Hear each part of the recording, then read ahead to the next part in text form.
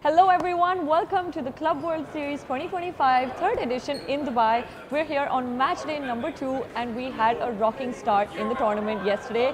We played 18 matches yesterday. We have 17 games today across all the 4 categories. That's the women's division and then tier 1, tier 2 and tier 3 for the men's divisions.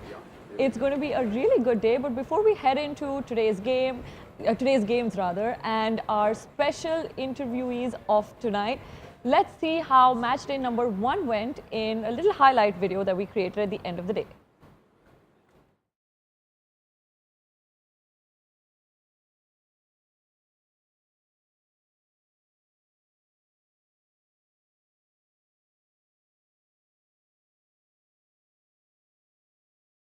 Well, that's the end of match day number 1 at the Club World Series, and what a great start to the tournament we've had. We've seen 18 games played tonight, so I won't get into too many details of it. But in tier 1, we had DBMSC Steel being one of the strongest teams that played out there, along with Barbarians, both of them winning 2 out of 2 of their matches tonight. We had teams like Red Knights and Avengers who couldn't really secure any success tonight, but I'm sure they'll come back tomorrow because every team plays on every single match day. That's it for tier 1.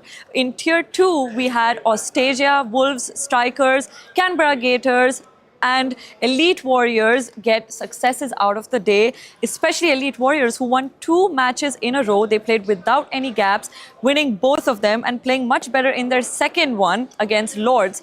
Lords, the reigning champions from Tier 3 in Club World Series 2024, couldn't really put up a win tonight. I'm sure they'll have some time to think about tonight's games and come back tomorrow fresh as a team.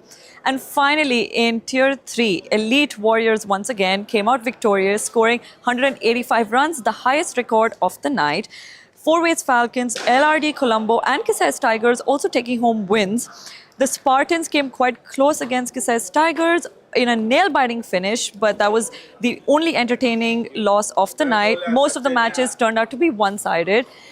And speaking of one-sided games, we also had the women's match, Lords versus Ella Lions. That was all the action for tonight. We had 18 games. I cannot get into too many details. So for that, you got to head on to indoorcricket.news. Make sure you're up to date before we start off our pre-show tomorrow at 1:30 p.m. local time.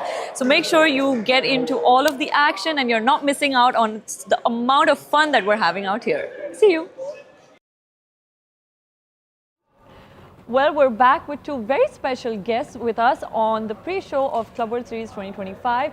First up is Tony Watkins, the president of WICF, the World Indoor Cricket Federation, and Hiran Demel, who is the head of operations and technical of SICA in Sri Lanka. Welcome to both of you. Thank you for joining us. The mics. Yes. Any of you. All right, well, I can start. Look, I'm the president of the World Indoor Cricket Federation. It involves kind of organising all the world events, which is right through from, we have 3 major world events. We have the Junior World Cup, which is 13s, 15s, 17s, boys and girls. And then the following year we have the men's and women's and under 22 boys and 22 girls, which is actually this year in Sri Lanka. Nice. And then the following year is the Masters, which we held last year. So every year we have a major world event that we kind of put together with all of the delegates. And so we meet at all those events, decide where the next events are happening, put a plan together for where the next event is going to be held, and try and build the sport from there. Okay, and how does that bring you back to the Club World Series? So the Club World Series, we were approached 3 years ago to be involved to sanction the event and to grow the sport. And the idea behind the Club World Series was to give all the tier 2 players and the players that wouldn't get an opportunity necessarily to travel to go to the international events that we hold. And so it was a gap in the market that Upro, Manish and Haran and I think Matt Henderson were involved at the time to kind of fill a little bit of a gap that they felt was available. And look, it's grown over the years from 3 years ago, I think we had 12 teams, 18 teams last year, I think, and 26. 21 to 21 26, last year and 26 this year. So it's certainly filling a gap and giving a lot more people some exposure to this type of event. Okay, and Hiran, how about you? I know you have a very different scope of work in Sri Lanka and you're quite active out there. We've seen you the last year in Club World Series. You're not just an official, you know, you would think with your title you'd be sitting in a cold AC. but you're someone who's running around, sweating as much as the players, making sure everything goes smoothly. So, I mean, I know you handle everything, but what exactly does everything encompass? So, of course, Shreya, just going back to the inception when Indo cricket was introduced to Sri Lanka in the year 2000, Correct. I was involved. It actually happened to be in an arena very close to my house, Okay. and I was just visiting the place when we had Craig Slocum and Stan Nell, who were then brought in to introduce Indo cricket to Sri Lanka, Correct. and they gave me an opportunity of umpiring, and that's how actually I started as an umpire. And ever since now, it's been 25 years with SICA, Wow. which is Ceylon Indo Cricket Association, the governing body for Sri Lanka in Indo cricket. And just climbed that ladder from being an umpire to a manager to a selector, and now head of operations and head of technical, and also the delegate for the WSCF. And I've been with the WSCF as delegate for over 10-15 years now. Okay. So, and with all these years of experience, seen the association grow. We've had players coming. We had a very good start when Cedric Anthony introduced his game Correct. to Sri Lanka, because it was all sponsored by him, and then the tournaments were much easier. We toured almost all the countries in those first 2 years. But since the World Cup 2002 or 4, it has been a little setback for Sri Lanka. But then now we picked up again, and then COVID hit, and then the Club World Series all started. Right. But we've been a part of WSCF for every Opens tournament. And yes, and we were one of the first countries to be affiliated with the WSCF Correct. from the Yes. Asian region, and proud about that. And also, we've grown since the last 5-6 years. And as Tony says, WSCF has backed now by bringing most of these events to the Asian countries for us to develop this game around Asia, which is a good thing for the sport globally, because Australia, New Zealand, England, South Africa are much established, Correct. and they have a lot of other tournaments to be playing around the year. But with this coming to Asia now, lots of people have embraced the sport, and Manish, Matt Henderson and we got together in a discussion 3 years ago, and we thought it was a good idea to introduce this Club World Series so that we'll have newer people coming into the fray. And as Tony quite rightly said, it has grown a lot, and it's helped the sport. Very happy to be here. Lovely. So, Tony, you spoke a little bit about the fact that you're trying to give international exposure to the Tier 2 players and the Tier 3 players. Just to understand, first of all, for our viewers as well who don't know, can you explain to us the rules of how a team would fall into each tier? I think it has to do with the number of international players in the team, right? Yeah, look, Maharaj is probably the best person to answer that because he's part of the operations that kind of put that together. So it's probably best for me to hand over to Maharaj. Okay, transfer to Explain how it works. Yeah, so when we started, we didn't have too many teams, so we didn't have the tiers. We let them play all together, so which was kind of unfair for the guys who were coming in at the start. But now the tournament is more structured. I mean, there is a plan around it, and so we introduced the tier system to give everyone a fair chance and for competition-wise. Correct. So we have teams that have more than 4 players who are in the national side can play in the tier 1, and those who have at least 2 players will play in the tier 2. Okay. The rest of all any others who don't have any national players fall into the tier 3 category. Okay. Yeah. Okay, that's nice, and I knew this, thankfully. But just to understand now, okay, even if you do have a certain number of international players, how do you bridge the gap? I know we had one match day already. There is a lot of gap between some of the tier 2 teams also. Some are, playing really well, some not so well in terms of performance, and you see it in the court. How do you determine if the other players can fit into a tier 2 category or not? Like, how do you decide if you're good enough to be a part of that tier? See, what happens is, unlike the national competitions, where there is a selection process where you have your leagues and the best comes out of it, here it's an opportunity given to all the clubs to take part. So it's the clubs that register who will bring their teams, and up until they come here and play, we really don't know the strength and the standard of the players. So, I mean, the next one will be even better when they understand where they really belong, and obviously we'll go to tier 4, tier 5, even tier 6, depending on the clubs that will come as the tournament grows. Right. Then we will see that, in a better structured way, with teams knowing what kind of strength is required to be in those tiers. So it's not only having to bring 4 national players, the other 4 players have to be equally good, right? So, True. right. So basically, if you don't have that category of players, then you're going to struggle because, as you know, indoor cricket, unlike outdoor, is a game for all-rounders. You can't just be only a batsman or a bowler or a fielder. You have to be good in all three angles, right? So that's how the game will move on in the future. Yeah. Okay, so I mean, the future, yes, it needs to grow in a lot of the countries, but I think something Hiran mentioned as well was that it's already very well established and structured in countries like Australia and New Zealand. Tony, if you can help us understand what is the difference between that structure in those countries versus what you have seen now. You've been to UAE, you've been to Sri Lanka, versus what you see here and what we do on a club level. Well, look, I think the main difference really between countries is you look at Australia. I think they've got something like 120 centres, and so that's the amount of players that are playing in those centres, and so they have a lot to pick from. And so it's a different structure for them. It's, you know, they have states and they have different playing competitions that they can be involved in, right through from the local Super League, which might involve 4 or 5 different centres, to the state competition where in that region you'll pick to play for your state team, and then you play for your international side. So it's a little bit easier for Australia because they have so many. New Zealand, we have 26 centres. South Africa have, I believe, 78 centres. And so it's a numbers game. And you look at Singapore that have 1 court. You have a look at Sri Lanka that's now grown from 2 courts to 4 courts in the last year. But they can't play against another centre that's 20 minutes down the road to have a in-house. So it's a lot of more in-house games. So it's hard for these club competitions to get the right seedings to put teams in the right places because we're all coming from such diverse different areas to play the game. And so, and Sri Lanka is a great example of that. And it's great to see Austasia here, which are players that play in the Austasia part of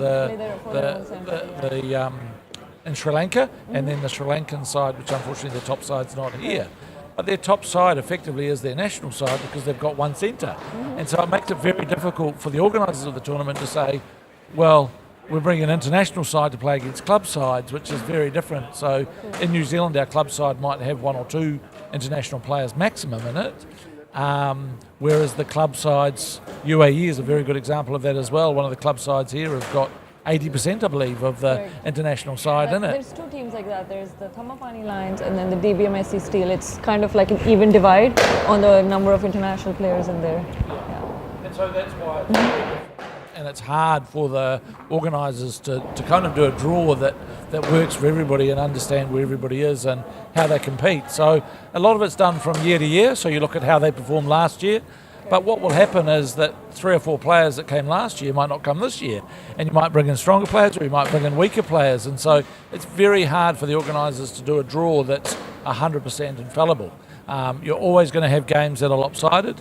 You have it in international outdoor cricket where there are games that are lopsided as well. But hopefully during the week, the way that it's worked, they all get an opportunity to play some good cricket, play some different teams and be competitively matched against the right teams. Okay. And then next year, if they come back, then they'll know what they'll need to do and what they need to bring. Mm-hmm. Okay, lovely. Well, talking about next year, I know it's only been 1 day in the Club World Series so far.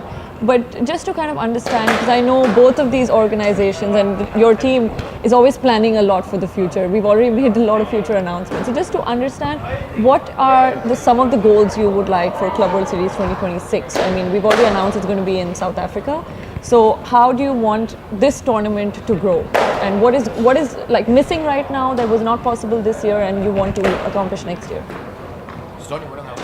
Yeah, look, I think for me it's just getting the diverse range of people keep coming to the event, and it'll be interesting to see how it goes in South Africa because it's very different.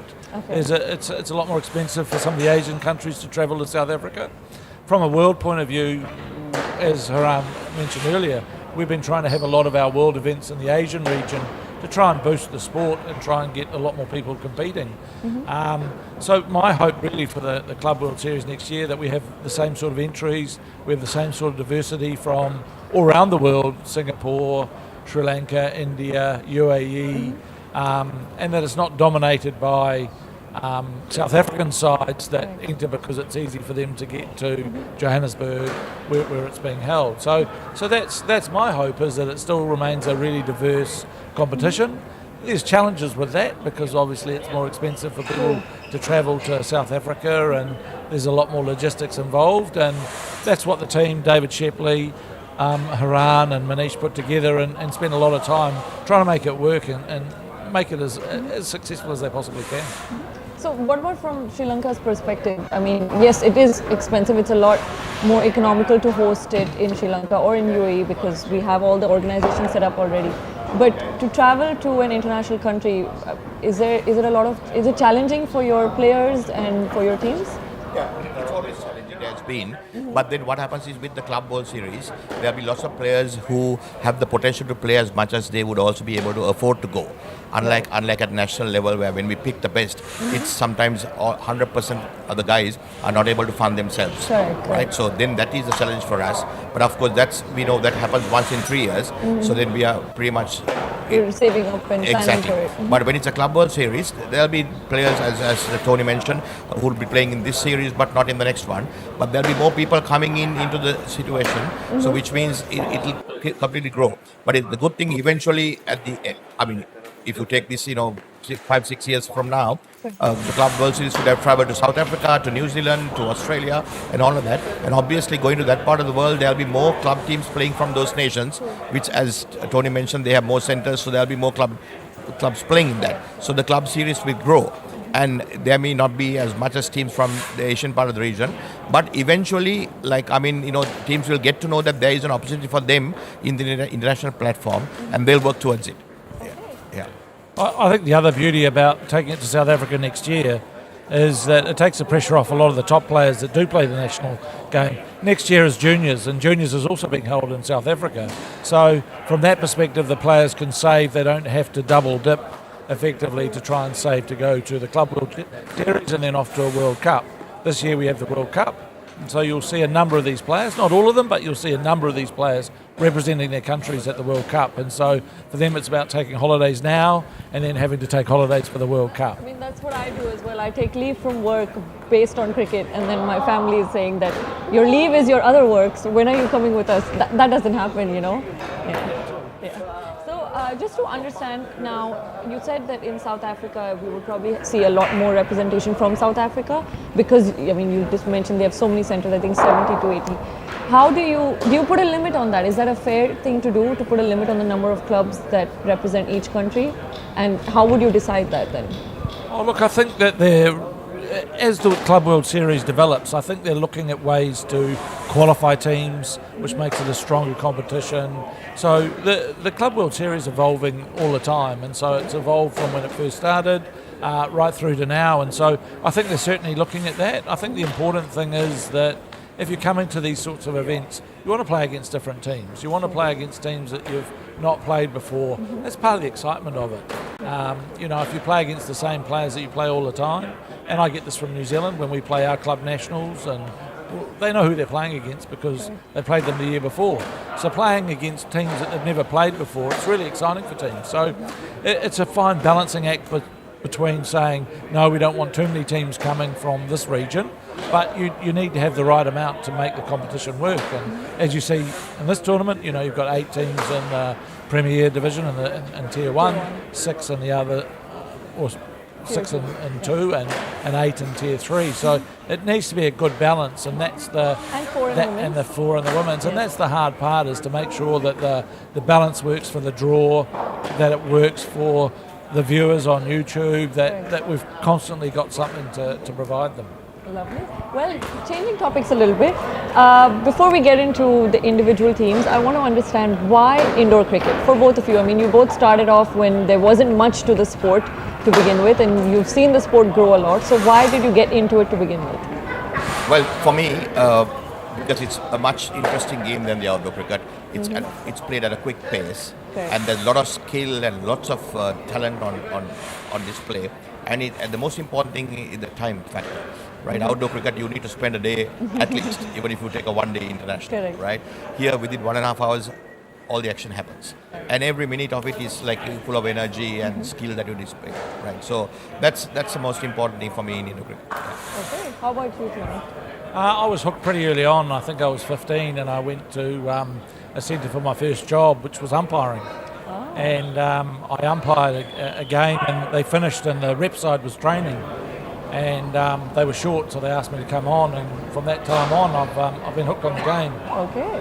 My first match ever that I played was a provincial match, and then it's gone from there, and I represented New Zealand from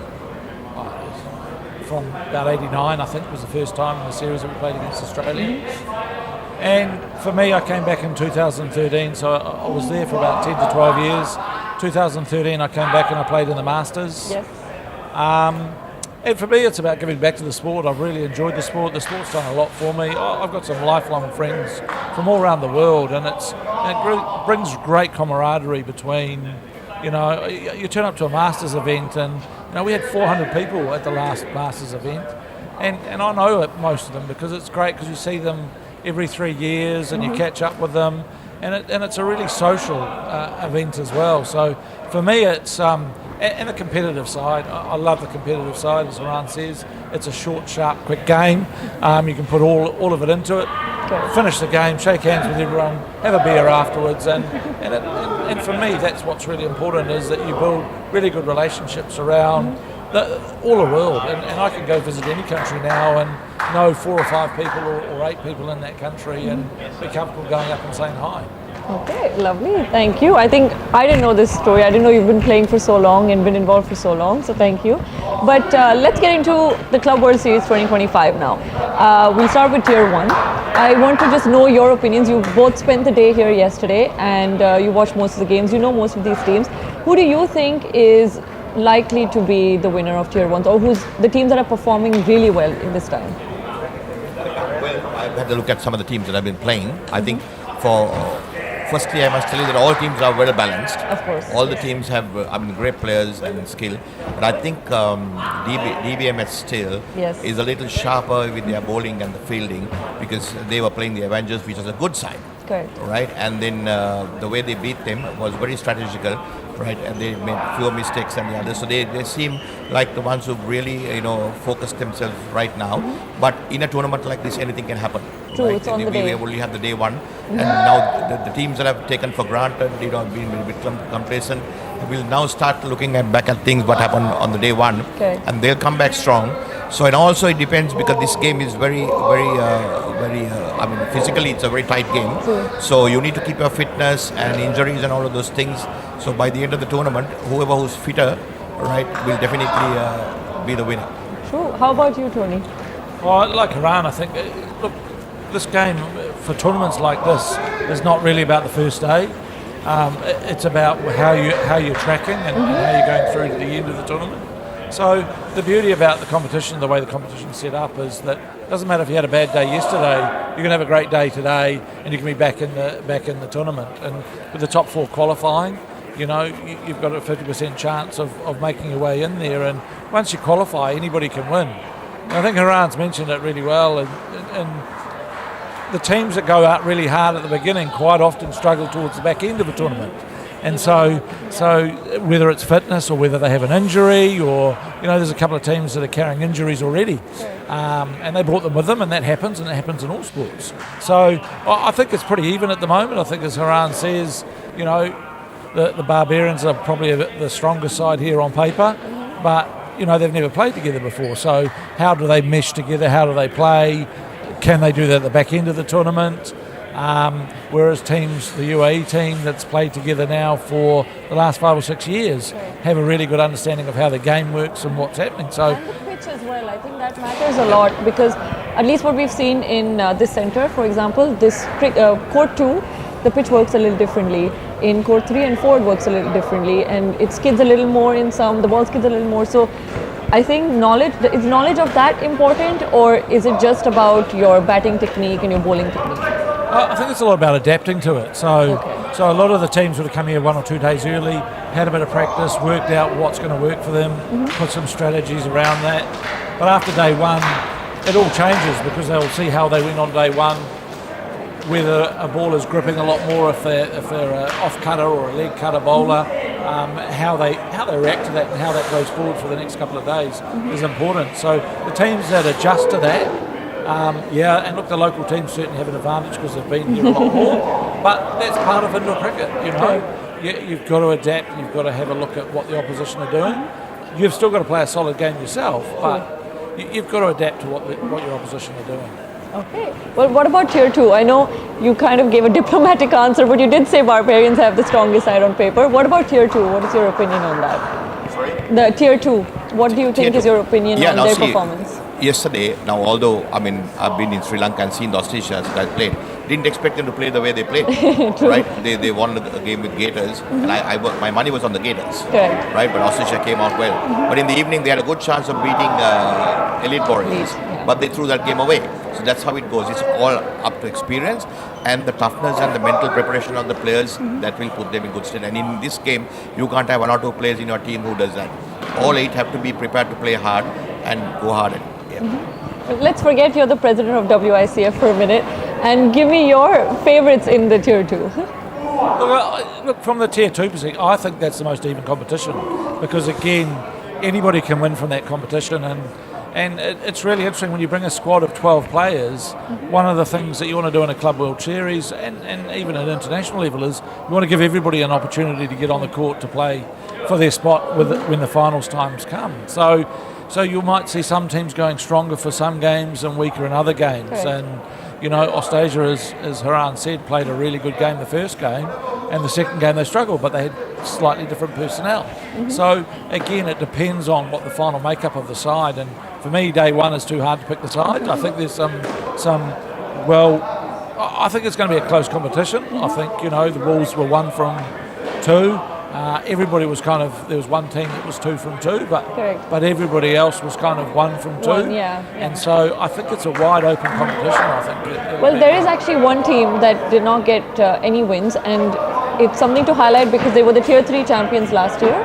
That's the Lords Indoor Sports, playing indoor sports for the first time in an international level. Do you think it was, I know the rule is that you get bumped up to Tier 2 if you're the champion.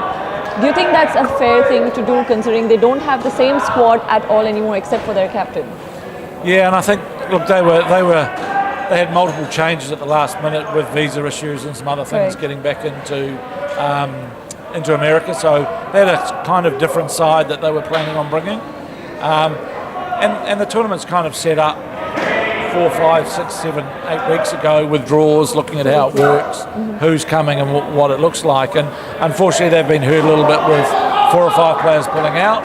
So it's made it hard on them now to get the team together. But it's still good for their experience to actually go up to that next level and play at that next level because they'll go back better players at the end of the day. They might not do great in this tournament, but they'll take a lot out of this tournament. And even from the games that they played, and talking to Cebu, he was really happy with where they progressed even from game 1 through to game 2. So there's always learnings in indoor cricket. And again, they only have to make the top 4. So true, and I think 1.5 hours, anything can happen, you know. And it's not even 1.5, it's 45 minutes that in any innings, if you fight from one side, you can win the match. It doesn't matter if you've trained for a year or trained for a week. But, I don't think there's any point on asking you favorites for Tier 3. Let's talk a little bit about women's. We had 4 teams last year, 2 of them Sri Lanka, 4 teams once again, and they represent 1 country each. How is this sport growing for women's? Is it slower for the women's category? Yeah, I think we've struggled a little bit with women's cricket. A lot of that comes back to how many players are actually playing in each centre, and you'll notice in the top sides from Australia, from New Zealand, from South Africa, they play a lot of outdoor cricket. And so depending on the time of year that we play these events, it's hard for them to swap from outdoor cricket to indoor cricket. And so women's, we are really trying to build the women's grade, and I think it's gone from strength to strength. We had a really good Masters grade in Sri Lanka last year. And so it is growing, and it's great to see 4 teams here this year, and hopefully, you know, South Africa is a good powerhouse for women's indoor cricket. They actually do have a lot of sides that play over there. So I'm hopeful that'll grow next year for the Club World Series. I think there'll be a lot more women competing in the event. And look, there was only 1 match yesterday in the women's division, I think. The Lords versus LA Lions. Yeah. So I think, you know, that was a great first match, and for the Lords ladies. It's the first time they've played as a team, Correct. and they had a win. So what a fantastic start to, to their series. No offense to the LA Lions, they are the reigning champions. They were undefeated in the last tournament, but the Lords women, they put up 117 runs, and then the chase was completely one-sided towards Lords. Yeah, so there you go. We were just talking about the Lords men being in Tier 2 and being promoted to Tier 3. Didn't go well with them. But the ladies, I mean, didn't expect a team from USA to be brought for this competition. But then there was the ladies, and they were playing the the champions of last time. Correct. And they won that game very comfortably. Correct. So that's how the game goes. So it's a great thing to see an additional team from US now, a ladies team being introduced, and which we hope that will continue for the World Cup that's coming up in September in Sri Lanka. At least 1 or 2 ladies teams coming for that as well. Can we start? Yeah. So, Can we start? Everyone has seen this in the last Club World Series and this one. There's something Sri Lanka is doing right in terms of women's cricket. You had 2 teams put up last year. You had, I think, the Masters as well. There were two sides, and even now the Thambapanni Vipers, which is the UAE represented team, they are primarily Sri Lankans. What is Sri Lanka doing to promote women's cricket and bringing out such strong talent? Well, from the inception, we have been doing everything possible to promote women's cricket, and as you know, it's not hard to promote the women's cricket because they are the same people who are involved in the outdoor version as well. Correct. And just coming and making the adjustment is not a big problem. As I always said that, I mean, we don't have the luxury like the outdoor cricket where the game is funded by the governing body, right? So that's why we struggle. I mean, if the sponsors come in, if this game gets popular, for which we are making arrangements with club tournaments like this. So once the sponsors come in, when we have the financials been sorted out, there'll be more teams not only in Sri Lanka, India and all of the places as well. Yeah. True. Well, before I let you both go, because we've heard the umpire's call, is there any advice you have for all the teams that are playing, 26 teams? Anything you would like to say to them? Tony, you've been... Oh, look, I think just enjoy the week. It's a fantastic week. You probably put on an amazing show. You know, the opening ceremony, unfortunately I missed it. My plane got cancelled, but look, it's a great experience for these guys, and some of them, it's the pinnacle of their career. So really enjoy it. Come back next time, bring more friends with you. Lovely. Anything you would like to say? Yeah, just what Tony said, just enjoy the game, that's the most important thing. And then while you're on court, give your 100% to the best of the team and for yourself. Because you've taken time off from work and you've traveled around the country. I mean, apart from the fun that you're having off the pitch, right? Once you get on the court, you meet business. Just do that, but enjoy the game. Lovely. Thank you so much to both of you for joining us for a nice long pre-show.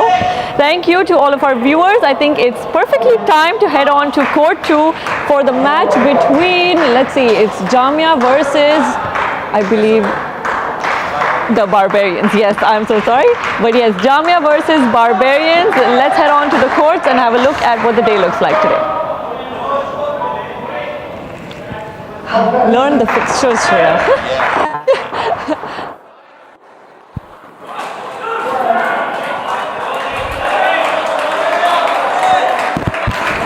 Hello and welcome. As we thank Shreya, we are into the first game of day 2 on court 2.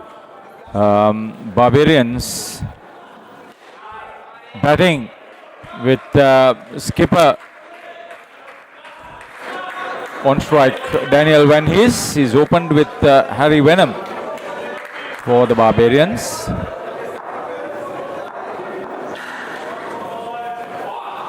After being put in the bat, that's the second wide of the over. The first over.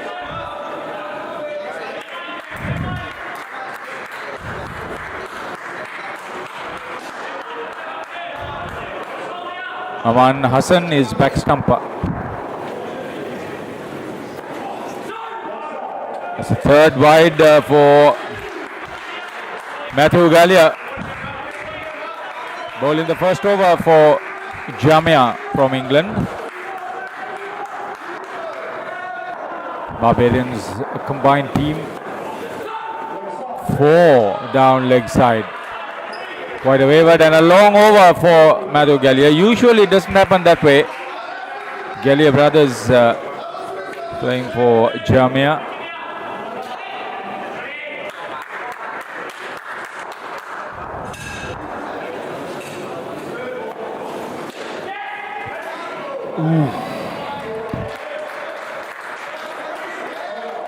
Freak run. Venom ran in quickly. He was running into the danger end. Managed to get there eventually. It's a pretty decent first over. 10 runs coming off it. They'll be happy with that start, Barbarians.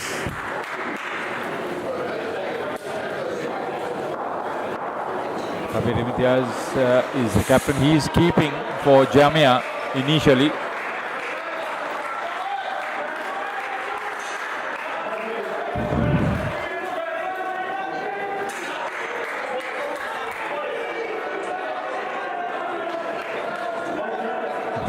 Matthew Gallia bowled the first over. Michael Gallia is on the onside front court. Neat bit of play by the skipper Van Hees that brings Harry Venom on strike for the first time.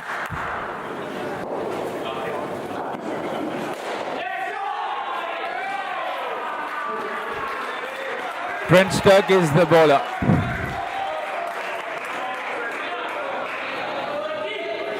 The attempt from Aman, not successful in hitting the stumps at the bowler's end. Better delivery. Moved in the air, beat the batter. Initially trying to play an offensive stroke. He realized the ball was doing too much. Then he wanted to play defensively. He was beaten on that too.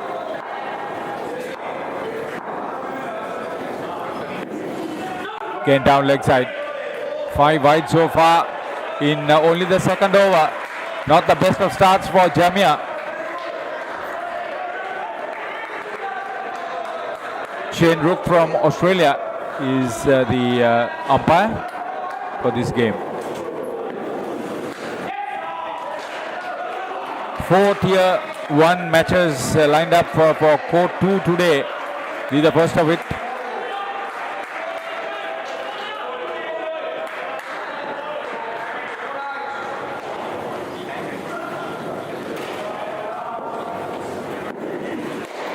Oh, brilliantly played by Venom.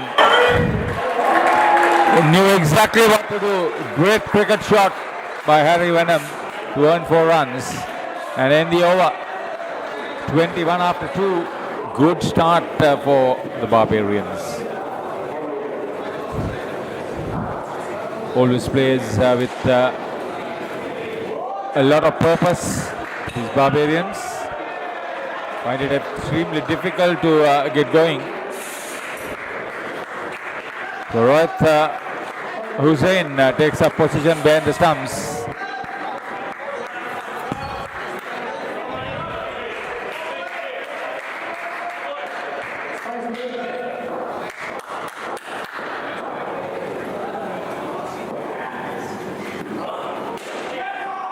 Skipper Kabir Imtiaz bowling the third over for Jamia. He realizes that he's got to be economical and successful too.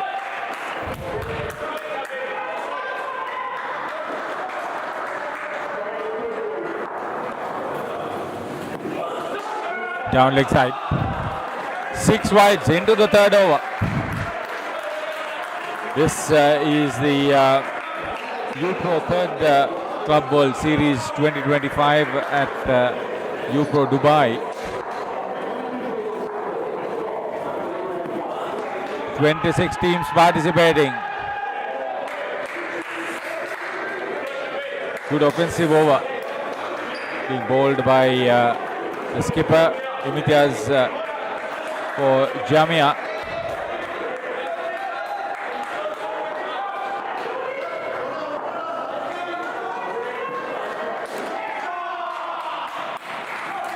Very good transfer of weight by the skipper Daniel Van Hees. Oh, they've got off to a very confident start, Barbarians. You can see that Jamia is a little bit under pressure to stem the flow of runs.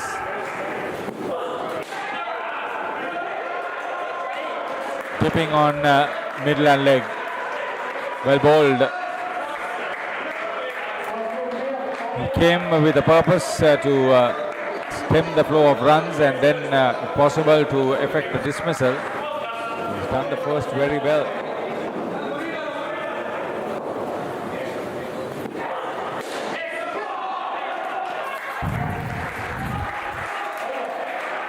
That's the end of 3 overs.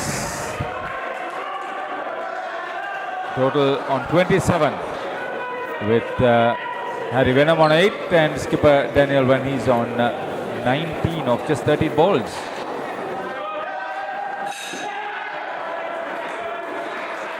"22 men's teams, 4 women's teams participating in this third Club World Series 2025 UPro. Always with initiations, have brought in a lot of technology towards the media coverage, the live media coverage of this event.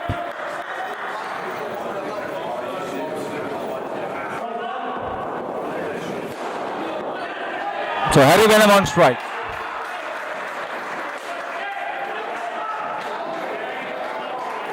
Rohit Hussain is the bowler.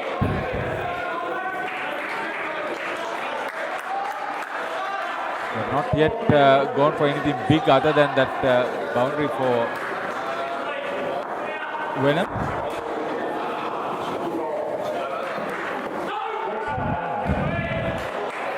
This will hurt them.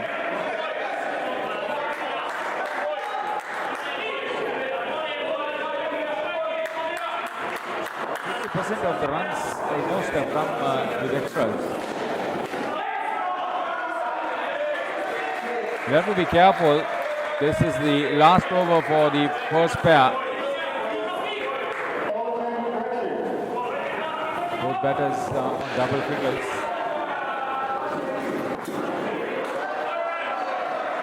That's better. A good change of pace. Harry Venom on 10. David Van Hees, the skipper, is on 23. Batted with confidence, played the ball on merit into the net. Good running between wickets between the two of them. Again, good responses from Sturk.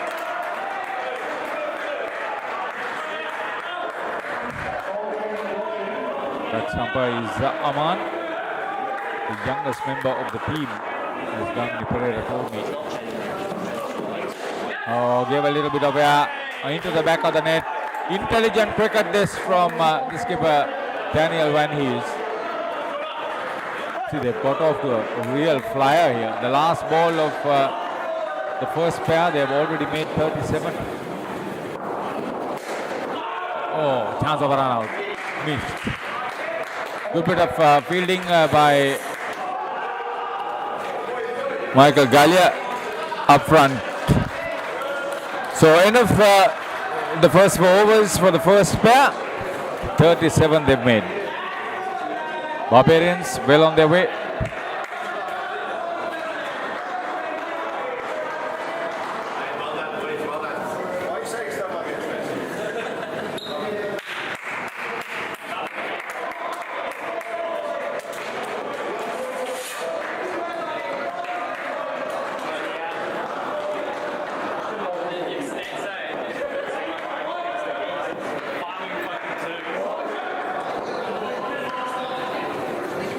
Shanil Sharma and Robert Fuller, the second pair for the Barbarians. They probably want to go with the momentum. Mark Valentine bowling the first over for the second pair. 25 runs is a minimum they would be happy with. The Barbarian second pair.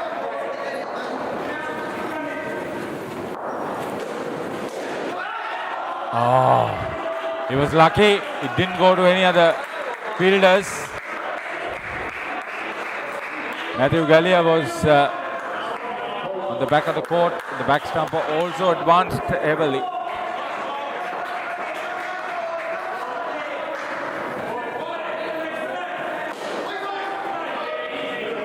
So 2 good deliveries by Valentine. He's forced a third ball situation on the batter. Shanil Sharma.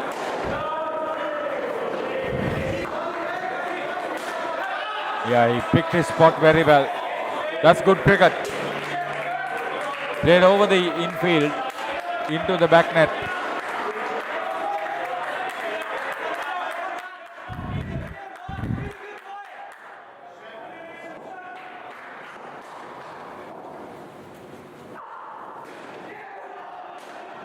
Mark Valentine. Oh.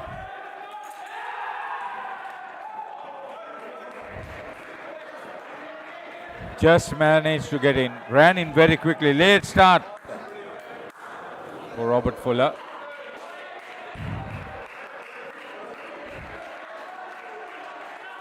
Having survived that close call, probably be a little bit more hesitant with their calling and running between wickets at the early stage of their batting. Oh, that's what it needs. That's what is needed. Sharma is always capable of that. He's a big unit, very powerful. That 4 will give him a lot of confidence after 2 dot balls in the over.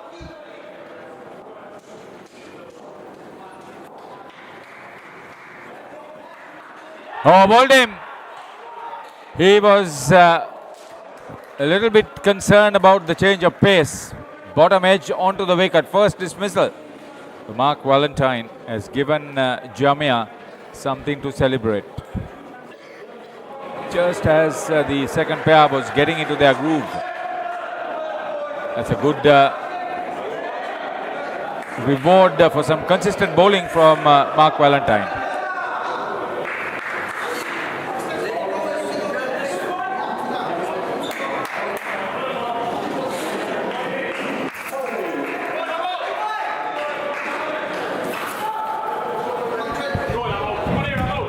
Sharma back on strike.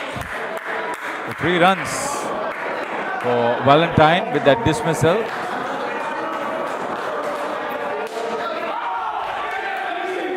Aman Hussain is bowling the 6th over. Aman Hassan, I should say.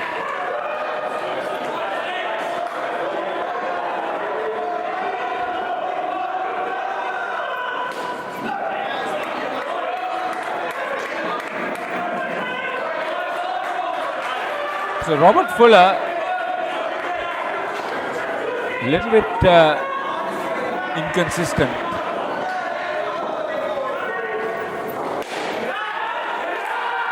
Second dismissal for him.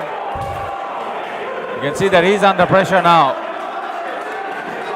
After that wonderful start, 2 wickets in consecutive overs, Aman Hassan. This will inspire Jamia big time.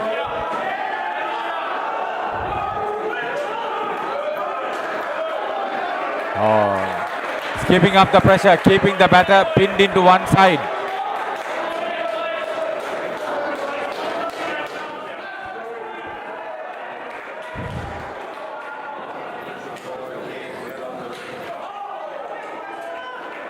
Another miss. Third ball situation, the second time it has happened in the innings.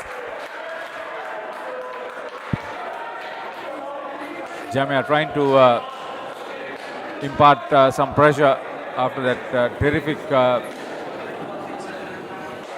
opening skin for Barbarians.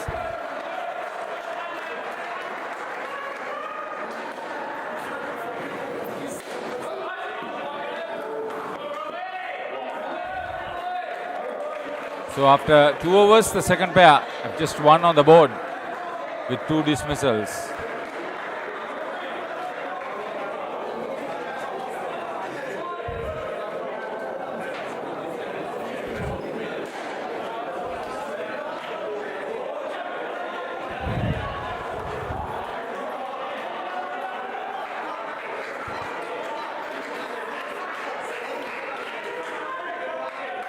-8, Robert Fuller back on strike. He's been dismissed twice. Great over for Mark Valentine too. 1 wicket for 3 runs of his first over.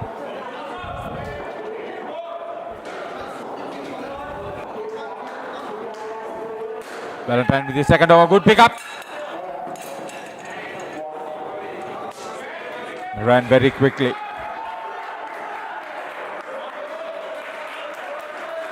Kabir Imtiaz back behind the wickets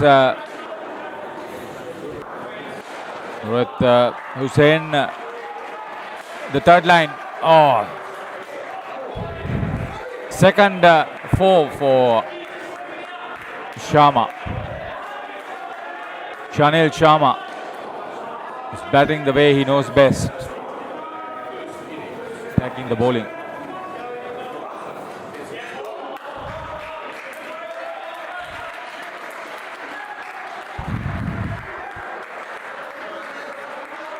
He wouldn't want to do too many things, Robert Fuller.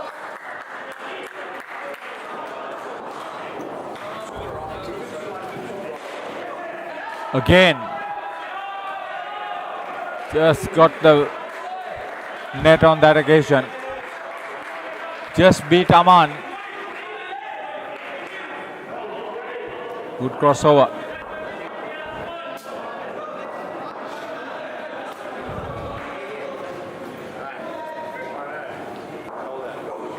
Valentine dropping it short. He's lucky and happy. Nothing came out of it. For Sharma.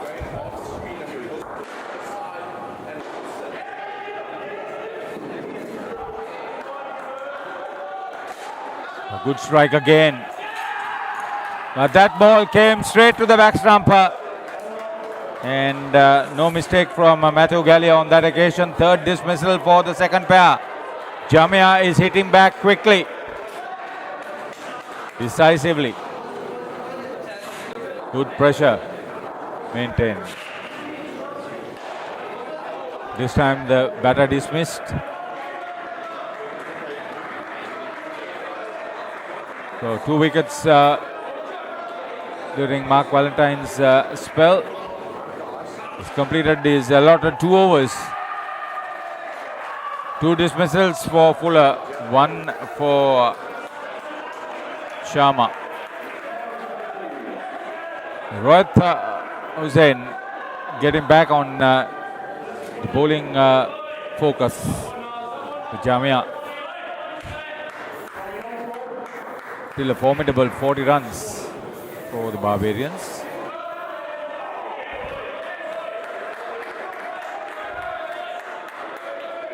The first ball miss gives confidence for the bowler.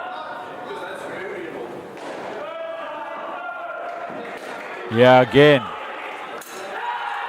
Had to score. Rolled out.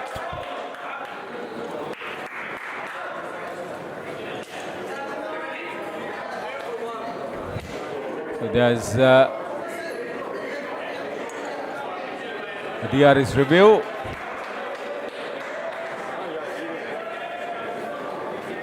Decision review system is one of the new innovations into this tournament and Indo cricket. Manish Kishore very keen to provide all kinds of good action.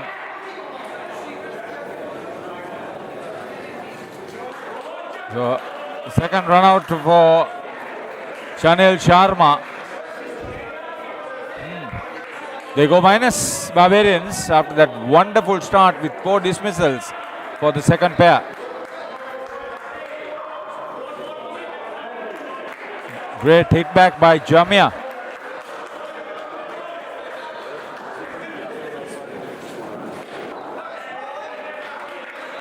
Again another dot ball.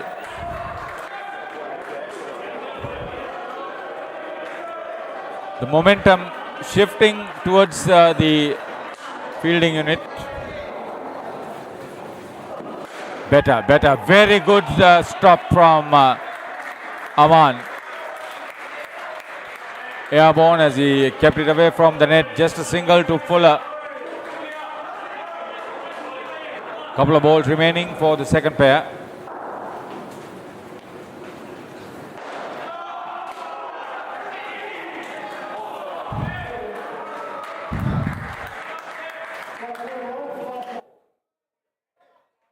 The last ball for the second pair. Robert Fuller on strike. They've got away from that red zone. 1.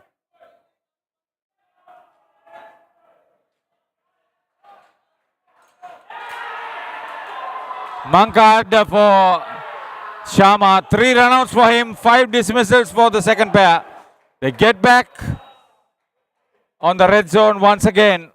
Jamia hitting back very good. Rohit Hussain very watchful.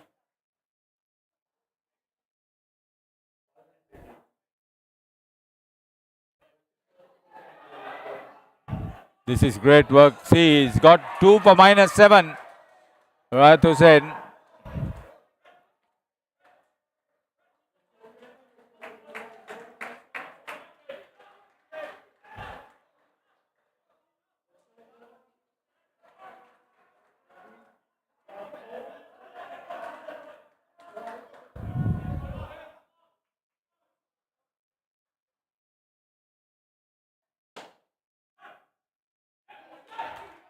Dot ball to end it. Oh, they've done very well. -4 for the second pair. Brilliant work.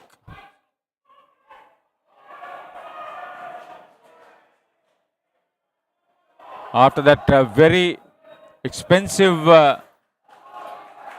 first pair against their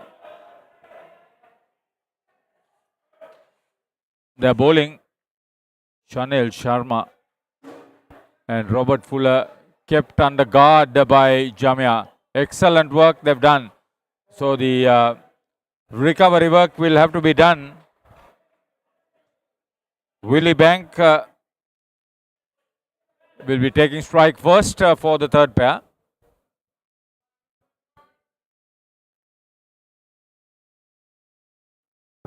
Willie Brink rather, I should say. Correction. Jack Mockford with him. So the rebuilding process for Barbarians. But the way they play, they'll be a bit attacking too. So Michael Gallia called into ball.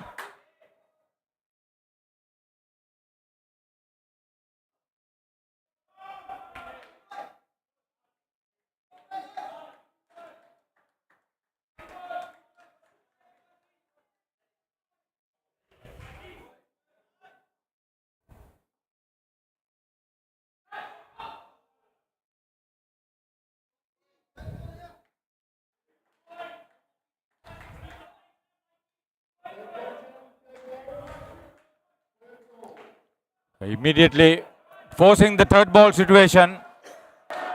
Round the wicket. Picked the gap.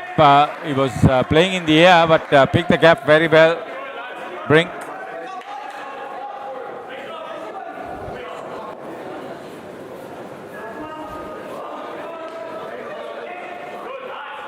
So very watchful,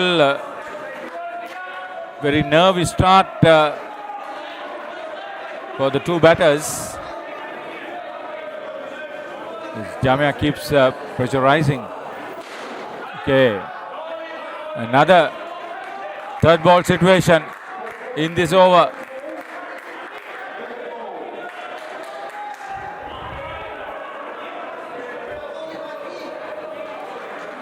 Mockford on strike.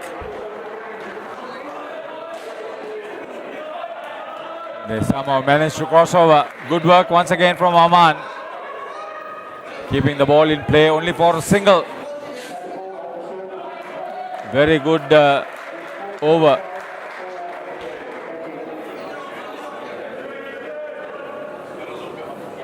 Michael Gallia considered just 3 runs.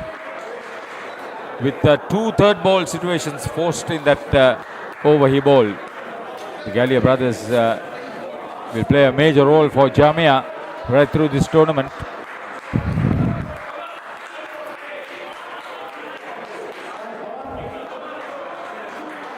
So Jack Mockford back on strike.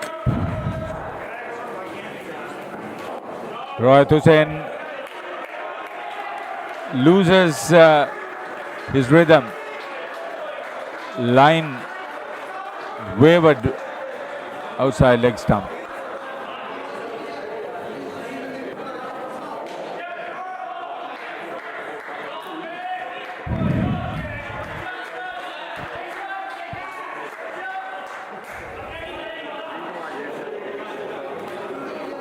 Willie Brink. Don't think they will bowl up to him. Rohit Hussain bowls again, second wide in the over.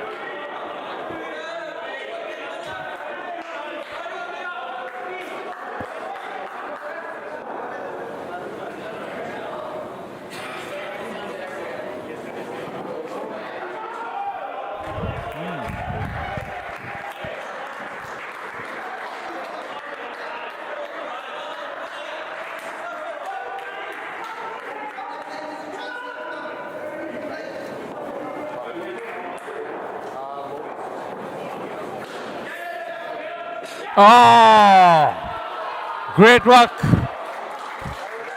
Brilliant tap. That's how you field in that position.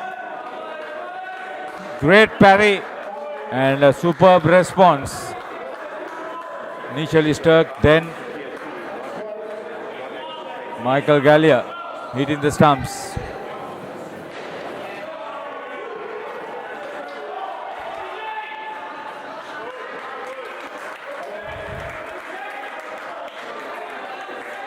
The corner off, keeping up the pressure. Excellent over. Despite spate of wides, he's got the batters on the hop. Mockford yet to get off the mark. Willie Brink. See, 11 runs of his 2 overs. Could have had more than 1 wicket. But he'll be happy.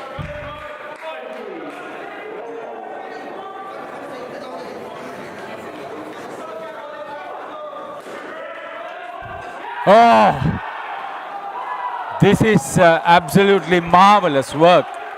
The third pair not doing any better than the second pair for Barbarians. Jamia into their groove. They are climbing all over their opponents. -1 for the Barbarians.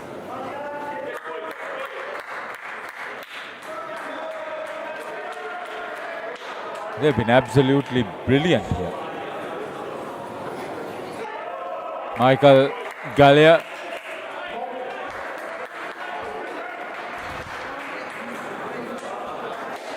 That full toss. Oh, he picked that full toss very well. Great bit of fielding back court too to prevent the ball hitting for 4. But nevertheless 3 runs. Oh.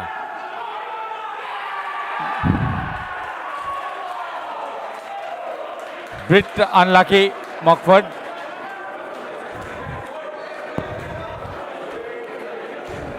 Take a look at this.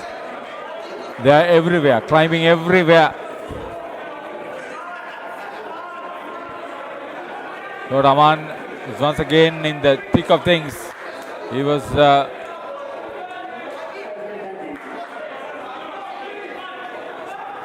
back of court on the onside. Watch the ball very well off the top net. And now a little bit of desperation creeping into the batting for Barbarians. They need to take a few chances and get the scoreboard moving after a splendid start.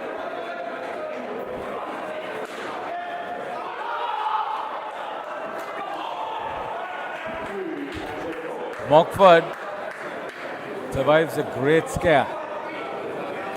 Slipped, lost his bat late, and the throw was not accurate. Michael Gallia has picked up 2 wickets in this over. Willie Brink is on 6. Brilliant bowling here from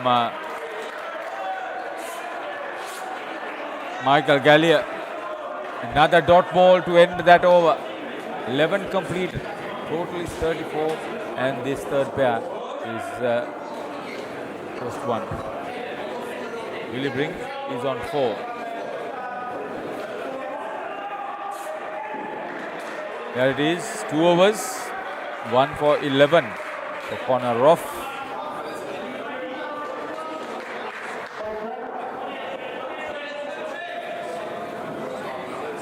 This is Brent Sturck down leg side. I think the major contribution in this total has been extras.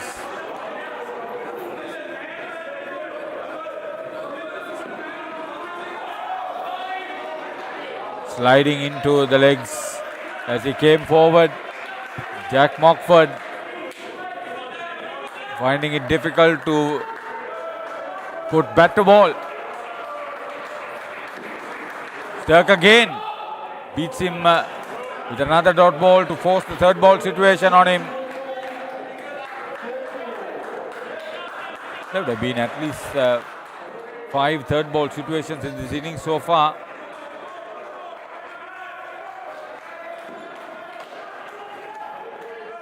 Good work. Mockford was in grave danger, but he got out of it with great skill. That's good work. Brink on strike once again.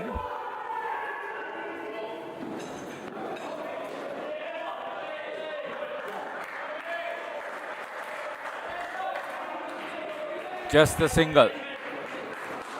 Not only picking up wickets, but doing the fielding very well. Jamia.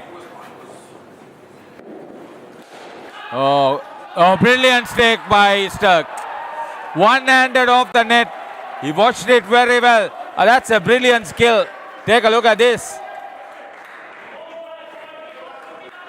After bowling, watched it very carefully.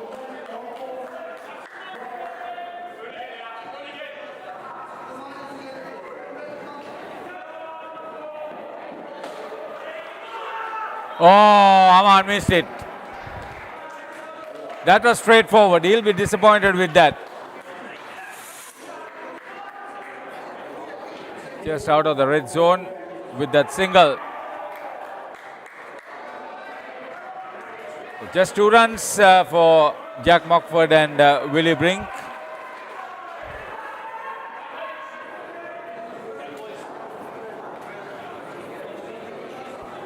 Brent Sturck, 1 for 12. What a catch. Jack Mockford -5. Willie Brink managed 7. The third pair for Barbarians. So the last set of players in.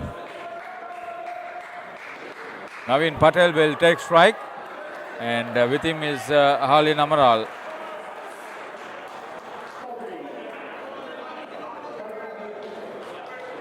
Matthew Gallia.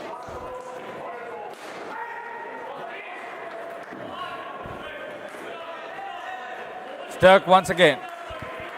Renewed vigor. Third line on the onside. Oh. Rough, corner off. Third ball situation straight away for the fourth pair. Naveen Patel. Oh, brilliant delivery, but equally well played.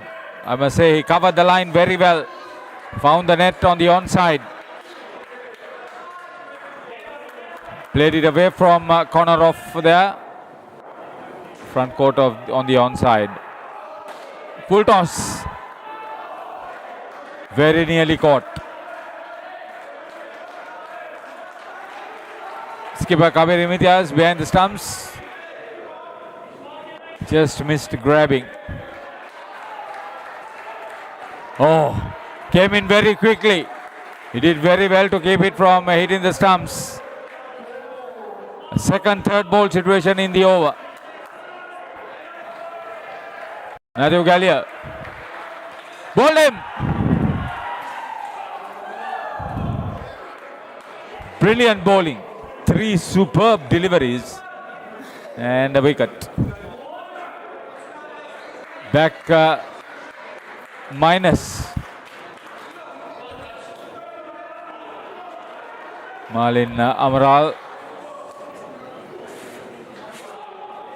Navin Patel.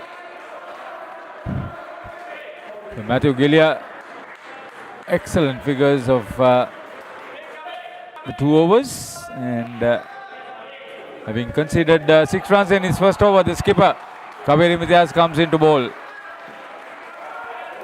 Down leg side.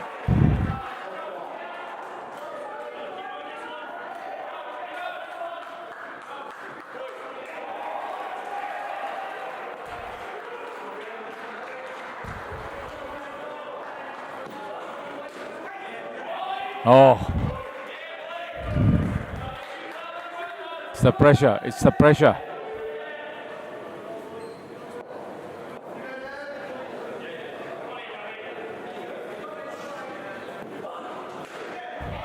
Gave a little bit of room on the offside, so Navin Patel did very well. That crossover eases a lot of pressure.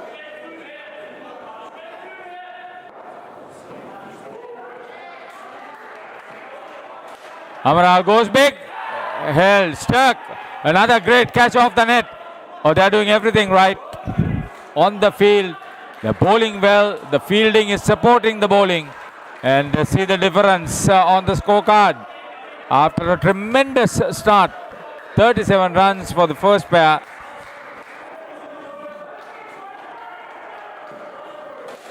Almost held onto another blinder.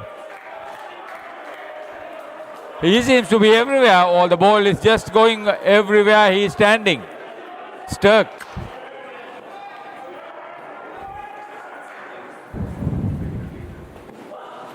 Oh, kept low.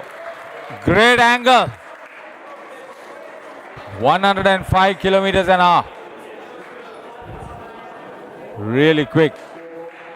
Must say, great report on the day's play. Thank you for the lady doing a great job and being so excited about what is happening. Shreya, take a bow. Thank you, Fanny, for your comments. Yeah, come and tell us what you feel. This is live action from UPro Dubai, the UPro 3rd Club World Series 2025. Oh, third ball situation averted.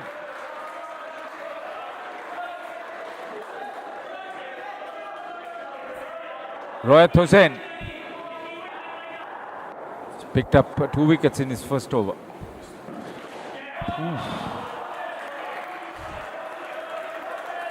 All kinds of things are happening.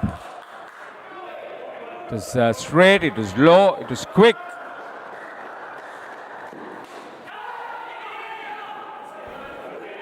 They'll have to do the scampering now. The Barbarians batters. Amaral on that occasion.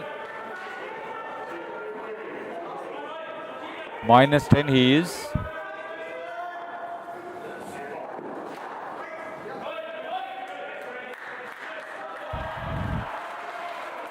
Absolutely won't let them lift their bat.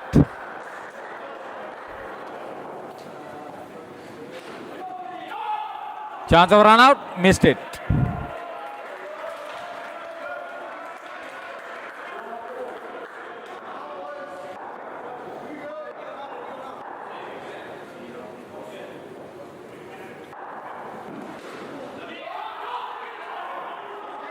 That's well played. That's well played. Under tremendous pressure to cross over in that fashion was very good.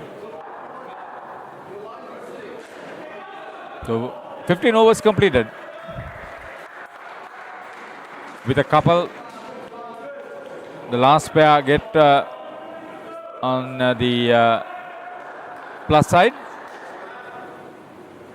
They are far from making an impact. The danger is if Jamia scores big, they lose 3 skin points because of what's on the scorecard at the moment. The last over, Aman Hassan, one of their best prospects, coming into bowl and goes down leg side.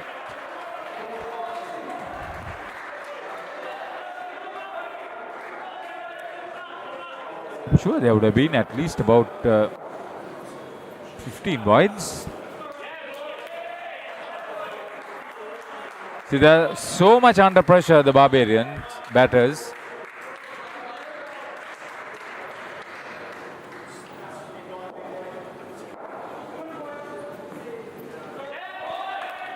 Well bowled, well bowled.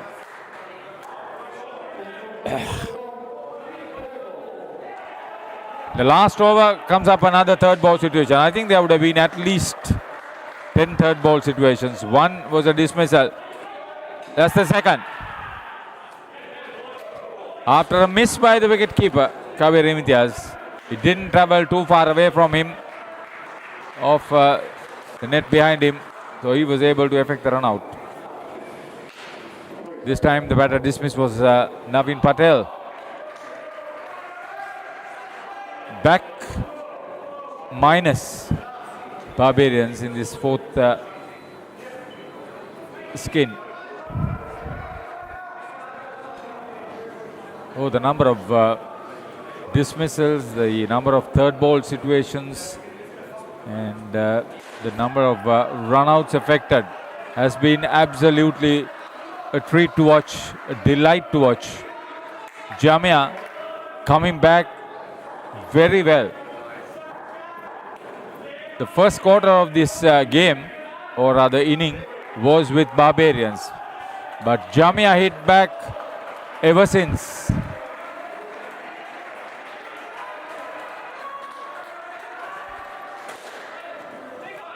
Missed catch.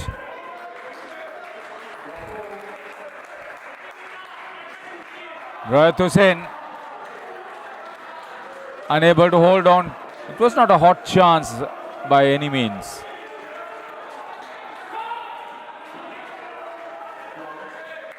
They'll manage a single, which is very difficult to come by. Even those small runs was always a problem. 2 for -3 for Aman Hassan. 35 with no contribution from the last pair towards this total. 37 -4, 2 and 0. The four skins. Oh, it's 1. It's coming in late. 1 run. So 36 is the total. This 1 run for the last pair. That also was scampering 1. Halin Amaral and Naveen Patel. 36 for the Barbarians.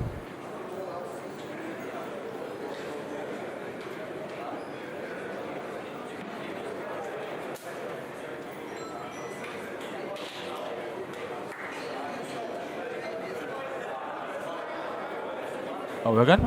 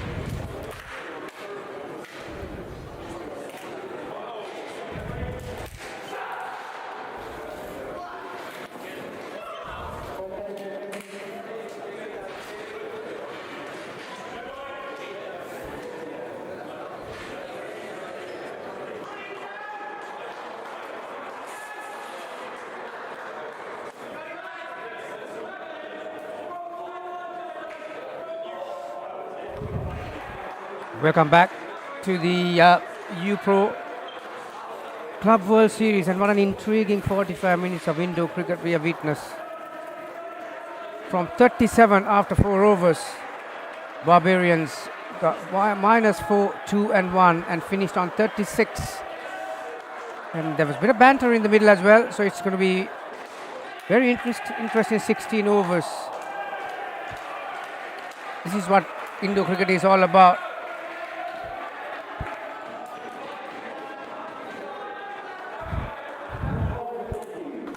So Mockford has got the ball. Bit of wrist spin. Starts with a wide. Rough. And Kabir Imtiaz.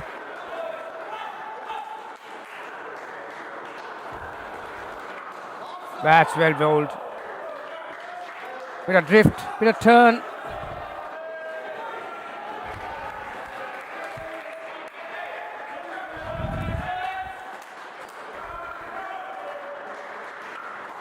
Oh. Well, that was a bit sloppy. Bit sloppy. Apart from the first 4 overs, where Barbarians openers dominated. Wenham and Van Rees.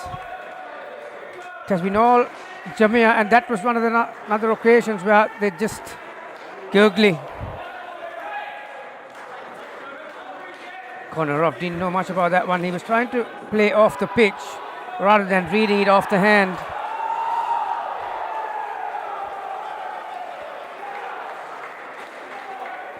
This has been a very good over from Mockford.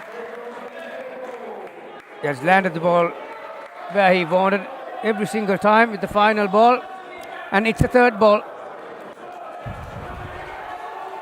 Yeah, well, that's exactly the start that the Barbarians wanted.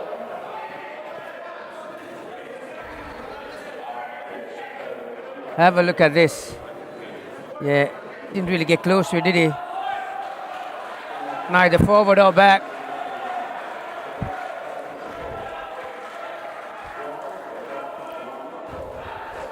It's very strange that you see a wrist spinner opening the bowling indoor cricket. But having 36 on the board, that was a tactical move made by the Barbarians, and it worked.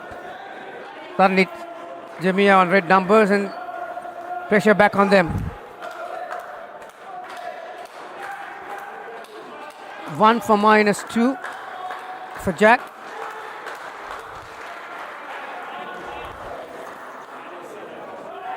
This is Willie Brink, another very experienced customer. Brilliant with the gloves. Wow. 98 kilometers. It looked quicker than that. It's just skidded.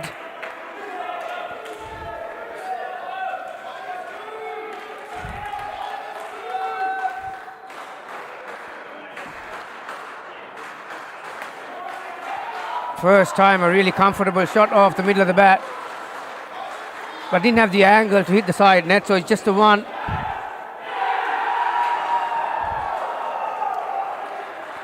Although these guys are defending 36 Barbarians, they are not going to die wandering. They're very experienced players in their side.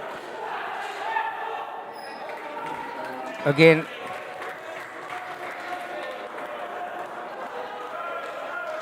Patel feeling that position, third line on the onside. Had to send in a direct throw. So dot 1-1. That's a good shot. Wow! That was a lot better from Patel.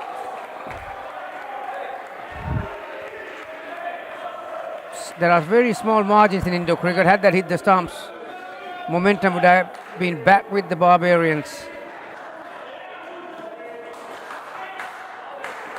Bowling a brilliant line here, Willie Brink. All 4 balls have been around that leg stump and just between that leg stump, leg side wide line. They've got the fielders to back him up as well. 2 on the onside in front court. That he overcooked. They wanted that ball to swing, but it just held on its line. So much better over for Ruff and Imtiaz. 5 off it. Team total on 3. See, once you have 36 runs on the board, there are no second chances. You need to keep on fighting, you keep on putting pressure on the batters, and you have to keep on bowling your best bowlers at the start. So Robert Fuller against Konarov.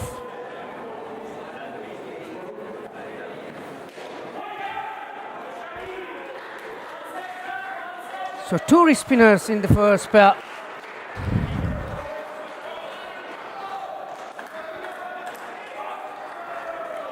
Bowling round the wicket. Full toss. Oh, unlucky. Very unlucky corner. That was heading towards the back net with some power. But he's collected his partner. And that would have been certainly 5 runs. Just a wonder. Another overcooked delivery as far as the length is concerned. Easy pickings for Imtiaz.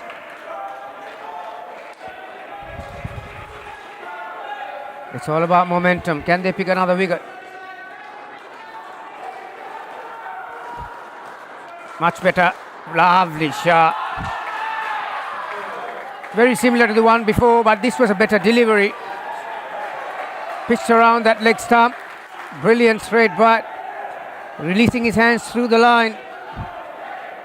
Back stumper had no chance.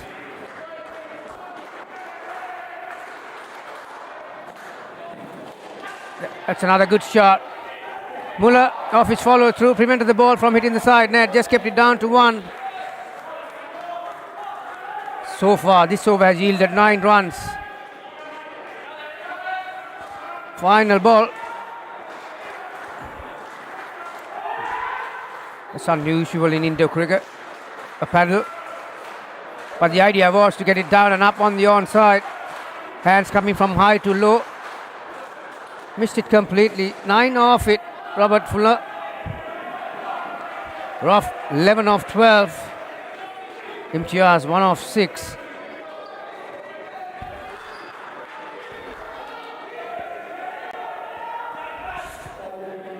So need a good over here for the Barbarians. Maybe a couple of dismissals to pick these Jamia batters back.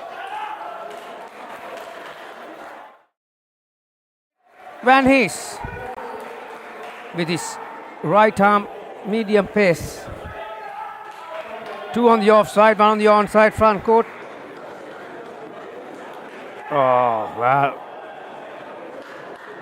As Imtiaz is indicating to Roth, he's also another skidding type, but there was width and length on that delivery. He'd be disappointed that he couldn't get it away from it. Down to the third ball.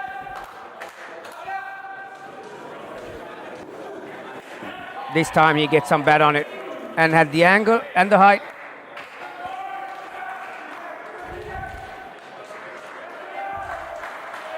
$14 on the board, 4 balls to go for this pair.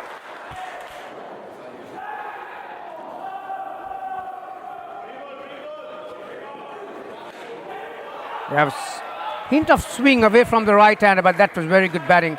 At this level, against these quality players, no matter what the length is, around that off stump and this outside, they're going to hit that ball every day of the week, and that's exactly what he did. Corner off. Much better length, much better line. Sharma on the onside. Gets his body behind it.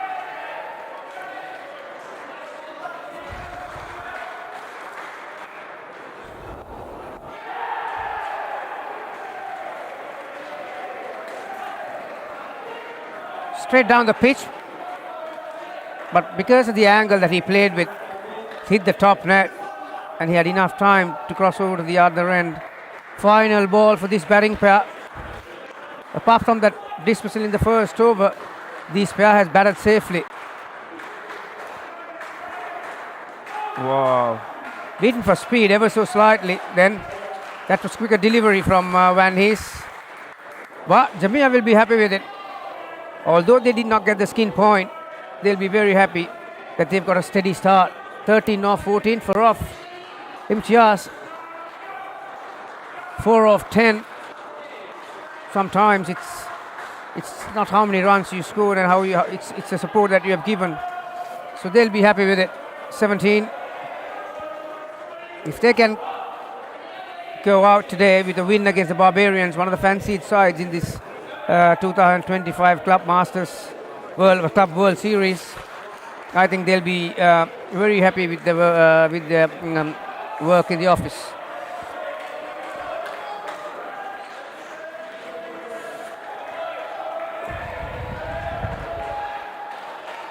Well, this will be interesting. Michael Gallier and Trent Sturck and Nav Patel. Oh, bit of swing. And don't forget, Nav Patel is from UK. He must have played against these guys many times and against as well. So he's turning up for Barbarians this time around.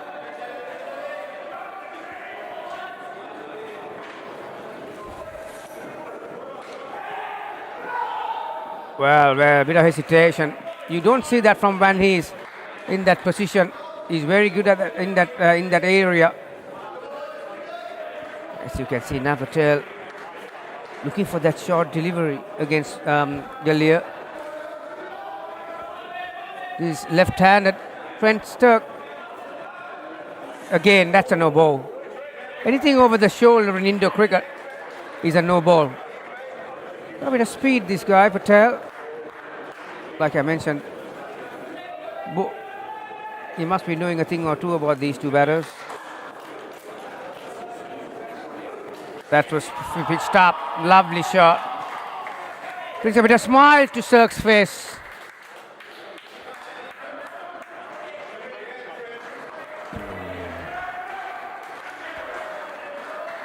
So 5 of the first 4 deliveries from Patel. Oh, that's a nice shot.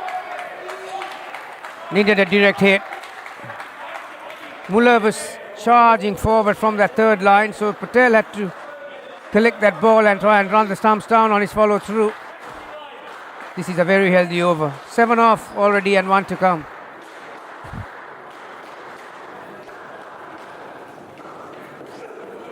That's a good delivery. Pitched around middle stump. Obviously, from that shot, you could quite safely say that Trent likes to play on the offside, looking to give himself some room. So dot 1, no ball, 2, 2 and a dot.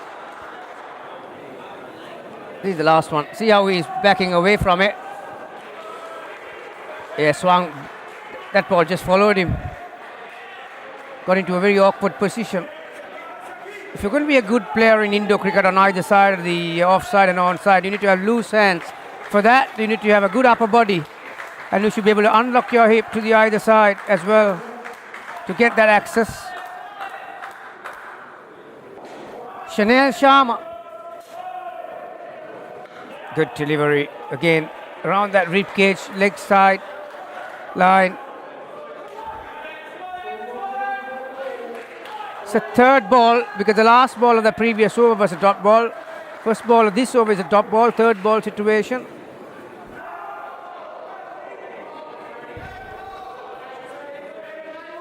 Well,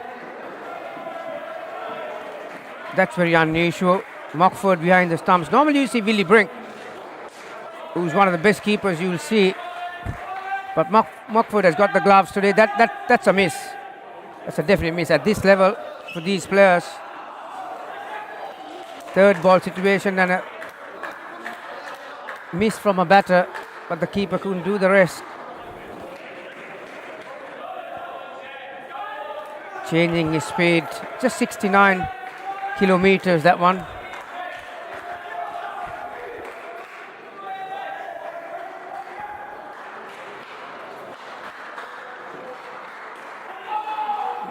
Well, again, that's very unlike Barbarians. When he's from that position, Trent took off. They had enough time to break the stumps down. So third ball again.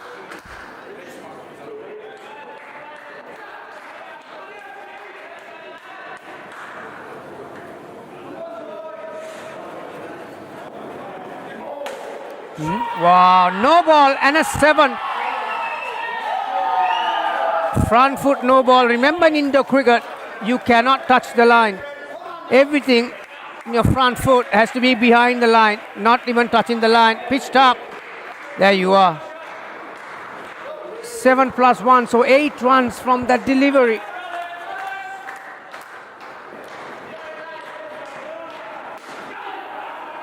Miscommunication, but quite rightly Sturk sent Gallia back. It's a good result at the end. Few mistakes are creeping into this Barbarians game.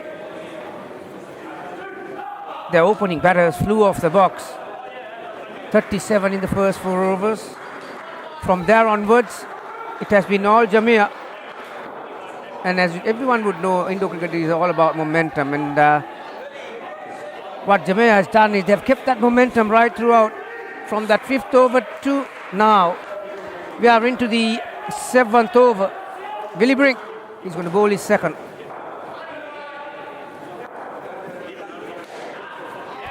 Full toss outside the off stump. Enough room for Sturk to free his arms.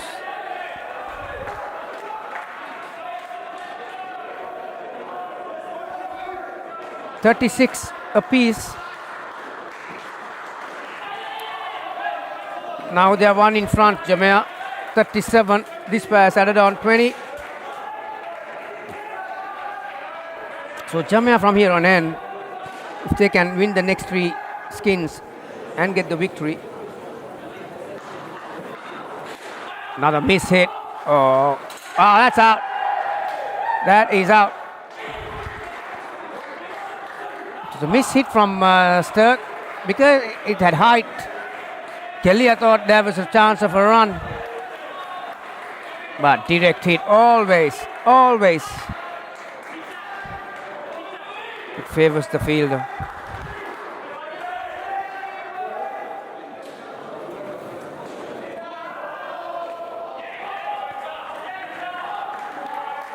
Patel prevents the ball from hitting the side. That keeps it down to 1.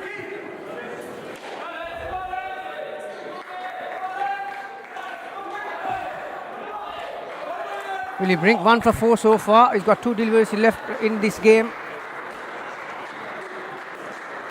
Yeah, that is not a good delivery. You can see the impression from his face. He was not happy with that. That's a poor delivery in Indo cricket at this level.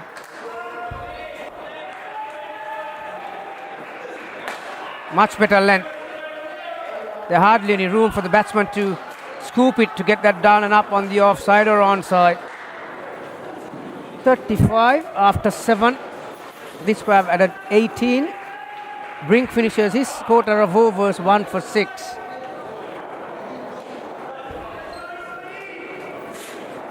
It's a very exciting day, the second day in this Club World Series for 2025 from U-Pro Club World Series.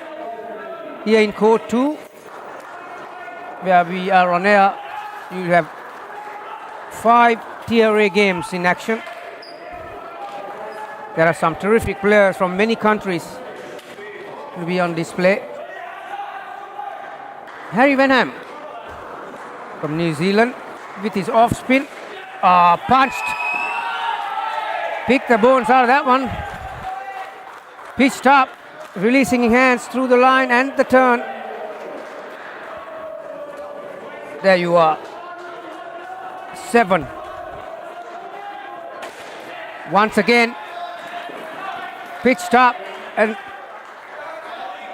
Sturk is not hesitating to go through the line again. There's a fine line between playing the down and up and the straight shot. Now this time, adjusted his line.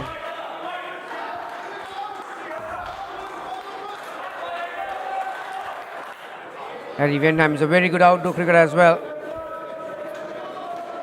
They waited on the back foot, brilliant feet. It's not all about the skill, it's all about the will and how you read the game. Michael Galea at that time waited on the back foot, used the crease. There you are, another one. Oh! Amral, who's doing the back stumper's duty, had a chance of running Sturk out, but another 7 was the result. Again, very good feet. Didn't have the power to get it past Sharma, who's on the offside. So that's the final ball for this batting pair. As you can see, Galea and Sturk, they're very happy. This is why. Sturk with a couple of 7s, 26 of 12, or 1 7 actually. The other 7 belong to Michael Galea, 11 of 12. 37 runs. Not too shabby at all. So that matches the highest partnership in this match. Van Hees and Wenham got 37 for the Barbarians, but from that point onwards, Jamia came back strongly and restricted this very strong Barbarians lineup to 36 runs.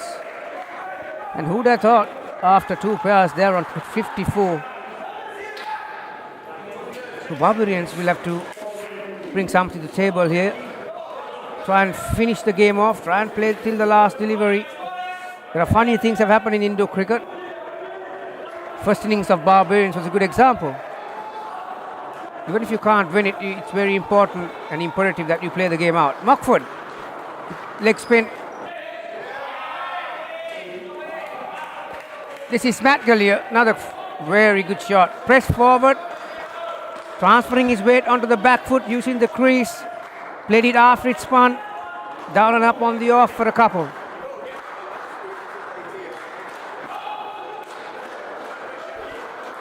Mark Valentin. There's some bounce for Jack Mockford. Googly. Out. Well, we are on the right on top of the bowler's arm here. Not only he landed properly, he had some turn on it. Obviously, Mark didn't pick that up. The idea was to play towards the spinning side. Another one. Oh my God. Could have been out twice. That is as easy as you can get. Patel off the side net. Brilliantly bowled.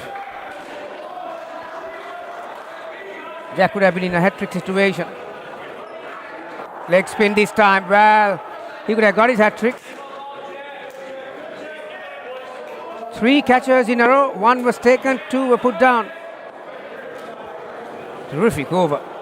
Googly. Just the length. I don't think any of these batters are picking the ball off the hand. It's just that because it was short, he played it off the pitch. Magnificent over from Jack Mockford.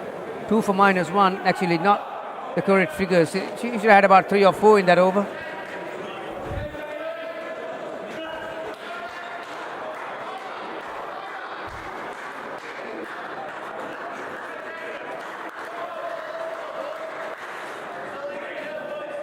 So first over is done for this pair. 1.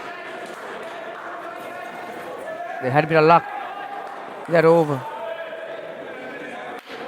So Harlin Amral is going to come for his first over against Matt Galea, who's got 4 off 3 balls. Full toss. Well, you don't get as easy as that. For a talented player like Matt Galea, that is a walk in the park.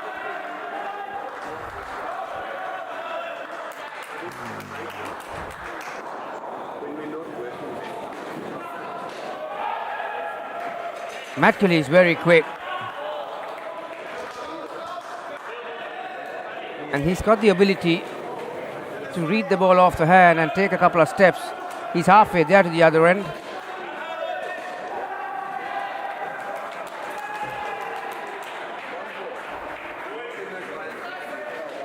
Lovely shot. He might only get one for that, but to use your wrist to play into that corner, because the field has been set for the offside. Even for Mark, there's two on the offside, front court, one on the leg. There is that ball.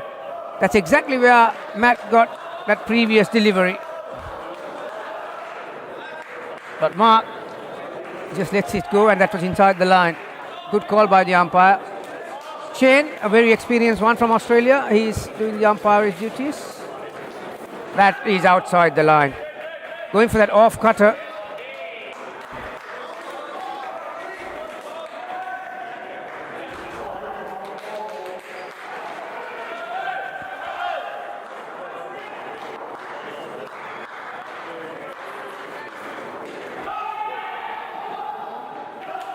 Well, closer throw to the back stumper, Mockford. That would have been curtains for Valentine. Again, because Matt Gallia was quick, he decided to take off. Valentine is nowhere near as quick as Gallia, but they got away with one. Gallia 7 off 5. Mark has got 1 against his name. So not as high scoring as the second pair. But don't forget that third over from the second pair, they had many runs. So can they come up with a very similar performance? Matt Gallia and Mark and Harry Benham is going to bowl. He bowled that third over of that second pair. Went for 19. He's going to bowl the third for this pair.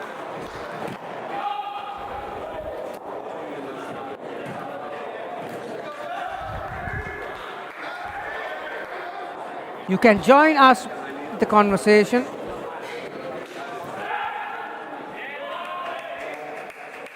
Yeah, Shaf has said great partnership. Come on, Jamia.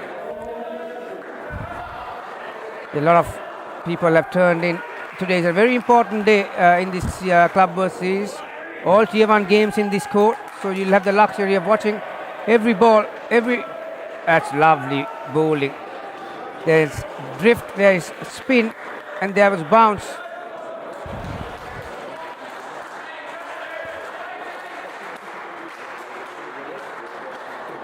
Lovely line, well.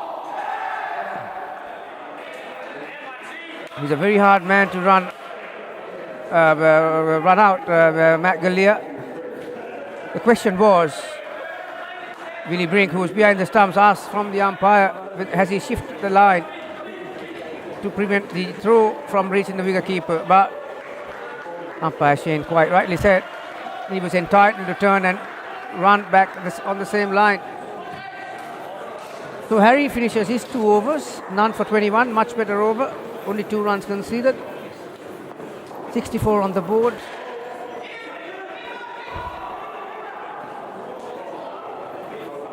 Oh, I stay corrected there. Now have a look at this. Then he took off. There you are.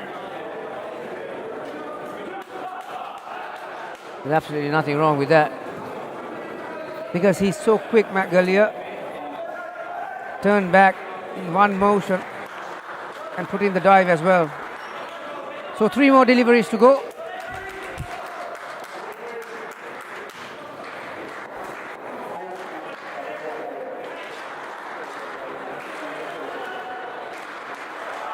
Yeah, take 2. Umpire hadn't called play yet.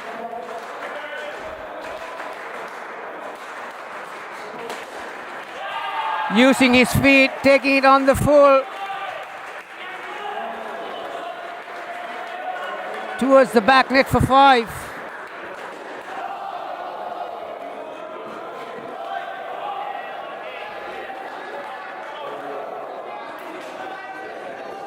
That will be the end for Harry Benham as far as the bowling is concerned.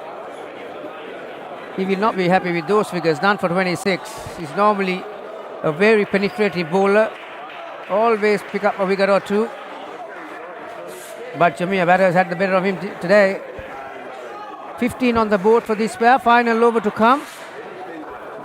69 as far as the team total is concerned. This will be a minor victory if Jamia can win these 3 skins and collect 7 points.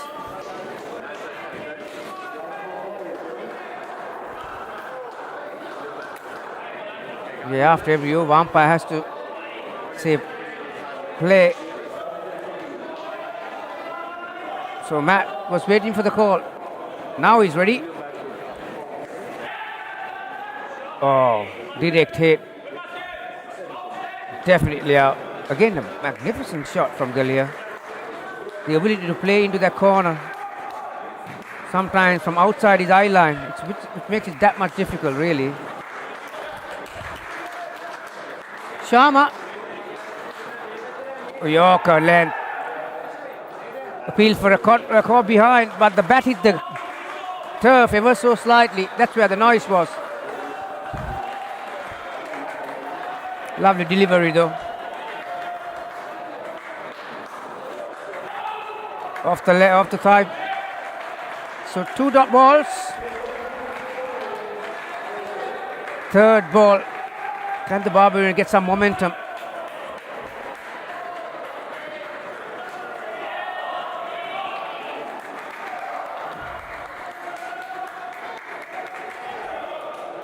One run scored. Jamia doubled the score. 72. There you are. That's a very similar shot. Had to wait for it. It's one of the most difficult shots in Indo cricket. When the ball comes around your rib cage, to use your wrist to go down and up on the onside. At the moment, Jamia batters are answering all the questions that have been asked from this very experienced Barbarian side. Full toss on the leg side, just happy to just prod it in front of him because they've done the job as far as the team is concerned. 19 mark contribution for Matthew Gallia, 15, 73.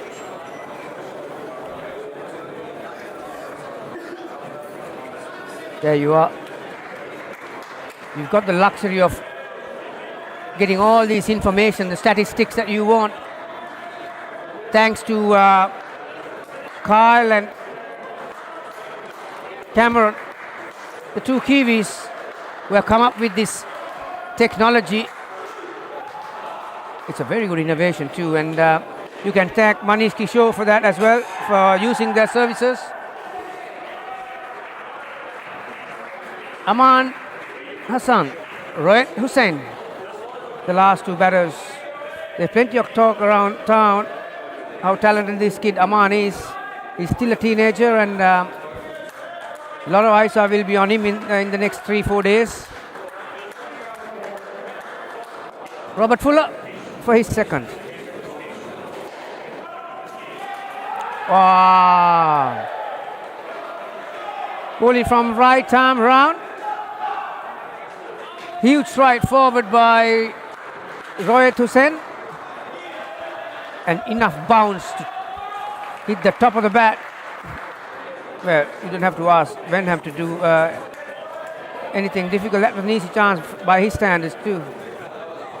Very similar delivery. Well, I think closer throw, he would have been out by a yard.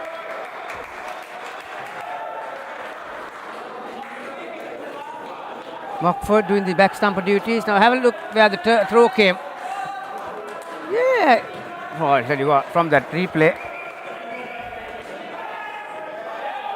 you wonder why the Barbarians didn't go for the review.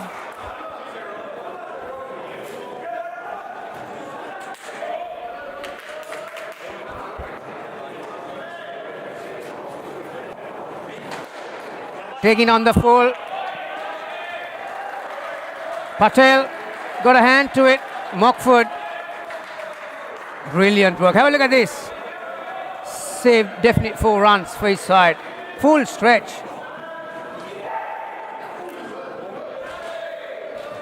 That is brilliant. This has been a good over from Robert.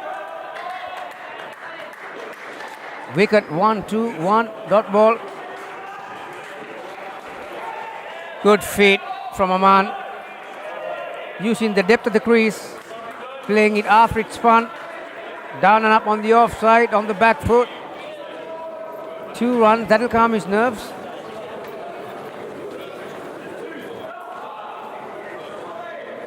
Even though there was a dismissal, these two batters finished on 1.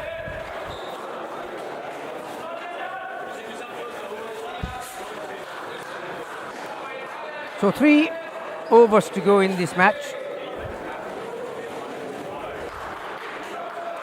It's going to be Nav Patel.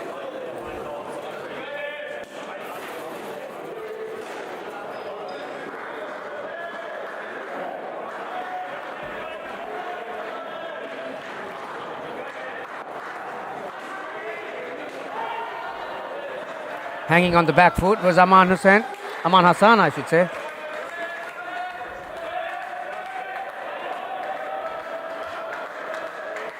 Two on the leg side, 1 on the off side. A conventional field these days in Indo cricket. This time going for the Yorker, but the dive saved Aman. People who are watching at home must be wondering, you're only running halfway down the track. Why do you have to dive? But at this level, if you don't, you're going to be out 90% of the time, because these guys field the ball off the net. That is a leg side wide. Yep. The field that he has got, Patel, needs to be a lot straighter. Leg stump and between that leg side line. Rohit is standing on that leg side line. So anything outside his legs, he's going to leave. Wow.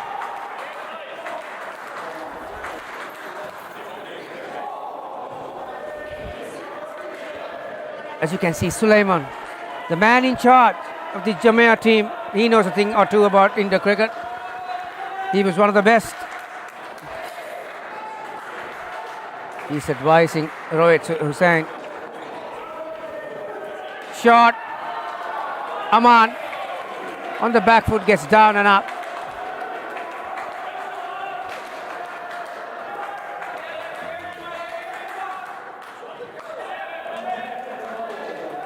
.81 on the board. Final ball for this over.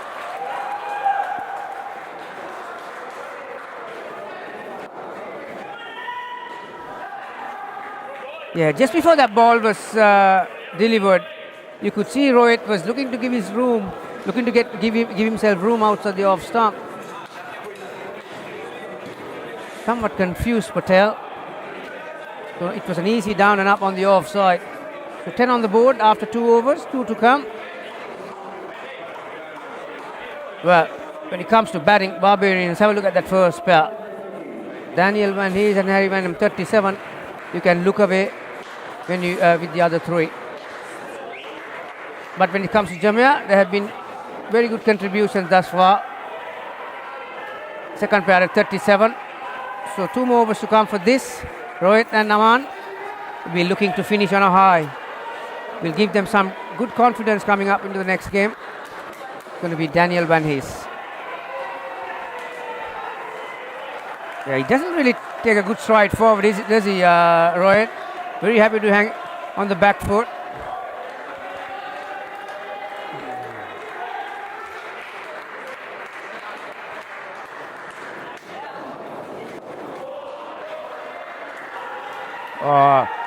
Anticipate.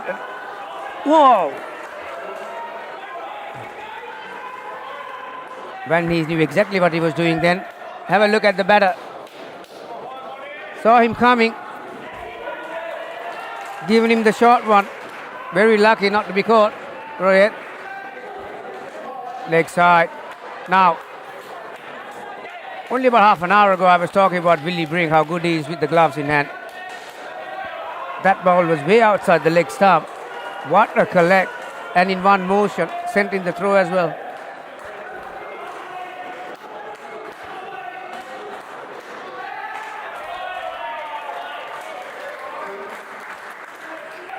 Aman looks very comfortable with that sort of length. 89. 2 balls left.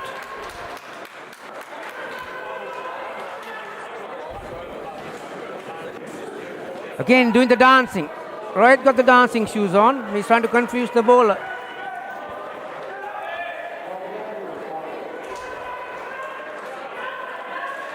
None for 11 for Van Hees. Final ball.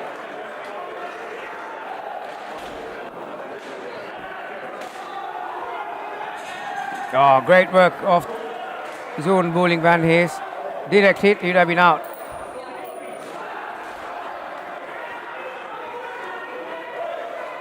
Dot, 2, wide, 2, dot and 2.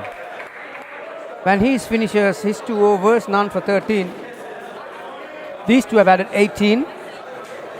Rohit 13. Aman 5. Khalid Amral to bowl the final over of this innings. Result is a foregone conclusion, but these two batters will be looking to finish well. Oh, going for a big one. No was the call straight away. He was behind that back net.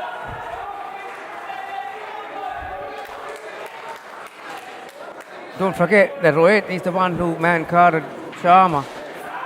So there's a bit of a score to settle for these Barbarians. They're very happy, although the result is out of their reach, but they'll be happy to see a couple of dismissals of Rohit in particular. There was one dancing down the track, misses it completely.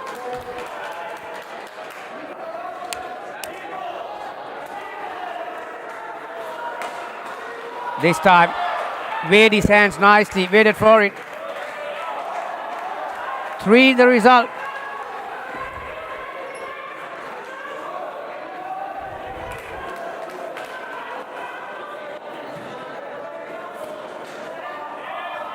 Aman looks very comfortable around that area.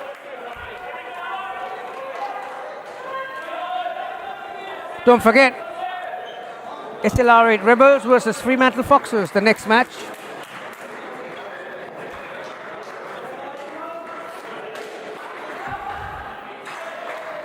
That'll be out.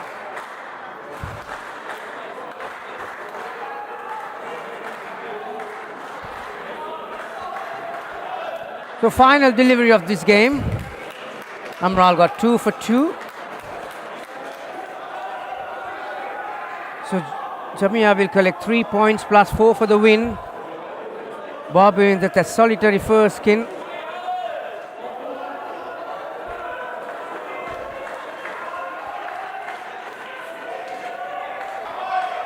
Brilliantly played. 2 off the final ball. Although the game was played with some speed, these are very professional players, and they all know that this is a sport, and that's where it stays. So end of 16 overs, 88. Jamia, total match statistics, 117, 18 wickets, 2 sevens and 1 5. All these statistics coming to you thanks to Cameron and Kyle.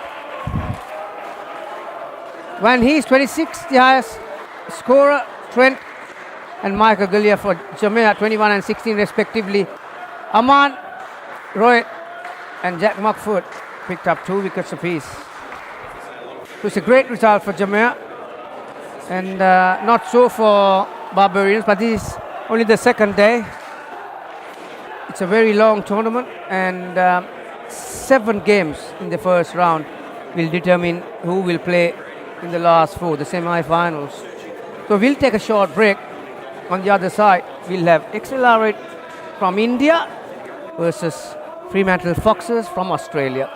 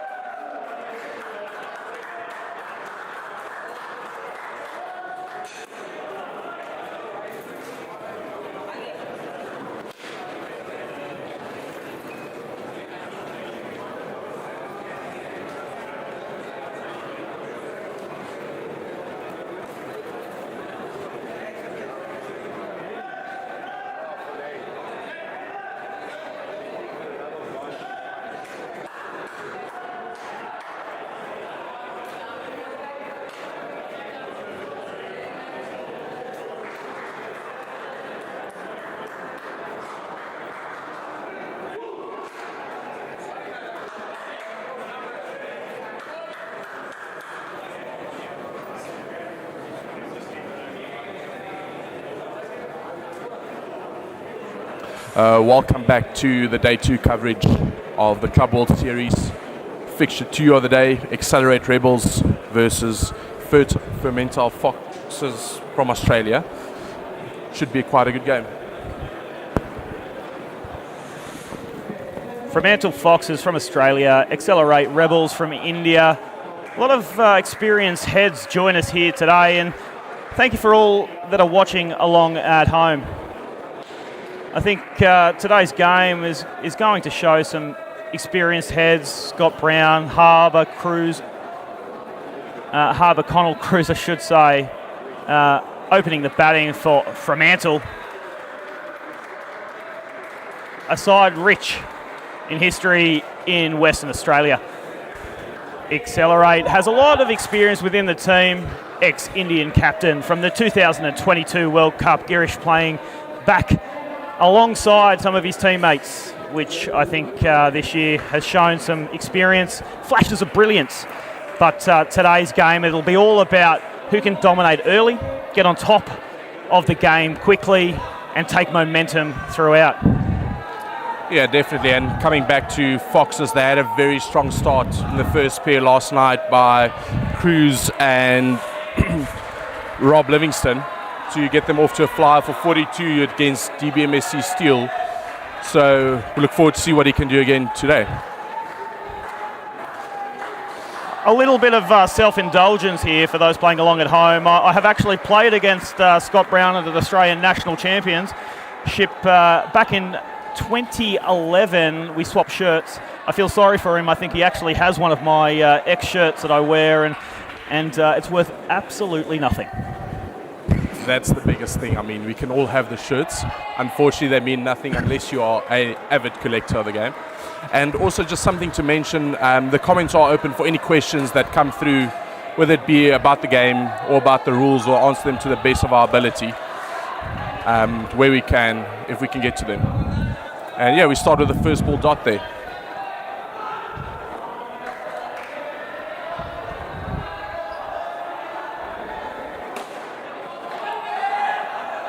Very good shot by Cruz there for down, up 2 on the offside, comfortably through.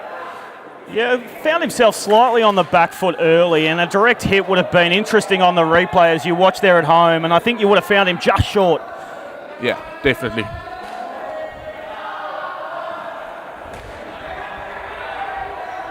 Well played by Scott off the legs there. Rebels definitely going with a leg side ploy of targeting the legs, bringing their fielders into play. So it'll be interesting to see how Foxes can overcome this.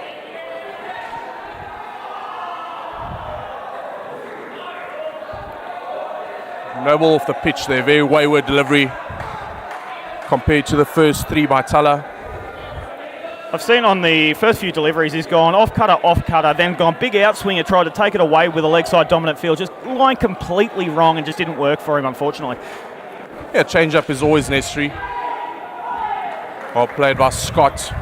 Cruz did well to get there. I think he would have been found wanting again. Using his change-ups quite well. The major thing is bringing the fielders into play, especially your front fielders. The one thing I will say with Brown there was what he didn't overcommit to that shot. Played his hands soft and into the corner. Knew that he had 2 on the leg side, could easily make through for that single with the quick Connell making his way through. I would say quite a hesitant or reluctant start there by the Foxes. 7 off the first over, but yet again, good start without losing wicket in the first over. I think what we've seen here is that hesitant start. Like you've said, they had a different batting partnership in their last game. And when you're swapping and changing between partnerships and people that you're batting with, you're still trying to gain who am I calling, how am I calling, who goes, where do I go? Sometimes that can lead to some further confusion. Definitely, and I think one of the reasons as well is they have changed the lineup for the team for this game. Off the outside edge there of Cruz. Very good ball by Girish there. Yeah, I think one of the main reasons they've changed the partnerships is to accommodate Travis Scrope that comes in now. Didn't play last night. So they have to adjust their partnerships as well. Girish, as I mentioned earlier in the broadcast, the captain in the 2022 World Cup in Australia. that side making their way through to the preliminary final. The highest result that India has seen in a World Cup. A player of vast experience, and will be trying to use that in this game now. Very good, very well played by Scott, and great bowling by Girish. And I also think it's very important for sides like Rebels to come through and come and play, even if it's tier 2, to get more international exposure, since they don't generally have a lot of international tours or tri-series that they play in.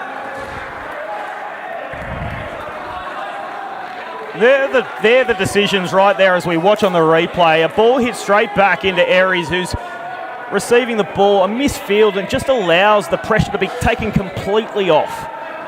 What would have been a third ball turns into a single, and pressure's completely decimated. Wild shot by Cruz. Luckily fell in no man's land there. Looks like Cruz is trying and go after the bowling here and accelerate a bit more as well. I think the pitch is playing slightly slower than Harbour's is expecting it to, and when that ball's swinging away at a slower pace, he's trying to play his hands through the ball, and it's just not keeping up with it. And when you're trying to look to hit everything past that 3 line, you can get ahead of yourself, your hands out in front of the body, and well, what we're seeing here is somebody looking to hit the ball hard, not getting the results chasing, and then you start chasing the game. Definitely, especially if they lose a wicket or two here. 14 after 2, great start once again. But I think Cruz wants some more here, looking for another 40 partnership to start them off with. But yeah, I agree with you, and I think it's a deliberate plan from Rebels to bowl a lot of change-up, bowl a bit slower, because the Aussies usually, as a whole in the world, love pace on the ball. That's where their bread and butter is. Anything in their half, pace on the ball that allows them just to utilise the facilities. Prime example there. 100%. Difference being, he didn't try and overhit it. He plays it flat and hard into the side net for 2, and just allowed himself to jog through for 2. It's as an example of not trying to get ahead of the ball. Scott getting ahead of himself there, playing it straight back. And that's one key part of indoor cricket, is that you have to play the ball a lot later than you do in outdoor. You want the ball to go onto the ground due to the angles of the field and the placements. Another slow ball there by Mohan. Very well played by Brown for 2. The only difference in that and the ball before is Scott Brown's learned that the ball's not coming on, decides that what he can do is turn his hands away from it and allow that ball just to come through softly, and takes the extra run. A direct hit there would have found him short, and what a piece of fielding from Afros. Sensational bit of work. Keeps the ball not only off the net and an attempted run out. Direct hit here would have found him short, as we see. I must say one thing we've seen during the tournament so far is usually direct hit is out. It's a big generalization, but it's an interesting stat that if we can go and have a look at it, all direct hits are usually out. It's a lot closer than when you're playing along at home and you start watching the game and thinking, oh, geez, they're in by a metre. And another amazing piece of fielding from Afros. Rebels have definitely fielded quite well this game. No ball called there.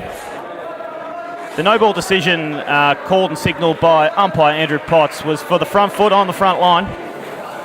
Any part in indoor cricket where the foot touches the white line that the bowler should be bowling behind will be called a no ball, or should be called a no ball. We don't always have the best of eyesight as umpires. You can only call what you see, unfortunately. And I've been told I don't see a lot when I'm in the stand as an umpire, so thankfully we can get away with them every now and again. Yeah. Fox is moving along briskly here, averaging 8 and over 24 after 3. So a good 32 on the cards here by playing conservative cricket, as they've been doing so far.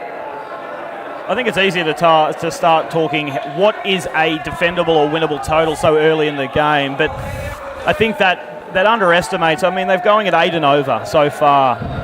They take another 8 out of this over, they walk out on 32, and the game's in control at that stage. Definitely. Yeah, I agree. 32 a pair.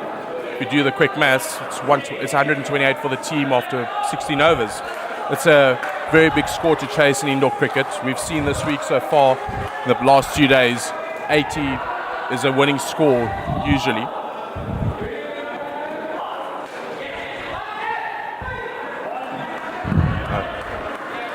I will say, Usman, thank you for your lovely comments along at home, and I can say it is absolutely me, and unfortunately you've got to listen to what is not the dulcet tones of myself, but thank you for watching along at home. Well played by Brown. I think what was really strong there, again, chasing out on 32 is what we would almost say is par here at the moment, is not overcommitting a run, a good call, sending the partner back.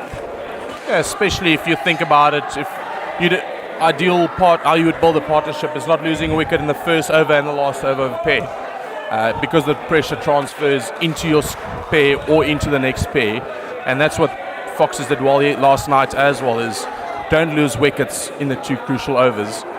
The two of them showing it here again.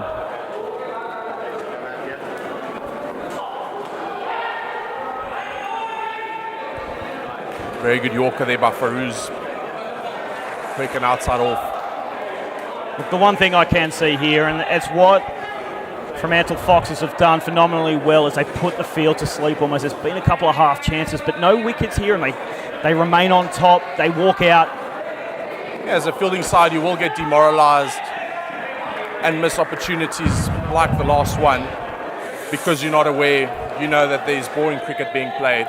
Same as outdoor. Start chasing leather eventually. I talk about it frequently enough. The first skin of the game can set the tone throughout the innings, which sounds very obvious. But the one thing I think what we can see is that when we start looking at putting a team to sleep, a great of the game, Vinesh Bennett used to say, it's about putting them to sleep because that puts them on the back seat. And that's the fielding side now takes it longer and longer to try and create momentum. And that momentum is what shifts the game as you go through the innings. It is simply a game of momentum. Yeah, and as long as you keep the momentum, you're in the driving seat in the game.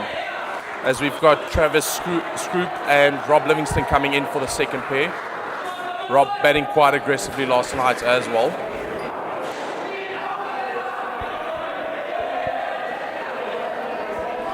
Look, I think both of these batters, they do like to hit the ball hard, use the momentum.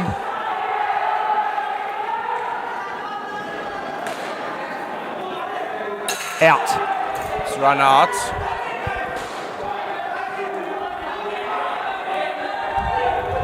Look, the one thing I will say about that, ball hit really hard into the ground, which is cannoned off the top net. Afro's finally getting an opportunity to hit the stumps and taking full advantage. As Livingston is found short at the top, and I can tell you this, and I'm sorry to cut you off, Johan, but umpire Potts doesn't get those wrong. No, you can't get those wrong. Very good ball by Aries there. I think the one thing, as we look at this replay, the one thing to think of as well is in indoor cricket, you don't want to hit the ball as hard as possible because of the ball is coming off the net. It doesn't travel to a boundary, so you'll always be found running through. You make it as difficult as possible for yourself when hitting the ball as hard as you possibly can. So the idea would still be timing, but don't overhit it. We've seen here how momentum can shift so quickly, as we spoke about putting the fielder to seat. 2 balls, 2 wickets, and the momentum's completely shifted in the way of the Rebels.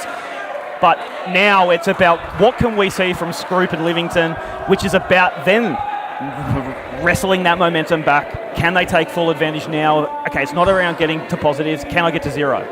Yeah. That's massive in our door. I am thankful that the nets are here. We will be looking for that for days. Definitely.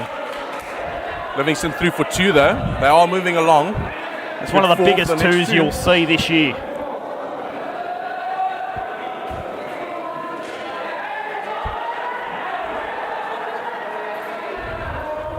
Livingston lucky with the keeper not hitting there. Scroop played a 2 square ball coming straight back to the keeper. But the old man calling through the youngster, forcing him to get through.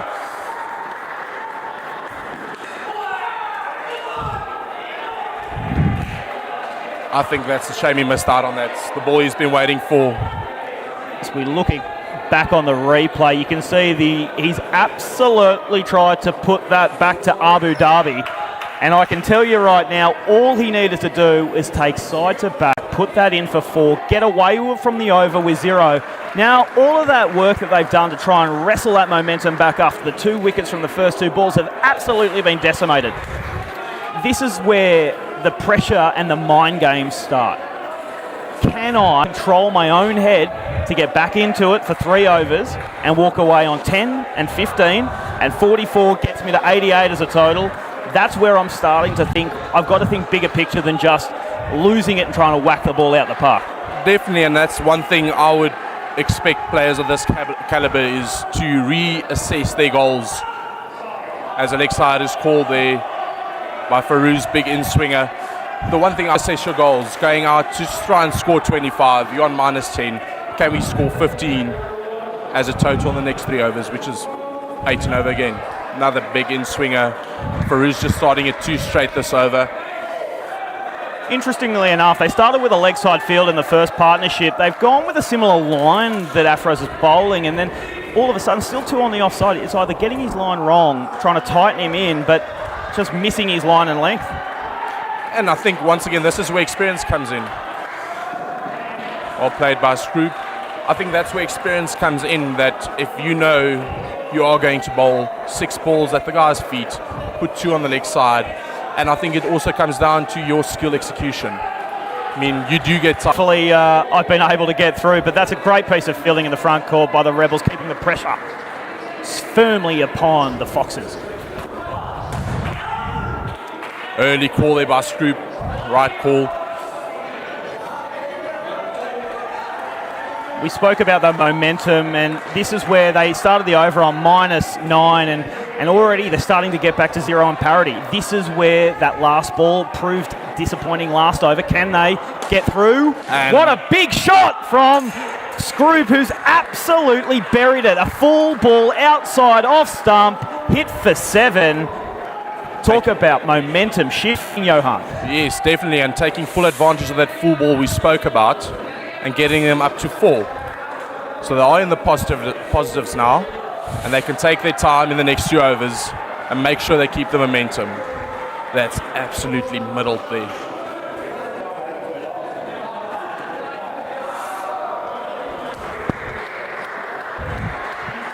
Now that the eyes have started to light up, they've now got back to parity. They've gone ahead. We've now seen that shifting momentum where that first over of the partnership made significant impacts. It's about how can we come back from that? What can we do next? Now, again, I'm not trying to do any more. Get 10 from the over, get my 8 from the over. It's about 0 wickets this over and building that last over of the partnership for me.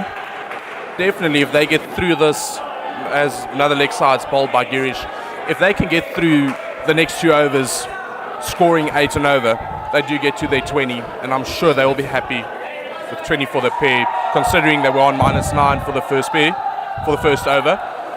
That essentially turns into a 30 runs. Massive shot by Scroop again. Out. Given out. I believe this will be to review it. Look, as I've spoken about before, Andrew Potts doesn't normally get these wrongs. I can't imagine he's got this one wrong on this occasion, and I think he's absolutely correct. Another impeccable call by the umpire. Very good call. Scroop's out by a couple of centimetres, if that there. Very good call by Potts. Like you spoke about, Johan, for those playing along at home at full speed, you think I've absolutely made that one. But direct hit, found him just wanting. And those are the margins that have always been key in this game, and I think the one advantage we've got is the technology of the review system to our disposal to be able to look at the close calls, whether it's out by 2 centimetres or in by 2 centimetres. It gives the game more credibility as well. No ball off the pitch there by Girish. The one thing I will say, and for those who, at their local centres, in their national tournaments, in their provincials back in South Africa, if you don't have a decision review system, you walk away and say, the umpire's made a mistake there. He's absolutely moosed it. He's robbed me of 7. That's turned into 12 run differences. when the fielding side feels maybe they got one for free, the difference actually is not only does it take the heat out of the game, it utilises and demonstrates the skill of the fielders that have absolutely nailed what they've done. It highlights the skill of the umpire to get that decision right.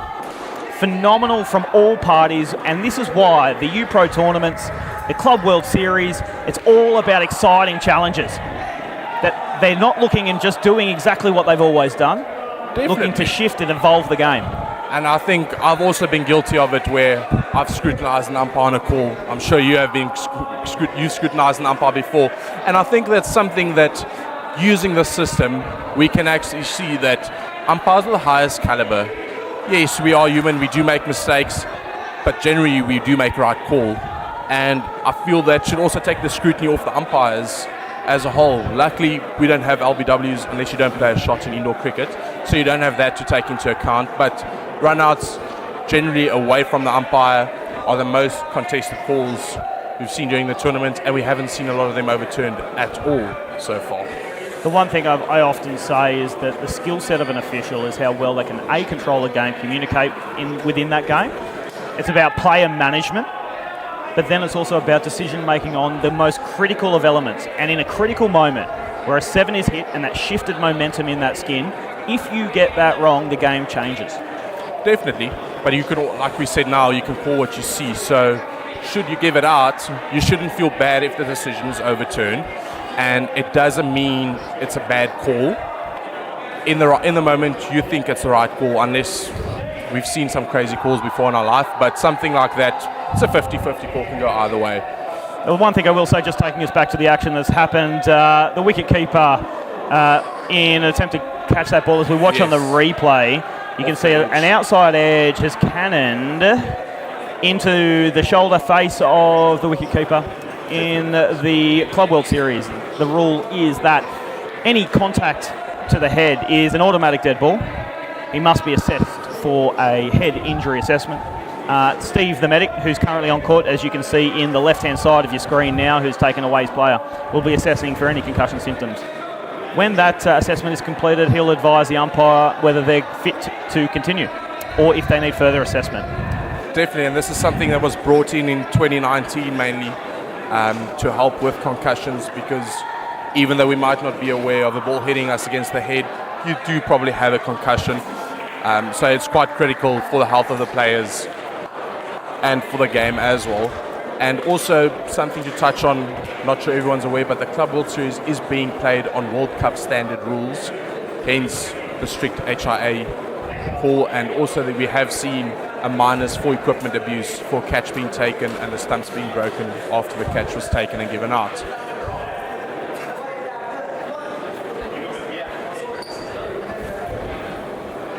With play about to resume, Steve has given the big thumbs up to umpire Potts, and we're almost about ready to kick back off.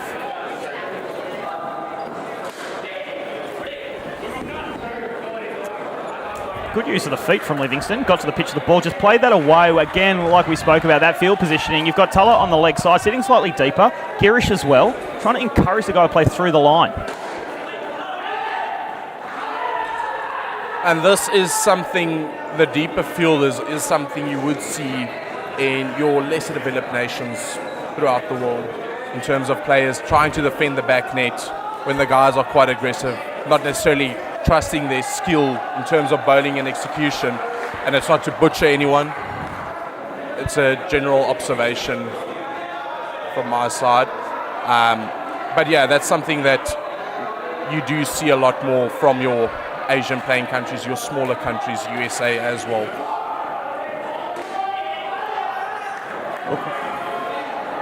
The one thing I will say, we've spoken about it many, many times, but the community of indoor cricket continues to grow, and with the facilities that the Club World Series offers to clubs around the world, not only in Dubai, and it gets you the ability to travel and experience sport at different levels. It's the community level that I think that what I tend to see year on year is the phenomenal elements. You can see here from some of the comments that we can see coming through that Mike Gallier out of England, phenomenal player, supported from his home, you know, acknowledging some of the feedback. It's just phenomenal. And this is what we play, the beautiful game that is indoor cricket. But as we get back to the game at hand, Foxes have moved on to 13. Livingston has pulled him side out of a minus here, down to -1. Very good finish to the pair there by Rebels. I think Rebels will be very happy with the 13 that they've conceded here. And in a way, Foxes can also be happy with how many wickets they've lost in this pair, especially after that first over. the one thing that for me has been the interesting takeaway, we've seen a couple of things go and happen, is that momentum shift has been a significant impact for me from what I can see in that first set. We've got 29 coming away, then that -9 from the Rebels in the first over of the second partnership, which put them on the back foot. They were able to wrestle that control back, some sevens hit, run-outs left and right. The game starts to shift and change very, very quickly. You look at the score, you say 42 after 8, we're in control. Definitely. Ignoring the fact of the swifts, the changes in that momentum that we spoke to, Johan. Yeah, we see each pair as a battle within its own, or a mini game within its own, that if you can win these 4 overs and you win 3 of them, technically you should win the whole game. So looking at the overall picture, Foxes are set up to score 80, just double multiplying here. So I think that's something to take consideration. 80 has been a very defendable score, and it's actually been, I would say, a competitive score. Both sides chasing. Ball staying a bit low there by Aries. With Aries, what you find is that because he has a low whippy arm action, you'll see he likes to skid them through. He's not the tallest of bowlers, has a lot of arm speed, and that ball will hit and skid through. If it hits at a certain spot, he bowls a change-up, it will kick. But that standard slippy action that we see there, he bowls slightly wide arm, trying to bowl the outswinger, and it just skids on through, and that's where you can see that you're expecting a little bit more bounce. You're playing over the top of the ball. That's what he's looking for here, looking for one to catch the edge into the corner for a catch. Another change up there, but shorter. Almost looked like he tried to bowl the off-cutter there. And that's another thing that sides of a higher caliber will do, is bowl a lot of change-ups and try and make the batsman think each ball, even if it's 2 different balls that you bowl throughout just 6, it's not necessarily you've got 6 different balls.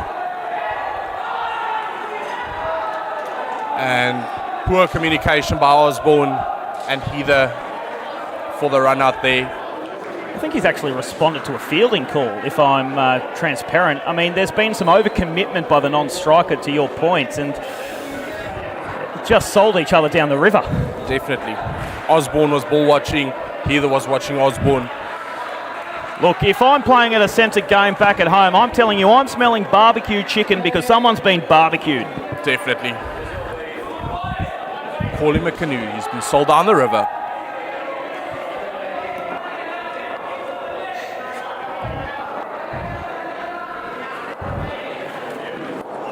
Very good Yorker there by Aries. Second one for the over, 2 in a row. Look, one of the other advancements we have here at UPro in Dubai, one of the facility in technology around the world is the speed gun. And we see that one launching through at 117 kilometres an hour, which you feel might be slow if you look at it compared to an outdoor speed gun. You're looking at a ball, not only is it lighter, softer. It's not much lighter. People think it's a lot. It's a couple of grams if you weigh it up. But I mean, the speed gun has been a point of contention, speaking to some of the Wolves boys from South Africa, bowling against a speed gun during practice sessions and struggling to get it above 100. And then we see guys bowling above 100. You look from the side and you think, is it too slow? Is it too fast? The reading. So it's been a point of contention among the players on the side that I've... Look, for me, I normally rely on the bell that they leave in the ball. When they take the bell out, I can't see it anyway. And I just end up with a big bruise on the leg. So that's how I know how they're quick. Very good running there by Osborne. Look, I don't believe that one was out, and I think that'll be proven correct on the replay. I also definitely think it was safe. Ball came out quite slow. Sweeper overcommitted.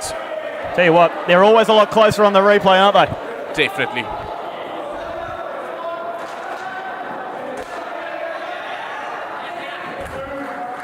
What we see there, for those playing along at home, and if we actually were to reanalyse that ball again, Afro's had a play on the ball, took a half step waiting for Mohamed Rumi on the offside to take a play at the ball. Couldn't get through to the ball fast enough, and that half a step hold just held him back from getting access to the ball. The difference here, on a play like that we watch now, he's committed to the ball early, gone quick into the ball, and has direct hit would have been an interesting outcome, I would have found, I think. Yeah, definitely. And if you look at your three-line players, even your front three players, it's all about field placements and angles as a fielding team that you want to be here. So your three lines want to get over the line, and if the ball is missed by your two lines, it's hit around them, they give themselves an opportunity to play the ball. And moving too far back, standing too deep, I mean, even your one up here is too deep. You change that whole dynamic and all the angles that come with the game that a lot of us are taught as children growing up.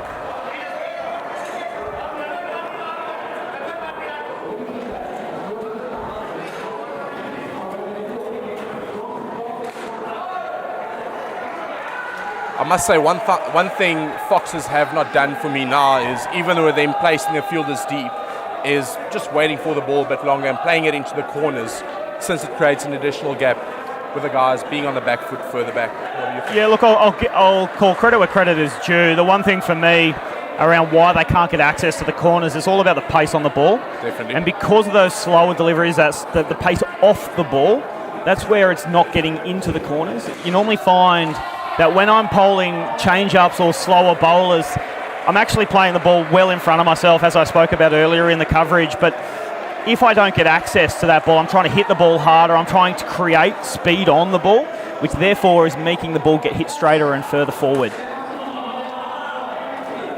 As we see case in point there from Alex Osborne.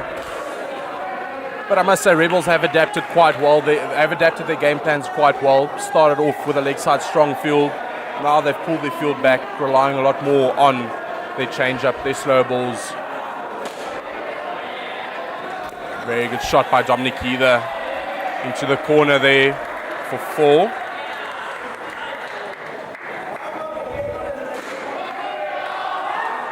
Well placed. Nothing more to say, nothing needed to be said, but just well placed, uncontrolled into the back for 4. Very similar shot. Fielder got a hand onto that. 3 runs. For me, Johan, watching that again, I mean, what I can see simply is that they had a very stable fielder that really hadn't made any movement into the ball. One step would have got him there. Movement is key. You can't be on your heels. You have to be on the toes and always moving towards the ball. And that's the one thing also with playing too deep is fielders forget that they still have to walk in like outdoor cricket, and they get caught on the heels, moving too late to the ball.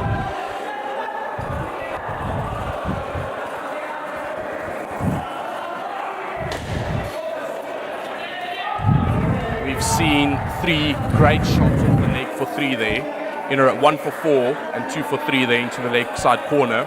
One of the safest spots on the court. The one thing about that for me is Alex Osborne and Dominic Heater, the way in which they've muscled the ball through puts you naturally on the back foot in the field. You're almost like, oh, these boys hit it way too hard for me. I'm going to sit on the back stool. And simply, you're not pushing into the field. And that creates the extra opportunities that we see there for the runs to be scored.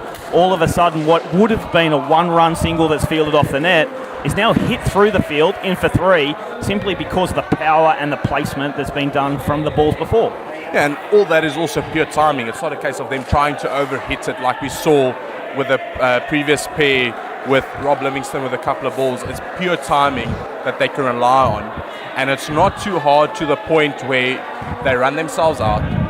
It's just hard enough to put the fielders on the back foot. That's the ideal, I want to say ideally how hard you want to hit it. You don't want to hit it any harder than that.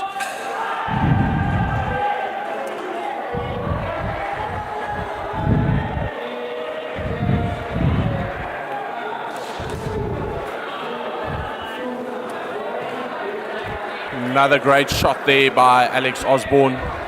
And as we said, fielders are. Afrouz was too deep there, caught on the heels. So, Mohamed Rumi bowling a little bit of a floater, leg spinning deliveries, has an offside set field, quite a square cover fielder if you're looking at it, and a really square three-line fielder on the offside. For me, Afro should have tightened up slightly. On the line of that ball. And straightened, exactly right, straightened up. I'd also be bringing my cover fielder slightly straighter. I want to force them to play through the gap and almost feel their hands through the ball, outside off stump, get them forcing the ball. Yeah, definitely. That is a clear plan, and I mean, even against seam, it's a good plan to implement, because if Afrouz is close to the wicket and you've got Mohan at 2 off, also a lot straighter, anything that Mohan can't play, Afrouz is in the right position, it gives him a chance for a run out at the top. And it takes one ball to change momentums like we've spoken about. So we can see a change in the field, 2 on the leg side. Very deep field. Oh, Once my again, word. Looks like Aries has been hit by an errant throw. Bantala didn't move out the way of the throw. It will be a dead ball. We're going to get the trainer Steve back on the court for a HIA assessment, as we spoke about earlier. But once again, we spoke about the field placements. Because they were so deep, that should have been Aries' ball to play and not Farouz's at all. So they are quite far out of position, and we can see the reason why with them bowling so slow. But I think it's also inexperience. I think it's a clear-cut plan about what actually am I trying to achieve with my fielding set. Now, for me, they've got an idea of what they want to achieve, but no thought process potentially. And again, I don't mean this disrespectfully, but it's about what are you trying to do? Definitely. Are you trying to get them to hit towards your fielders? Are you trying to get run-outs? Are you trying to get courts, bowls?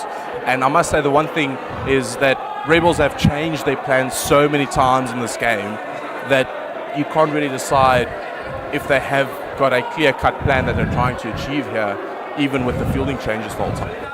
That is something for me, so they don't trust the process. At least from the outside looking in, it seems that they don't trust the process. Yes. One shot, they're changing the field. And you can't do that. You'll always chase the game. It doesn't matter what you do. For me, it's about sticking with a plan allows you to... Steve calling Aries off the field here.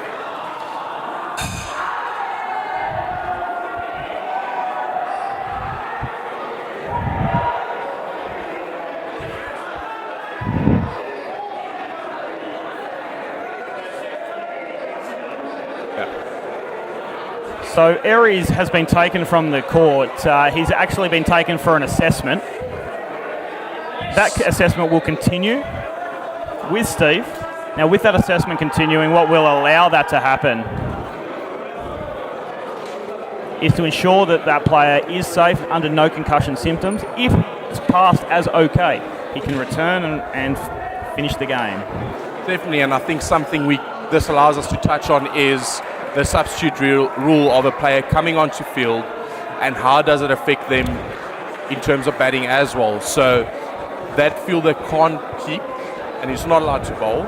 If Aries is unable to return and he hasn't completed his 2 overs, the batting side can choose one bowler to bowl the 16th over, as I know he has bowled 1 over already.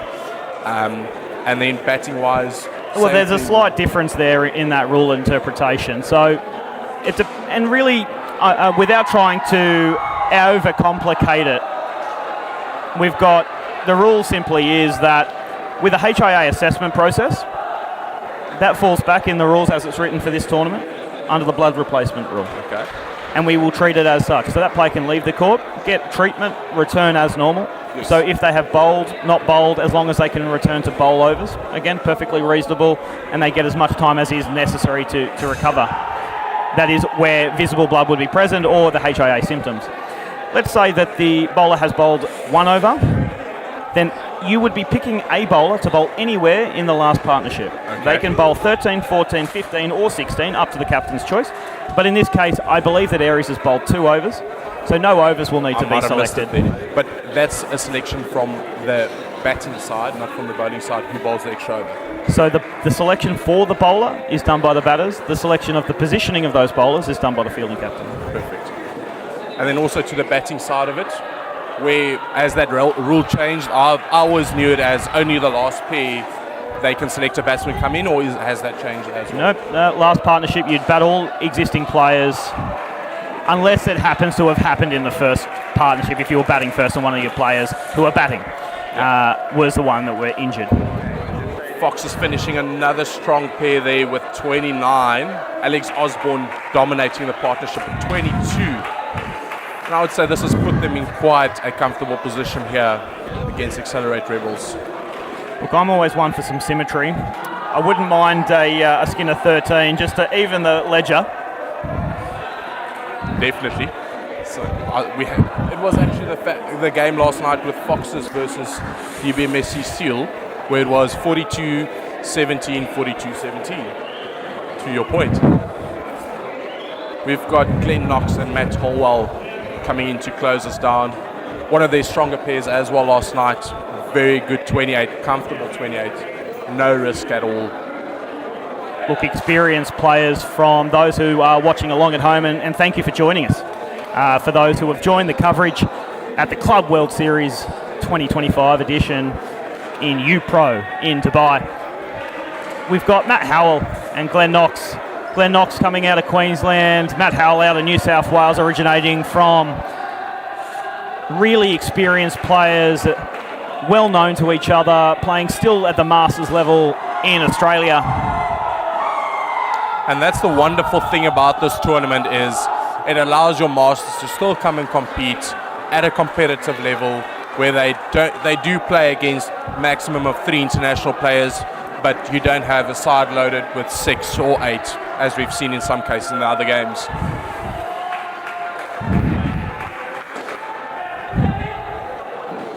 As Tuller's on to bowl his second over, Glenn Knox squares his shoulders up pre-delivery, which is a bit of a shift from his technique from I've seen previously. Probably trying to keep full face onto the bat and showing himself trying to square that ball away. Matt Howell also looking to play quite square there. Trademark I saw last night, a big preference for an offside above the point fielder there. Absolutely, offside dominant play, loves the ball coming on to the bat, loves to hit the ball when it's up and full. But anything other than that, his natural play is hitting the ball down and up, get through, turnover strike, and only when it's free to hit, then you hit. Definitely. And that's the one key that we've been taught is play boring cricket. Like you said, put the field to sleep and they will make a mistake. Very good running there by Glenn Knox. Look, we do say never run on a missed field. Indoor cricket, there's normally quite a few, and normally if I'm on the field, I'm causing most of them. But I think a direct hit would have been that difference between a wicket and not a wicket. They get through for their one and turn over the strike that they said they were looking for. Age catching up to Matt Holwell there, running through there. Was one of the slower run-throughs from him, but safely through for 2. The one thing I love to see is someone else that gets on a treadmill when they're going out there to run. I feel like my legs pump and I don't move anywhere, and thankfully I'm not the only one.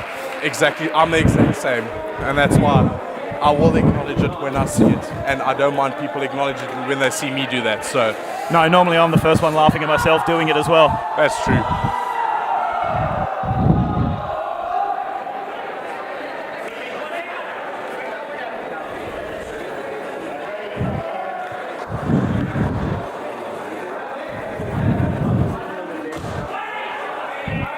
See Mohan coming on to bowl his second over.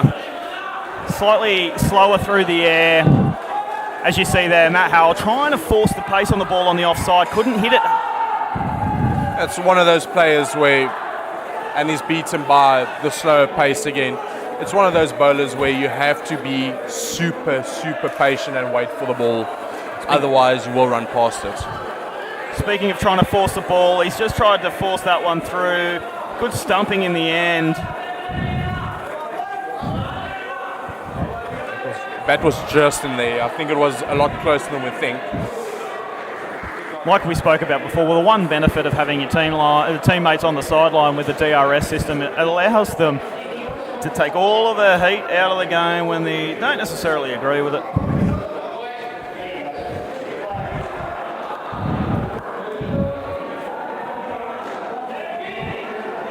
That's a lot better shot by Matt Holwell, waiting a lot longer for that ball, which is what he was trying to mitigate the previous ball by coming down the wicket. He doesn't look the most natural when trying to hit the ball hard and through the more full areas. So a ball squarer is where his natural game is, as Glenn Knox squeezes one through the offside. And we spoke about that half a step that Afros isn't making as the ball squeezes behind Girish in the front court. I think Afros needs to take half a second. Definitely. Half a second gets him that run out. He should, the moment he sees the ball released by the bowler, he should be over the line and give himself that half a second to catch the ball and then throw, instead of rushing over, then trying to do everything at once.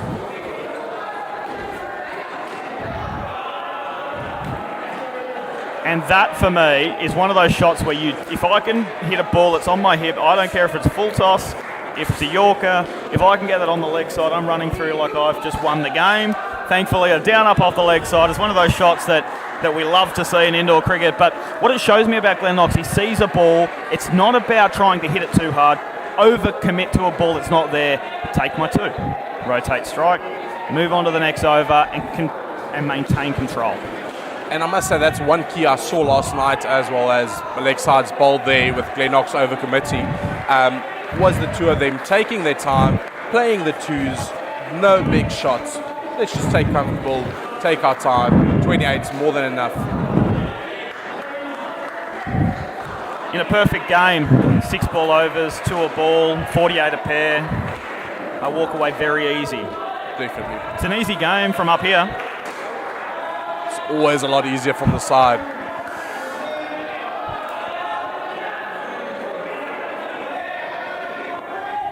But these two seem to have taken the steam out of Rebels here, just slowing the game down to their pace and frustrating Rebels. What we've seen here is that Mohamed Ruman, for me, the interesting part is finished the last over with 2 on the leg side, comes into bowl again. Similar sort of line and length of bowlings, hasn't changed his field to what necessarily would have been the decision of where he had the field last over. And if we look at where the runs have been scored off him, it is on the leg side. So that begs the question: is do they have a clear plan, or are they bowling and hoping? And I think for me, I'm just pitching it on the ground, just allowing it to happen, and I'm really just hoping something happens rather than making it happen. That momentum shift that we spoke about, before we look at it, they're almost up to 100. The game's out of control. Definitely. And it's going to be a very hard chase for Rebels. 100 is a difficult score to chase, even though it's 25 per pair. Doesn't seem like much, but one mistake, one pair scoring 20, the 5 moves over, and then the pressure starts building on the team.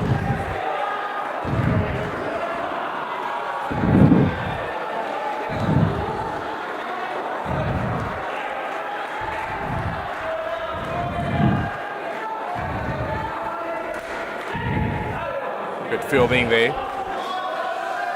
You can definitely tell where Matt Howell loves to have the ball. He loves it short, full, doesn't matter, but he likes that length, and he loves it underneath the hip height, outside off stump, and he loves to work square of the offside. And I think Girish is in a better position now than what Tala was on the offside. And if Afros can back him up by getting over the line, they will see a lot more success in terms of run-outs as a team.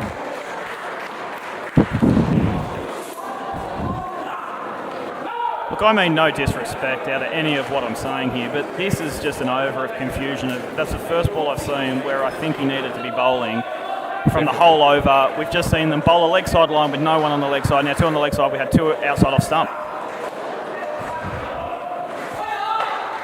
Afros not managing to hit there, but once again, as you said, it is outside off. But the good thing is, his fielder had a chance to shy at the stumps. Had he hit, it would have been out. It is a game of simply not taking advantage of the chances that come, an inconsistent game plan, and then going away from what would work should they stick to it, in my opinion. Definitely. We've got 31 on the board, so if we've got a dot, you've got your 13 turned up. and another 2 scored, and Foxes finish on a comfortable 104. Just shows you what the game can do, even scoring 13 for a pair. Mental pictures are that they've gone into the 100, 3 figures for Fremantle Foxes. This has been a phenomenal display of shifting momentums and controlling game flows from the Foxes. For me, I've seen a lot of opportunities coming through for the Rebels. Now it's about, can they maintain going into their batting innings? It's not about winning it in the first partnership, but I can tell you it's definitely about not losing it. Yeah, their biggest key would be to win each skin by 1 run and take the pressure off the next pair and try and distribute the pressure throughout everyone. Before you know it, you've won the game. Even if you take 1 run per skin, your last pair needs to score 30 to draw the game, 31 to win the game. It's an extra 2 runs they don't have to think about and not have to chase. Look, call me a pessimist. Based on what I've seen today, I believe they come out to try and win it in the first skin. If they hit 35, they're in the game. Definitely. If they don't need 35, the morals of the side will be down with the negatives that they would take out of the field. It's a natural thing to do as a player. And alternatively, if I'm the Foxes, I'm after trying to destroy the first skin, and I say that in the moral sense, and making sure that we take control of the game, put the batters to sleep, and end the game early. Keep them below 20, and you've won the mental battle. For me, thank you very much, Ohan. I'll be stepping away. You'll get another voice here to listen at home too. I've really enjoyed commentating with you, and thank you for joining us along at home, and we look forward to seeing some more phenomenal action as the day goes on. I hope you'll be back today, back in the box. So yeah, enjoy How could I avoid it to have some more time with you? Thanks.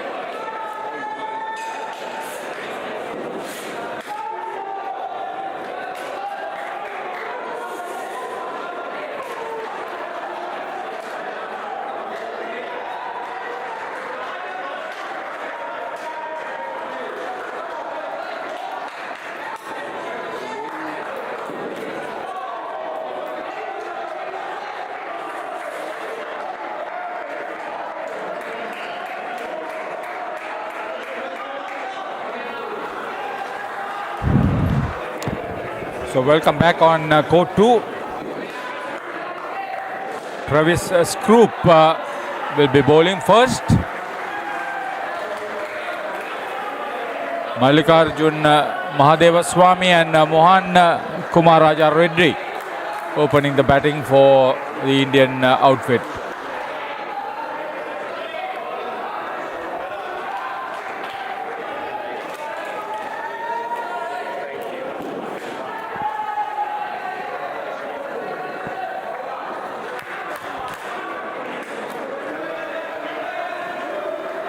Wide.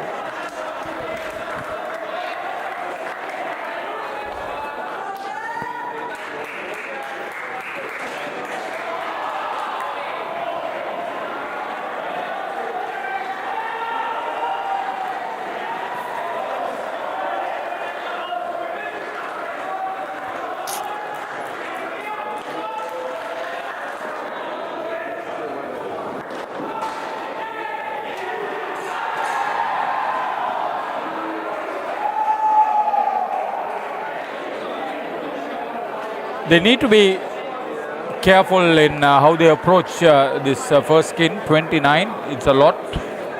Ideally 25 would be They're looking for some big shots, Mallikarjun.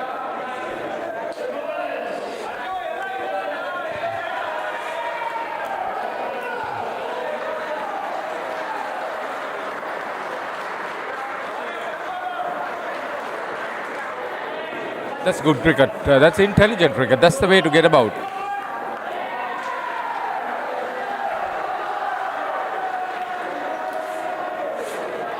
They have a opportunity to get going with a reasonable amount of conviction towards themselves as well as their team.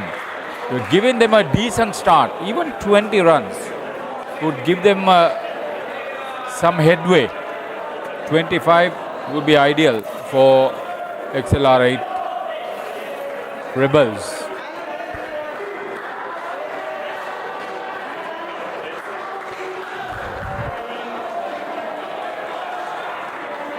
So 5 of the first over. Matt Holwell.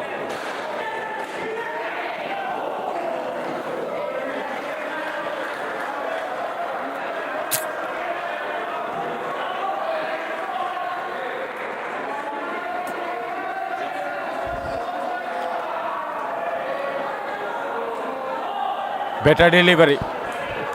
Cramping the batter. They will bowl with pace to make sure that the Indian side doesn't get the start they really looking forward to. They're looking for a big hit. Oh, dropped it short. Still a good bit of fielding by the skipper, Scott Brown. He's gone for the review.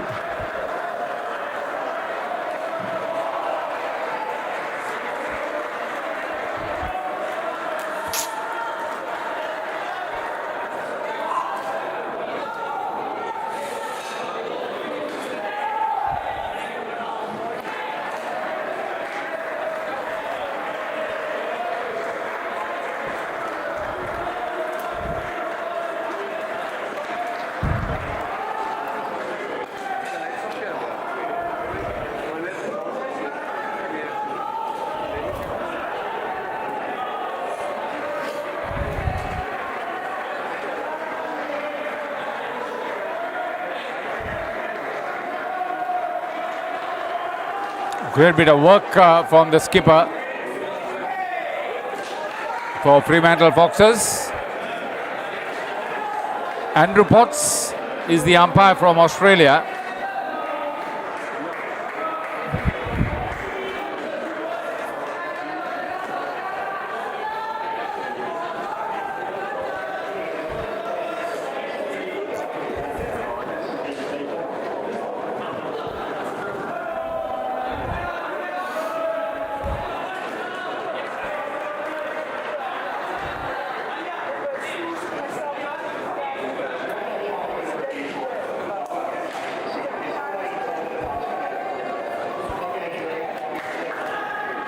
So the decision goes in favor of the batter. But that was very close. Scott Brown was perfect in asking for the review.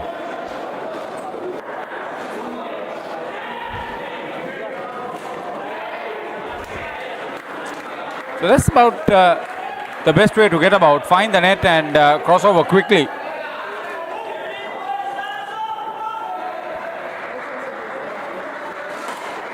Goes for something big or missed. The skipper there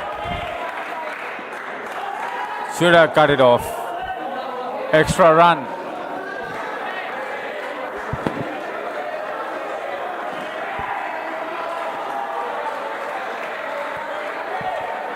They wouldn't mind it.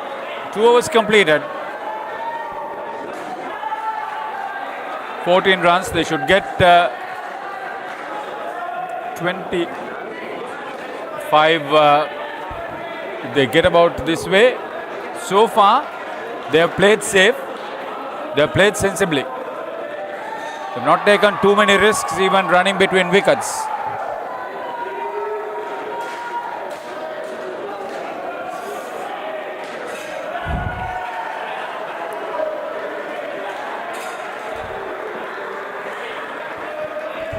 Fremantle Foxes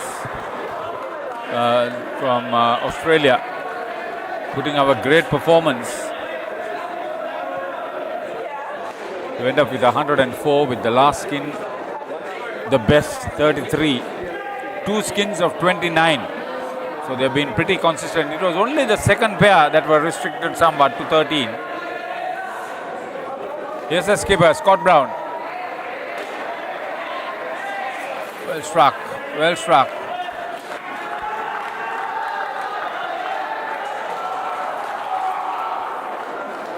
That's a confident start to the over.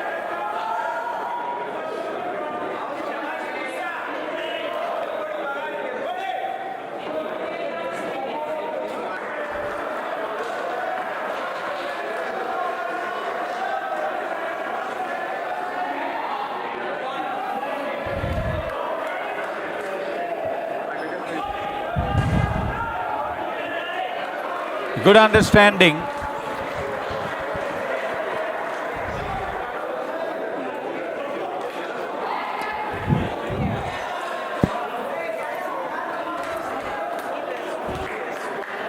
Bit of a freaky run, but they manage it eventually. So this is turning out to be a decent approach from the Indians, the Rebels, against what appears to be a very high, very challenging total.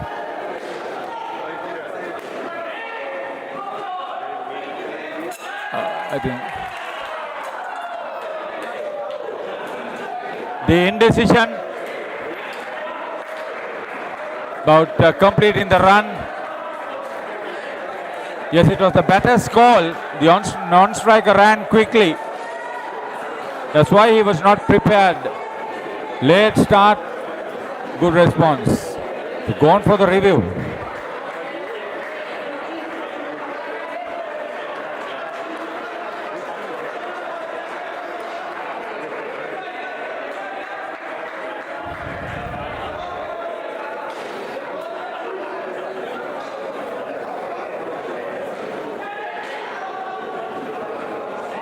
Given out.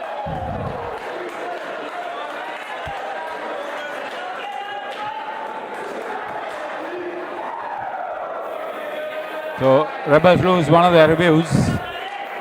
So has been with the case with Foxes.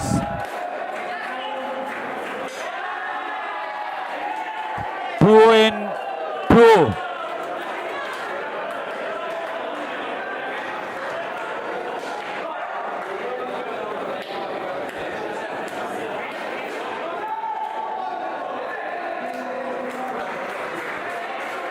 This is very, very tight indeed. Great bit of work.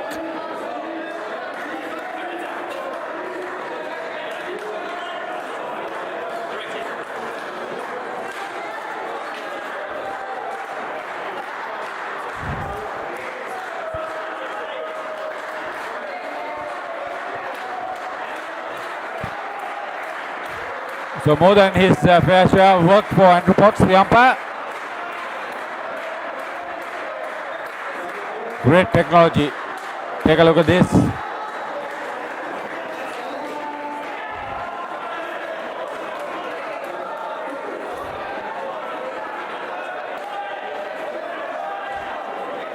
This is what is enhancing the game of indoor cricket. The advent of high definition technology. 2 run-outs. Has put the pressure on the Indians.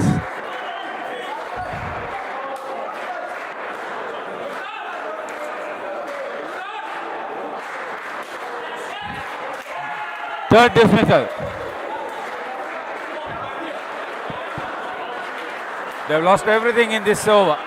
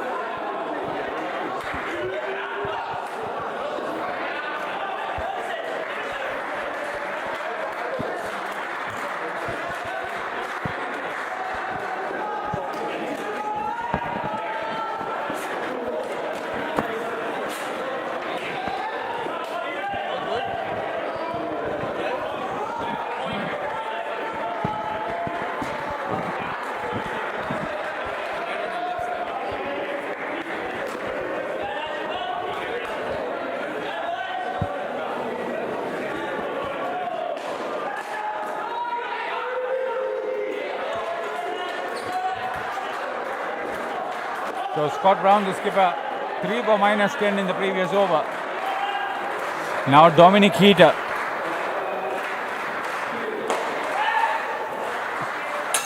So the Indian openers lost the plot with 3 dismissals. Now they are trying to bring back some damage control in this last over for them.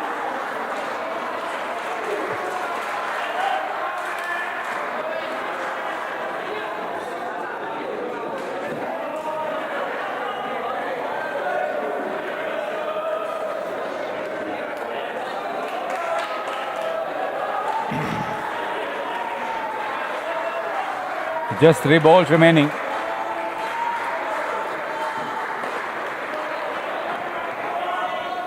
Saved. Saved. Very lucky.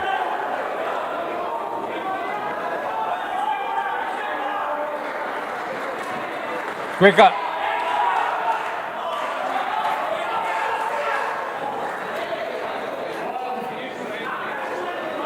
Lot of scampering. Desperate attempts to boost the total. Oh, that's good. That's something that came their way with a lot of vengeance in their batting. They should have got 25. They end with 17. XLR 8 Rebels. Awful lot to make.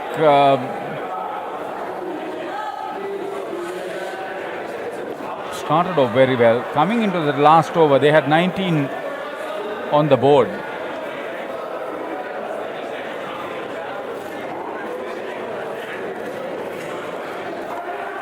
Then Scott Brown picked up 3 for -10 in the 3rd over. That's when everything happened.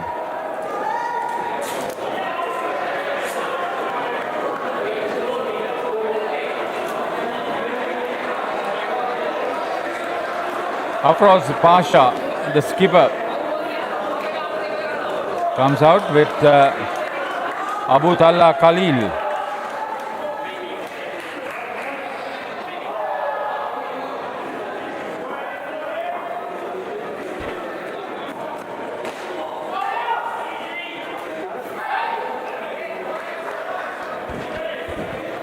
Travis Crook bowled the first over for 5.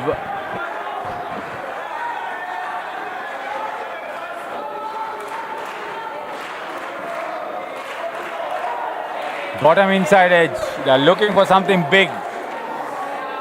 Okay, if that is their strategy, they'll have to be playing with a very big margin for mistake. That's more like it.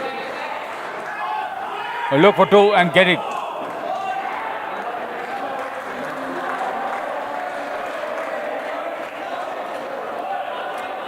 Very seldom you see something like that.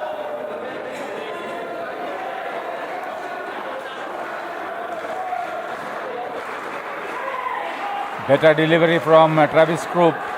A lot of bounce, but very well negotiated by Afroz, the skipper.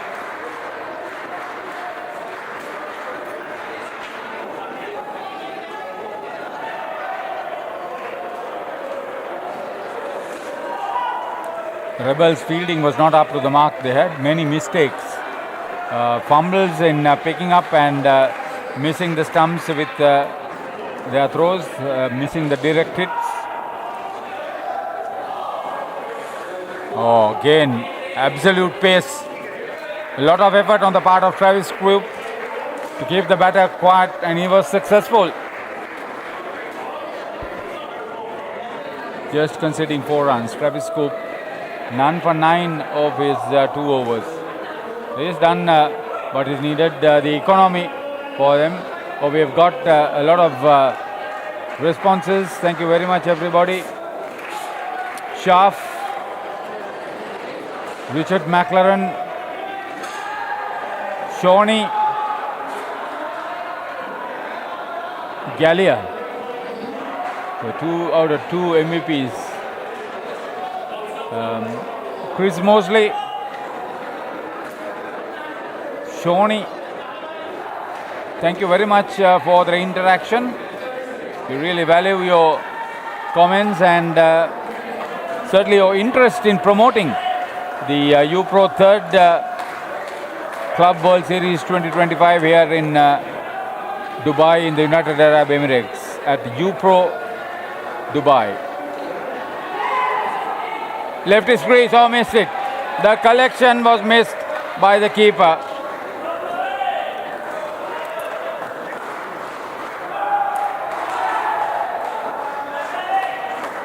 So Connell is with the gloves at the moment. Skipper Brown bowls again on leg stump. Chance of a run out, gone. Late start.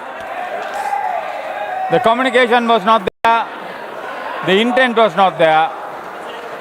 Talha found it difficult the moment he started running in getting into that crease at the other end.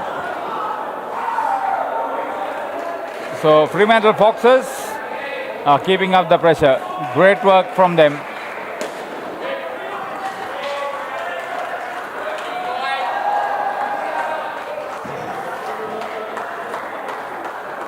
They are trying to target the net in front.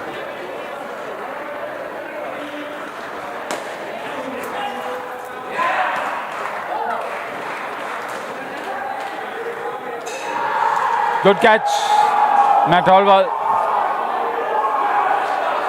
So Scott Brown now has 5 for -18, the skipper. We had a previous 5-er, but that was not on the live coverage part.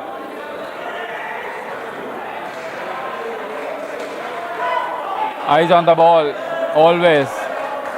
So the Indian batters failing in their approach. They had to play with fire, play with a lot of conviction. Neither happened. Scott Brown, great initiation on his part to inspire the team. 5 for -18.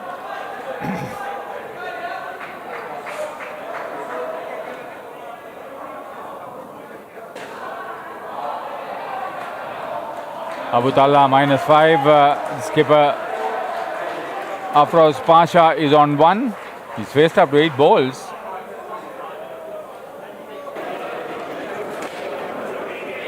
So Robert Livingston batted well. Now they're fighting to keep the skin with them, Fremantle Foxes.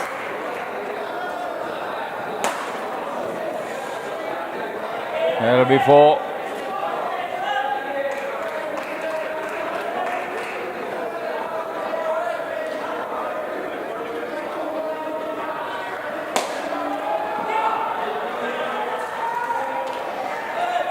So this is the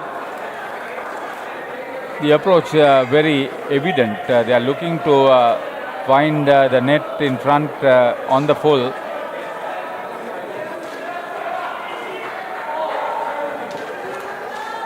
Great work by Connell.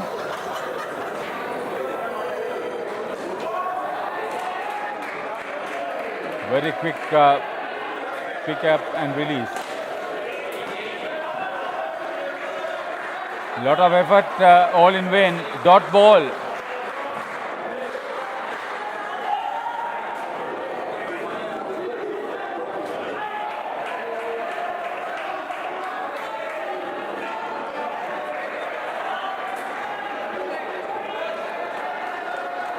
White ball to end that 7th over. Penultimate over for the second pair. XLR 8 Rebels in dire stress at the moment. Let's see whether 6 balls they could get.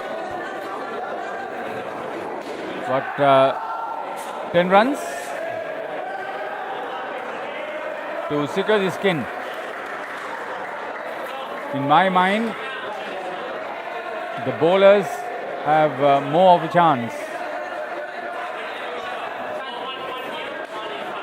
But these Indian batters, they are keen on making some huge blows. Will come at a cost to Glenn.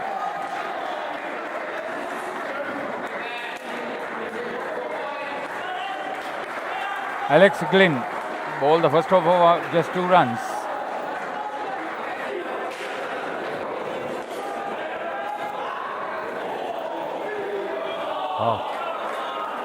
Trying to make room for himself, Afroz Pasha. The ball just hitting through.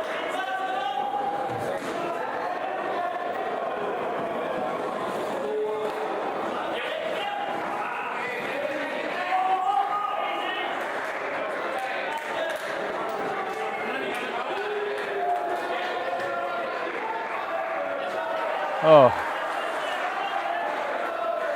3 balls left, 6 runs needed.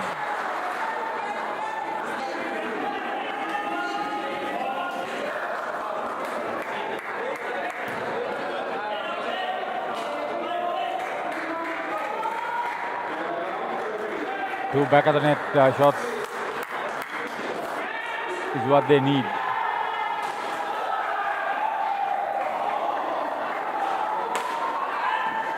Gone straight. It had to come with a lot of risk.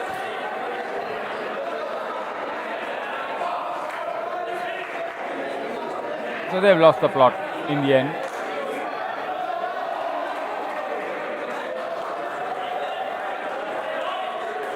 So if you are that far up, you play straight, not exactly onto the net on either side. That's not what he was trying to do.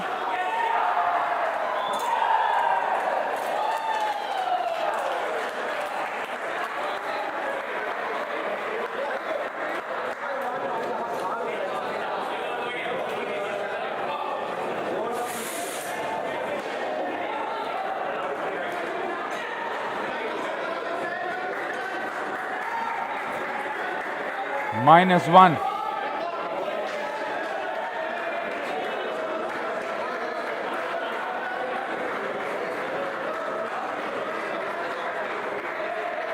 I thought that was not the way to get about.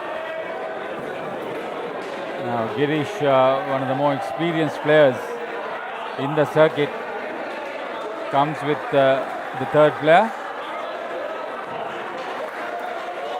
Alex Green, he would be happy with the -5 2 wickets that he has contributed with. Girish Gopal, one of the most experienced Indian players.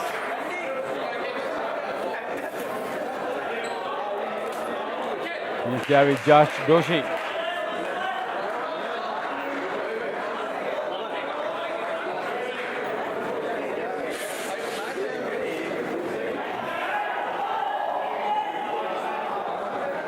Will they bat sensibly to get some 25 runs? First ball dismissal.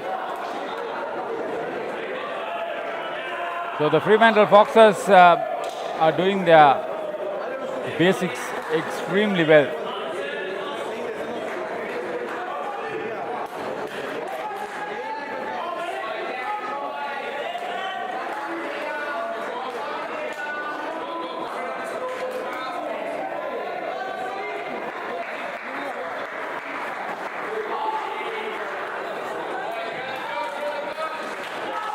Natholwell 1 for 4 at the moment.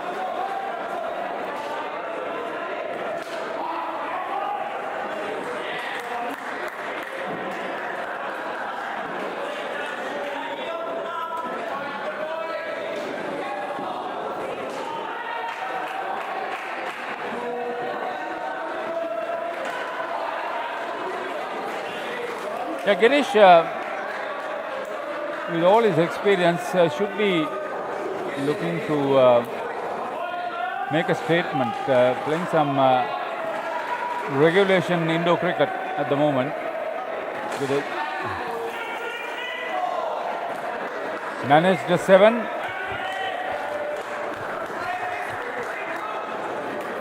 flirted with danger.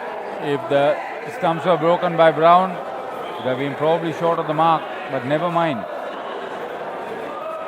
Josh Doshi. Yeah, this is what he should be doing. Girish, he has the experience to do this. He has the skill to do it. I would like him to do that, exactly. Picked up 4 with the last ball. Minimum of effort.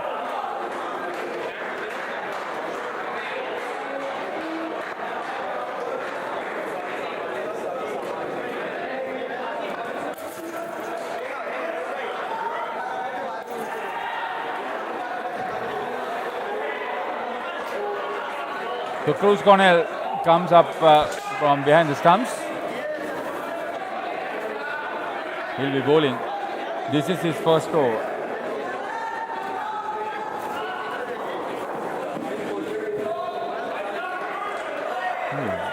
A good 100 kilometers per hour of speed.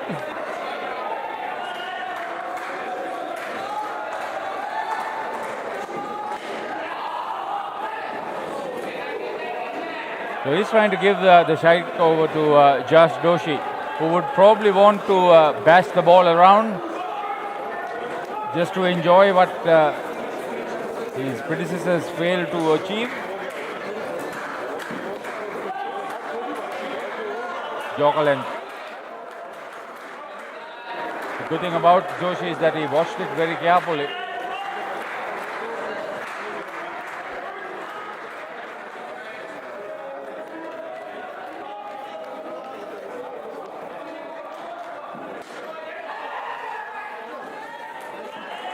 Okay, Scott Brown committed there. He's confident. The side is doing well. He's done well.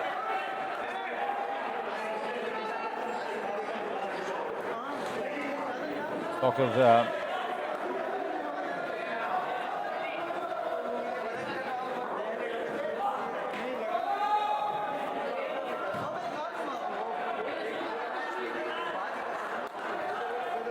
yesterday in the last game, Fremantle Foxes lost to DBMSC Steel, having conceded 116 runs to their opponents.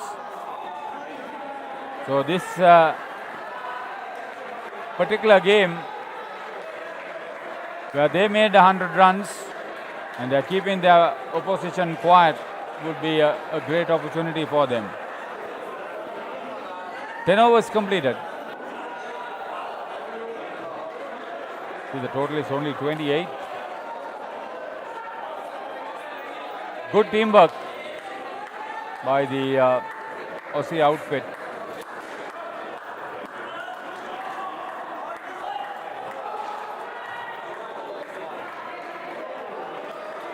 Will the Rebels be able to get up to 50 from here? Osborne.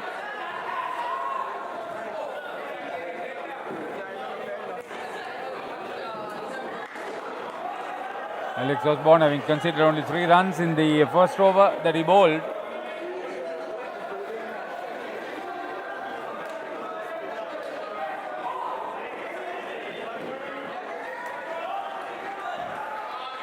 Doshi.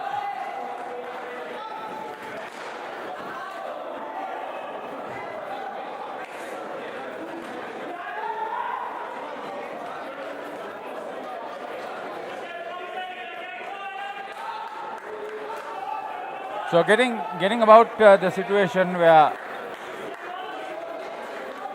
crossing over is the major force. Yeah, that's better.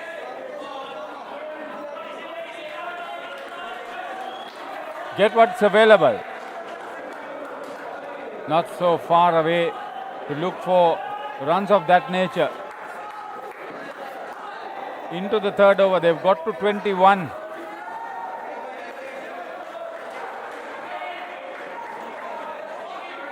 Good cricket once again.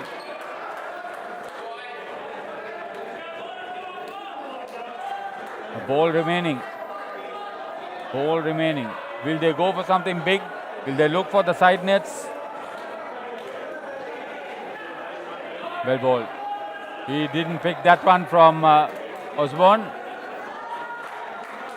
He's gone for 11 of his 2 overs.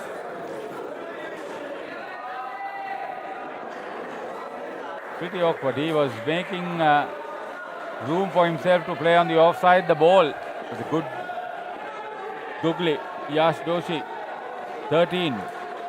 Girish Gopal, 10. Both have got into double figures. And that's what their contribution is. Alex Osborne, a bit expensive.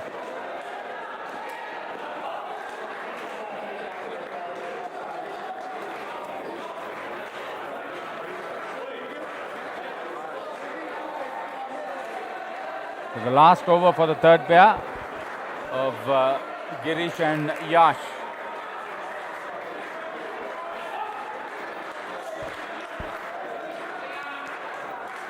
They are within striking range of this third skin.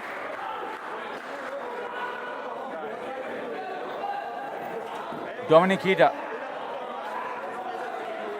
Now I think with Girish out in the middle, they know that there is a possibility of picking up a skin point which was missed by the previous pair of Talha and skipper Afros.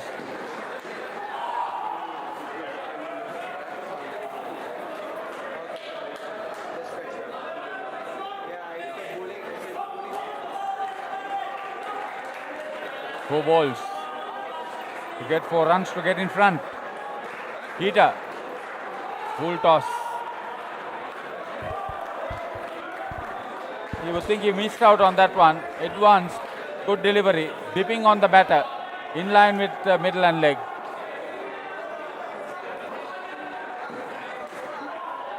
Girish played very late. That's his skill, that's his experience. Couple of balls to get a couple of runs. Boxers will be fighting very hard.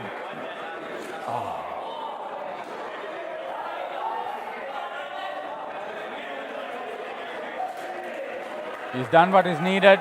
He's got an extra delivery. If he wants to, he's got it. And Rebels have got in front. Now they don't want to be dismissed.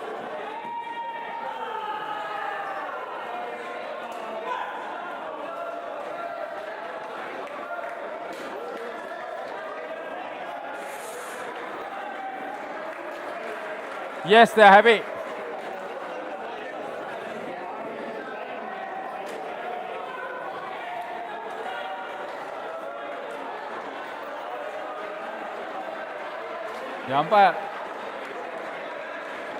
The umpire thinks that he had asked for a re-bowl.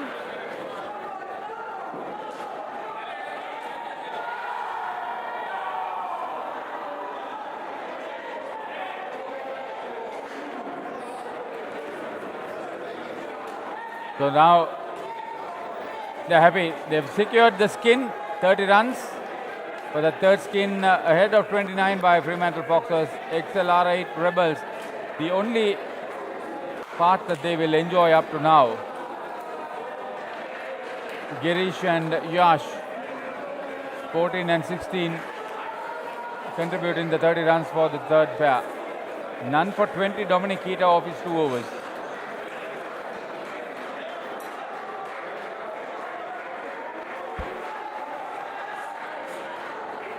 So far away from making a sizable contribution.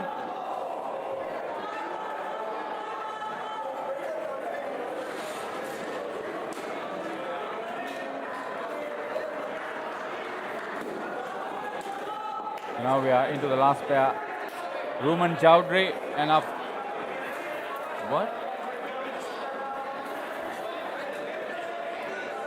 Afrosh Pasha.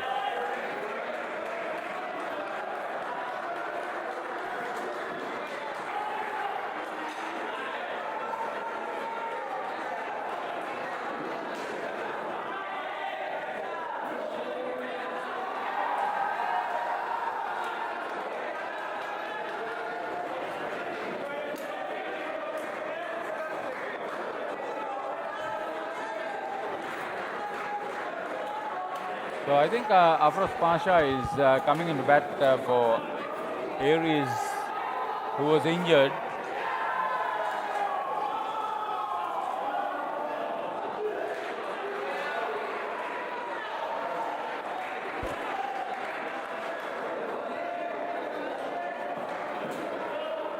Connell goes wayward down leg side.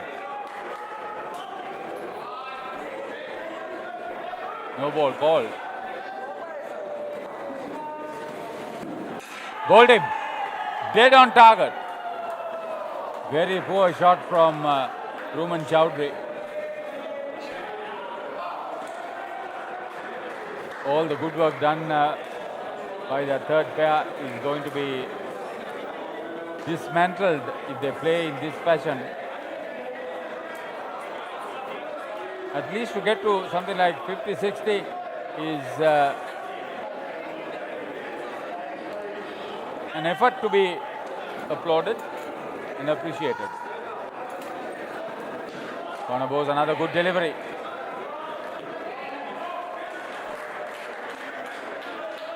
So the skipper getting a second chance. Aries bowled superbly, fielded superbly.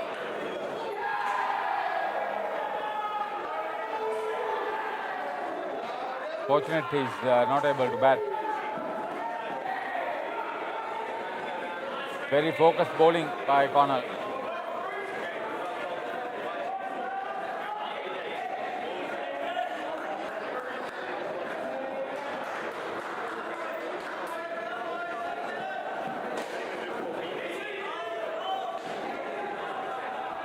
So Pasha, even in his previous skin, played too many shots, 111 on the speed gun, so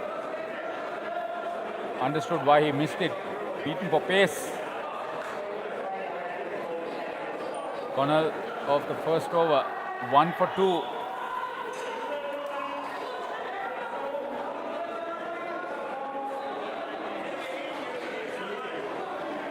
So the formality of bowling 3 more overs.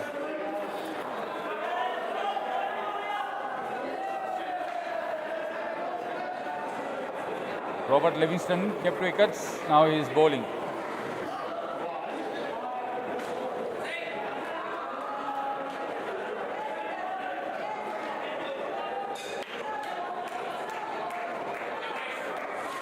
Considered 9 runs of the first over.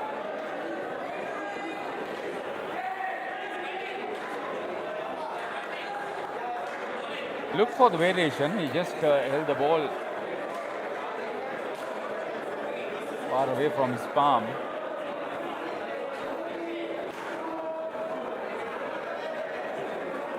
Mosim, oh.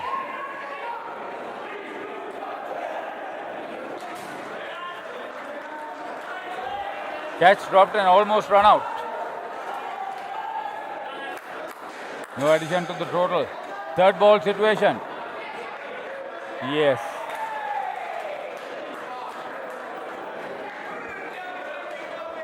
So Afroz, not a particularly good outing for him. Trying to get about his team cause. Even in the previous outing, there were many dismissals. And as captain, you're supposed to play a leading role. It's not happening from him.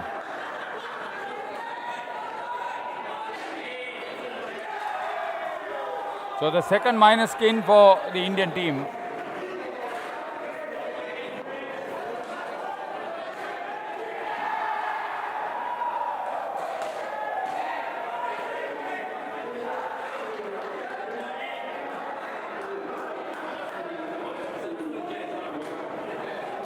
End of 14 overs.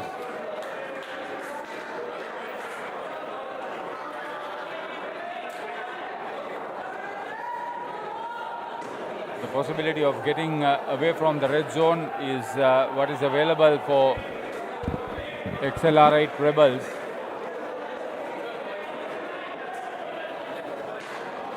Not that they could really chase the 33 for the skin. Livingston with 1 for 6. Control bowling. And here's Alex Osborne for the next over, the penultimate over of the inning and the match. He had considered 11 of the first over. First ball, -5.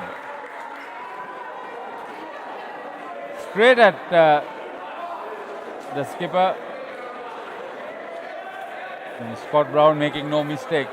So he's had a good game. He's bowled well, he's fielded well, and that's on top of the batting that he had done.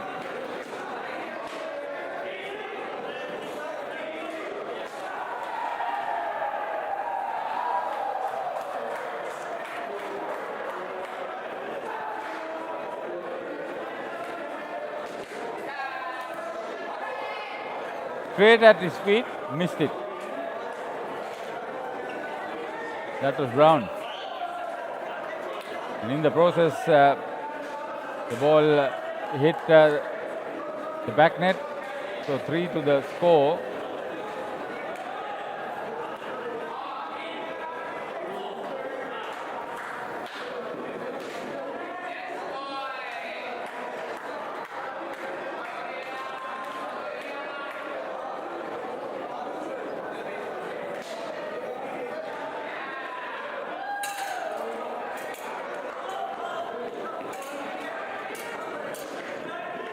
That's a decent steal.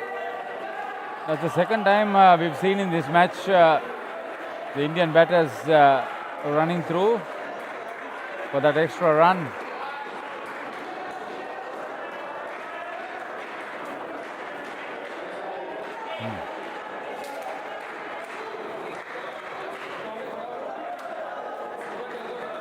So the white ball completes the penultimate over. 45 to the total, still minus the Rebels. Coming up next is another Tier 1 game, just like this one. The UAE teams, Thambapanni Lions up against DBMSC Steel, who have won both matches played so far.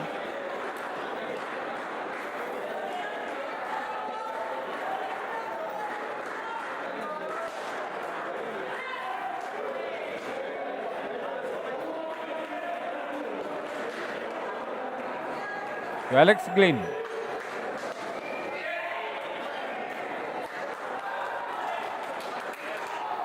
Two for -5 of his first over.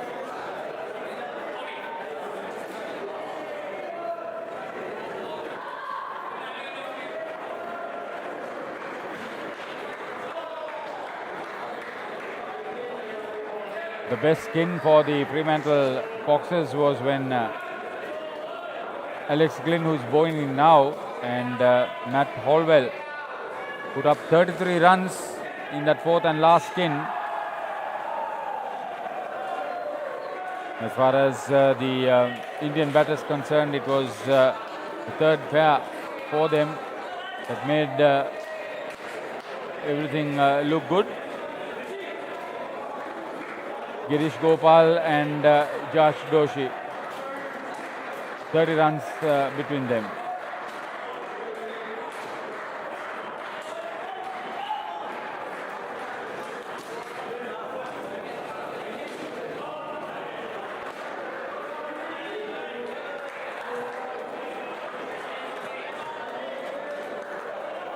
Last ball.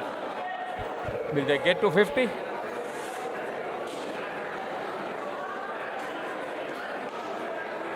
They were not interested in that. They just wanted to avert the dismissal. So 49 in the end, with just 3 runs coming of the 4 overs bowled for the last pair.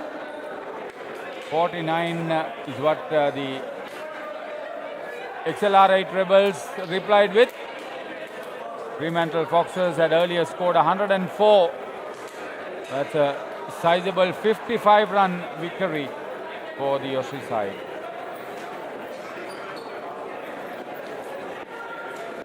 Aries has come back for the handshake, so he should be okay. The best spectacled Indian bowler was the standout. He bowled very quick.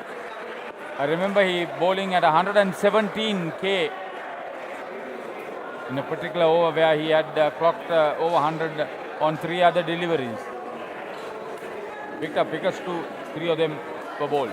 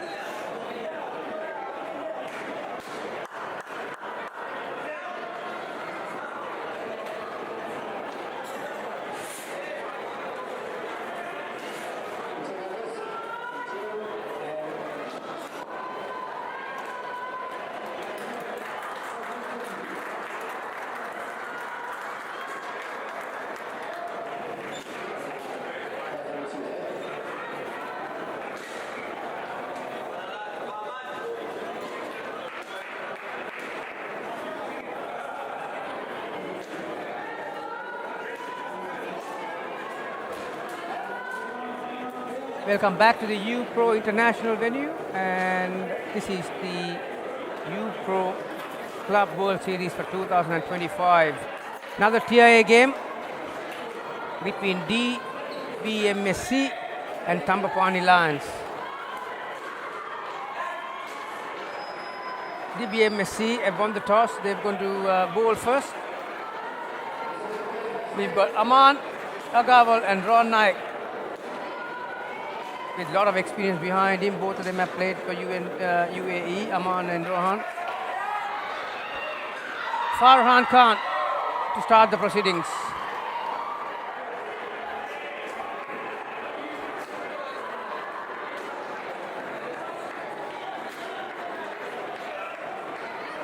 Michael Guest is the umpire from Australia.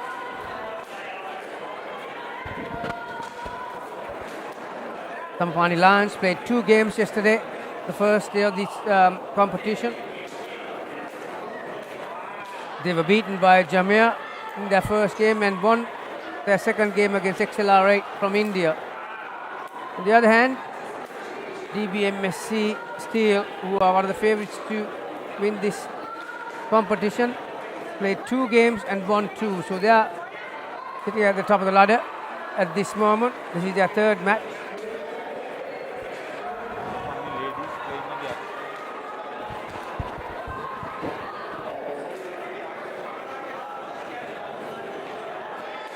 So all set.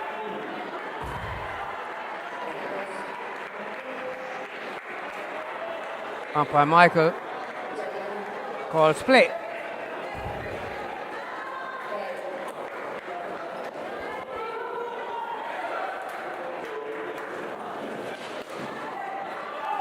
Good cricket all around, good line and length, nicely played. But that man again, wearing that headgear, Ruan Chandrakumar, is a lethal customer to handle with that height and with that reach.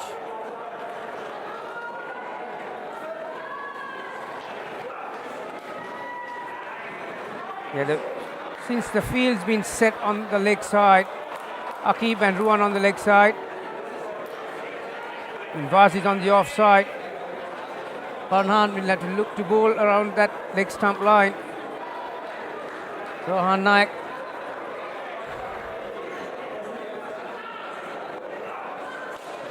Nice start. Nice start.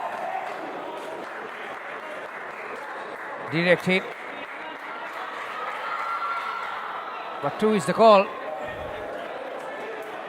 Yeah, incidentally, Rohan Naik is eligible to play the Masters as well.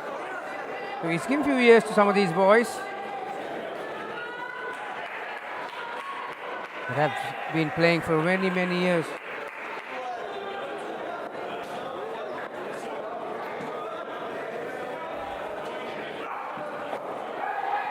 Oh, that's a brilliant delivery. Bowling from round the wicket. It swung in towards Aman. And the length. Right in the block hole. So 2 dot balls and 2 twos so far in this over.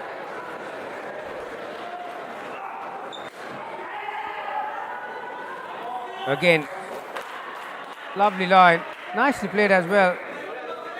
Akib got a hand to it. So 5 on the board.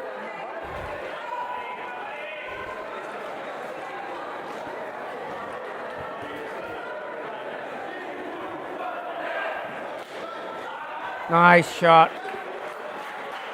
So Rohan Naik using all his experience, 2 deliveries for 2 twos. 7 on the board after the first over. That's a good start. The stakes are pretty high for both sides at DBMSC. Will be sitting pretty if they can come up with a win in this game. At the same time, if Thambapanni Lions can get a result in their favour, they'll be right at the thick of it as far as the points ladder is concerned. This is the 3rd edition of the U Pro Masters Club Series. I keep on saying Masters. Club World Series. and DBMSC were the winners in that inaugural one held in Dubai, right here in this venue. The second one was held in Colombo. The team that won that year, they are not here this time around. But some of the players are being scattered around. Right, hold up again.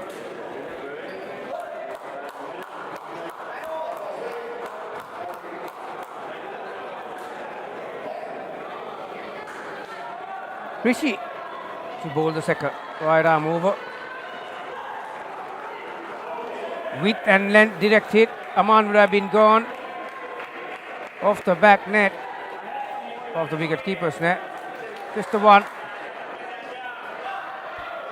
UPro Club World Series in Dubai, along with World Indo Cricket Federation in partnership with Ceylon Indo Cricket Association. Nice down and up on the offside for 2. Sponsored by UPro Active. Way of passion. Men's tier 1, 8 teams. Men's tier 2, 6 teams. Men's tier 3, 8 teams. For the next few days, it's going to be a hectic schedule as far as the staff are concerned, the officials. Incidentally, ladies, there are 3 teams as well. Thambapanni Lions, who are in action in this one, court number 2. Just defense says no. Court number 1, Thambapanni. Oh, that's sloppy. Sloppy. A bad throw. Direct hit. Batter was way inside his line. That allowed Ron Naik to get back to the other end. Tournament director David Shepley. Tournament manager Hussein Sanchivala. Timeout being called. I'll mention you some of the umpires. Andrew Hall-Villiers, Andrew Potts, Michael Guess, who is in action in this one. Shane Rook, Safran Tajuddin, Harry Manachari, Abdul Qadir, view manager, Tahir Ali Khan, very experienced. Tahir Ali Khan, tournament medic Stephen Boyd, Raj Pina.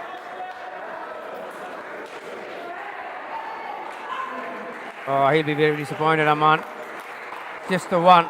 That's what's a bread and butter shot for him. He's very strong in that area. Tournament host,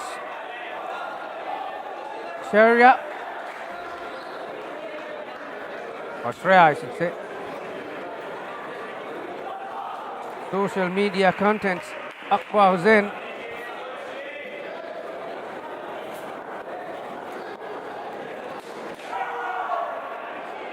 Had the angle but didn't have the power to get that ball onto the side net. So far 12 on the board without any dismissals. Ron Naik on 6. Rishi to bowl his last ball of this over.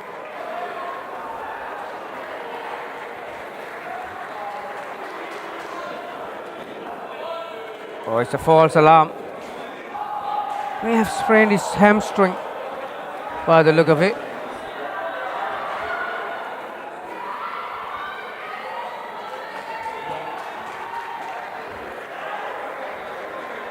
The good news is that he's okay to continue.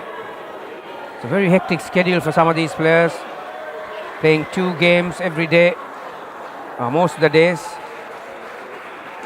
and sometimes they have to back up. Back up after 1.5 hours playing the previous match. One good thing is it's a brilliant facility, air-conditioned UPro. Driven firmly, no, it's the call. Yeah, one of the very few indoor cricket centres in the world, probably the only one that has air conditioning. So 12 off the first 2. Rishi finishes with none for 5.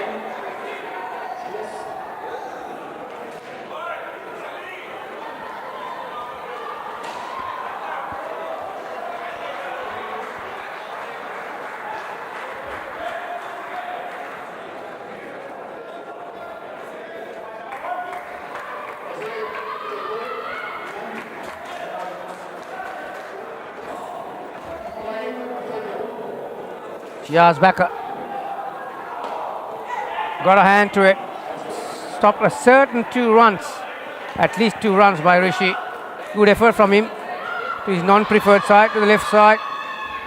Aman thought he could have got 3 or 4 by playing that shot.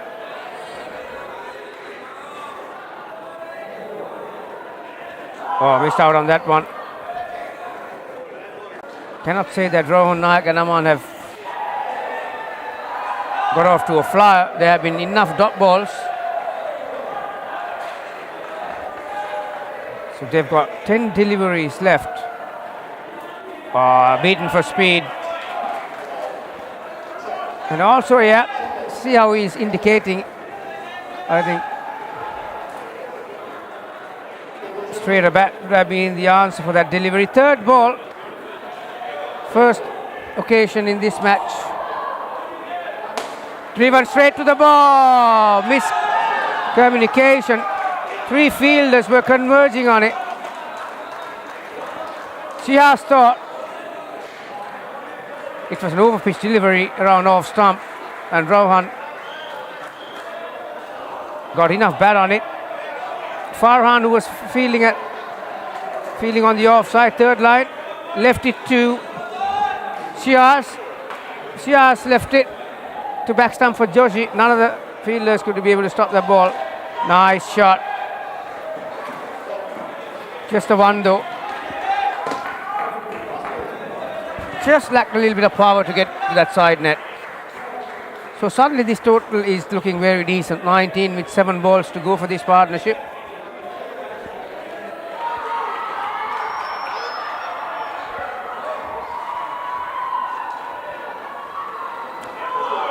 Oh, called good.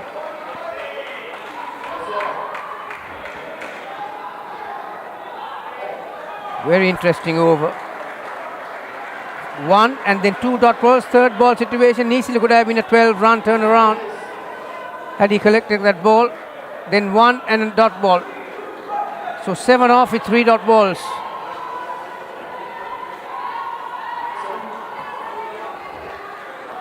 It's going to be Ruwan Chandrakumar, who has represented Sri Lanka at the highest level. His brother Kamal Kulupawarachi, these days domiciled in Australia. So also a very active member in Indo cricket arena. Incidentally, he was part of the World Club Series in the first 2 editions. Ruwan Chandrakumar with his wrist spin.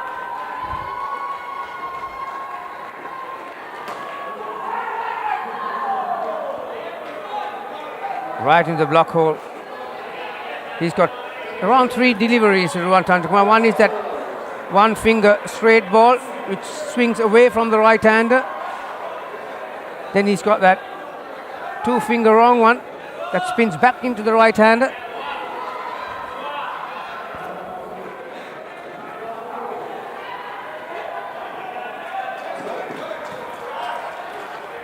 Gets right behind that one. Just a one though.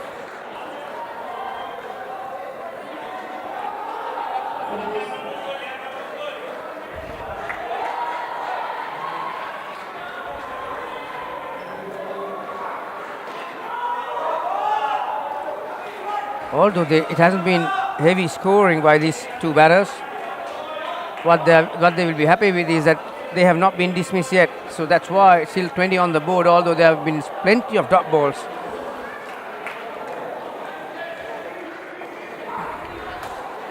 Yeah, you can't give room and length to a player like Rohan. He's going to play that down and up shots on the offside every day of the week. She has done for donkey's years too, mind you.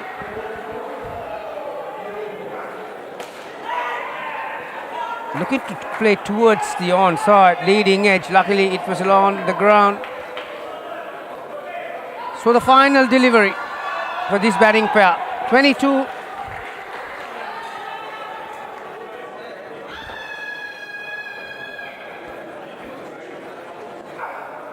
Nice. Nice. Very confident finish by Aman Agarwal. Gets him 2 runs. 2 added to the partnership. 24 after 4 overs. Aman 11 off 12. Rohan 13 off 12. So like I mentioned before, it certainly hasn't been a heavy scoring affair so far, but they were not dismissed, not even once. So whatever they've scored during that partnership, they were able to protect it.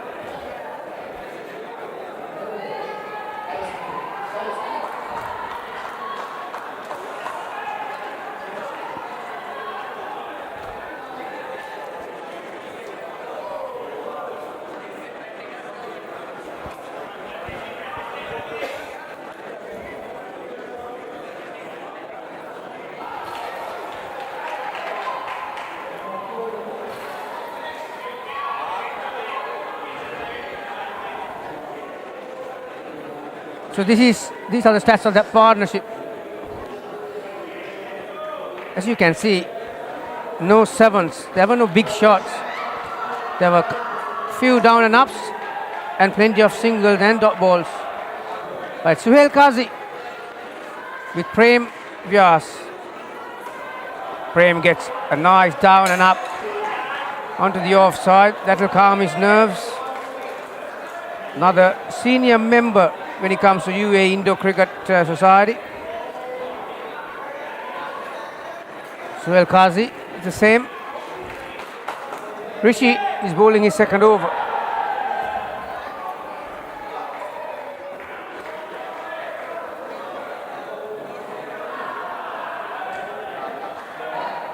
That's a good ball, good line, good length.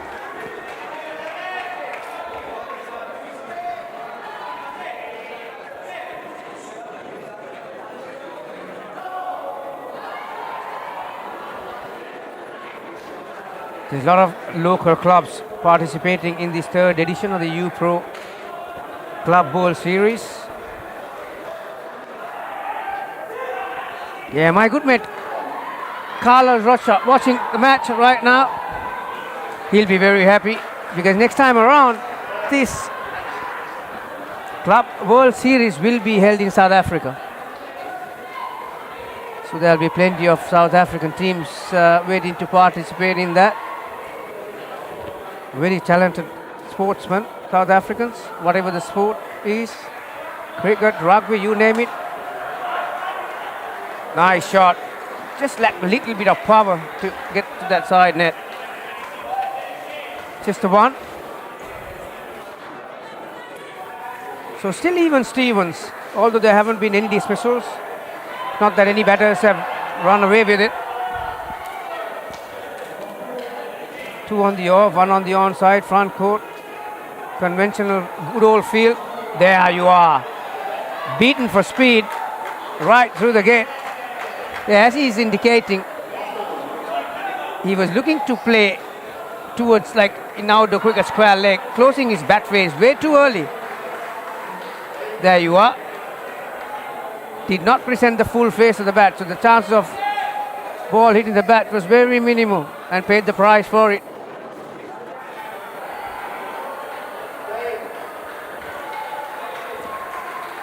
So the first dismissal as far as this innings is concerned. Very similar delivery. Could have been played again, Sam. Very next ball. Only thing, Qazi just got his bat down right in time. Good over from Rishi. 2 overs, 1 for 4. He'll take that.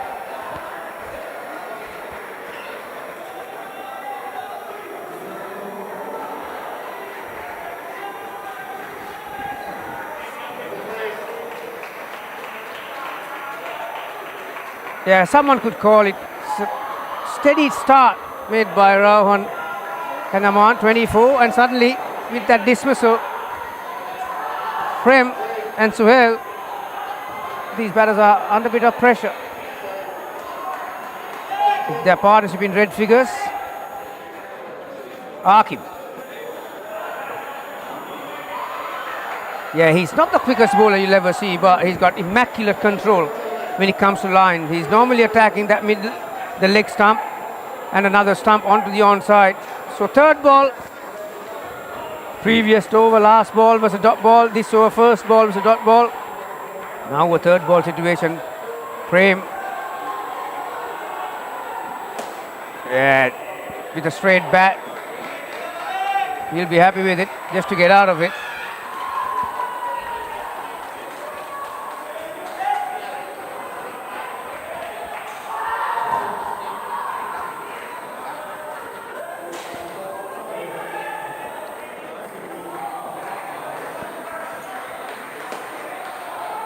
Chance. Good throw needed. Jay Joshi, who's a very reliable fielder in any position, has the ability to field in the front court as well as third line as well as the back stumper.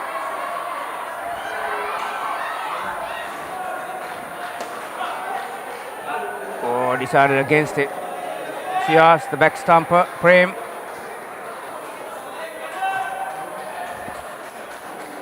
Yeah, if you have realized that this immaculate line from Markip never gives room to batters outside the off stump. Prem puts in the dive.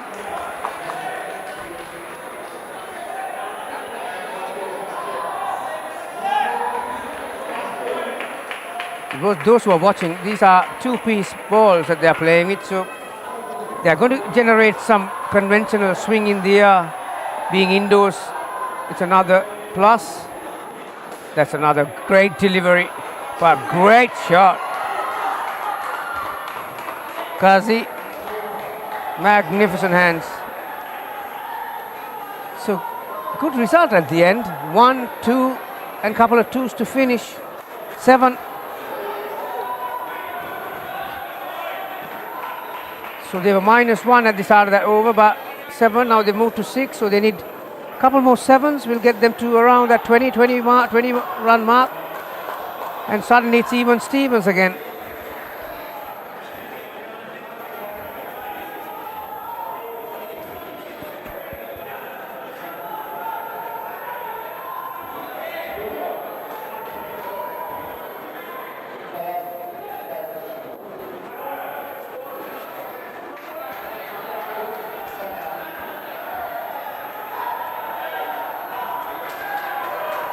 Umpire Michael Guest from Australia having a few issues with this technology. Those who are watching, if you look at this screen, it's a beautiful innovation from, you got to thank UPro as well as Kyle and Cameron. They have come up with this app which gives you all the details that you require to know. Sometimes the guys who watch indoor cricket the first time, it's very hard to difficult to fathom out some of the rules. Driven straight. Wasim Sahur. Gentle medium pace. Is the bowler.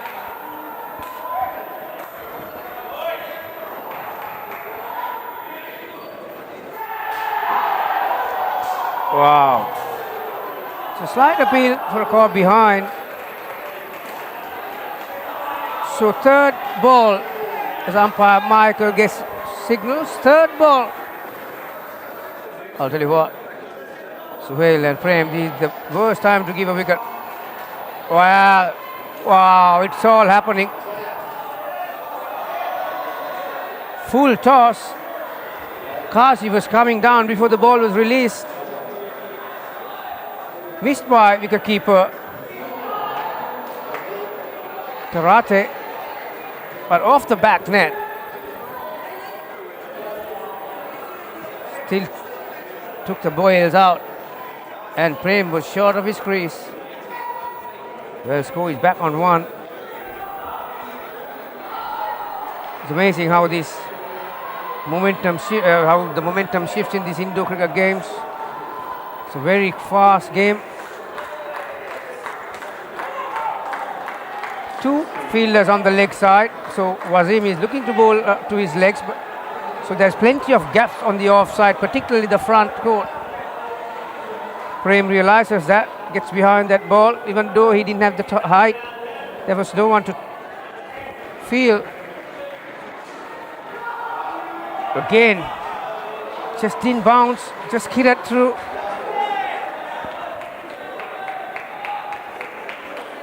Yeah, his release is around 10 o'clock, there you call it. Lower arm action from Wasim.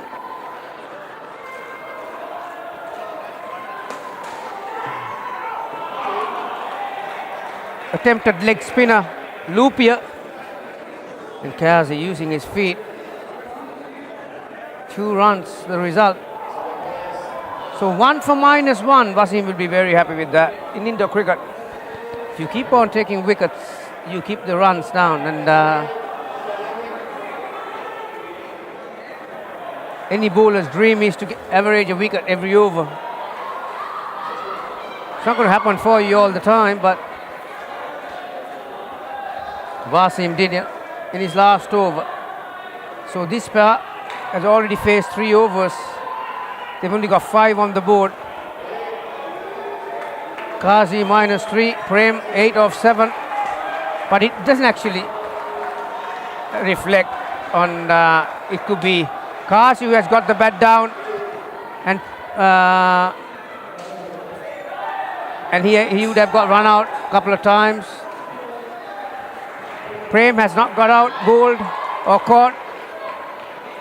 But because if Prem can't get the ball high up to the net, Kazi could be run out. So that's why it's a team game in this game, in the cricket.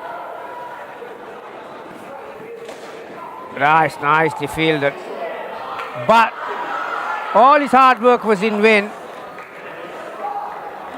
Ruwan Chandrakumar jumping from that position. West had an opportunity to keep it down to 1.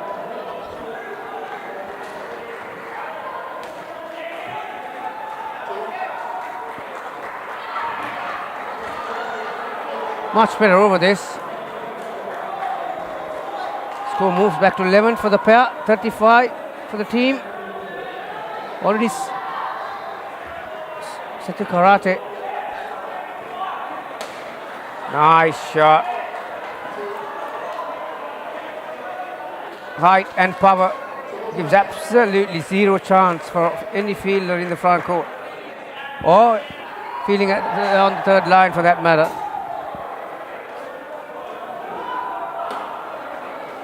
Oh, well. Another opportunity for Wasim, that is. Just didn't have the awareness or the presence of mind to prevent that ball from hitting the side net.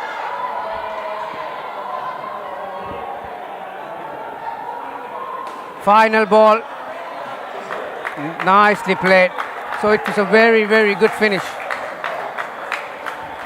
So momentum back with the Thambapanni Lions, although the score is not a huge one on the board, 41, but these pair scored 12 in that last over to bring that partnership to a decent 17.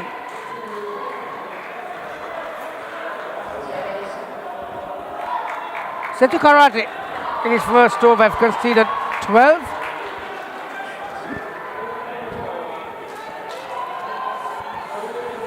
So in this court number 2, it's all tier 1 games today. After this, another 2 games to take place at 7:30. If we are on time, that is. Fourways Falcons will be up against Elite Warriors, and then Avengers against Red Knights, the team from UAE, at 9:15. So we are just at the halfway mark really for today. 5 games. We are approaching the halfway mark of this third game. Harry Haran, another very experienced character. Here comes Indo cricket, captain UAE, along with Akib, who is fielding on the offside. Inside edge onto the onside. Didn't have the height, so correctly said, no run. But now a third ball situation. Shihaz Becker. Just runs with it. Plays a conventional flick onto the onside. 2.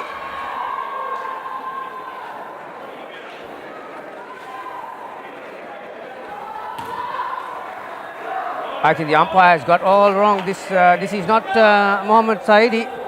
This is Andrew from Sri Lanka, the right-hander.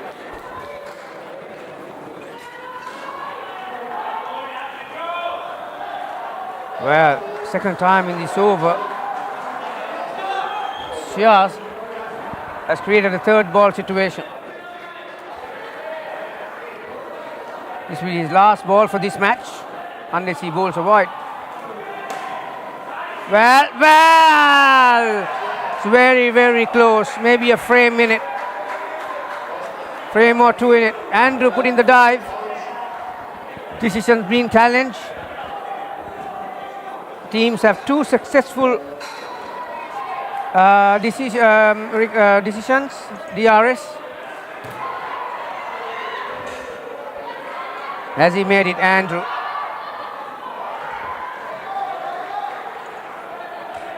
%90 of the time in India cricket, it favors the fielder when it comes to direct hits.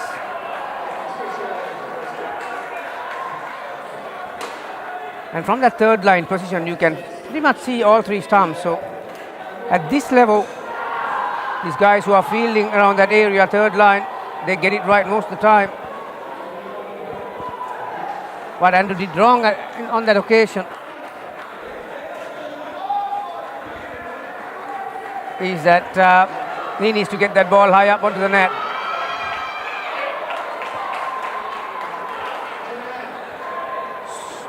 So into the 9th.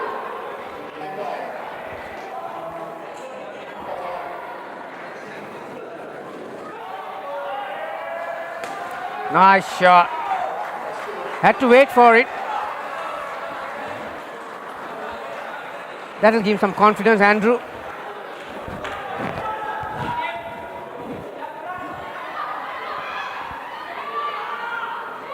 So score is back to -1 as part of the well, opportunity again.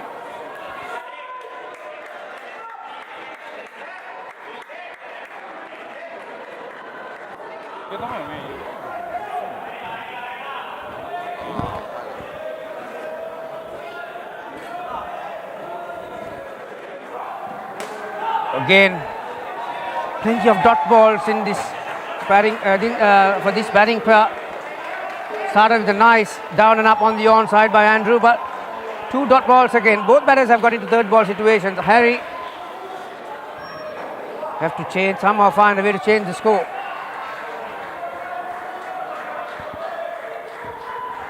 Farhan Khan, so far none for 9. Will this be his first wicket? Again, while running, the sole intention was to get to the other end, so just getting the bat down while he was moving, Harry. But the final result is what he wanted. 2.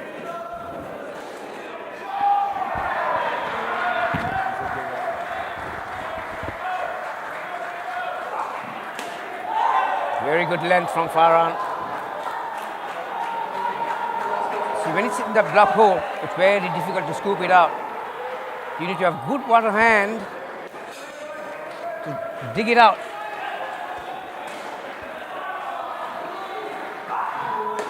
This one, he got the length he wanted. Andrew. Again, 3 dot balls in that over. Just the 6 runs. Farhan finishes his quota, none for 11. 10 overs completed. It's certainly not a high-scoring game, but we have seen some very close encounters today.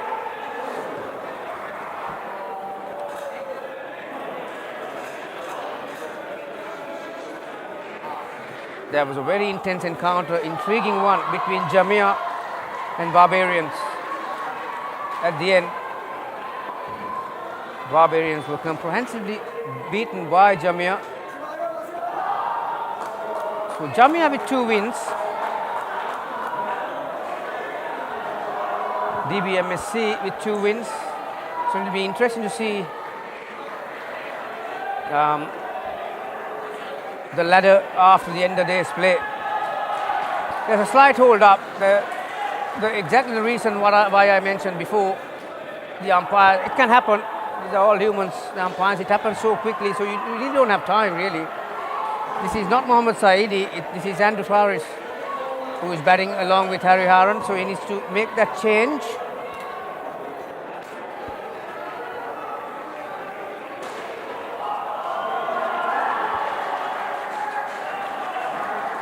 So the stop clock is still 12.51, 12 minutes and 51 seconds to bowl, but will be for 6.1 overs, so they're well on speed. It can happen when batters don't score runs regularly. There have been plenty of drop balls. That helps.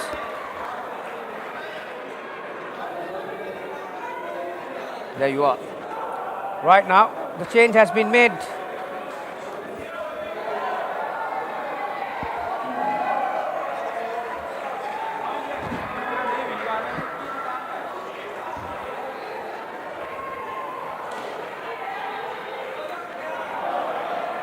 That might help the 2 batters, Andrew and Harry Haran, because they were under a bit of strife. There were plenty of pressure, plenty of drop balls.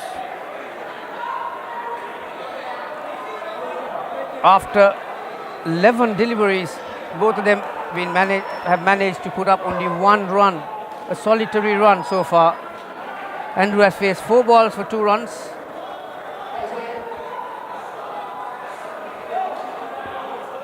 Harry Haran, no, that's not right either, is it?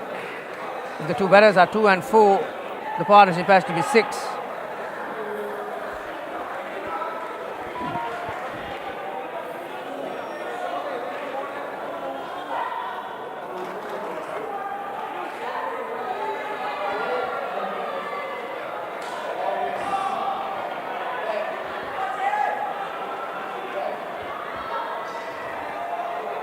Joshi with his off spin.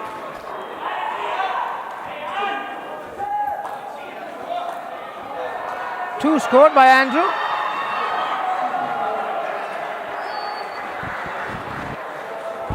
Incidentally, this is Joshi's first over. Will this be the over that these 2 batters will target? Try and get around 10, 12 runs.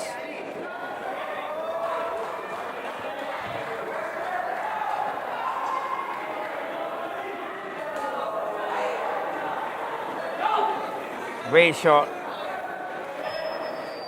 from Joshi. Normally a very accurate bowler. Has few variations, speed variations. He'll be looking to get that length up. Nice shot.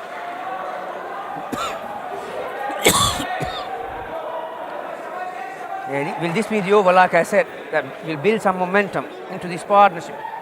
3 balls so far. 3 down and ups. That was better, and it was quicker through the air too from Joshi. That is the beauty of it in Indo cricket, the ability to adjust as quickly as possible. Oh, it was on the line, so it was a given. It was called good. Now don't forget that line is an indication, but that doesn't belong to the batter. It belongs to the bowler. If anything on line, in line or over the line, it's a good ball. So 3rd ball.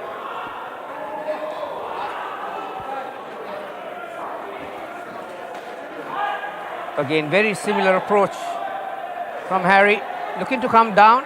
Joshi knew that because these 2 have played together many times. So just held it up a touch. But Harry got his bat down, so just the 1. Got away with that. The 3rd ball situation over completed. Joshi has considered 7 off his first. This will be the final over for this batting pair.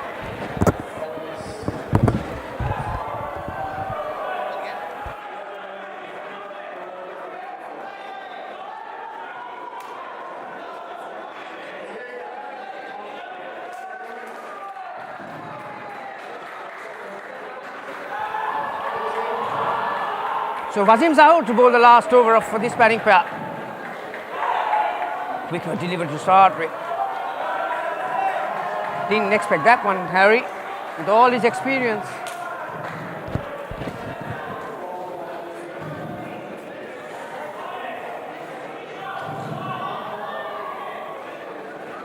Another dot ball, another third ball situation. If I remember correctly, I think this is about the 5th time for this batting pair.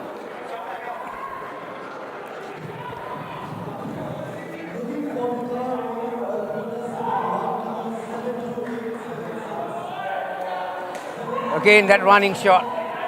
Just the one.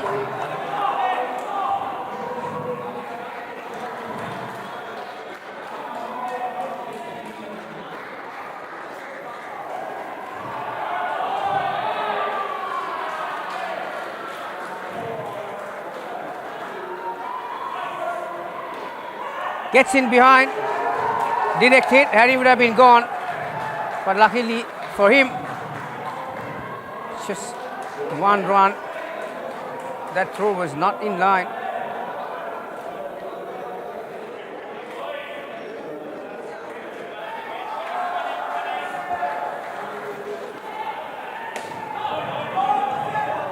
There have been plenty of dot balls, and that was one of them. So, we got final ball for this partnership. Yeah, short. With outside the off stump, Ruan Chandrakumar, terrific piece of work. That front court, direct throw needed to complete it. So 2 to finish. 14 the partnership. There you are. That sort of strike rate is not going to cut you anything. Harry, 16 balls for 10 runs. And then Andrew, 8 balls for 9 runs. So not a very healthy strike rate.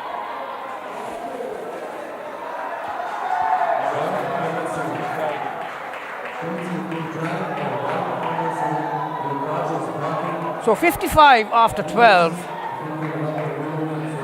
Can this batting pair add around 30 runs to give their bowlers to something to bowl at? This is Akhil.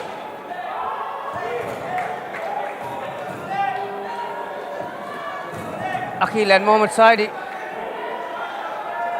try and resurrect this innings. Both are known to be hard hitters of the ball. Akib, again that immaculate line. He's one guy who can bowl to a coin, I'll tell you. Akib. So 2 dot balls, which starts in another third ball situation. Pressure early for these two, Saidi and Akib. 2 on the leg side. Yeah, just runs with it.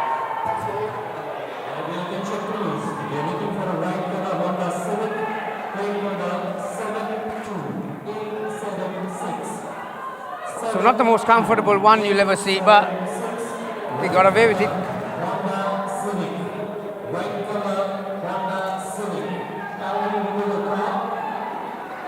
Catch is the call, and he caught it too. Probably the worst ball that Aki bowled out of his 10 deliveries. That was outside the off stump. First time I've seen some width from him, but there you are. He produced a wicket. Nicely caught by Rishi. Never easy when this ball comes off the back net. Another change in the field. Rishi comes back onto the onside to the corner. Hit hard. Like I mentioned, both these batters are known to hit the ball hard, aiming that back net. It's a tactical battle out here. Akib gets Rishi back onto the offside.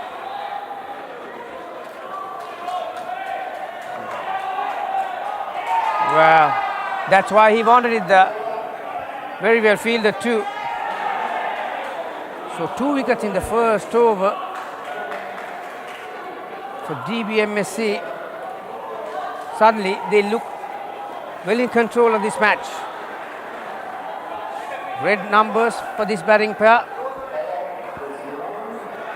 Akib Malik, skipper, finishes with 2 for -2. He was deadly accurate.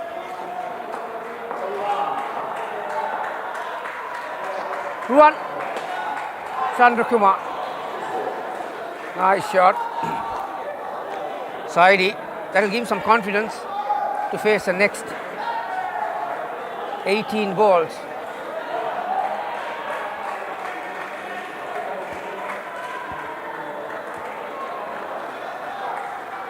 There you are. Going for a big shot was Aki. Goodness gracious me.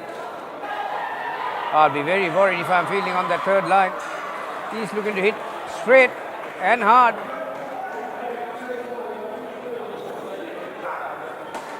Had to adjust. Ruan Chandrakumar, he's a very nippy customer. Took the pace right off. Akhil with the high back lift. Was shaping up to play a big shot and had to adjust. Third ball. Missed it. Well. That was quicker. Well, suddenly the scoreboard looking ominous for this batting pair. Karari does the rest from behind the stumps.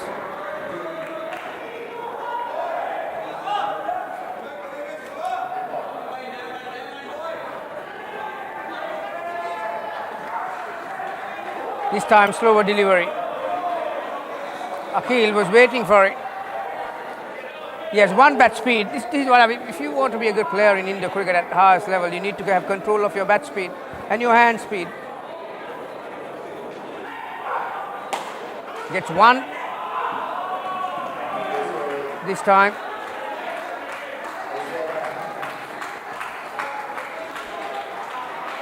So 3 scored. Ruan Chandrakumar finishes with 1 for 5. There you are. 4 balls, 3 runs, Saidi. Akhil, 8 balls for -12.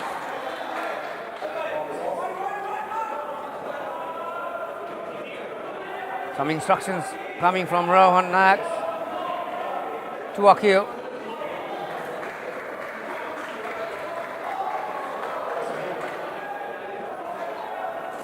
Setu Karate. Oh, well, that belts it straight back. Siaska collects it, send it to the keepers, and this time. And Saidi was nowhere near the picture. This is something that you must not do in Indo cricket. When you lose a wicket or two early, you still have to play the next ball according to its merit. You try to cover the runs that you have lost, very easily you can get into a spot. Yeah, I think that's what Saidi is trying to do. Just play normal down and ups. Just get the scoreboard moving.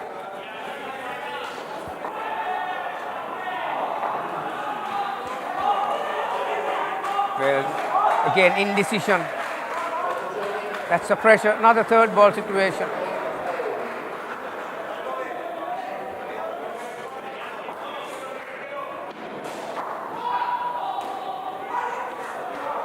Ruan Chandrakumar sends in the return. We have the speed gun in operation in these nets, so you can get the speed of the ball as well as speed of the throw. 87 km per hour that throw was. I think Setu Karate knows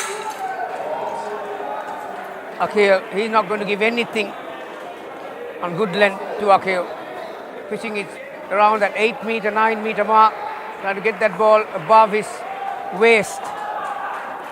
Very nicely bowled. Oh, good catch. Leg cutter. And Rishi takes another screamer.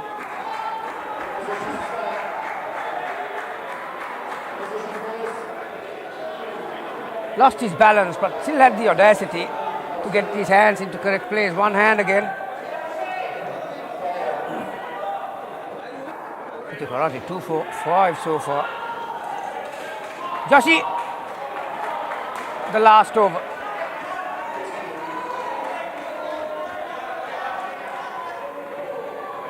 Something off the middle of the bat for Akhil. 2 off the first.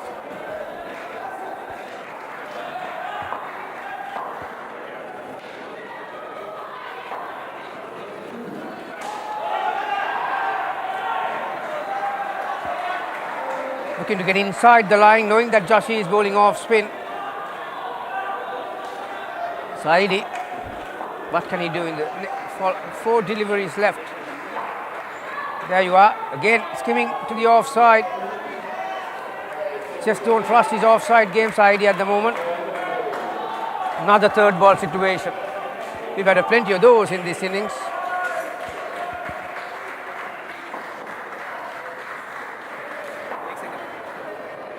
Hit firmly, and Shiaz was in the correct position. DBMSC had 3 fielders on the back net, knowing that these 2 are going for big hits. And that went straight to Shiaz. He's got good safe hands, safe as house he is. There are 2 more deliveries to go. Minus 19 for these two batters. This time a conventional down and up on the offside for Akil, which he should have been doing from the start.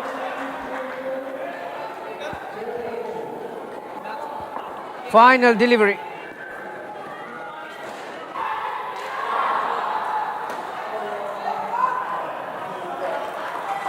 Joshi fields of his own bowling, keeps it down to 1.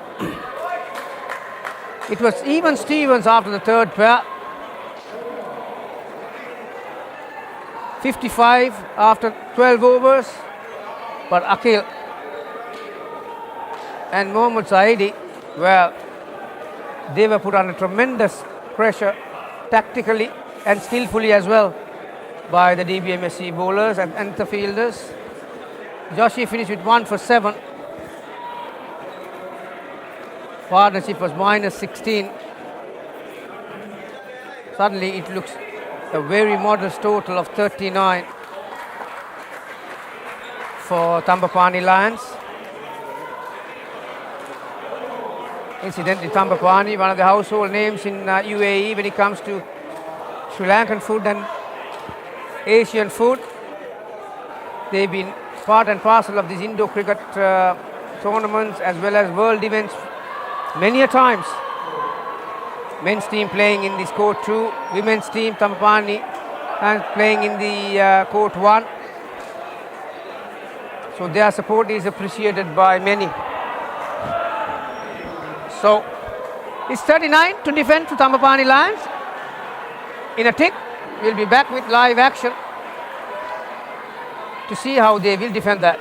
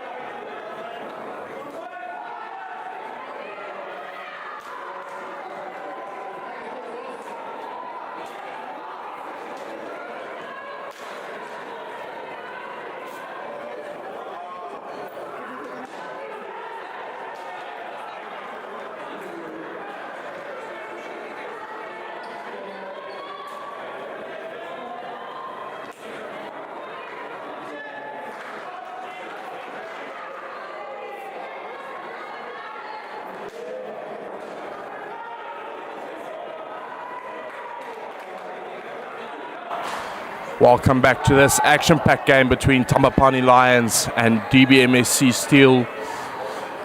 Thambapanni struggling with their last pair there with minus 16. Let's see what DBMSC Steel can do here. They are starting with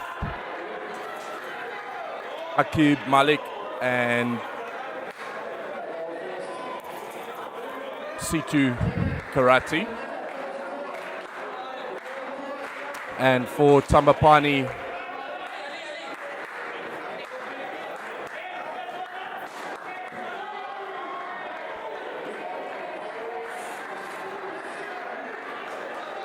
For Thambapanni, we've got Prem starting here. Let's see if Thambapanni can defend the score.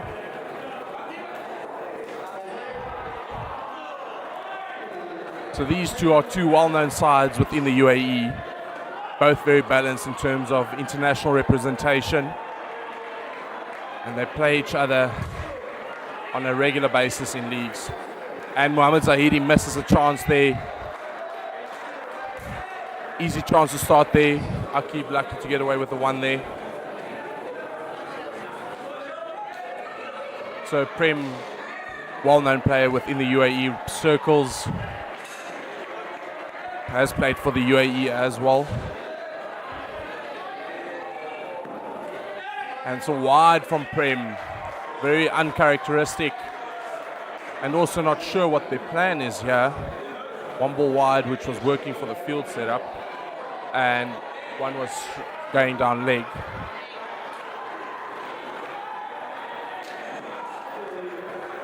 Very good ball into the legs.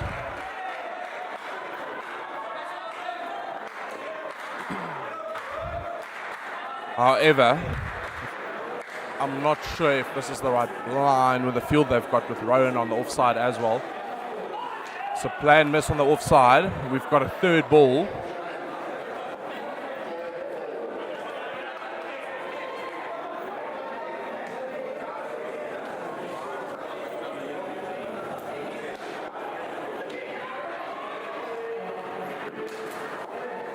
Very good ball there. And they're through for one. It looks like Thambapanni are getting a bit flustered here with their low score that they're trying to defend as well, where they can actually just play for the skins, take the skins and win the game and lose the game, but get the 3 points instead of trying to get a clean sweep here. That's very good bowling, better plan with Rowan on the leg side. Very good execution there.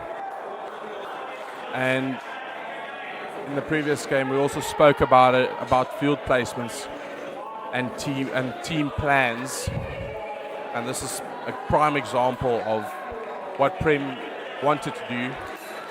However, to the Aman Agrawal, let's say to the now on strike, they've only got one on the leg side, bowling into the legs. Let's see what Sahel Kazi can do here. Also a very experienced player.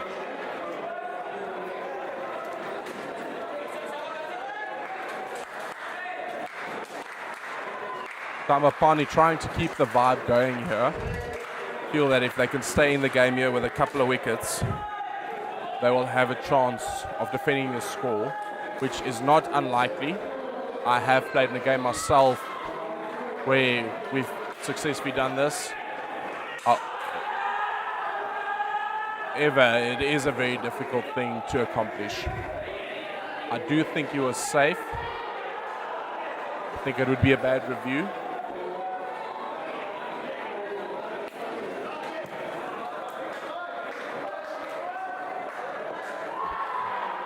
Third ball, can Thambapanni capitalize on this momentum they've built? Good pressure in the previous over, one missed chance.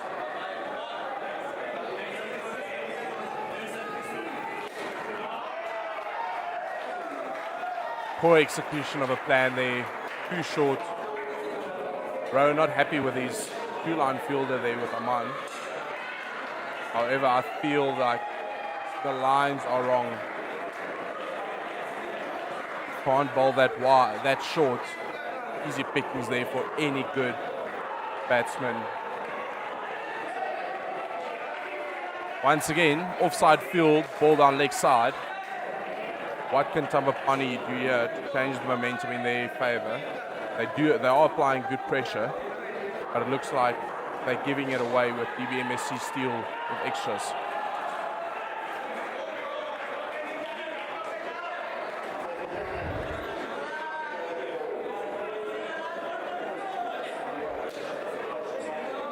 Kazi is also an international player that has represented the UAE.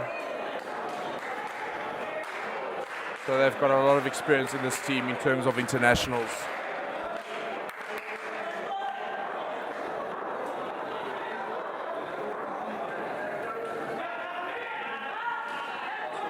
Off the leg of Upkeep Malik, who's the captain of the UAE side.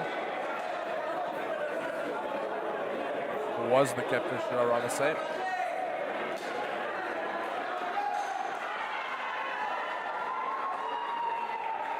If there's any of you guys that would like to send through any questions regarding the game, the rules, please feel free to send it. We'll try and answer it as soon as possible and in the best way possible.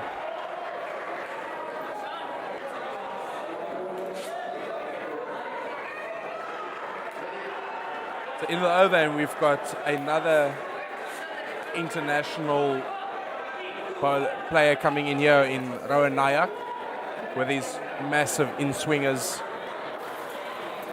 Let's see if he can change the flow of this game in Thambapanni's favour, as DBMSC still are looking quite comfortable in playing low-risk cricket, which is what every team wants. Try and kill the game and make that fielding side bored, fall asleep, and let them make the mistakes, and then you capitalise on it.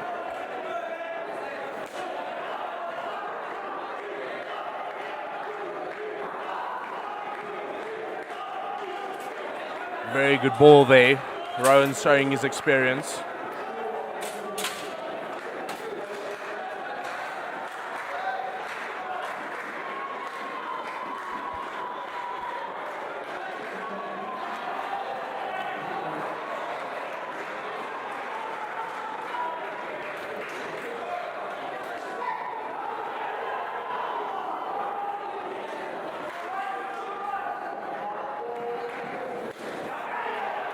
And too wide. Rowan is very frustrated with himself. I would also be, based on the field placement there, giving away easy runs and allowing DBMSC Steel to build momentum and keep the momentum on their side coming out of the last pair there. This game is based on momentum and how long you can keep it. And DBMSC Steel swung it in the last pair. And Thambapanni can feel the pressure building, try and win this game.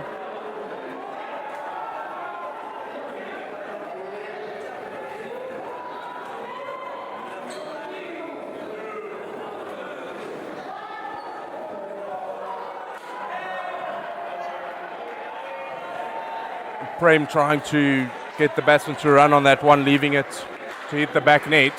However, they don't take the bait.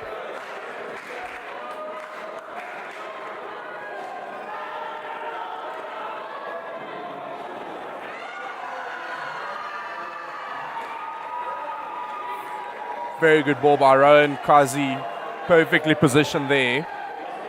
Very good play and execution, bringing his players into play. We've got a third ball here.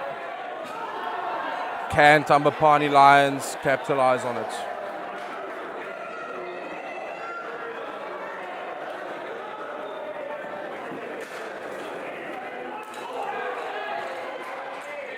Backstop has lost the ball. And the pressure was built. Thambapanni, however, unable to capitalise on it and building pressure on themselves further.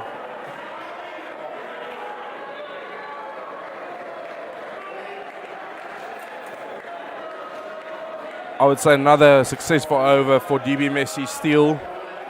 Staying calm, taking their time.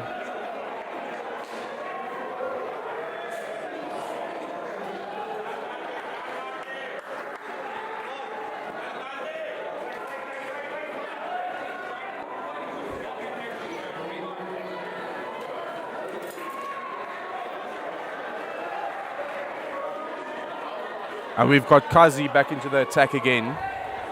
This is not a tactic you would see often where a bowler is bowled out. Kazi into the attack.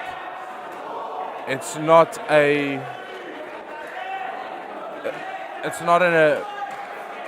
tactic you would usually see from a captain's point of view, bowling out a bowler in his first over.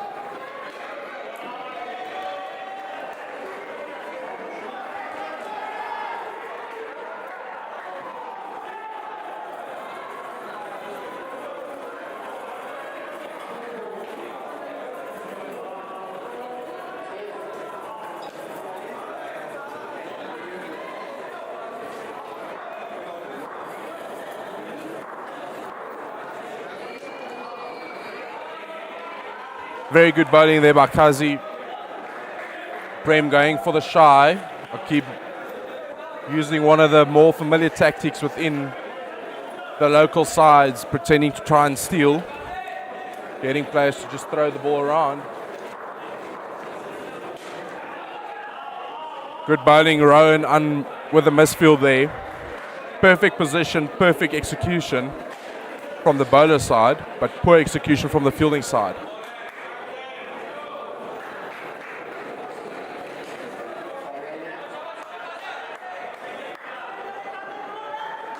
So having played against a lot of these guys, it should be a fairly evenly matched game, and they also play against each other quite often. However, I have seen quite a couple of instances where Thambapanni Lions have come out second best, which is not something you would wish on anyone.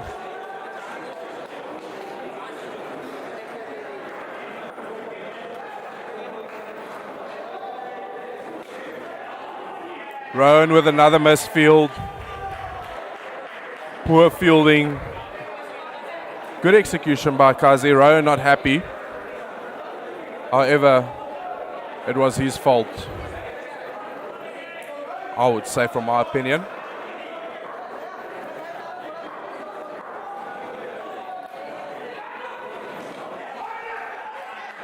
Even with the plan being well executed, Thambapanni Lions unable to execute the run out. So with that skin being tied, we've got Ruvan and Farhan Khan coming in next. They will require 18 to win both the first and the second skin as it carries over. And then in the case of the last skin, that would be carried back with a count, would count back from the third skin if they were tied.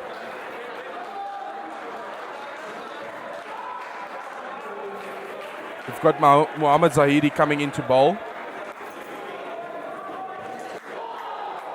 Also bowling very big in-swingers, similar to Rowan Nayak. Ruvan also played for the UAE. Mohammad Zahidi as well, so we've got a star-studded lineup from a UAE perspective in this game.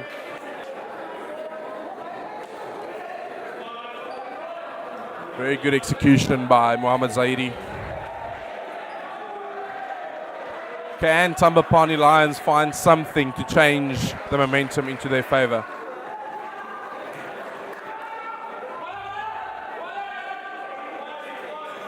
We've got third ball again.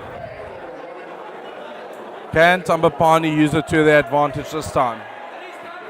Can they do something with this third ball? DBMSC still have not lost a wicket so far in the game. Had it yesterday as well, and umpire's curse prevailed.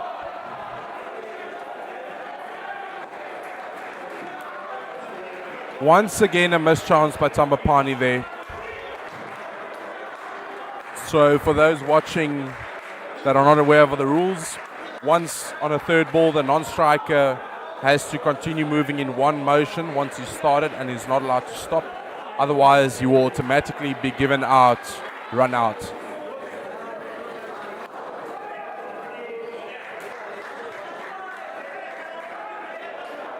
Thambapanni bowling well to their plans.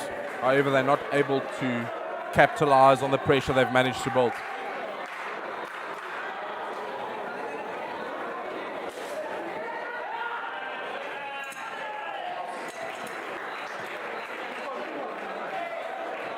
So I've got a question for our viewers, a general question.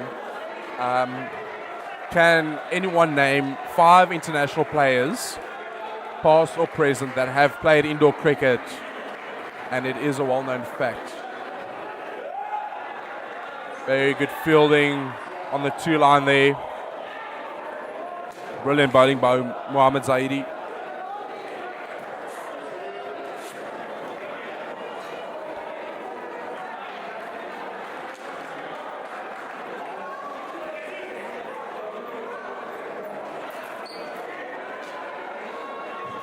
from my point of view, DBMSC Steel are cruising here.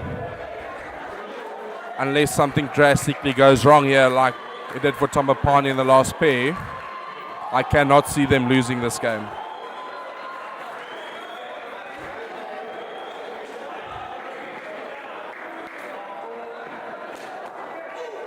Very good ball by Prem. Peeling for a catch, but don't think there was anything on it. Off the batsman's leg.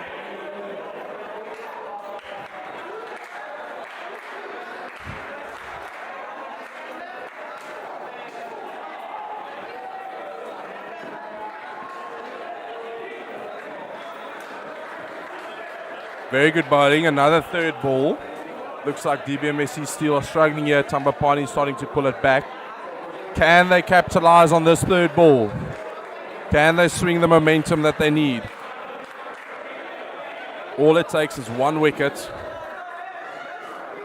And Thambapanni fumble it. This is not something you want to see from a team already struggling with their own mental battles.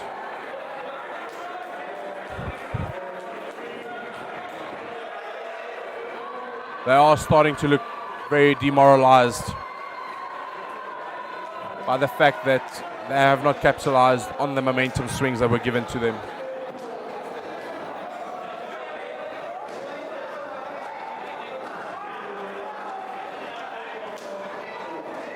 Two balls left in the over.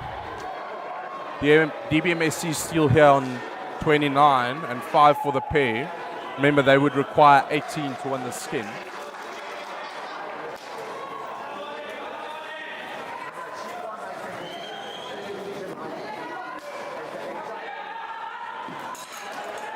That's safe. Thambapanni keeping on the struggle here. However, Rowan just too slow with that release.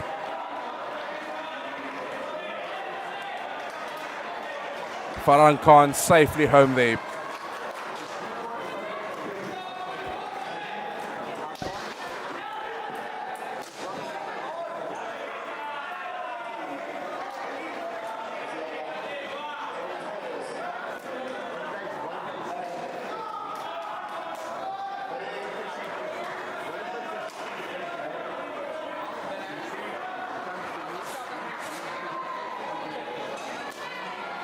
We've got 2 overs left in this pair. DBMSC Steel in the pound seats to win both the first and the second spin. They require a further 9 runs to win both. We've got Hari Haran into the attack now.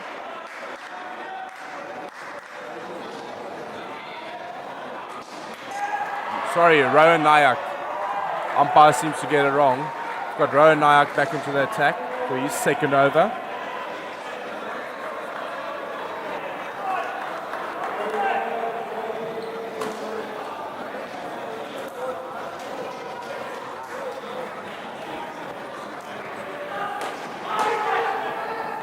Big releasing shot from Rowan and a miss by Prem.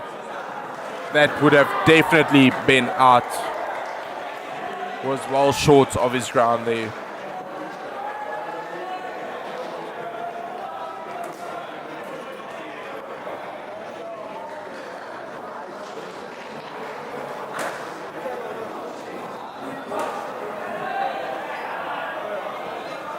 Thambapanni keeps bowling a lot of dots. However, they can't seem to convert them into a wicket.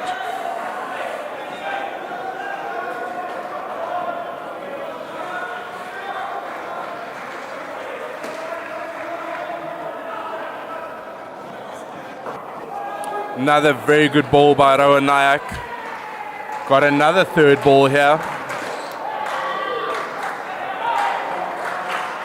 Very good in-swinging ball there onto the legs. However, in indoor cricket, if you do offer a shot as a batsman, you can't be given out LBW, even if the ball was going to hit the stumps.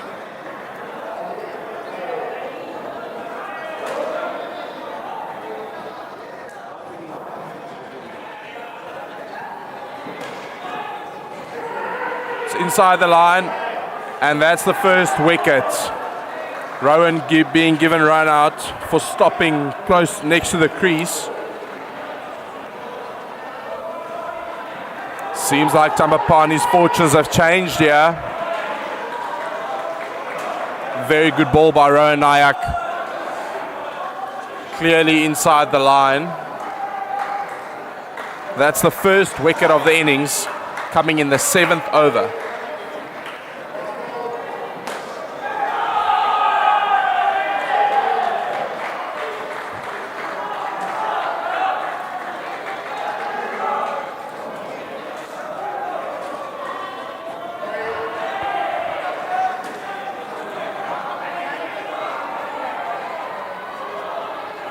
Thambapanni moving their players back, trying to protect the skin here. And another run out. Seems like Thambapanni have pulled back the momentum here. 2 wickets in 2 balls. First wickets of the innings coming in consecutive balls.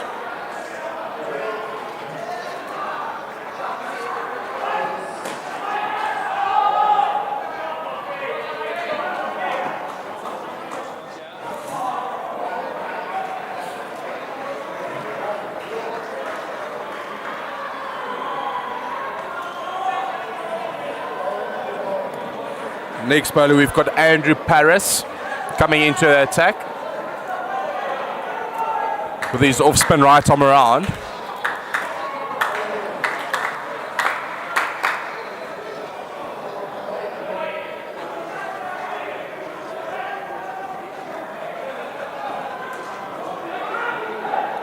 Seems like Ruan is starting to feel the pressure here of those 2 wickets in the previous over. However, they also want the point for the first skin. Very good shot. A lot more composed. He's very comfortable with that full outside off.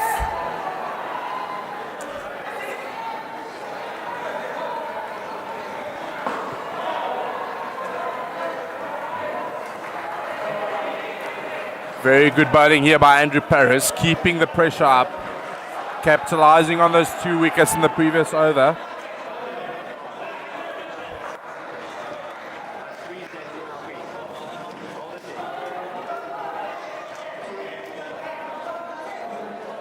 So DBMSC still need 11 to tie the skin, 12 to win it off the next 2 balls. So they need to hit the back net. Thambapanni only pulling back their offside players, pulling them all the way back. So we've got 2 backstops here.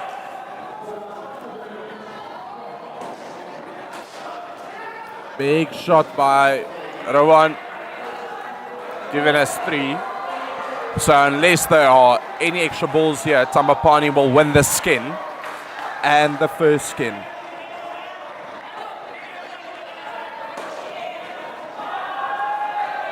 Rowan moving his troops back, only 1. Do stand a bit closer, still quite deep on the offside. Very good bowling by Andrew Paris here, defending the skin. Umpire calling Rowan Nayak to the side there for warning for shot getting into the fielder's face. As we know, on international tournaments, that would not be allowed. Next in, we've got Jay Joshi and we've got Rishi Ramchandi.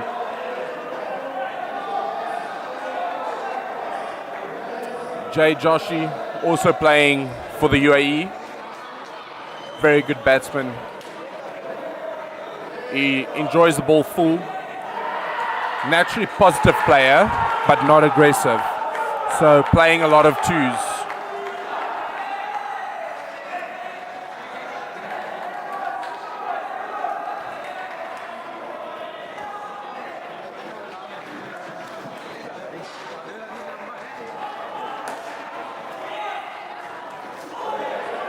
Jay would have been found wanting there, even with the dive.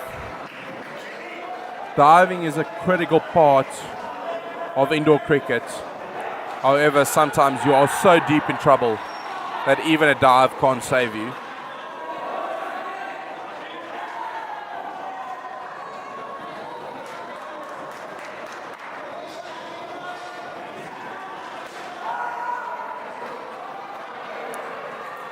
Very good communication by these two. Nice and early calls. Giving each other a proper chance to react to the call.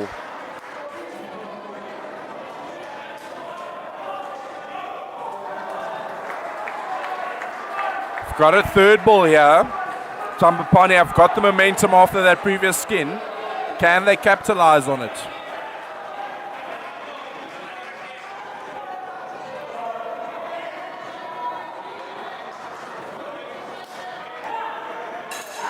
And that will be out. Rishi never stood a chance. Straight to Akil. Akil won't really miss that.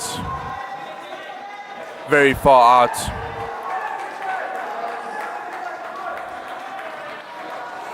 Umpire speeding up the batters here for time wasting.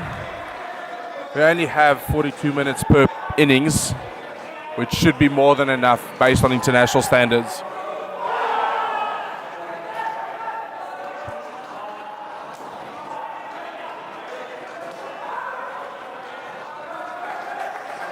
Very good over for Thambapanni Lions. Can they get their speed into a further minus? This could be their pair that brings them back into the game as a whole.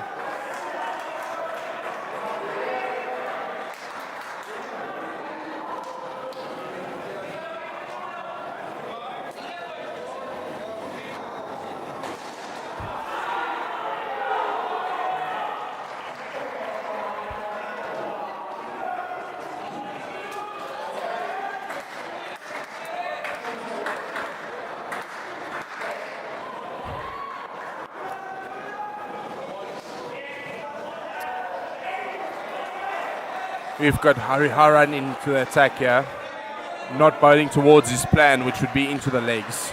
Something that Thambapanni cannot afford to do at this moment, as they only just managed to swing the momentum into their favour. They have to keep capitalising on it.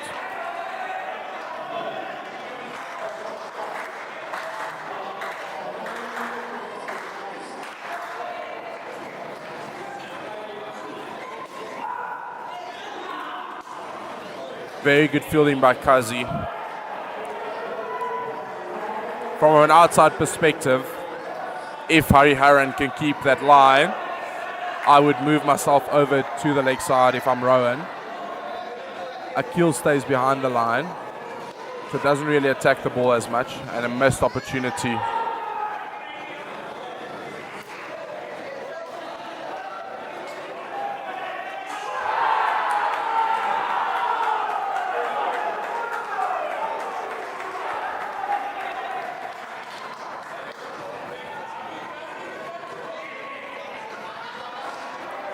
They just move the fielders over, and it goes into the corner for one.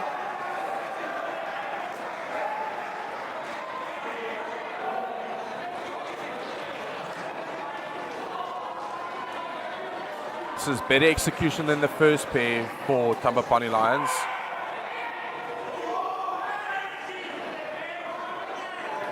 Very good call there by Rishi. Kazi is known for getting runouts there. One of the best two-leg fielders in the UAE.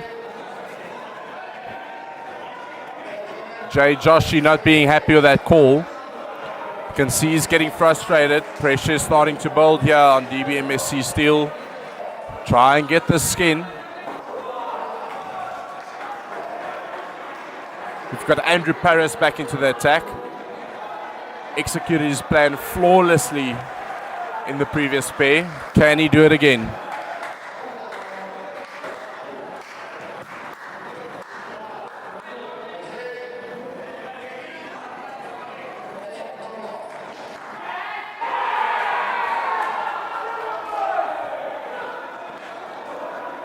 Very good execution here from Andrew. one of the biggest keys in indoor cricket. Right into Rishi's legs. You can see he's not comfortable at all.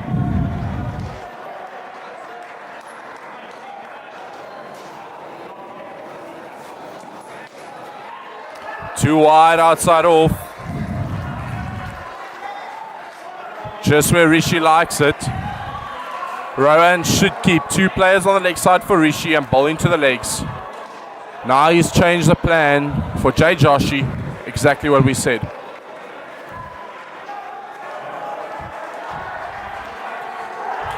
Didn't have the ball. In my opinion, didn't have the ball. Going for the review. I think that Mohammad Zaidi lost the ball there.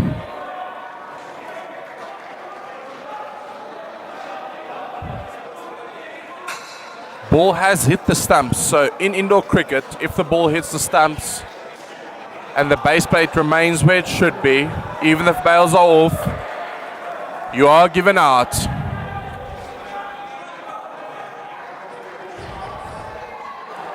Umpire confirms the ball has hit the stumps and the call stands. Mohammad Zaidi lucky with the ball coming off his hands, going onto the stumps there. This pair definitely feeling the pressure now. Great plan execution by Thambapanni Lions, keeping them in the game.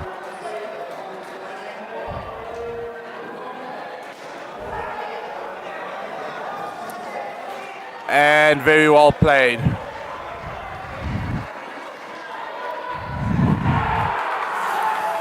Even though the scores are close, we've only had 4 wickets lost, of which 2 were in this pair and 2 were in the second pair.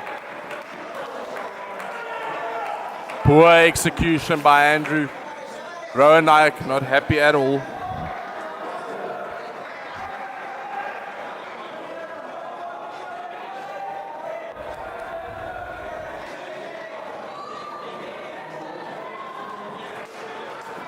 Another opportunity by Rowan Naik.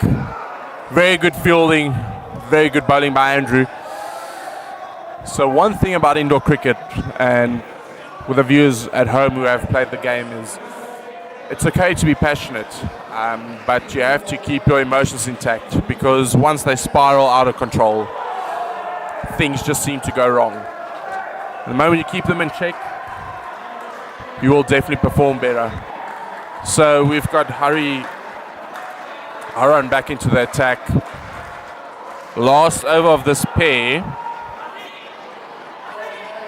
This will definitely transfer pressure to the next pair if they can get DBMSC still here to 0 or even to a minus of some sorts. And that's a rebowl. Good plan from Haran. Unfortunately, just poor execution there.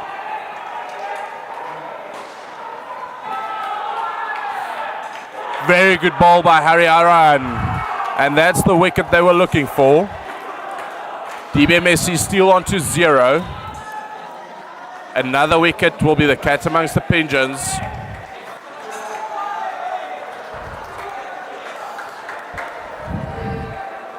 This moment, DBMSC still are feeling the pressure here. They've only lost 5 or 6 wickets so far in the game. However, they have not managed to score any runs. There's been a lot of dots in this innings, which is very uncharacteristic for indoor cricket.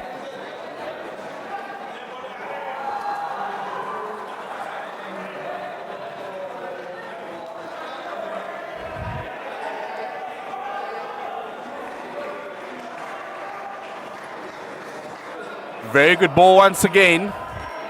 2 brilliant balls by Haran here to follow up that bowl.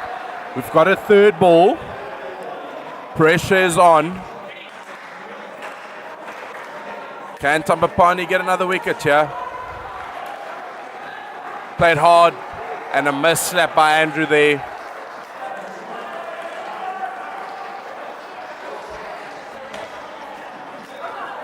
Rowan sending his players back.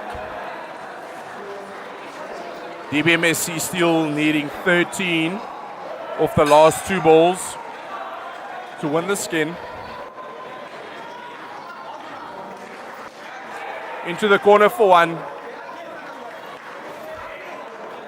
Unless there's a wide, Thambapanni has won the skin again. Very close game. Hopefully, Thambapanni can pull something out of the hat with the last pair, keeping them in the negatives.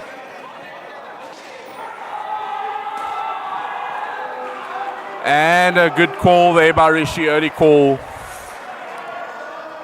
Jay Joshi will not be happy with this pair, with the outcome of his batting as well.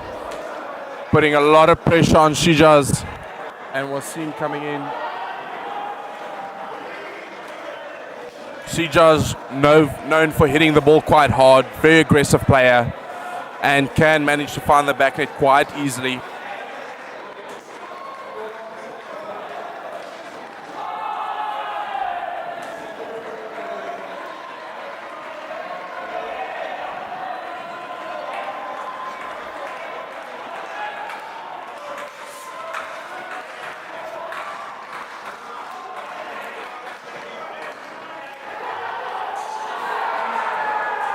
And we've got Aman Agrawal for his first over of the game.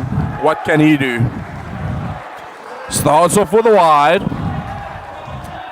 Once again, field placement quite strange. Looking to bowl into the legs. However, he's got two on the offside.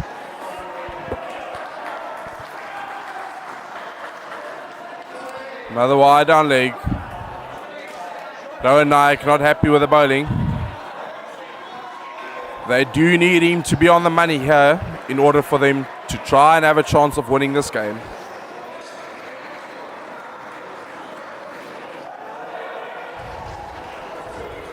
Very good call by Shijaz. Very soft hands from Wasim Zahur. Allowing them to get through comfortably.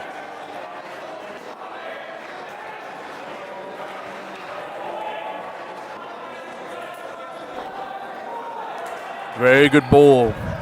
Better execution here by Aman.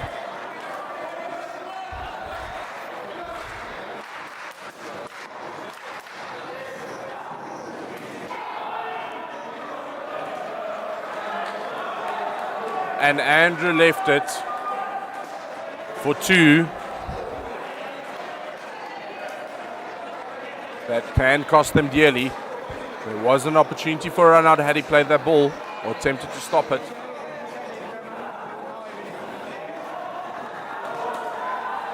Very good shot by Wasim. Full toss onto the legs. Any good batsman in the indoor cricket should be able to put that away. Poor bowling by Aman here. Bowling into the legs with an offside field. Got Akil into the attack. So Thambapanni have bowled out all the other bowlers.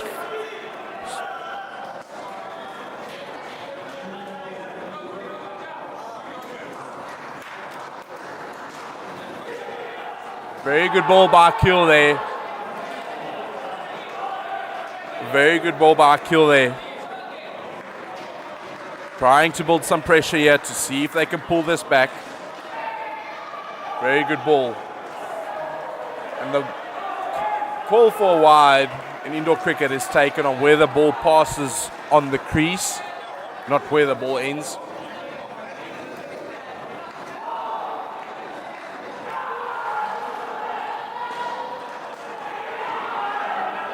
Very good shot by Shijaz. Looks like DBMSC Steel have taken control of this last innings. However, Thambapanni have got 3 skins and 3 points so far out of the game.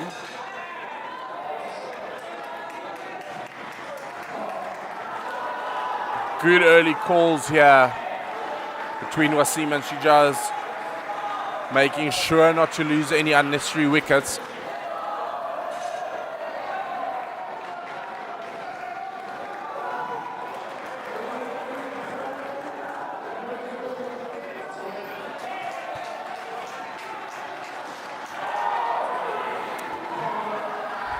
These two batters are killing the game for the fielders.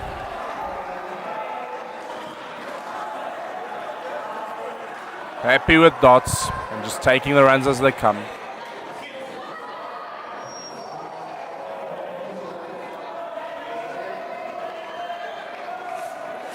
Got Aman Agrawal back into the attack again. So in this skin, we'll have two bowlers bowling 2 overs. Aman Agrawal and Akil.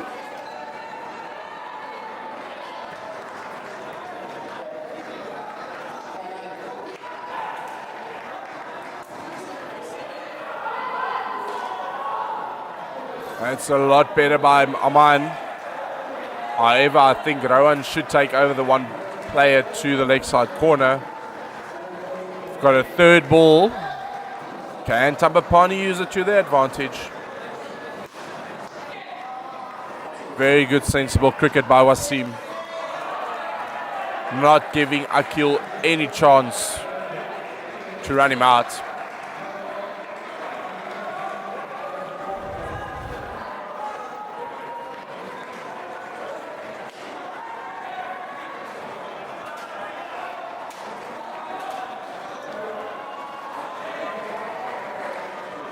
Sija's happy to take the dots here. Play the game out.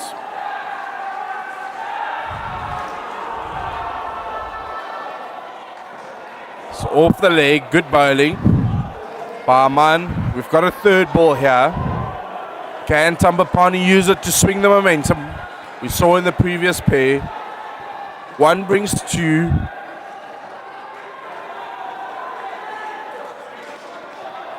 Poor bowling.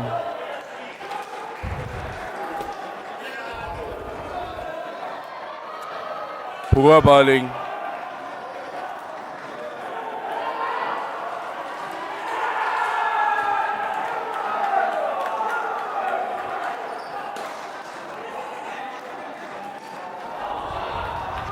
Very good shot there by Wasim. Prem with an attempted slap. We've got 1 over left in the game.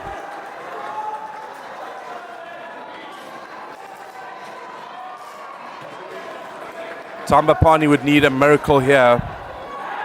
Would need 6 wickets in an over to win this game. Even then, it won't be enough.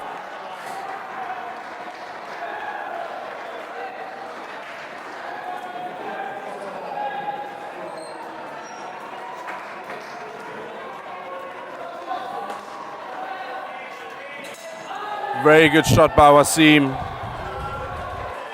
However, Thambapanni's players, Rowan has decided to review that. The problem is that their 3-line players are not getting over the line and giving them a chance to execute the run out. Giving the batsman an extra half a second that we've seen in the close calls have saved the batsman.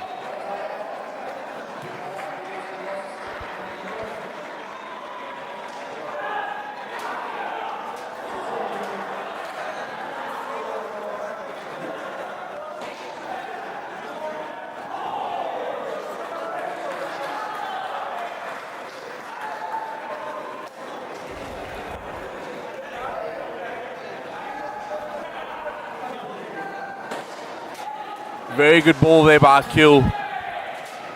However, too late for them here.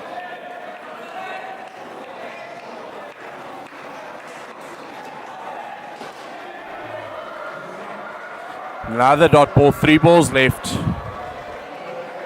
Game is definitely done. DBMSC still winning comfortably in the end. As I said in the beginning, Thambapanni looking to take 3 skins here and take some points home and not leaving empty-handed. In a long tournament like this, every point matters.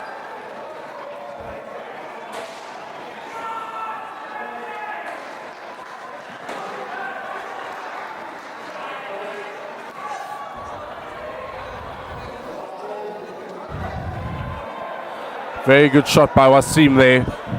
1 ball left.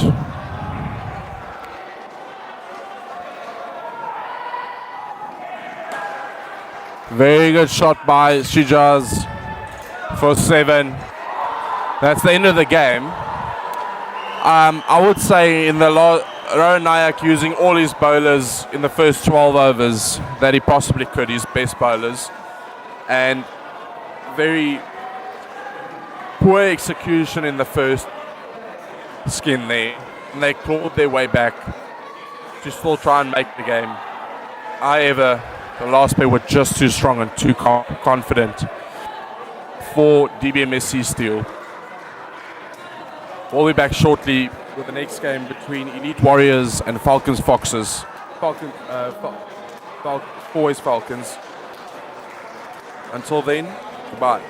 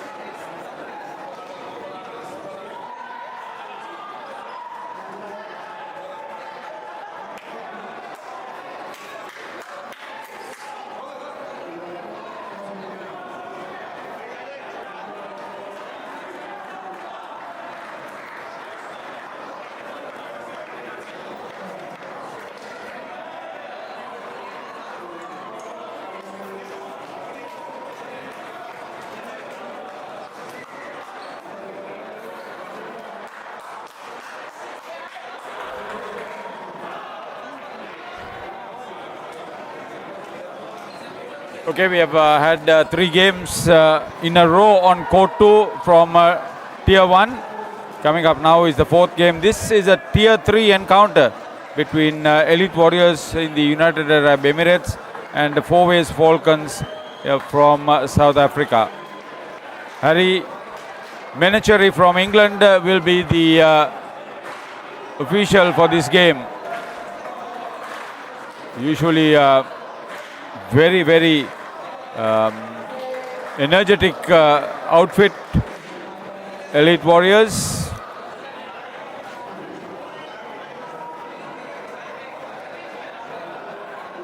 They would want to play with that same flair that they are known to be playing with in a tournament of this stature.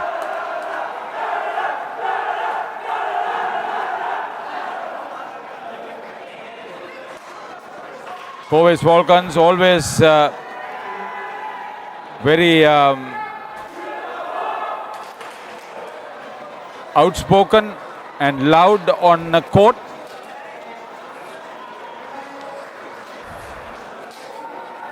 You would expect them to match all that with their performance on field or on court.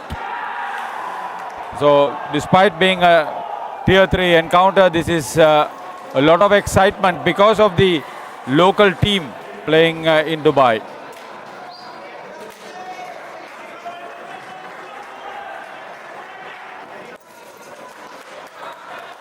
They've had some outstanding encounters over the last 2 days on the 4 courts. This is the UPro 3rd Club World Series 2025, which actually happened here initially, then went over to Colombo and now back in Dubai. 2016, 22 in the men's in 3 tiers and 4 teams for the ladies. Yash Gurnani and Kunal Lachani opening the batting.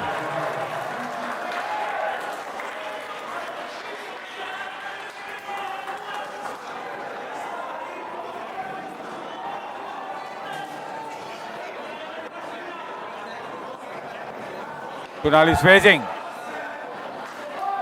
So 106 kilometers per hour delivery from Gahardas Deirdrix.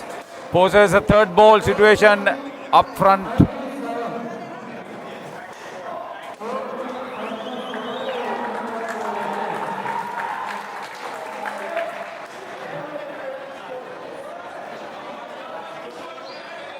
See how far he advanced, Kunal Lakshani, to get out of danger.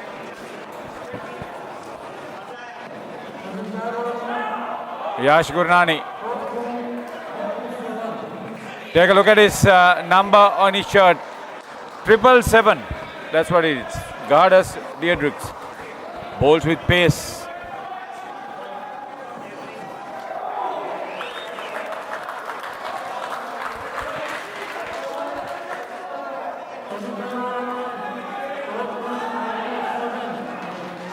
Second, third ball situation in the first over.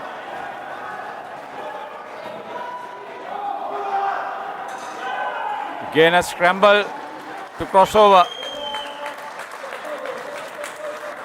The World Indo-Cricket Federation as well as the Ceylon Indo-Cricket Association partners with the UPro conducting this very competitive, very energetic third Club World Series 2025 here in UPro Dubai. Many UAE teams. Good to see that the game is very popular, very advanced in the United Arab Emirates. This is a wonderful facility here. With David Shipley, tournament director, with WICF Sri Lanka delegate Hiran Dimel,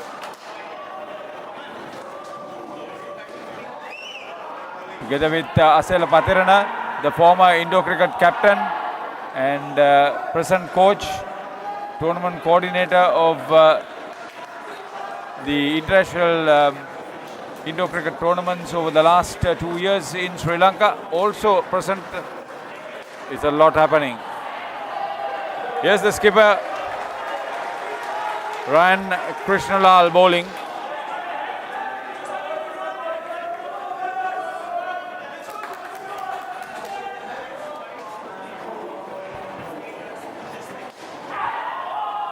Gurnani, late start for him, but good shot.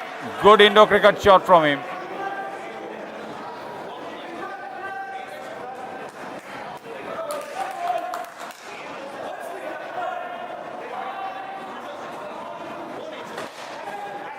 Oh, brilliant take.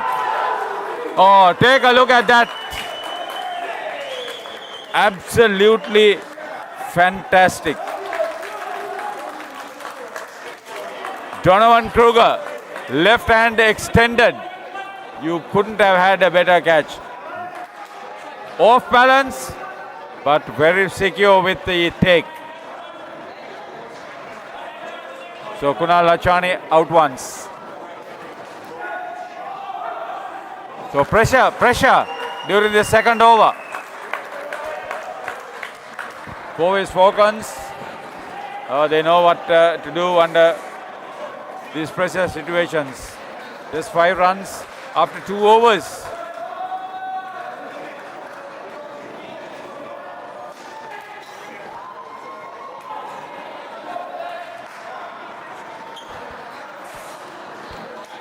Manish Kishore putting everything behind as far as the resources concerned to make this event a success. He has introduced extensive innovations as far as technology, HD stuff. It's all there on the screen. The way forward for Indo-Cricket. Third over.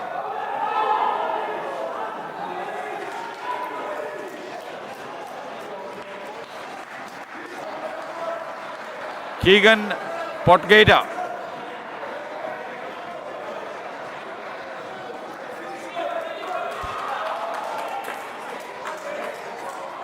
Three on the offside.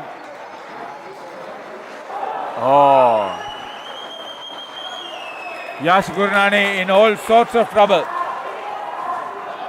He's finding it difficult to get going.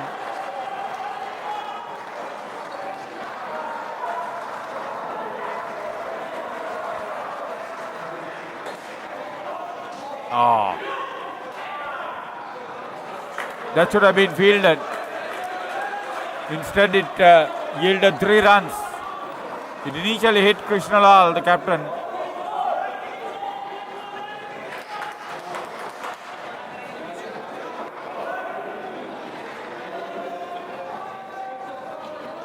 Bowled him, went for something big, played across. He was never in control trying to play that shot. Oh. Second dismissal for Kunal Lachani. Take a look at this. Not balanced, head everywhere. That will give Fourways Falcons loads to celebrate.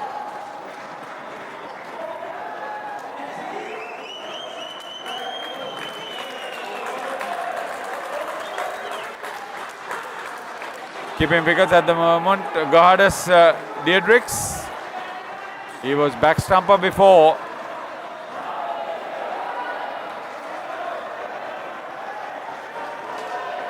Taken. Third dismissal for Lachani. Well taken. Off the net. Good work. Shikur Chabilal. Third line. No mistake. End of 3 overs. Elite Warriors are in deep trouble. -1 at the moment.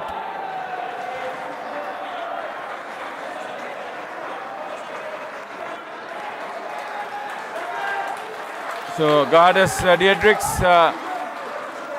still with the gloves behind the wicket. As Kunal Lachani -10 with 3 dismissals. Last over for the first pair.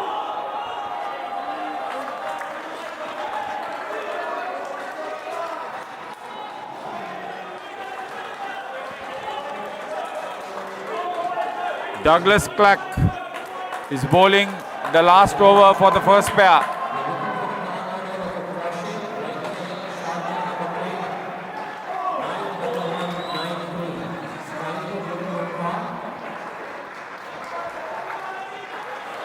Yash Gurnani is on a runner ball 9 now.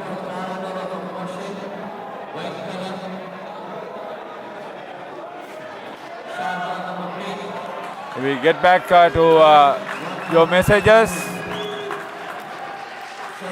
Ben Mays, Will Clare, Carlos Rocha.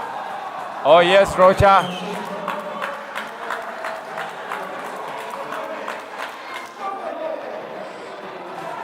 Damini Gupta.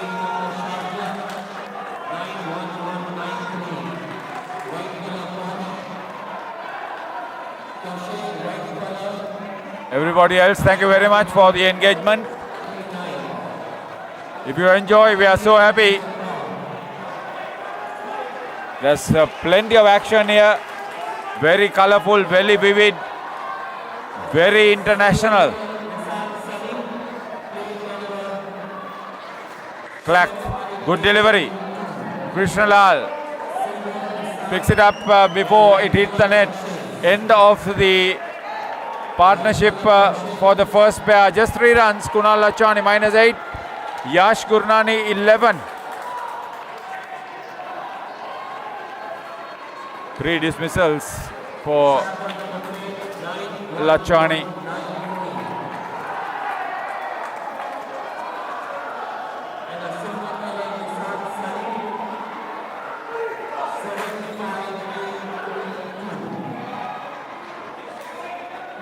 So the second pair comes up.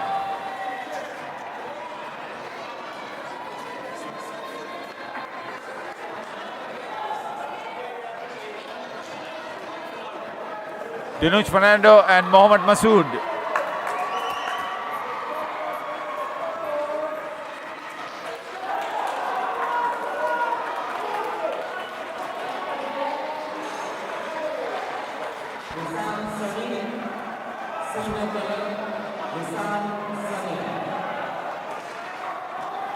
Oh, chance of run out. The skipper Masood was down the track. There was no chance of a run there. He was lucky the pickup was not clean.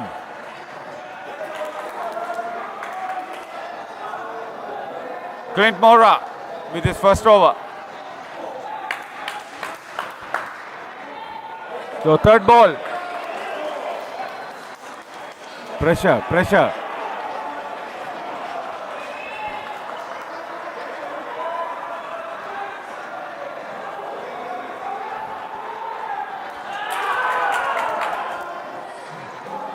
Home, says the umpire. Yeah, he ran as if it depended on his life to get there. Oh, missed the ball. The back stumper. Donovan.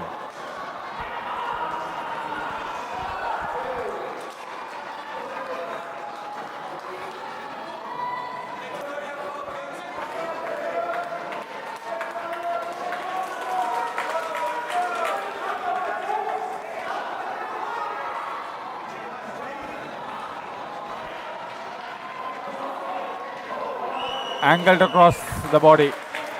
Too far wide. Signal wide by the umpire. That should ease a lot of pressure for Dinush Fernando.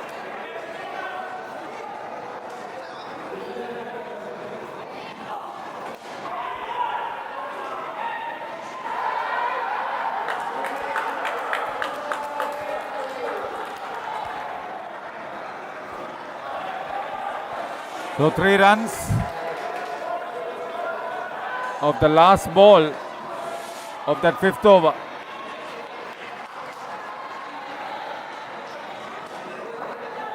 Clinton Mora conceding 8 runs in his over.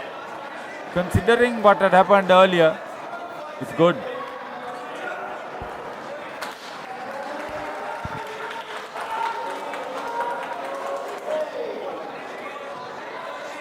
Chika Chabilal.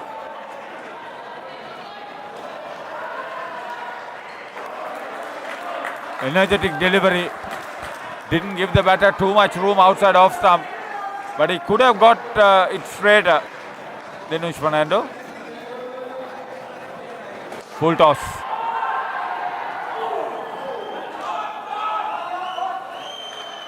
Great pickup and a great backflip. Missed the stumps at the bowler's end. Nevertheless, the skill was there for Krishnalal.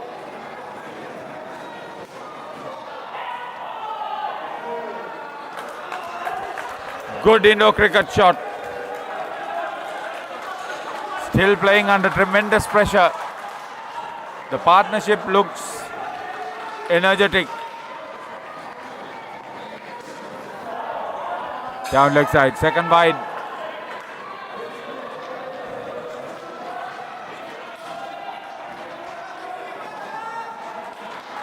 Now in 10 balls, they've got 14 runs.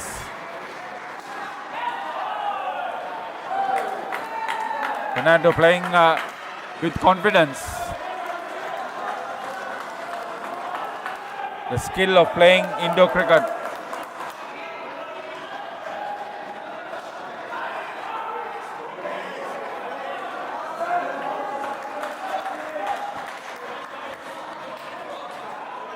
So 2 overs completed in the second partnership, 16 runs on the board.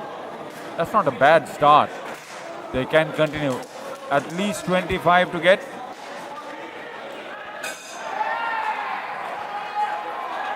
The bare minimum, I thought, after that rather sedate, error-prone start by the openers.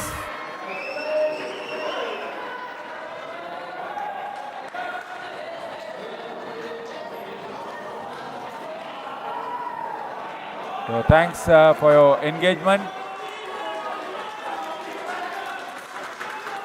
Beans, Theo Rocha.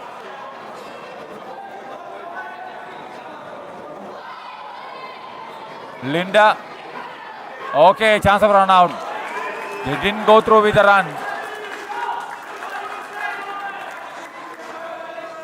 Heinrich Boats. Is the speed gun working properly? I thought yes so far. Full toss. Masood took a chance. Not always the speed gun.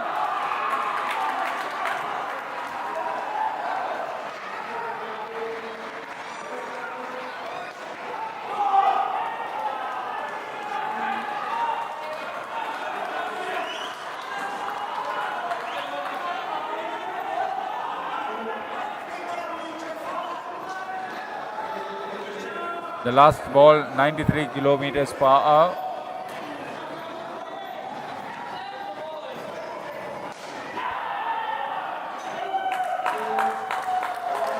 Mark Ibbets is bowling at the moment.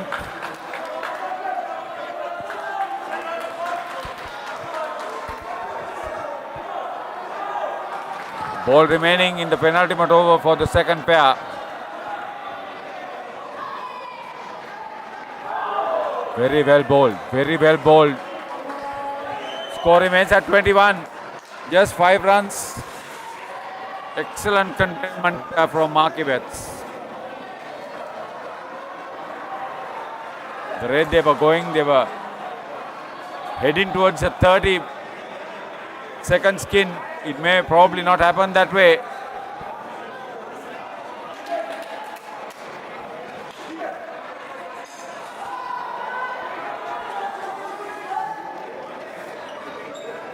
So Mohammad Masood, the skipper, he's on 14.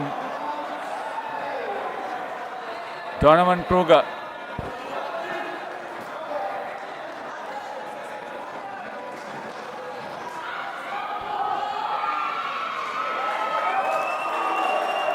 Near call. Fernando had the presence of mind to return quickly, maintained his balance. Straight at the fielder.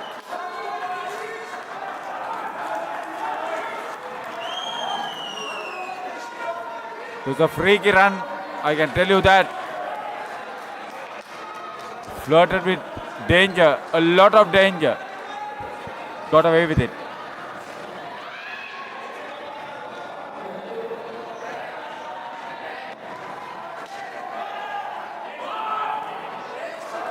Very well bowled. The way he controlled his flight, changed the speed of delivery, was exceptional. Round the wicket, Donovan.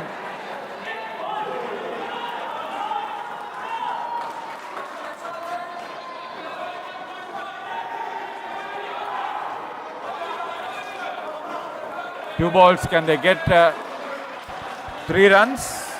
Make it happen.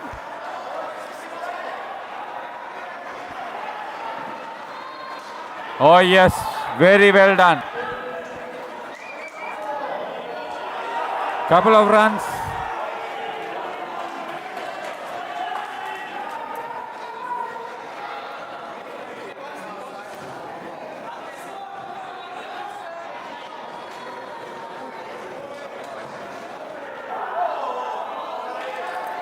Beat the batter on that. So Kruger bowling a tight over. Just 5 runs to restrain the second pair for Elite Warriors. The skipper Mohammad Masood and Dinush Fernando. They added 26 runs.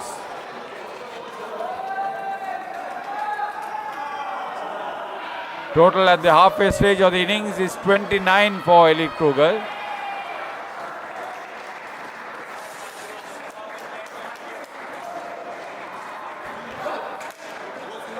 But the next pair need to bat with a lot of sense.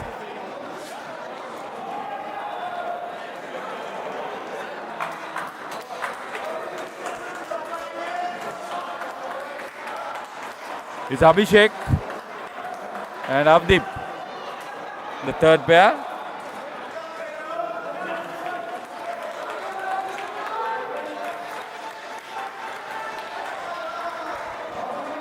Abhishek Dalal, he's on strike.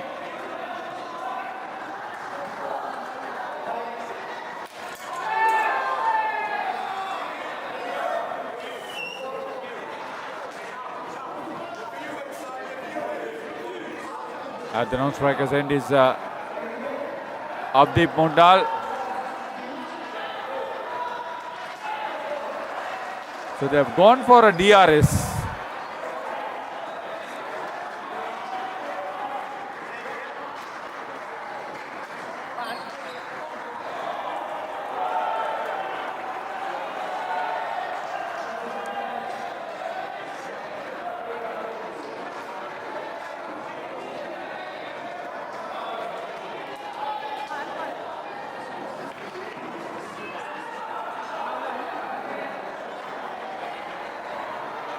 Waiting in hope.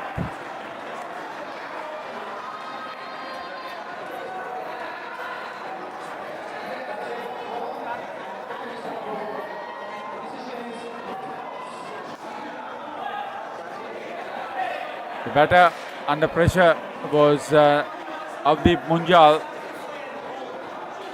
That was a great take. But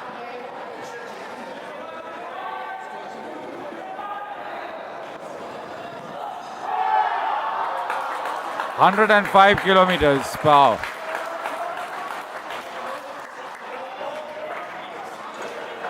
Almost 100 though. So he's bowling with the pace. Clinton Mora now.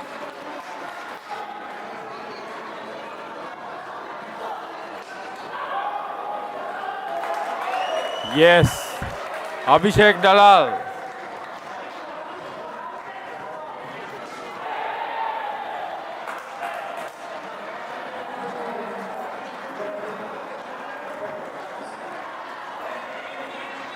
Third ball.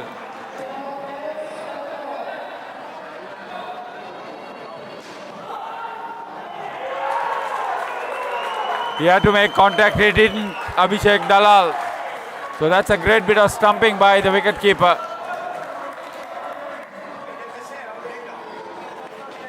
Gahadas. Oh, the wicket will hurt Elite Warriors. They are struggling. The fluency of run making is not there for the UAE team.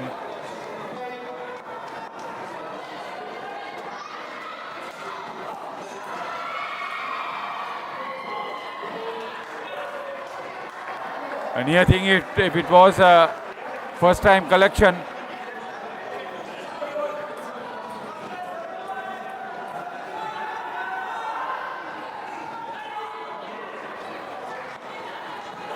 Mora.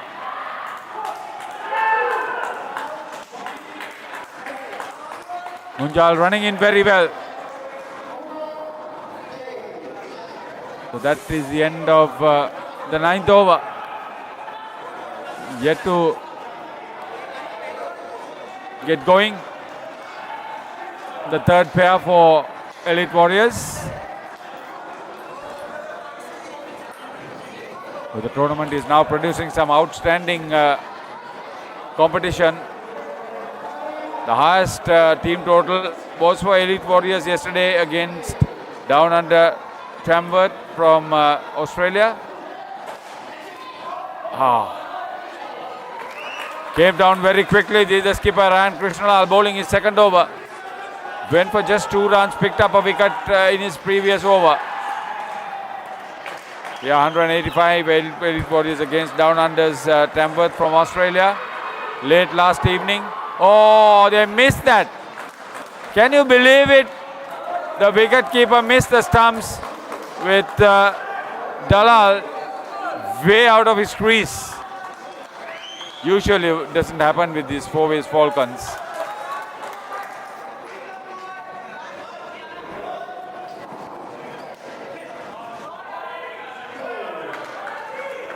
Had to put in the dive, no danger though. Their run making that much difficult. They have made it difficult, the Fourways Falcons.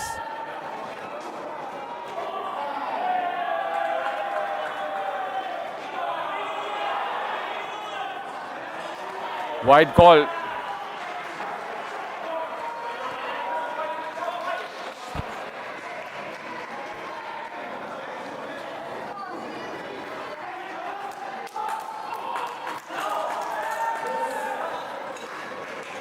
Very nearly run out. If it was picked up by Donovan, it would have been curtains for Avdeep.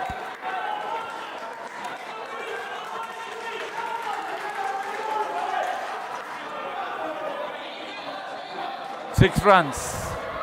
Last ball of the second over for the third pair.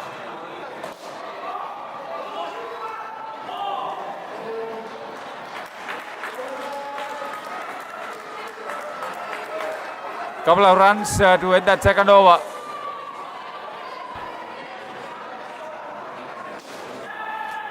But they have struggled.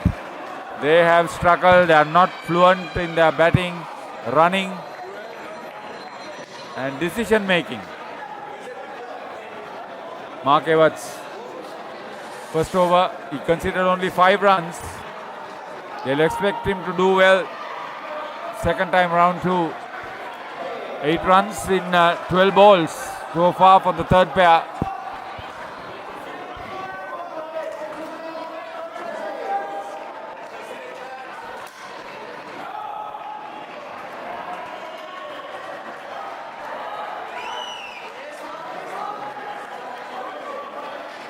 Abhishek Dalal, he struggled a lot. He's faced 9 runs, 9 balls, 7 runs. Munjal, 1 run of 4 balls. Hit the back of the net. Important 3 runs that will ease a lot of pressure for the third player, with the 3 coming in at an early stage of this penultimate over for them.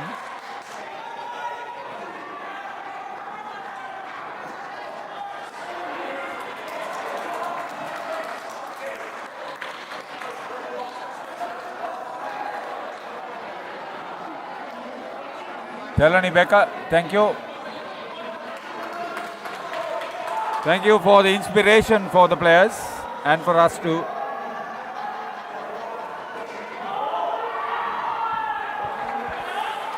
Oh, he had started running before he made contact with the ball.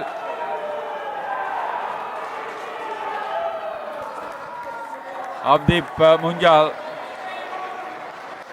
Every run is a premium for the Elite Warriors at this stage. They will look to get to at least 60.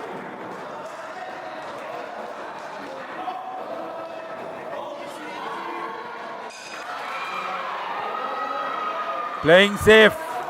Playing safe.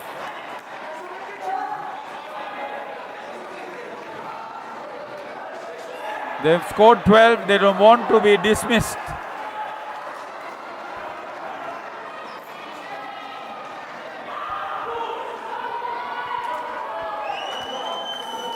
Yeah, another miserly over from Mark Evans. This time he considered only 4 runs.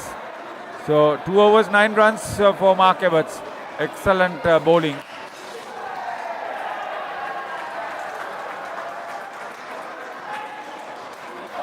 Six balls remaining for the third pair for Elite Warriors. Avdeep Munjal and Abhishek Dalal, they have to bat without being dismissed. They are to get somewhere close. I mean, if they get to 20, they'll be happy. That's 8 runs from now. Last over, you could get the re-bowl.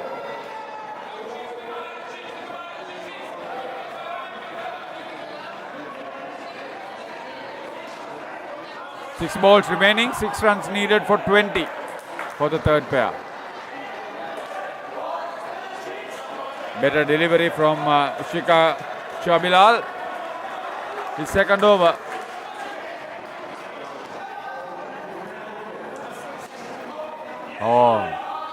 See, 2 dots. Third ball situation coming up. This is an opportunity for Fourways Falcons. Better delivery. But Munjal is an experienced campaigner. Came out of his crease and then he was smart enough to hit the ball between the two fielders on the onside, and they are unable to get a hand to it.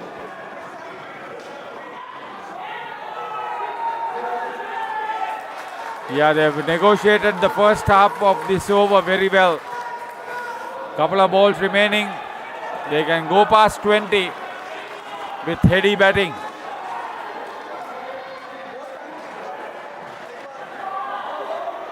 Missed out on that.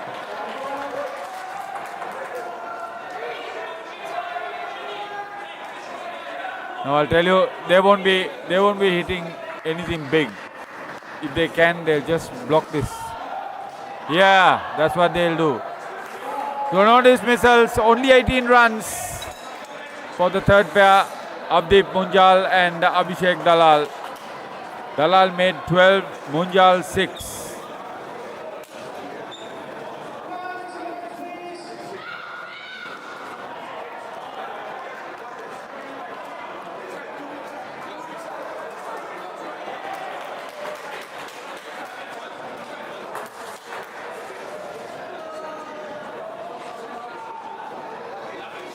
So Arshan and Chaitanya, the last pair for Elite Warriors, they have a responsibility to score adequate number of runs and not being dismissed.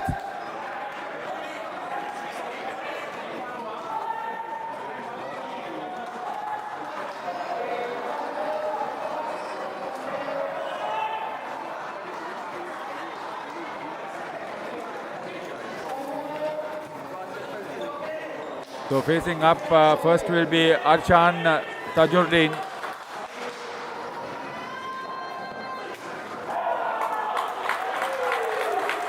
He was initially keeping, now Gardus Deirdrix is bowling in second over. He went for just 3 runs early in the innings. You can see why. Gone. Brilliant fielding. Off the net. That's what they didn't want. Elite Warriors didn't want that. Great fielding.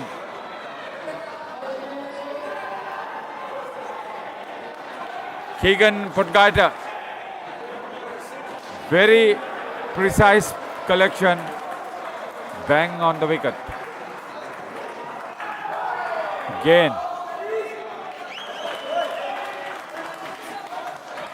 Tajuddin in all sorts of bother. 3 balls, 1 dismissal.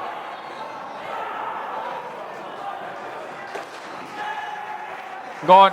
Oh, collection was botched.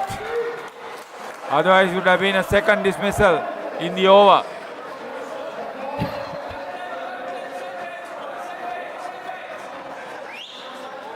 So Clinton Mora bluffed that collection. He had enough time to get the batter dismissed. Arshan Tajuddin will consider himself lucky.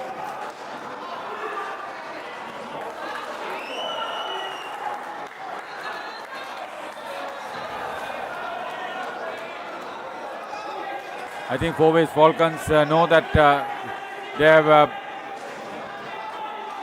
applied enough pressure on their opponents, Elite Warriors. Very good work by the bowler to prevent any runs there. 1 for -1 for Gerhardus Deirdrix. Excellent over completed on that occasion.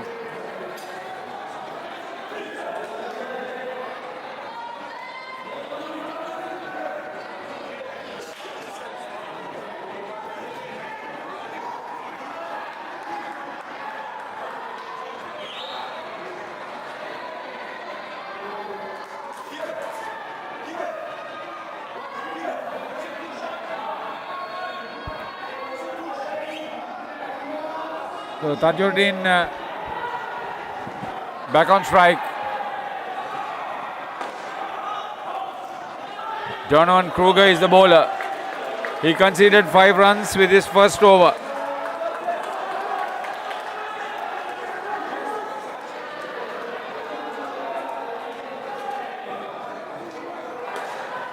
Oh, that's a great strike. That's a maximum. It came out of the blues. It could give Arshan Tajurdeen a lot of confidence after that dismissal.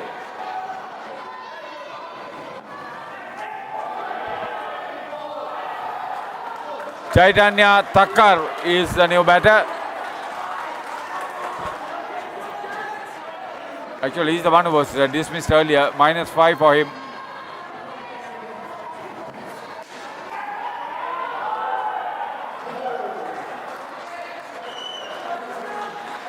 Yeah, with that maximum, I think they would be confident, make a sizable contribution. This is the first over for them.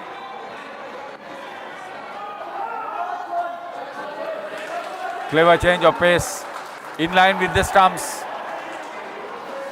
Tajurdeen not able to do much. He will still be targeting the net behind the bowler. Well bowled. Very good line. Very difficult to play off the back foot. If you get something like that, end of a very tight over indeed. Except for that one ball that was hit for 7. 9 of the over. Keegan Podgaida, he bowled an excellent first over. 2 for -6, his figures.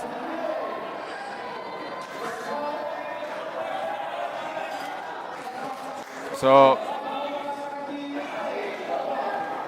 Gerhardus Deirdricks once again behind the stumps.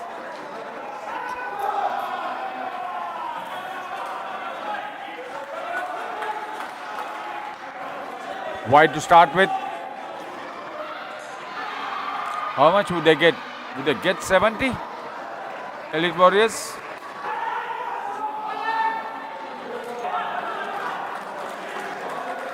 That was a very near thing.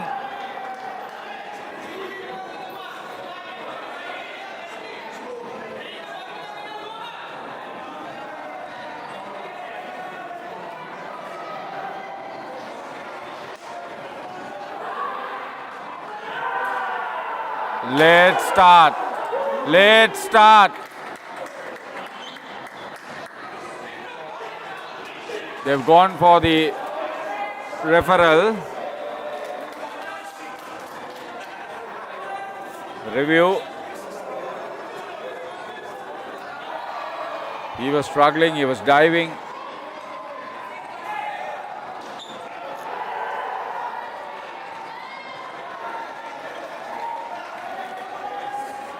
This is the new technology that has been introduced here and being extensively used at the U-Pro 3rd Club World Series. So just one run, he was saved.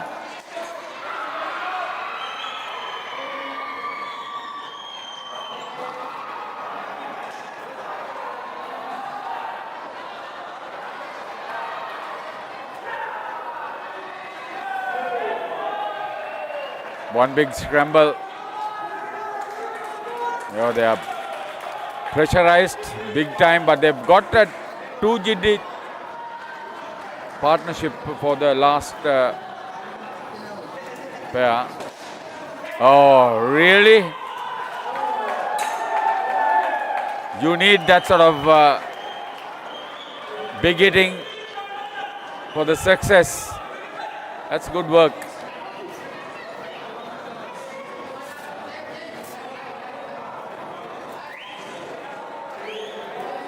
So Tajurdeen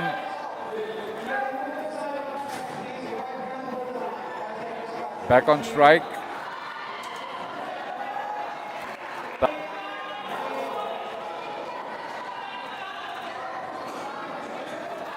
He's making his presence felt. Keegan bowls. That's easy, that's easy.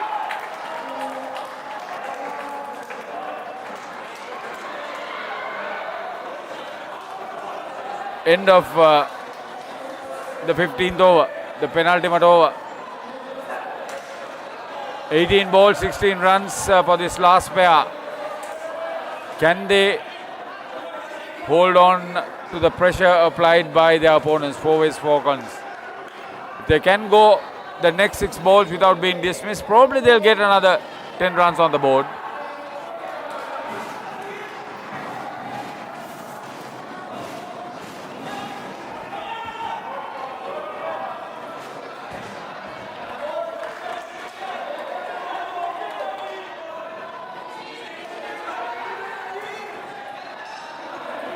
So the last over will be bowled by Douglas Clark. Brilliant delivery. He was very economical in the first over too, just considered 4 runs.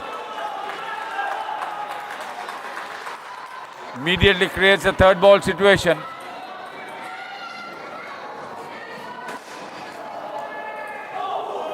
Oh, if they had a safe collection,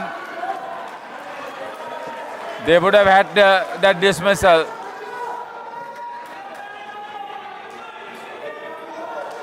Donovan Kruger fluffed with that straight drive all along the ground.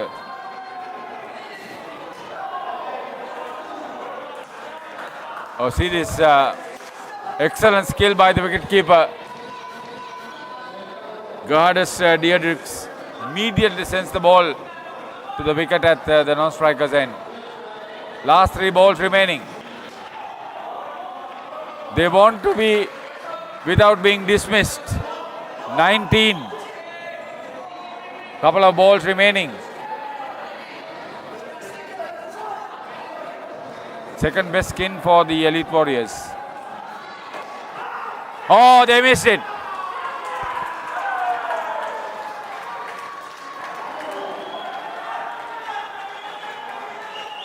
Those 5 runs could make a big difference to the psychology of Elite Warriors. The last ball coming up. No need to give a dismissal. Oh, he's given out.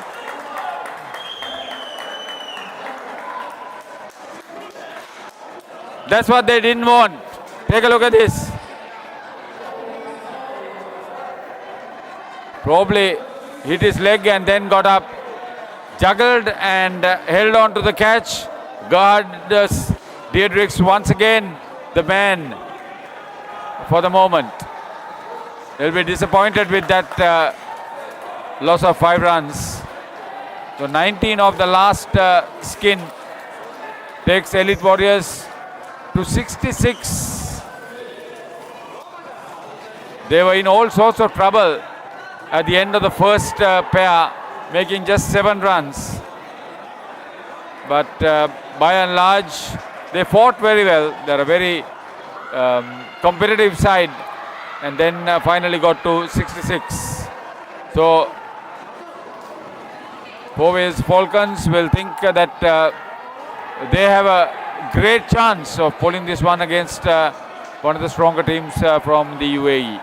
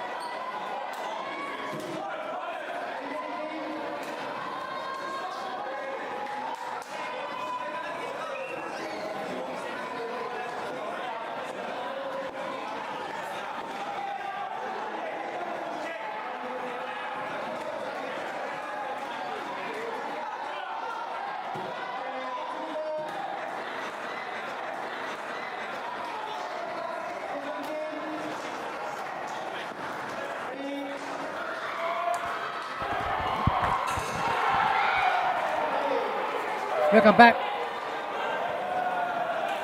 This is the game between Elite Warriors and Fourways Falcons.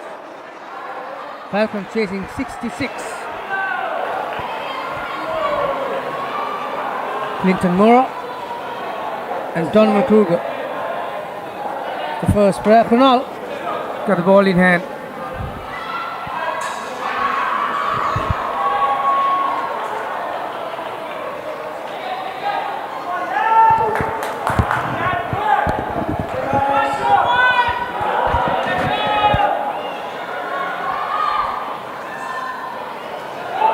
There's nice shape.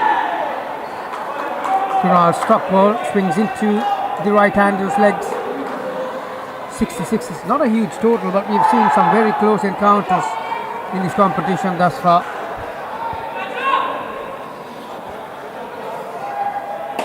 Good length, but nicely scooped by Clinton.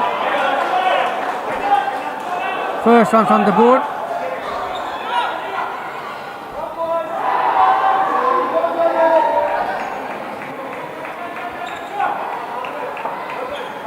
This is Donovan. Inside edge. Intention was to drive towards the back net on the offside. I caught the inside part of the bat. Full toss, driven firmly. Very well fielded. Very easily. Those kind of shots can ricochet off your body and hit the side net or the back net for that matter. That was very well done. Donovan must be disappointed that he missed out on that one. Running with the shot, third ball. Well, that was the first opportunity for the Elite Warriors.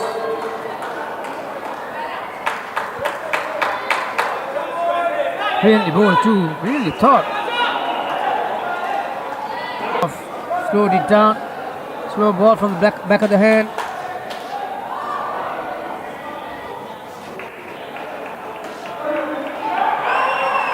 Oh, another opportunity. Very close one it could have been. So the rub of the green going for Fourways Falcons in the first over. Very easily they would have been minus at this stage.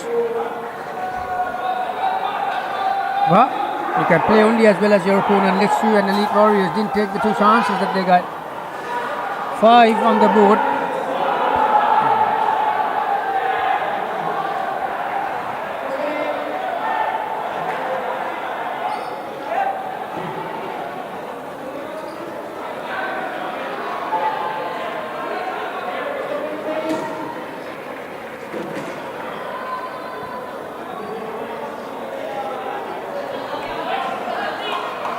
So many of Indian cricket fans watching from right around the world. It's going to be Dinush Fernando to bowl the second over. Clinton. Oh, gets an outside edge all along the ground though. Dinush's stock ball is the one that goes away from the right hander.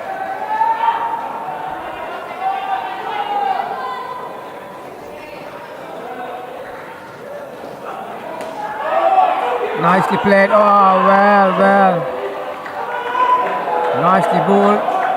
Had to check his shot, Clint. Kunal fielding in that position on the offside along with Navdeep. Another opportunity gone begging.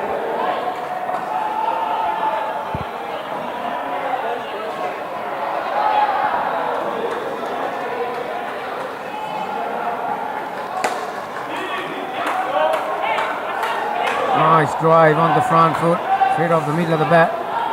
Hashan Tajuddin fielding in that position, third line on the offside.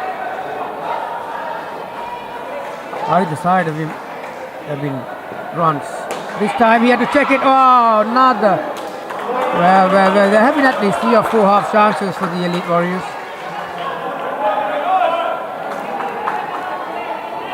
Fernando also bowled a slower delivery. Donovan had to check his shot. 10 on the board. Full toss. Oh, cow this time. Finally. Elite Warriors grabbed an opportunity. That was a full toss. Didn't have the height or the power from Clint. Donovan was stranded. Score is back to 5.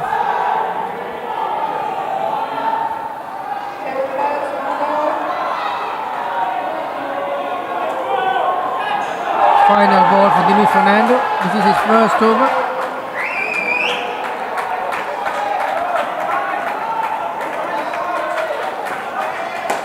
Oh, hit firmly. Opportunity. Donovan ran with the shot. 3 was the result.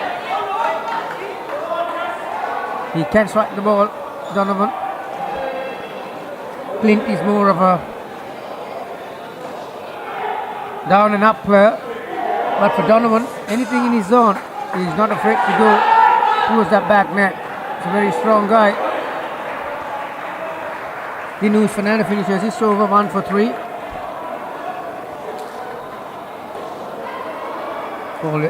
Fourways Falcons started that over with none for 5, or sorry 5 I should say.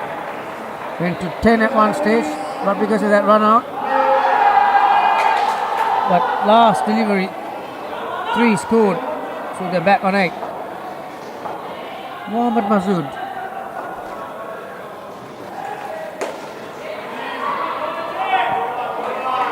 As you can see, Donovan is a guy who presents a straight back. Looks to play through the line.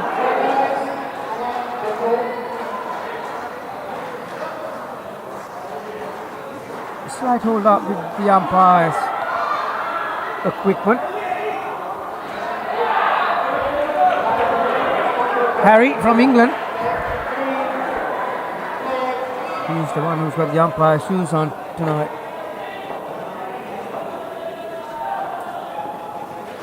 Hit it firmly. Oh, well. Did it carry? Valiant effort from the back stumper.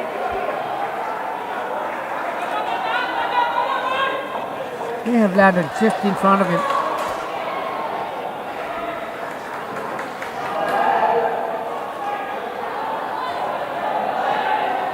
Good delivery, good line. Slightly quicker than Clint expected. It has not been a big scoring game by any means. A lot of dismisses, a lot of dot balls. Wow. Appeal for a call behind and given up. Change of length from Masood.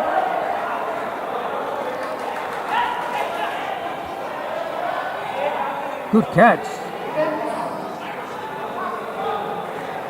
Never easy when these wicket keepers, when those catches come around your chest height. You don't know whether to have your fingers downwards or upwards, but that was a great grab.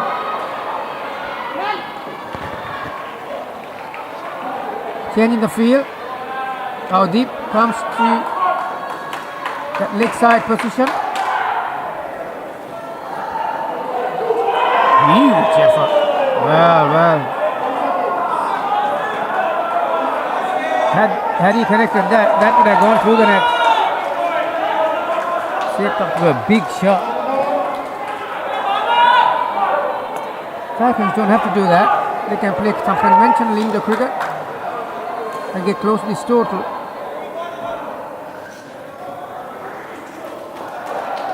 Just like that.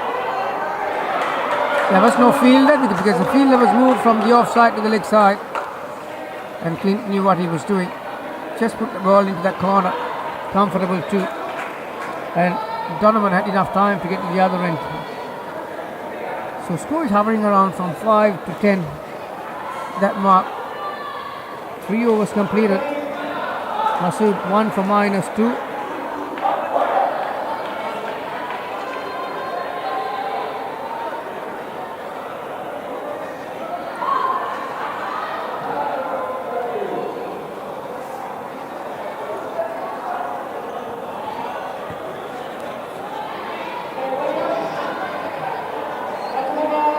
Yash, who took a very good catch in that last over. As the keeper got the duties of bowling the last over for this batting pair. Can he find a dismissal or two and try and win a bonus point for the skin? Well, that's not a good one.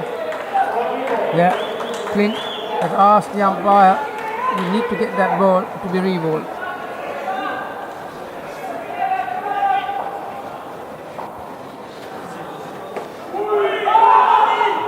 Well, both batsmen were on one side, keeper's side. All Chaitanya had to do was to regain his balance. But that's another wide. Well, suddenly an 8-ball over and a miss run out. These small things matter at the end of the day. When you defend a small total, a modest total of 66. That's the shot he's looking for. This time he collected it cleanly. Had he hit the stumps, Donovan wouldn't have been in the picture, but not to be. 7 runs. The first 7 of the innings comes off Donovan's bat. Suddenly the total moves to 19. Dives down and up on the offside from Clint. Applauded by his partner Donovan.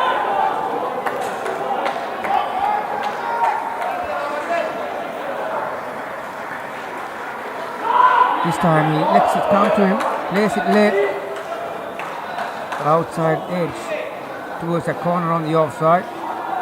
So no need to take a risk at this stage. 21 on the board. But look at the last 2 balls.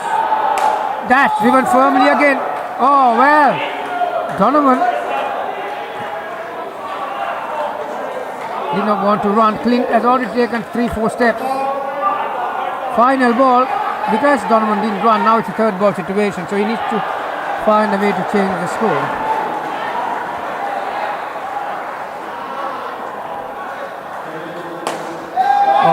Punched it. Pounced on that one. Over pitched. Another 7. Well, that's a massive over in the context of this game. Modest 66 runs on the board to defend, and yes, concedes 22. Well, I feel sorry for him. There was a run-out opportunity which could have been the difference in that over. So 28, very healthy start, easily the highest partnership in this match so far. Donovan finished with 19, Clint with 9.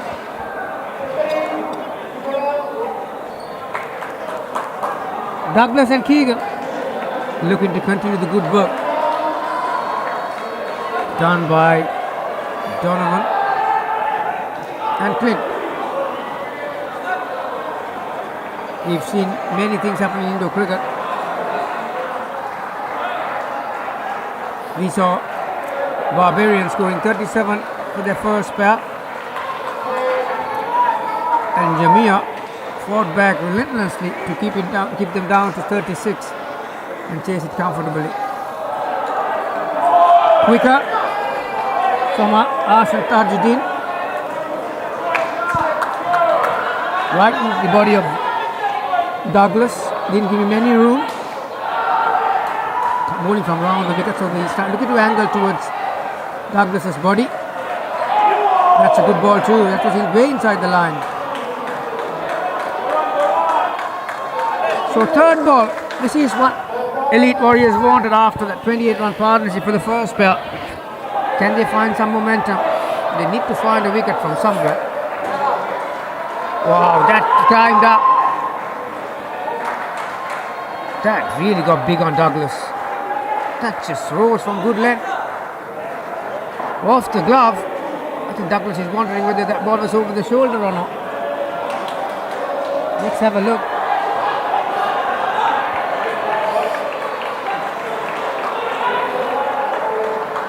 So single will take the Butters out of that third ball situation. Another short ball.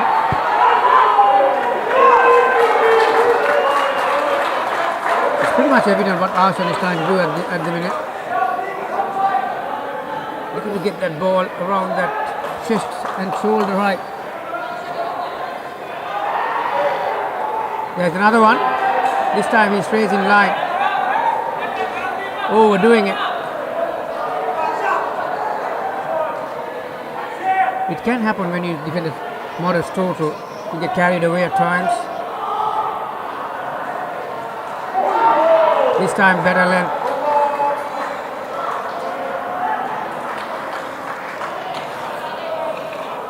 So 5 runs conceded by Arshan. Keegan and Douglas will take that without being dismissed. They had a third ball situation but got away with it. So the more they bat throughout these next 11 overs without being dismissed, I think they're pretty much going to go past this total of 66. Exactly the opposite what the Elite Warriors want. They need to find dismissals. It doesn't matter how it comes.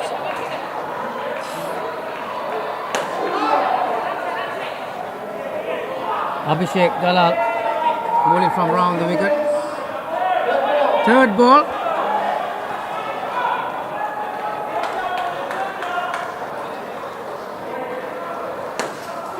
Just tap and run. Oh, misfield. Again, 3 fielders were converging on that. Kunal got a hand to it. Deflected the ball towards the third line fielder. Who was it? It was the bowler, Ashan. And Abhishek had an opportunity too. That's one again. Fumble, but batters opted not to run. That was a huge result, that last ball. 5 runs straight to the back net.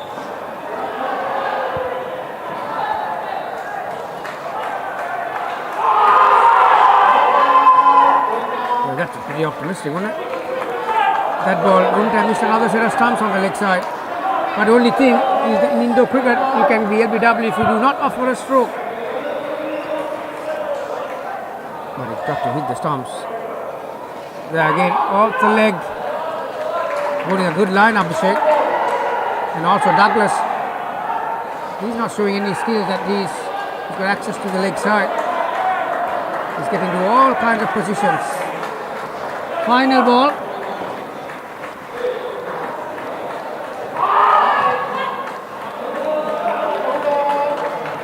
Apart from the misfield which hit the back net 5, that was a terrific over from Abhishek Dalal. It would have been easily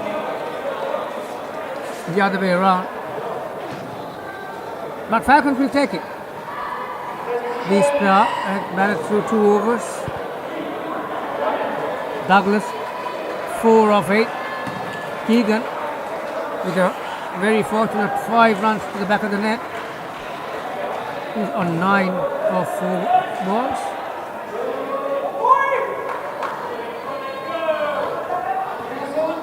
(41), chasing 66. Mohammad Masood into his second over. Incidentally, picked up wicket in his first over, 1 for -2. He needs to do the same thing to keep his side in the game. Didn't have the height, but that was in the gap between the fielder on the offside, Kunal, and third line fielder Abhishek. The batters had enough time to cross over. 1 + 1, 2.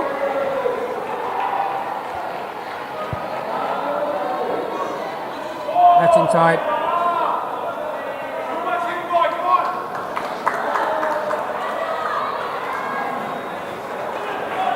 As you can see, Keegan and Douglas right now looking to play conservative, conventional Indo cricket. Maybe down and ups without taking a lot of risks.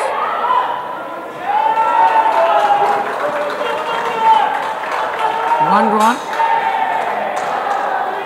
Audi feeling at point position, couldn't gather it cleanly.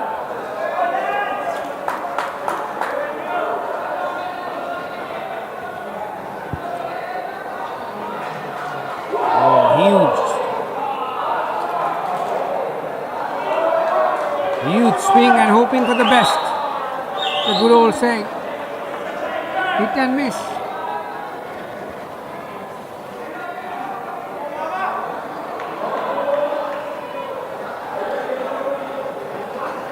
Another one, very similar. Yeah, I think Douglas realizing that he made the mistake, tried to back it towards the back net without trying to drop the bat with an angle to get some height to the side net. Third ball.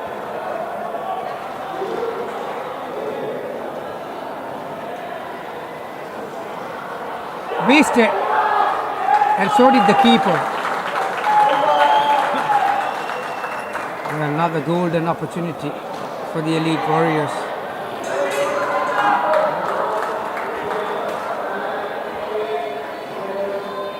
Masood, 1 for 2. We'll take that any day. But easily could have had 2 for 2. That last ball was a third ball situation, and batsman had no idea, missed it completely. And they scrambled through for another run. The score was changed. 17 on for this third pair. Douglas 7 off 12, Keegan 10 off 6. Final over for this batting pair. It's going to be Dinusha Fernando. He didn't bowl a bad over either. The first one, 1 for 3. They need wickets. That's why they have brought these bowlers to try and get some dismissals, find some dismissals.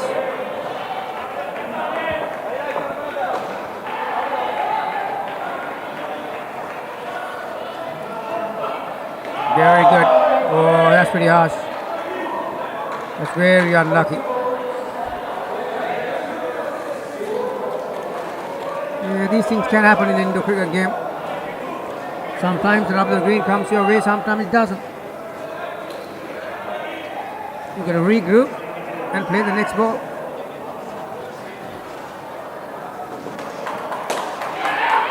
It officially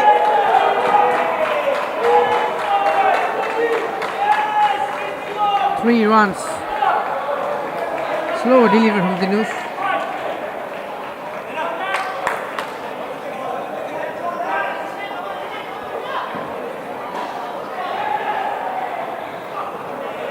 Oh, that is close. That is very close. Like outdoor cricket, there is no law that ball can be pitched outside the leg stump. Now you decide from home whether that was going to disturb the stumps or not. It swung from a mile away. When he left it, he thought that the ball was going to go down the leg side.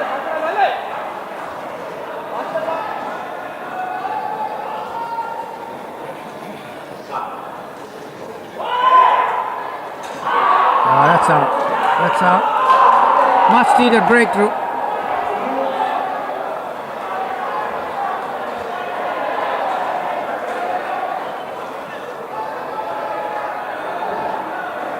It comes to from a run out.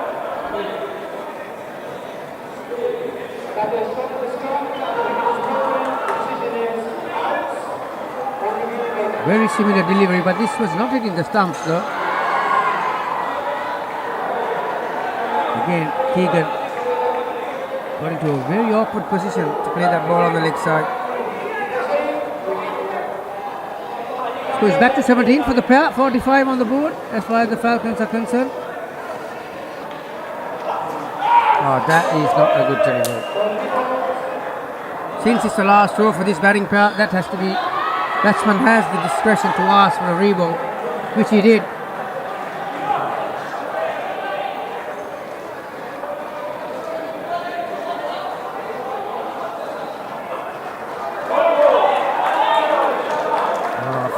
Decision this time. Dinusha gets the call to his side. 2 deliveries left.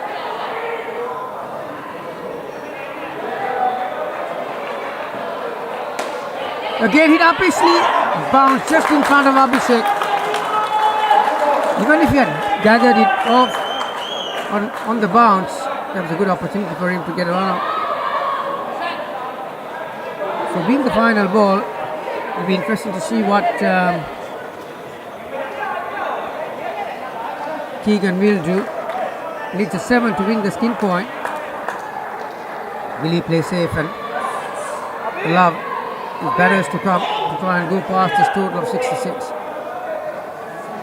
I'll tell you what, Elite Warriors hoping that they are going for the shot, so they've dropped the two third line bowlers to the backman.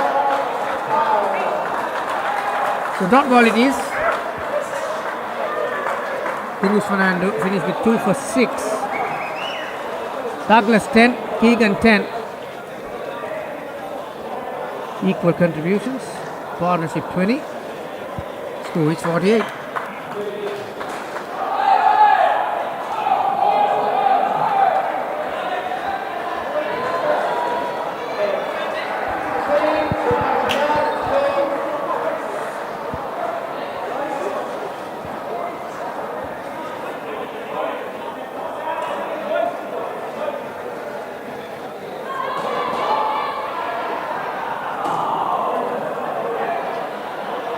So the third pair for the Fourways Falcons. As far as the Elite Warriors is concerned, they need to bring their A game in both departments, fielding and bowling, to have any chance of coming back to this game. Kunal is the bowler. Wow, nicely played. Nice feet. He lets the opposition know about it too, Mark. Why won't you when you play such a comfortable down and up?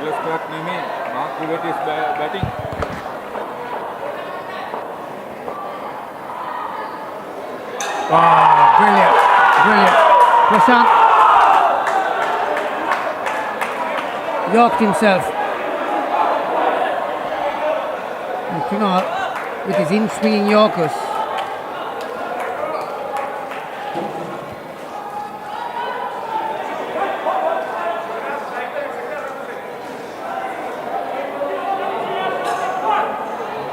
We still haven't changed the batters' names. We apologize for that. But Kunal has got the ball. Yeah, this time he gets well behind that one. Didn't have the power to hit it towards the side net, but he'll be happy to cross over the other end. Not only that, 1 run being added.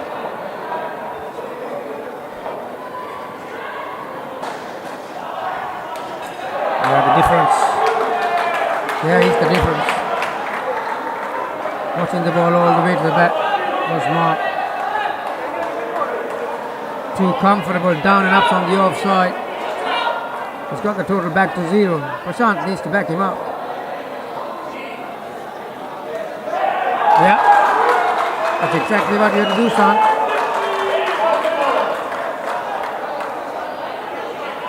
Slightly short from Kunal.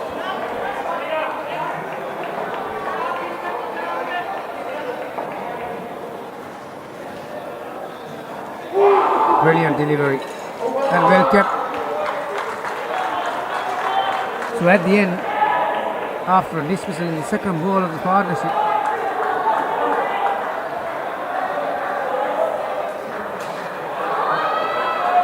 two on the board after 9, 50 chasing 66.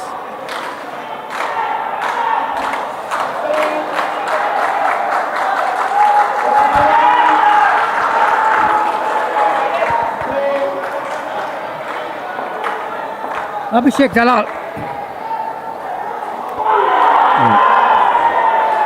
That was outside the leg side tram line, but Prashant's feet were outside the line as well. So it's the third ball situation.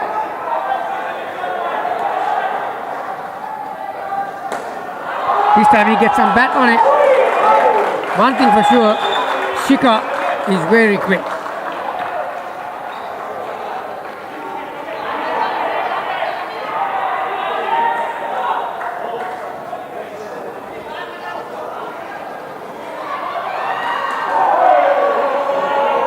Shape away from Abhishek. Bowling from round the wicket. He's looking to swing that ball from around just out to the leg stump towards the stumps. Ideal delivery will be trying to hit the off stump. Has he got the control for the swing? Wow, opportunity. He threw the kitchen sink at it. Opportunity for the keeper for a stumping.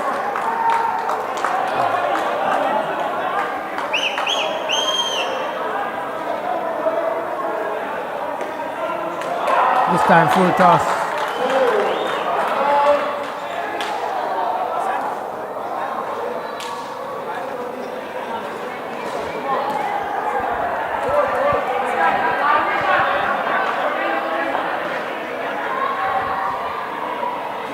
Oh, firmly hit. Shika is a very happy player. 4 runs for that effort. We still got to get these names right on the screen. It says Douglas, but it's not. It's Mark Yvette. Wearing number 74, the right-hander from Fourways Falcons. And Shika by number 86.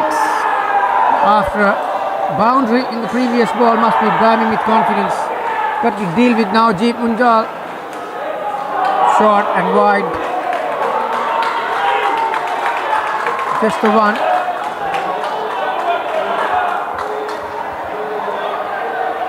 Most of these elite warrior bowlers are looking to operate from round the wicket, targeting that leg stump. Nice shot. With that kind of speed, you can't afford to bowl that length.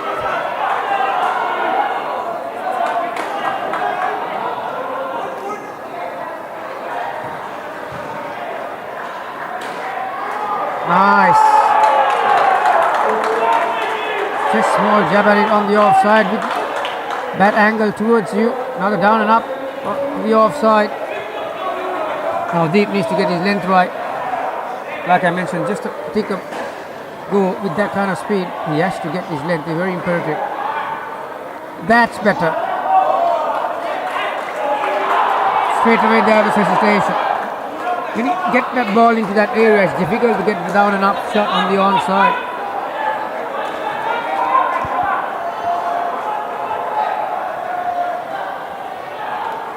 Opportunity, well, both fielders on the leg side were looking at each other. Dinesh Fernando.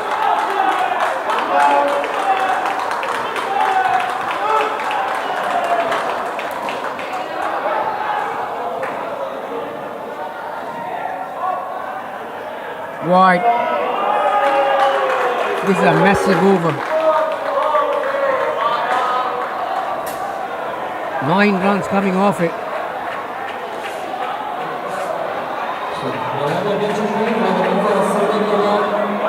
They were 10 after 2 overs, so the skin point was still in play. But now Deep is considered 9. So all what Mark and Sika have to do is to play safe in these next 6 deliveries. But they've already gone past the team total as well. So priority is to keep those runs that they've scored.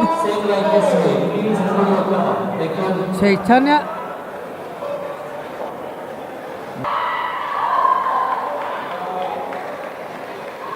Leg side. Not the ideal scenario. You are bowling the last over the partnership. You start with the leg side wide. Now it's set to become a 7-ball over.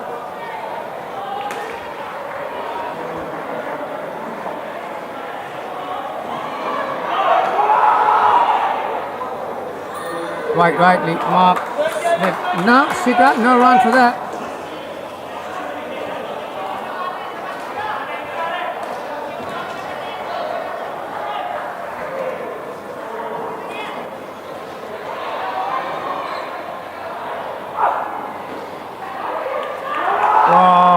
Well, hesitation, both batters ending up on one side, but the fielders are not doing their job for the Elite Warriors. Both have indecisions which side to throw. Now it's a third ball situation. Can they try and find a way to win the skin? They get a dismissal with 3 balls to go. This batting pair will be 2 runs behind.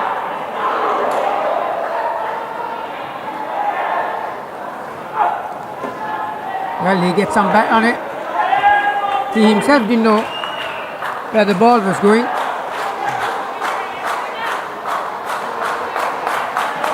So now there are 4 runs in front as far as the skin is concerned. And so is the team total, 4 runs in front.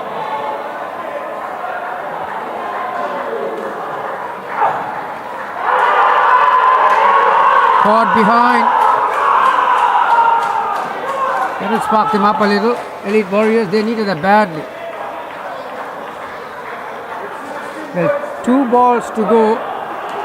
You could pretty much hear the words coming from outside the court from their teammates. Look to get the skin. 1 run behind. They need to get 2 to win it. Got 2 balls left.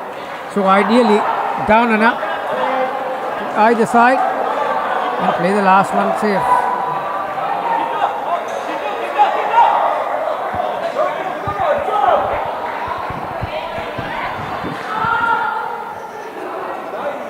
A lot of advice coming to Chaitanya.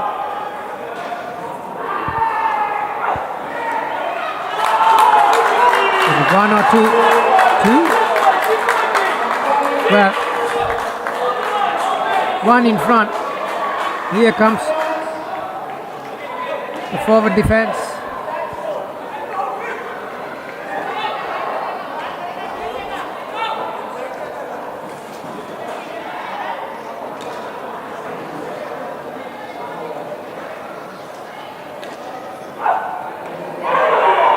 Perfectly played. Got the outside edge.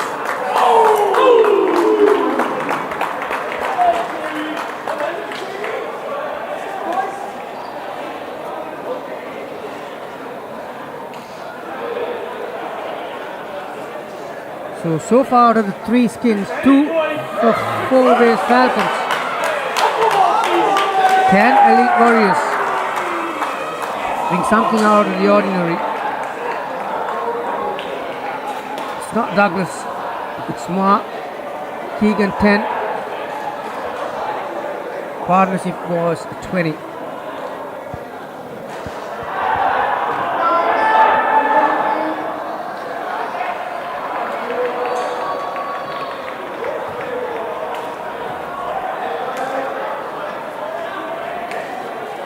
Final game for tonight, day 2.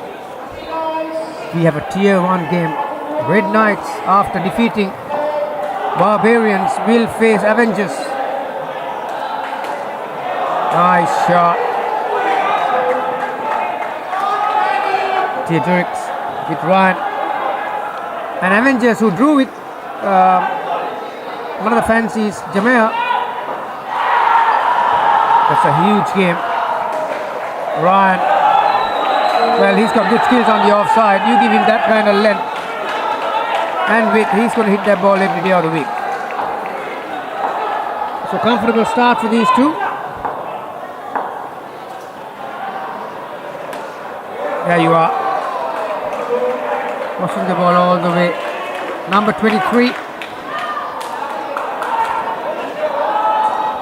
Hendricks.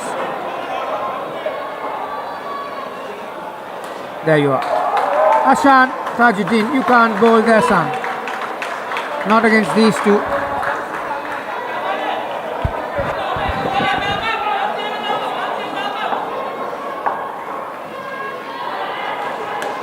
Nice, nice, nice. Perfect down and ups. 3 of them.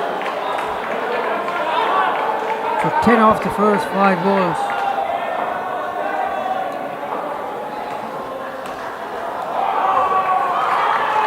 Well, you can pretty much play all 6 balls, it will be like a replay.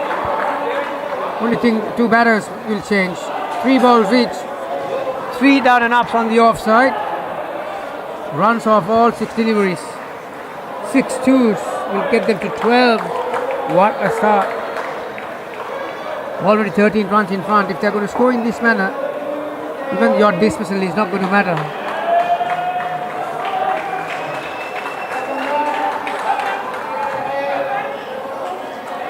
Shot. How deep this is? Second over. Already considered 9 in the first.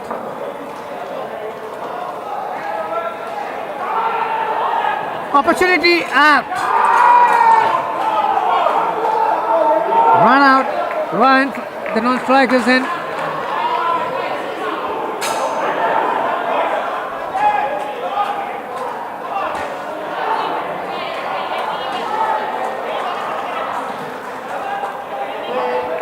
So can the Elite Warriors turn this around?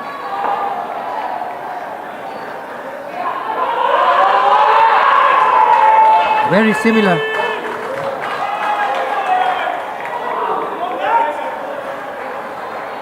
Both batters didn't know where the ball was, but they just ran. Clean pick up that had them in trouble. Leg side is the call.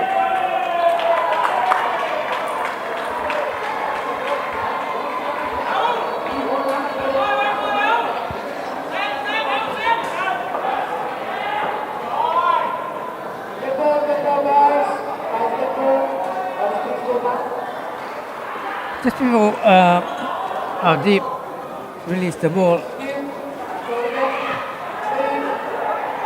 umpire called dead ball, so he'll have to re-bowl that one. Not that batters will get any points, or runs rather.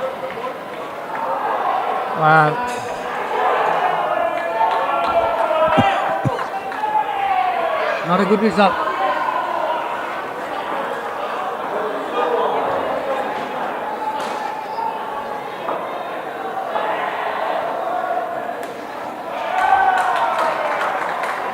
Down and up on the offside, the shorter length. We've seen that happen a few times with these 2 batters.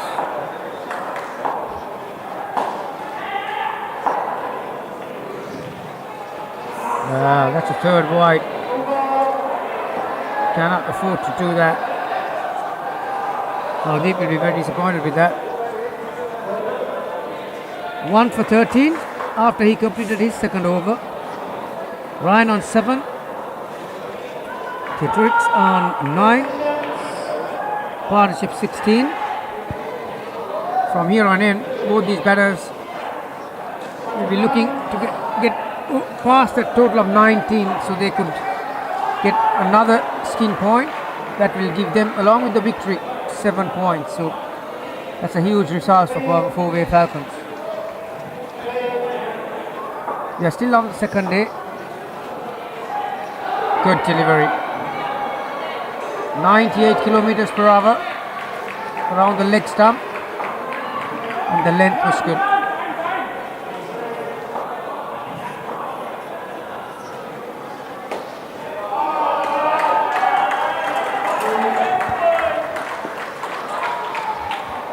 Two scored. The stopwatch, there's only 20 seconds left. Nice shot. He's hit some nice down and ups in this innings, but that was the best out of it. This was on the leg side. Well, misfield. But could have hit the 3rd net on the side net. Masood helped it along to the back net, so result was 5. That's another fantastic shot. No fielder can get close to that one. Enough height, power to the back net. That's a good delivery. Yes. None for 35.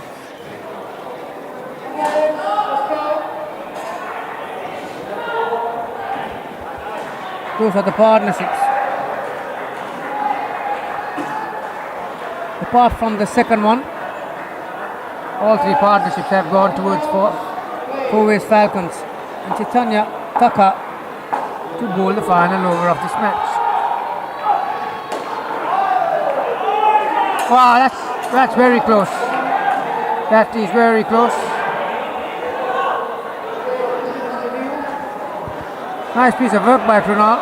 Straight off the top net, flicking it back towards the non-strikers and direct hit. Is he a lot closer than you think? Oh, I think he's out. He's short by a few inches.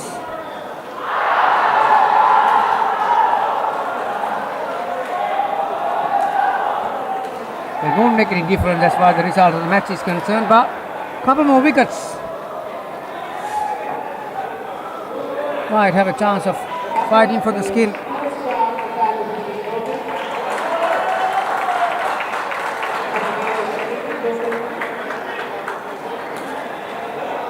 He's not out.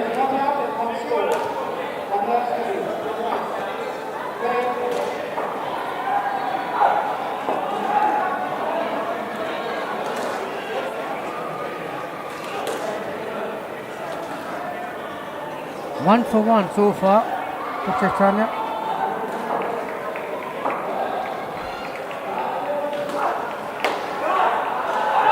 This time he's definitely out. He's not even in the picture. Ryan backs it straight back to the bowler.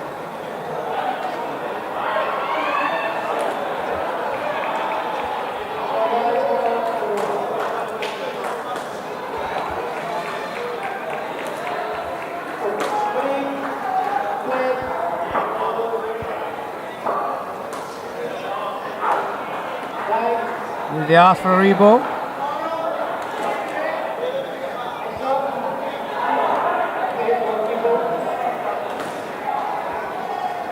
Ryan has asked for a reball, so another extra delivery on offer.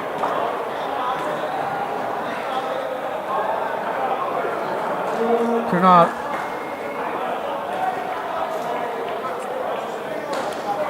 So 96.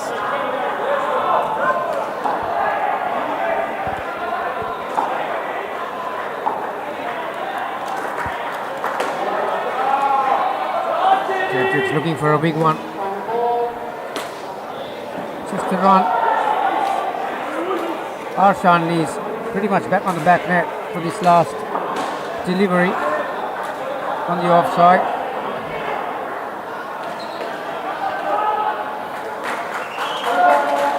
It's a normal forward defense from Ryan, and that will do as far as the Fourways Falcons are concerned. You can quite safely say that they've outplayed Elite Warriors in all three departments. Incidentally, the last partnership was the highest for the game, 30. 66 played 97. Yeah, you are 10 balls 12, pediatrics. Ryan, 15 balls 18. Had a good game, Ryan.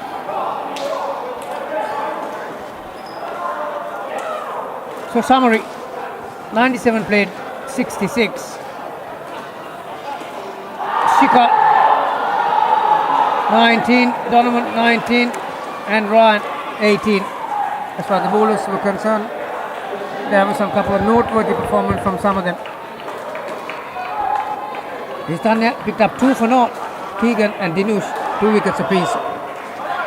So we'll have a short break. Next up, it's going to be Tier 1 final game for the night. Red Knights versus Avengers.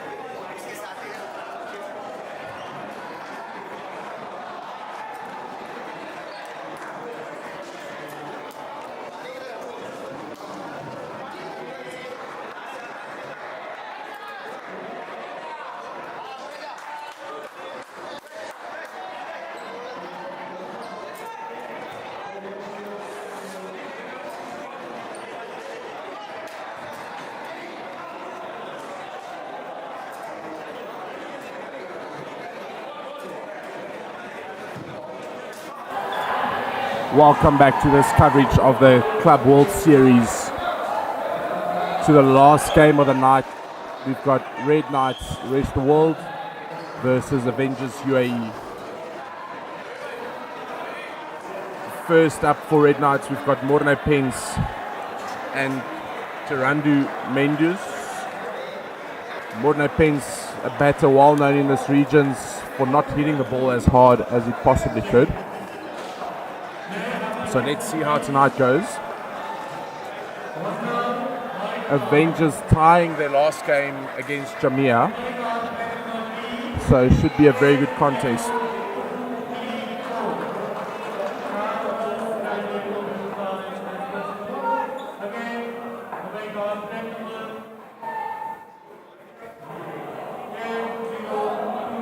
Short and wide to start off here from Avengers. Trying to stay away from Morne Pence's arc.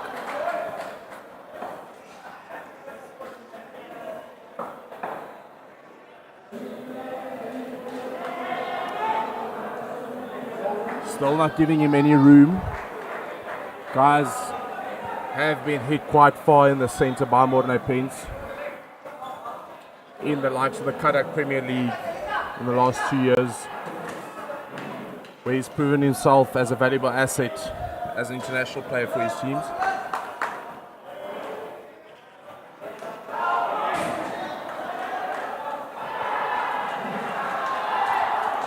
Tarandu Mendes, the UAE coach, coming out here, also a Masters player for the UAE, showing his worth in the previous match as well, with the two of them scoring a very comfortable 28 against the Barbarians side.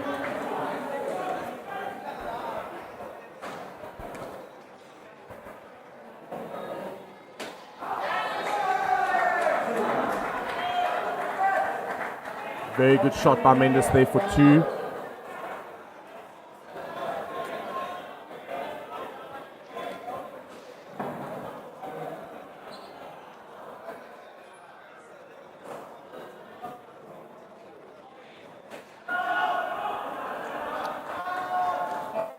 Quite reserved batting here from Red Knights, with the Avengers realizing, I think, what they did wrong in the previous game and what they did right. Let's see if they can capitalize on that. And Knights looking to build after winning the game with 1 skin only.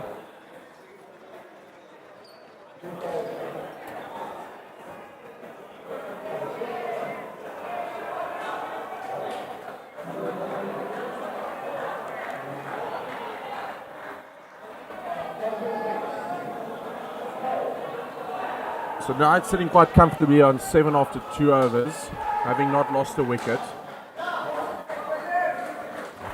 Ideally here, you would still not look, like we said earlier in the previous game, you don't want to lose a wicket in the first or the last over of the pair to help keep the pressure off yourself and board the team out that's bowling, make it as boring as possible by not giving them anything and taking them out of the game. Avengers have got Suraj here as well, playing for India.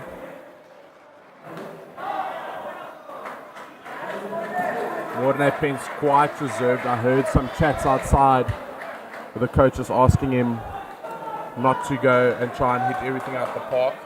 Quite surprised he's managed to do it.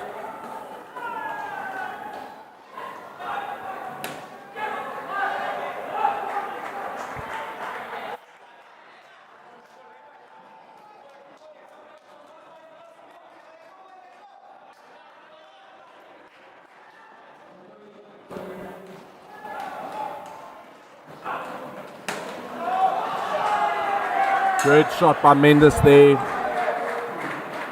Straight underneath the tall man's legs.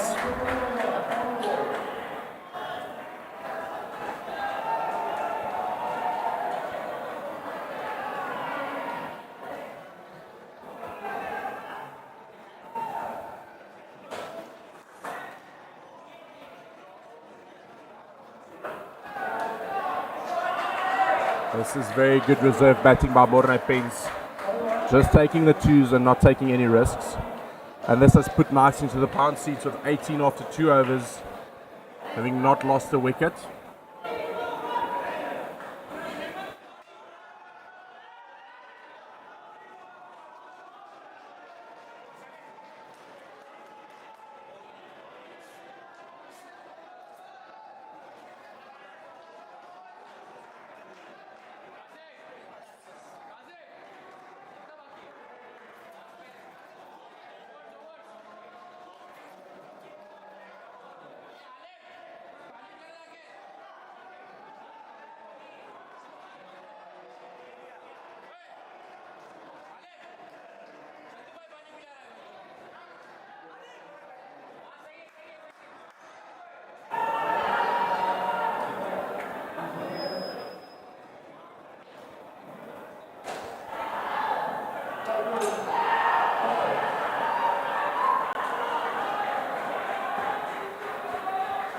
Avengers decided to set quite a deep leg side field here for Morne Pence.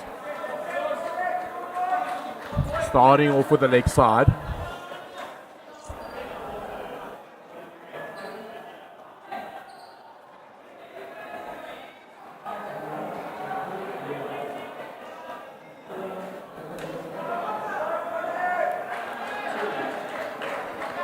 Very well played by Morne there for 2 again.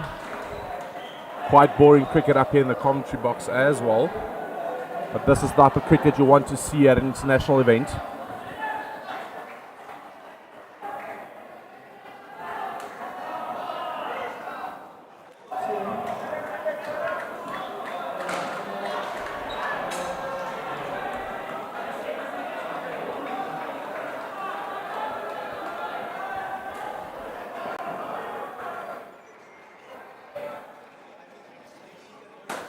In Morne Pence's half, and he capitalizes on that into the corner for 4.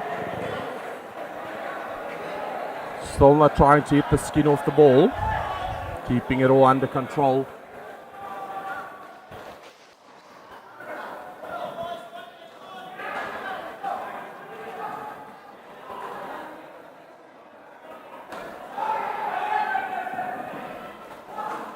Very good early call by Morne there.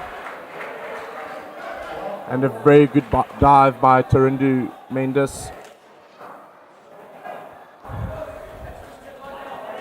Knights are setting themselves up here for a massive score. We've seen today that competitive scores anything above 80 is a very good competitive score and makes for an interesting game.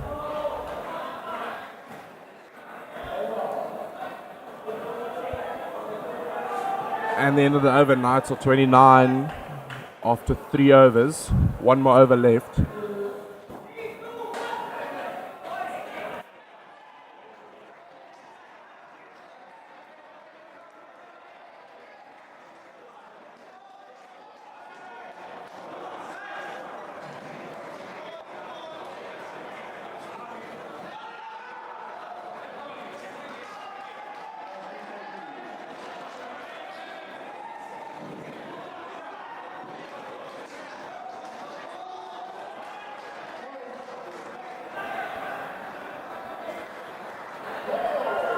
No ball called, no ball front foot.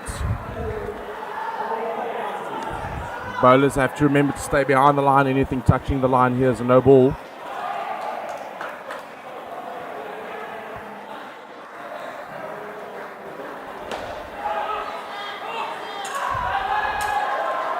Very close call. And an immediate review here by the Avengers. I think Mendes has been found wanting here.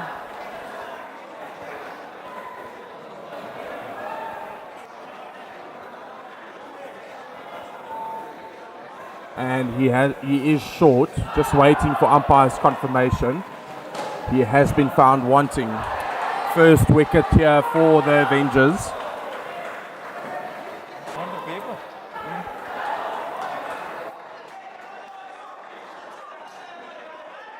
Very good review here by Avengers.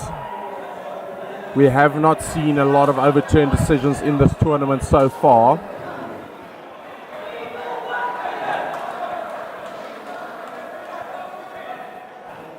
Mendes hitting it too straight to the line.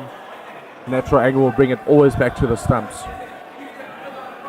Will Morne Pen stay calm and play his normal game, or abnormal game should I say, or will he play his natural game going after the bowlers? Very good ball cramping in there for room by Ramana Vera.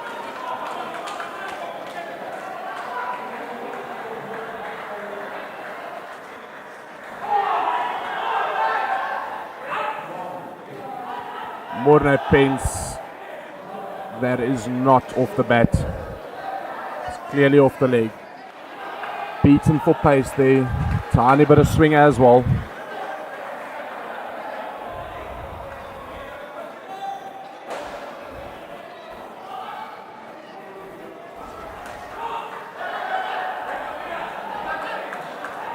Good early call. We've got 2 balls left in this over.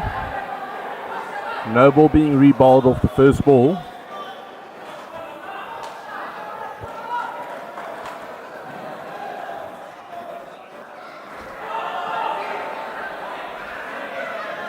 And we've got a 3rd ball here with 1 ball left in the over. Morne is desperate for strike. He won't get it.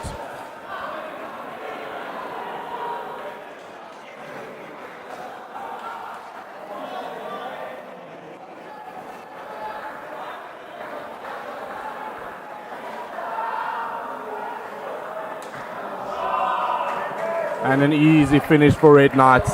They finish on 29 after the first pair, having only lost the 1 wicket. They are in the firm pound seats here, looking at a 100 plus score if they can repeat this for the next 3 pairs.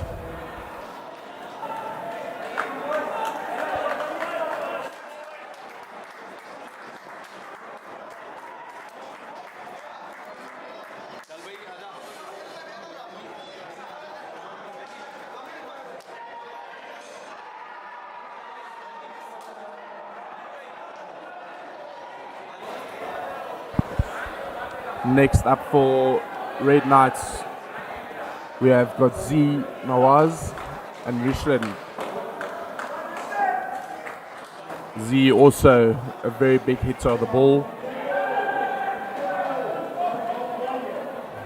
Dead ball called by the umpire. Players are ready, but he hasn't called play ball. Ball will have to be rebowled.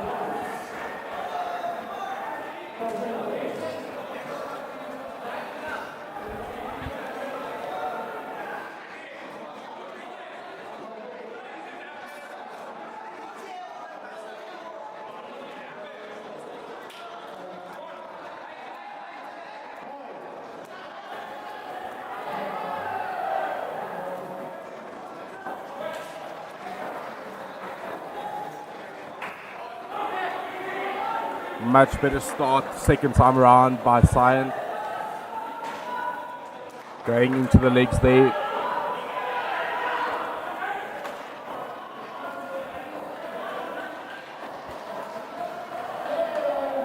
No ball called. Front foot again.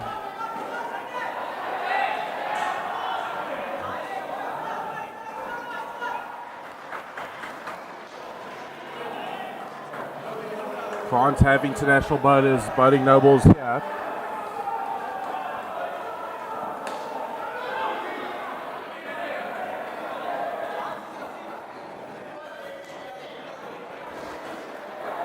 Richland at the moment not waiting for the ball, quite pushy at it with his hands, playing in front of his body.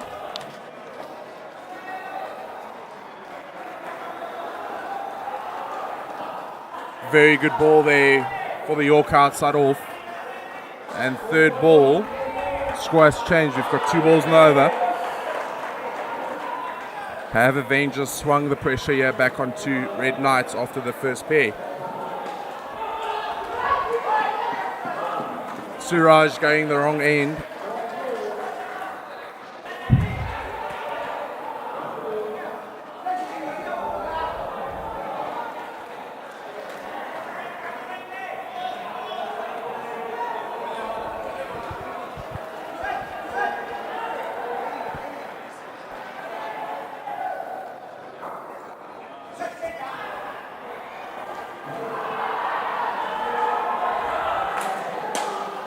Z going for the back net and caught.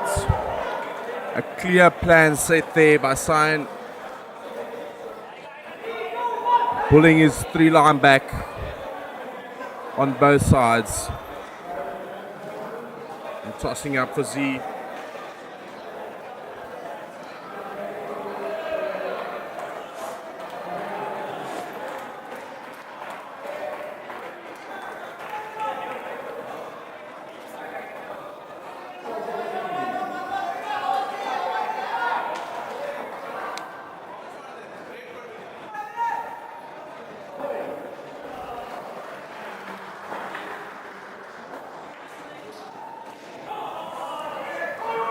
Very well played by Richland outside off.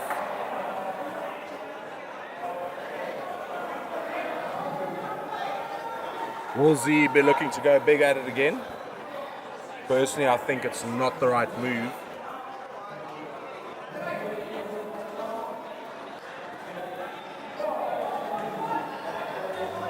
Ideally, Red Knights would look to build a partnership here of another 20 to get to 49 to set themselves up for a big score.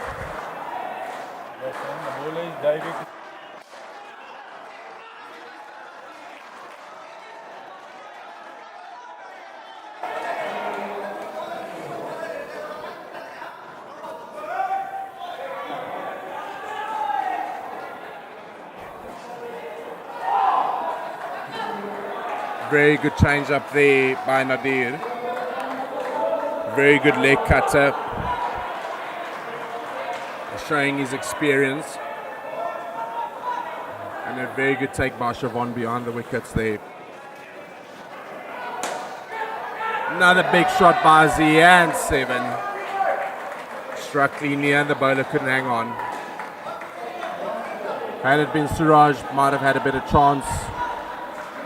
The tallest man on the court.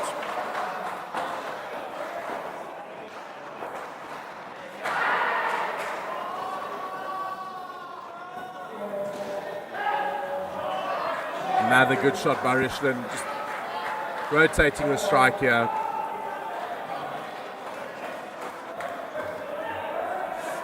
Red Knights up to 40 after 6 overs.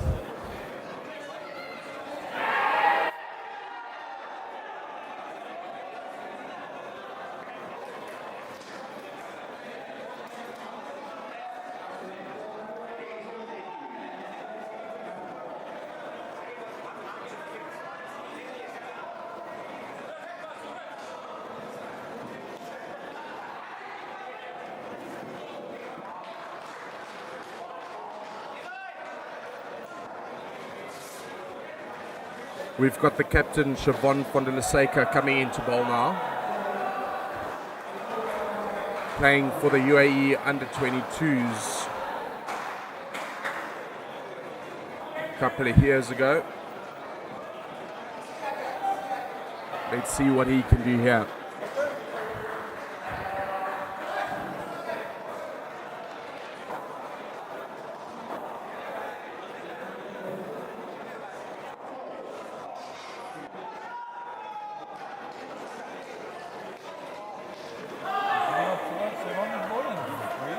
Very good balls to start there by Siobhan.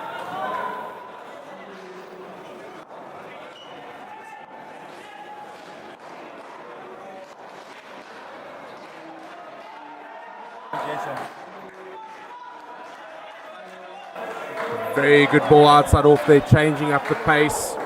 Very quick legger there. We've got third ball. Slowing it down. They're through for one.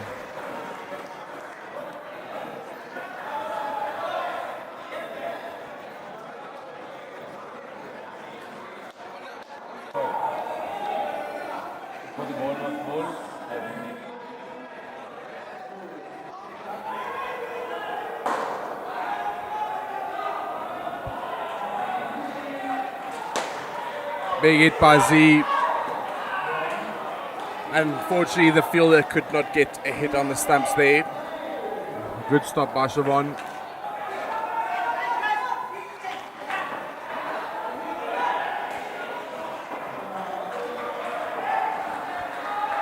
Would have been a very close call there.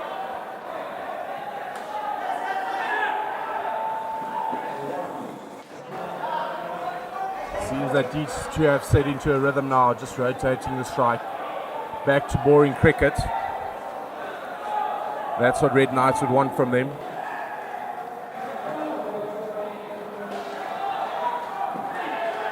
Very good ball by Siobhan. Straight into the legs of Z. Finishing it off with a dot. Knights on 43 after 7 overs. 14 for this pair, 1 over to go.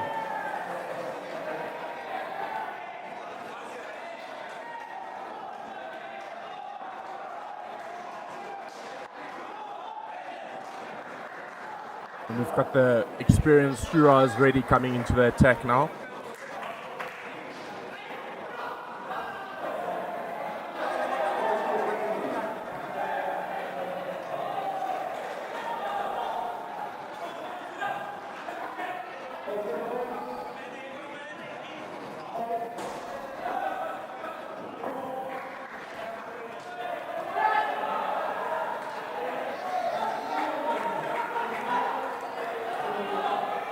Third ball here. Good start by Shiraj.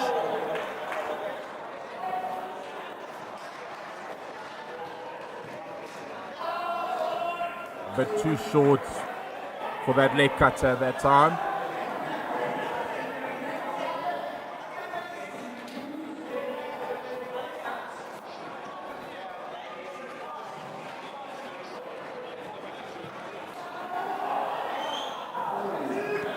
Very good shot by Z. Using the bounce there to his advantage.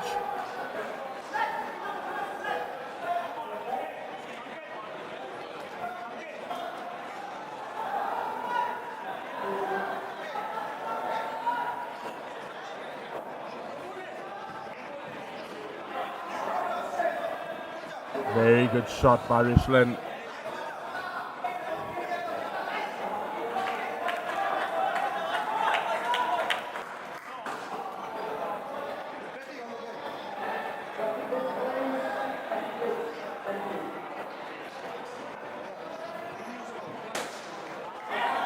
Very good shot by Z into the corner for 4.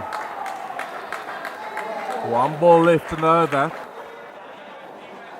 Red Knights would want another 2 here. And the backstop just missing the slap on that one.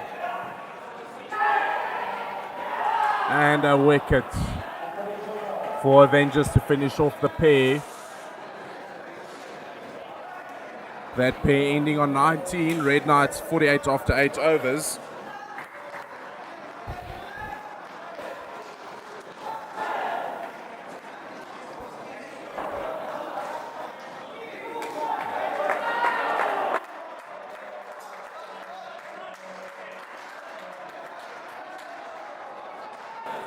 Next up, we've got the 2 South African brothers coming into bat, Marius and Akbar Libber.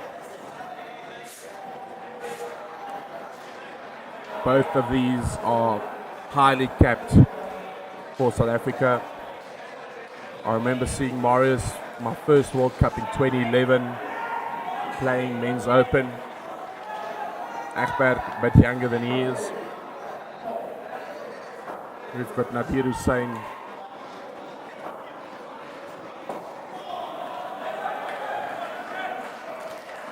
Very good start by Nadir Hussain. Marius loves the ball coming onto him, playing off the front foot here.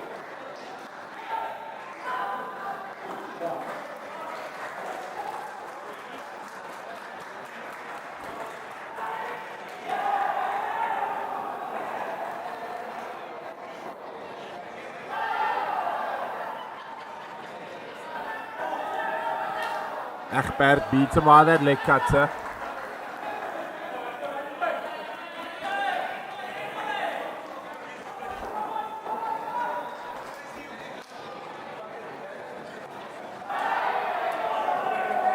This time getting on top of that one. Easy through for two.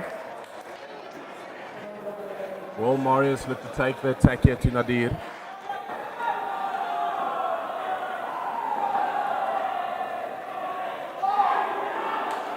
Marius also beaten by that leg cutter. Looks like they're struggling to pick it up.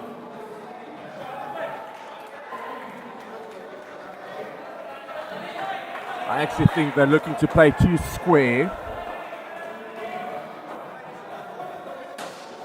Marius going after that one.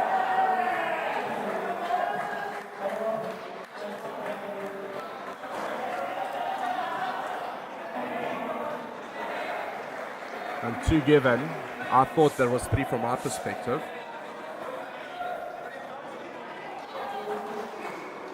It will be very important for the brothers not to get bogged down here. Rotate strike. Let's see what they can do against the leg cutters of Suraj Reddy. The two tallest men on the field going at it now.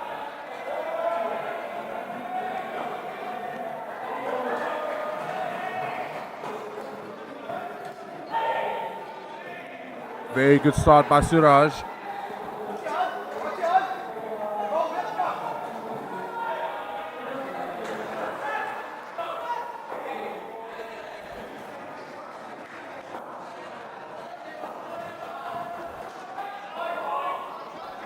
Very well played by Marius Lebaye.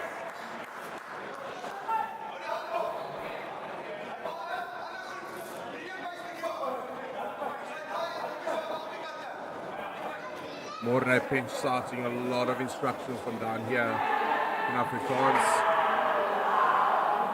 Saying he only bowls the leg cutter and it's quite a lot of bounce. Two there for Egbert.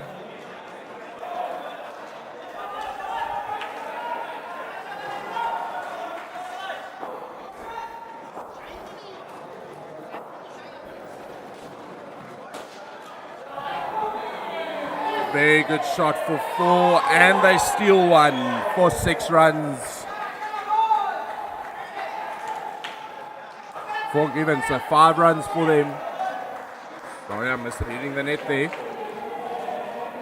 Very good communication between the two brothers. No need for a call, just looking at each other.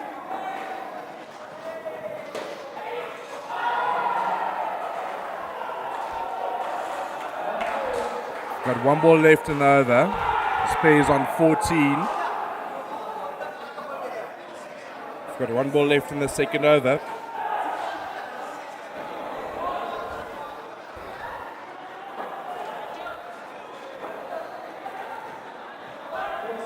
And a leg side to finish with. Knights are on 64 after 10 overs.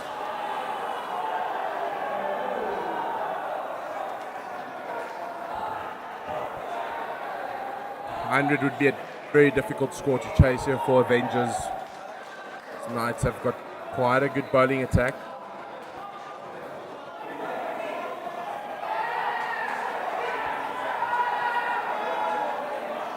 We've got Charita into the attack here.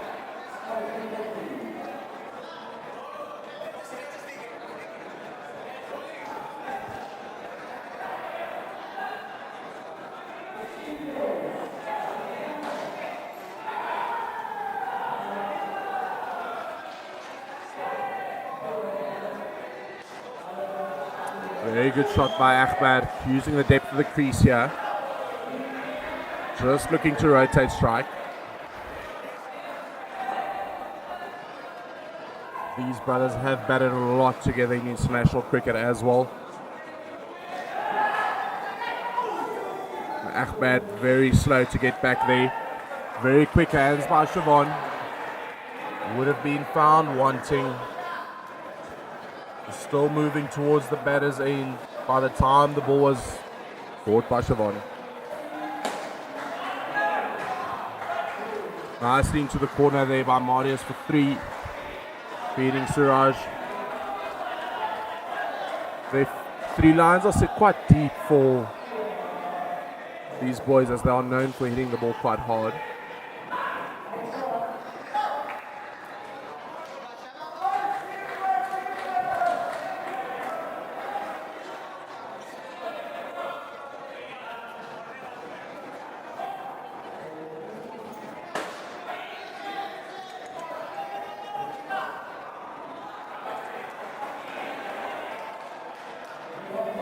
We've got a last ball in the over here. Very good bowling by Talitha.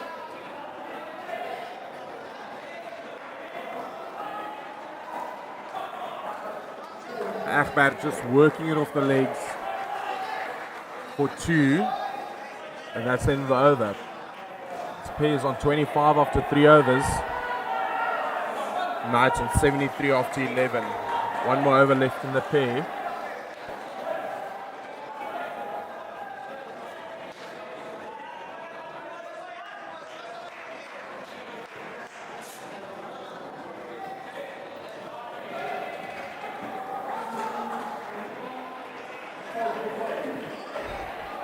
We've got Ramana Vieira back into the attack.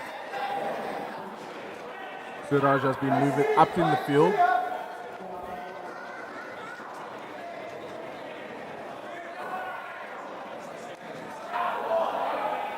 Very good ball there from Ramana to start off with. Just inside the line.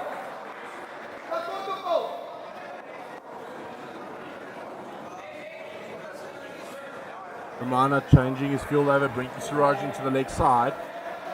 Trying to set out a plan for them to bowl here. Short ball, well dealt with by Ahmed.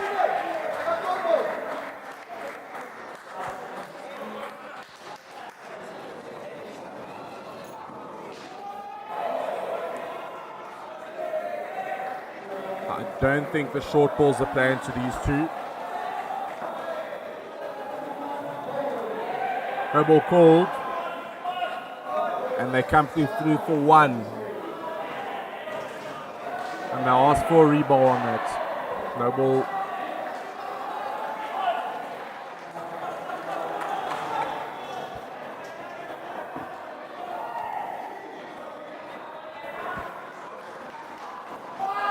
Very good ball there. Very good Yorker.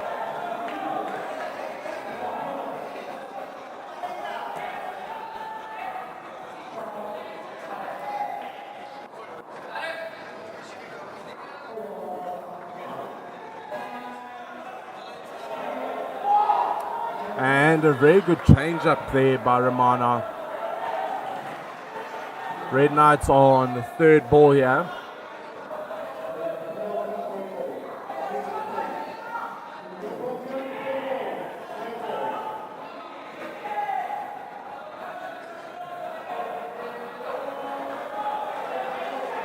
And into the legs again.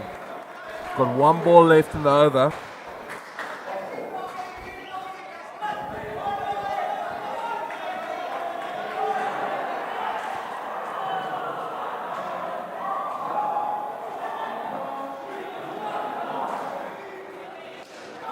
Very good shot by Marius to finish this pair off. They end on 33. Knights on 81 after 12 overs. Comfortably in the pound seats here. They would look to score in excess of 100 here.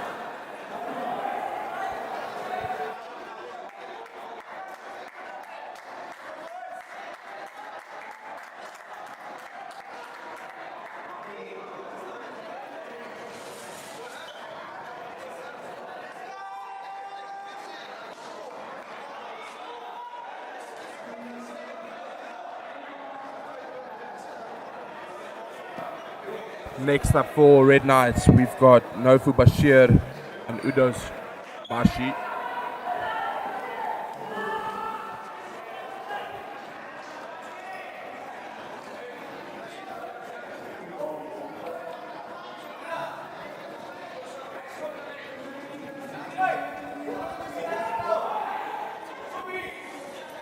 We've got Davik back into the attack.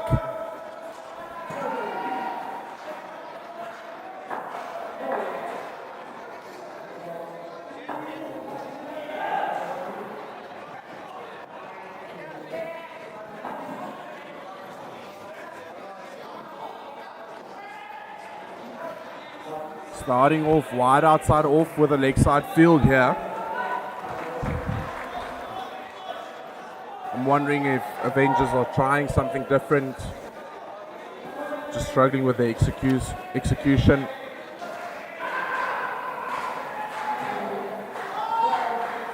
That's better, even though it's leg side. The idea in indoor cricket is if you set out a plan, even if you miss the execution, it's perfectly okay, as long as you try and stick to the plan and not bowl wide and give the batsman a freebie.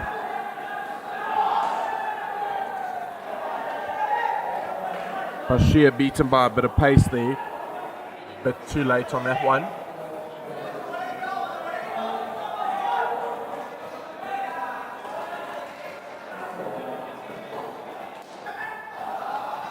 And an easy two.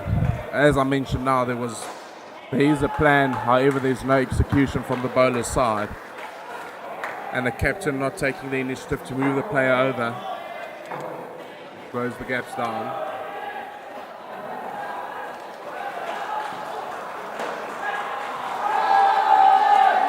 Very good shot by Bakshi for 7. Full and wide outside off. Beating Chalitha on the inside. They are standing very wide. There we said Suraj never had a chance at backstop. Very good comeback there from Davik. That's the line he wanted to bowl the whole over. Knights on 93 after 13. This pair is on 12 after 1. So far in the innings, Knights have only lost 3 wickets, which is a very good thing. Usually would aim at 1 wicket per innings, per skin. At the moment they are under that, so it's very good, looking very good for Knights here.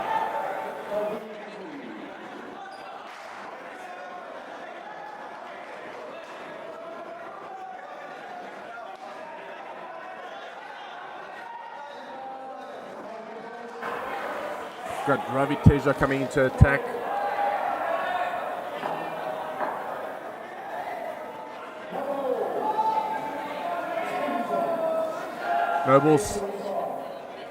Noble for the fielders, hands into the circle. Hands in the exclusion zone. So that circle extends all the way to the top net.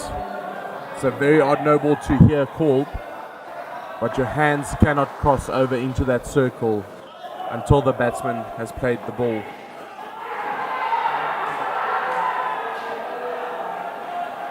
Bakshi hitting himself in the head there.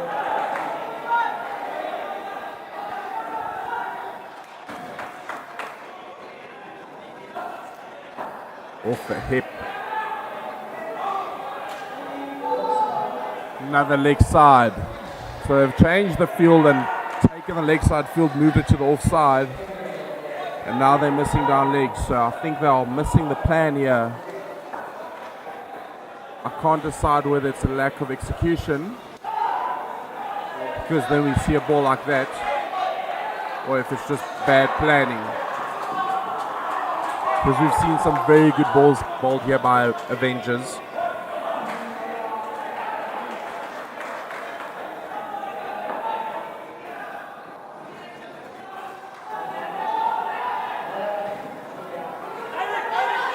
And they're through for 1. A wayward throw from Siobhan, allowing them to get through for the run. Davik never had a chance of getting to that one.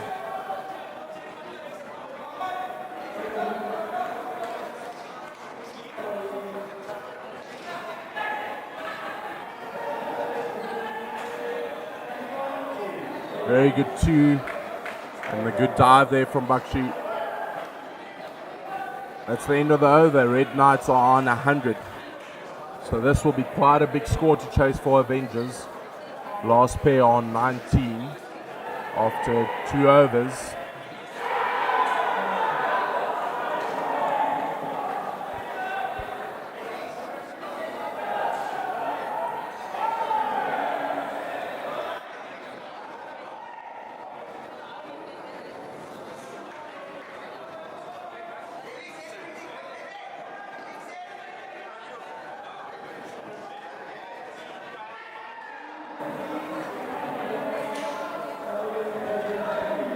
Davik asking for 2 players on the leg side. Let's see if we can execute the plan here.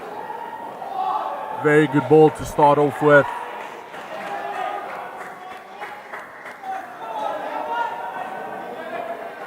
A very clear plan to go into the legs here.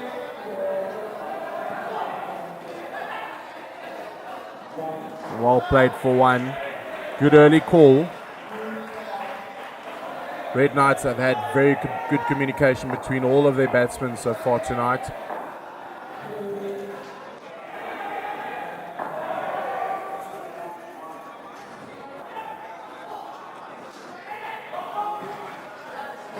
And another good shot by Bakshi there for 2. Janita very deep there. 3 lines have to be on the line in order to give themselves that extra chance to play the ball. Another leg side here by Davik.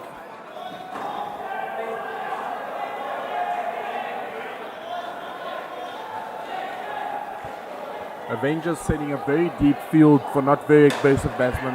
And as I say that, big swing for 3. 1 ball left in the over.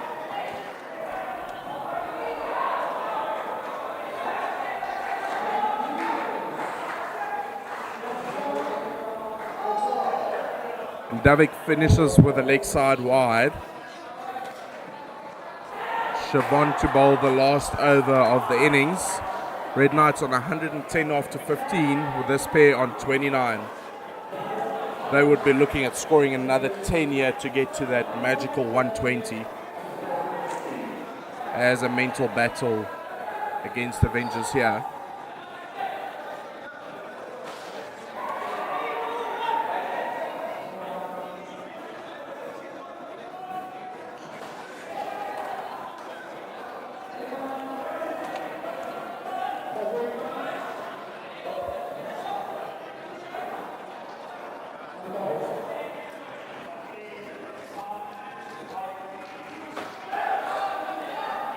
Good shot by Bashir to start off with.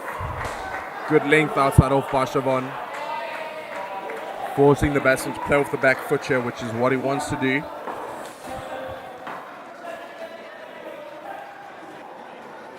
And the googly change up there.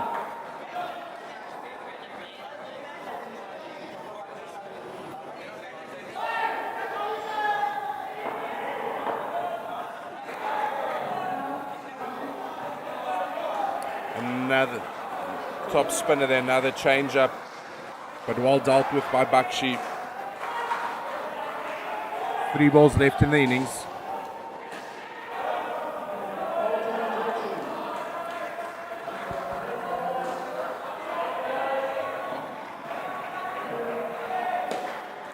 Big swing, misfilled by Siobhan.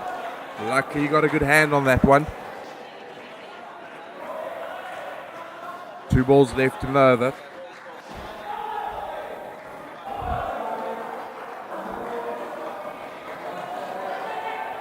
Short, played for 2, 1 ball left in the over.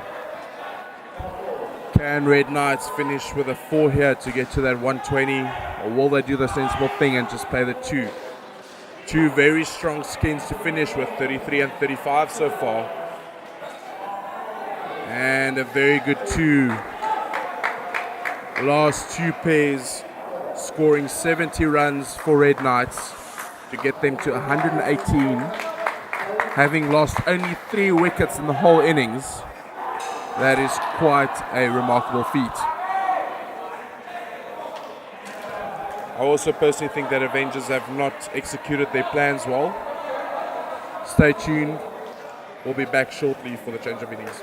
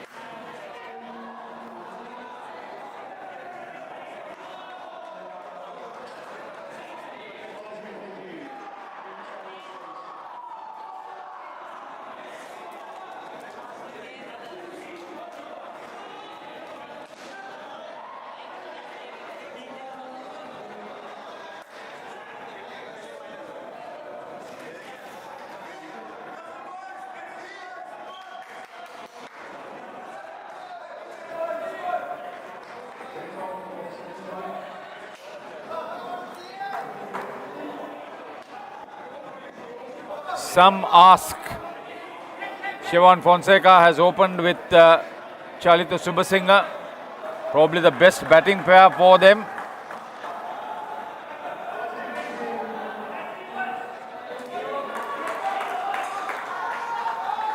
Sri Lankan Indo-Cricket Internationals.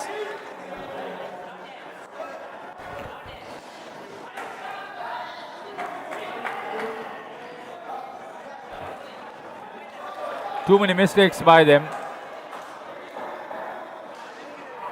Avengers against a very strong Red Knights team led by Tarundu Mendes.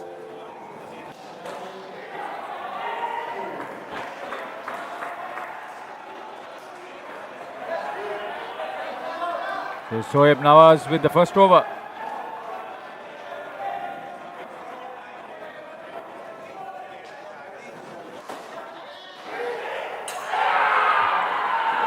Given out. Fonseca made the dive. Too late. Brilliant pickup. Oh, yes. Great work from the third line there. Taridu Mendes leading from the front, the skipper.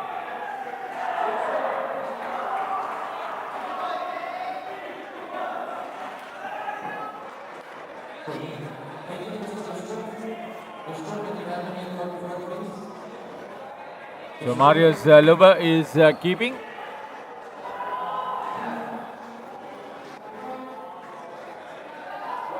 Oh, he's gone wide on either side of the wicket.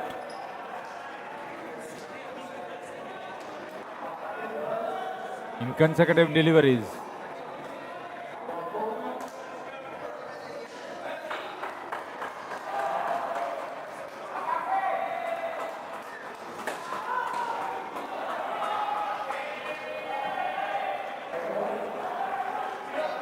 No problem for Naufal Bashir, the back stumper. End of a containing over from Zoeb Nawaz. Just 3 runs.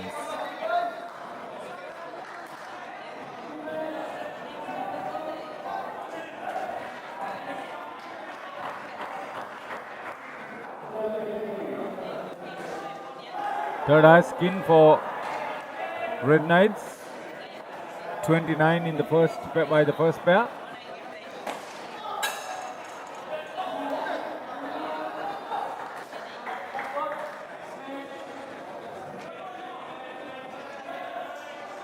Utkarsh Bakshi. He was in that third skin where they scored the highest of 37 with Naufal Bashir.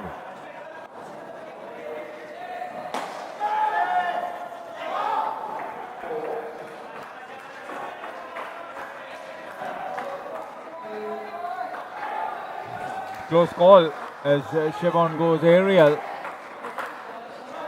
and collects 4 runs.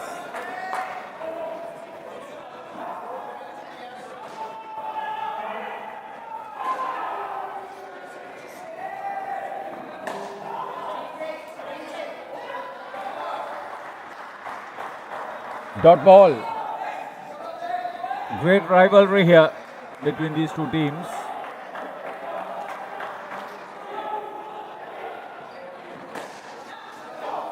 Oh, missed it.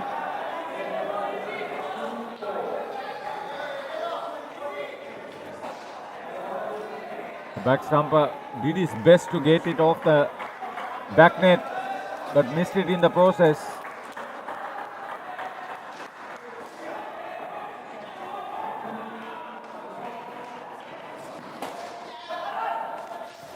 Again. This time he was good. Not let it go through Bashir.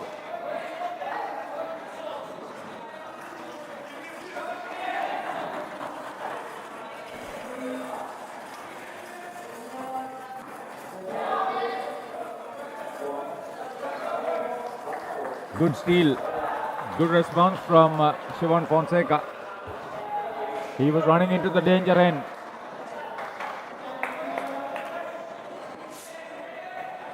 So end of the second over. The Avengers have got to 15. That's the rate they need to go to get in front after the first pair has faced up to 4 overs. At the halfway stage they've got 15 against 29. Or 4. Egbert Luba.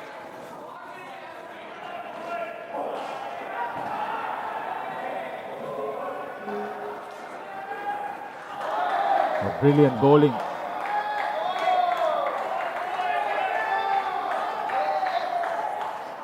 The South African brothers partnered each other in the third skin and put on 33 very valuable runs.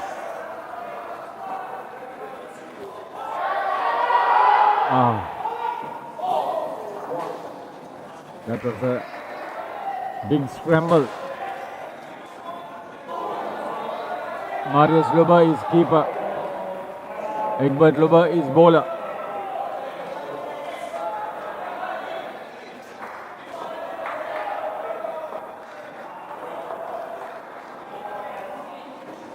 Again, very fast, coming into the batter. Superb movement, excellent control. Pitching the ball in an area where Siobhan Fonseca cannot really execute a stroke. This was a little bit closer. He went straight down. No result, no run. Very good control here. A third ball situation in the process.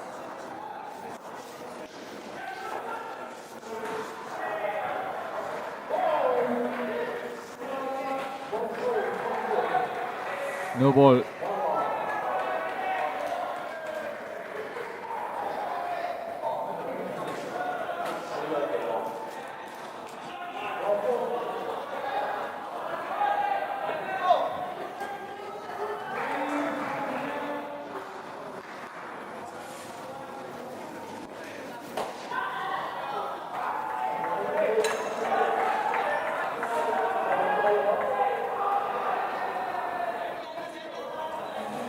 So end of 3 overs.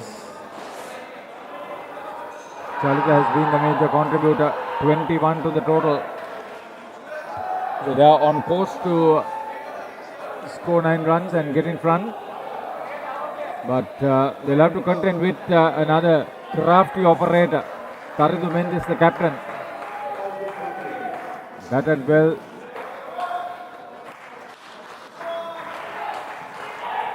For his contribution of the partnership of 29 for his team, coming out up front.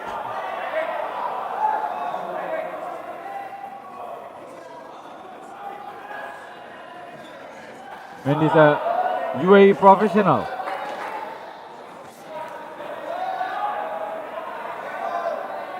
Great player. Great all-round skills by him. Very good thinking brain.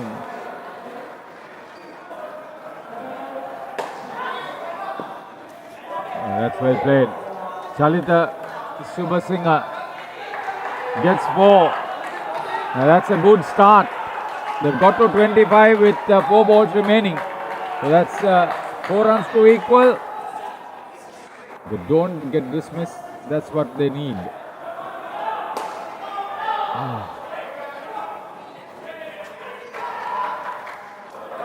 Rishlin congratulating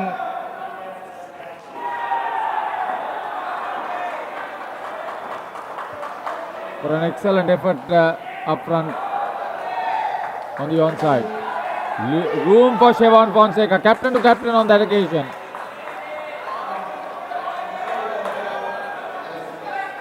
So everybody on their toes.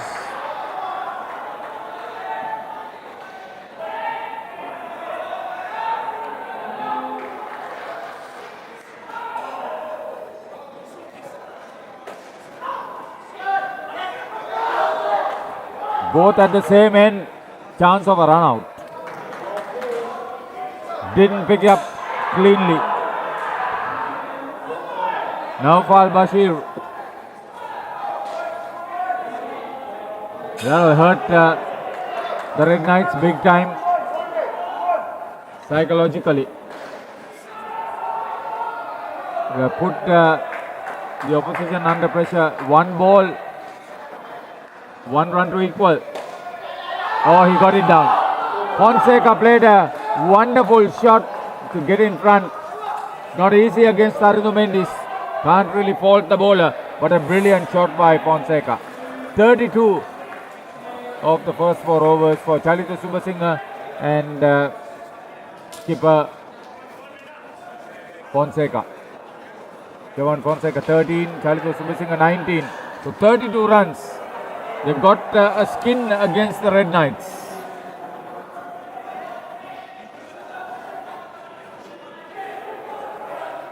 great game is on the card between these two Tier 1 teams. Both fighting to be in the final. Both teams are very good indeed. So far, out of 3 games played, DBMSC still have won all 3. So that's a huge head start for the UAE team. Hussein Nazareth and Nadir Hussein, the second pair for Avengers.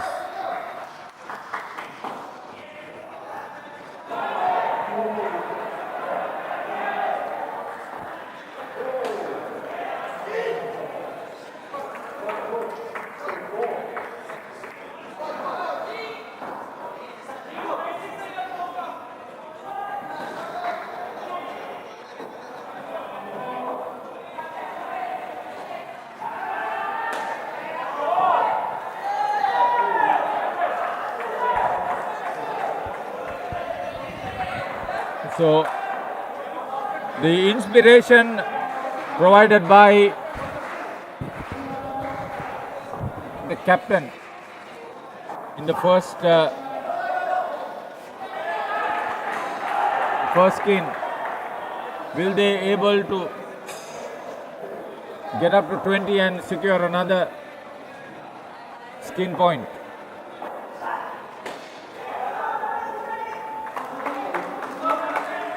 Rishlin Moidu is the bowler.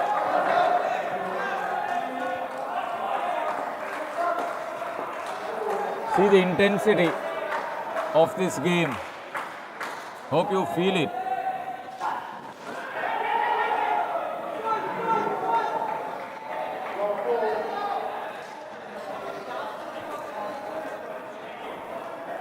Ball remaining. It's first over for the second pair. Very well bowled, brilliant. Containment all round. Created a third ball situation for the next bowler. Right up front.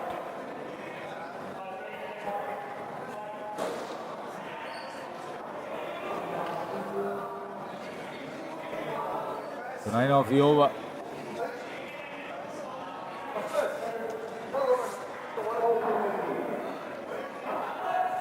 Rishlin Moidu will think that he did sufficiently over the last 2 balls. Third ball situation as Egbert Lube comes in his first over. He bowled very well for just 6 runs.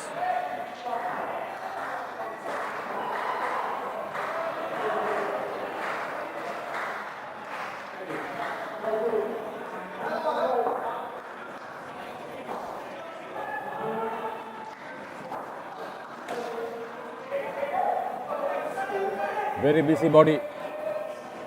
Nadir Hussain. Sean Rook from Australia is the match official. The second game today for him, the first and the last matches on court 2, officiated by him. Brilliant work.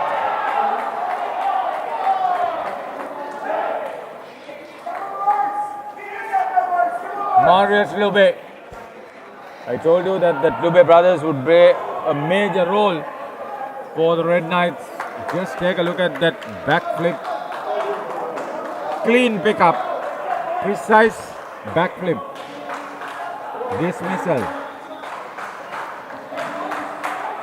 Now that should inspire Egbert. Swinging into the batter. Very little that Nadir Hussain could have done under the circumstances. Fine exhibition of quality bowling. He slipped. Egbert, the point of delivery on the stride. Lucky, no damage done.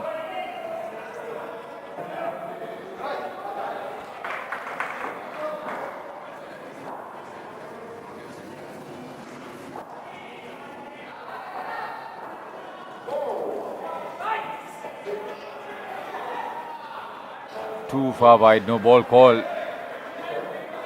outside, pitching on the blue quarter.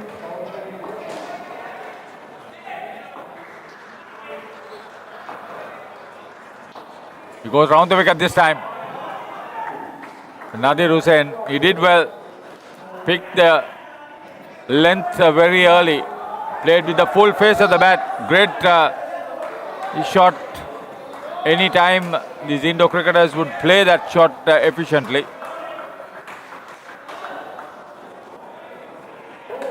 Oh, no ball called again.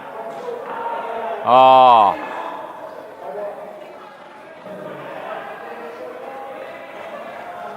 It's a line call on Egbert.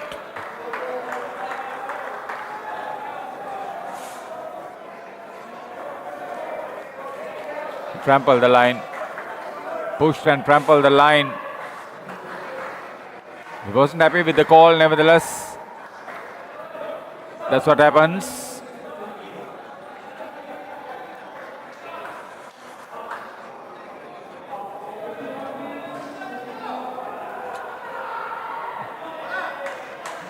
So 1 for 9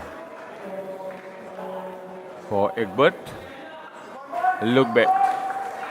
He bowled very well indeed. So, Nome Pence. Once again, very fast. Pence opened with skipper Tharundu Mendes. Got them to a good start with 29. Oh. Angled across the batter, ball keeping low. Nadir Hussain unable to work it around. Geez, these boys can bowl quick. Again, hell of a chance. Mendes scores a direct hit, but the umpire says the batter was through. Will they take the review?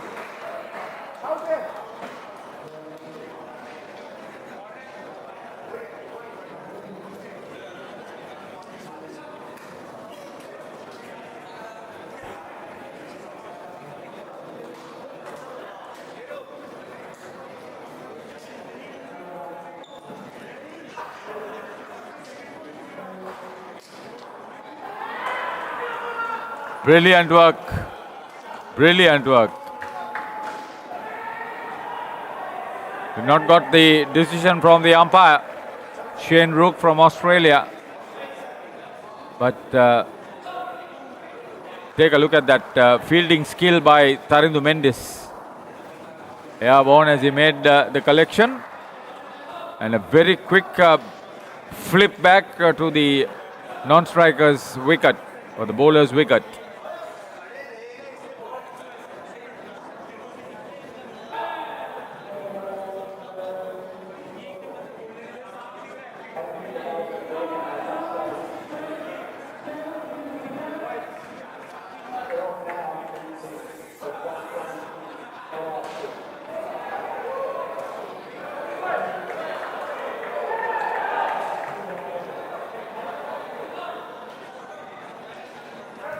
So not going in favour of Red Knights.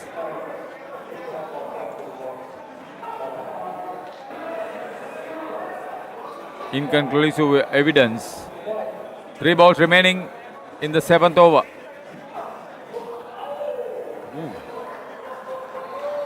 Quick.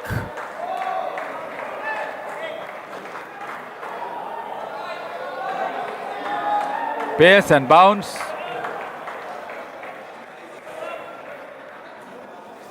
Zain couldn't reach it.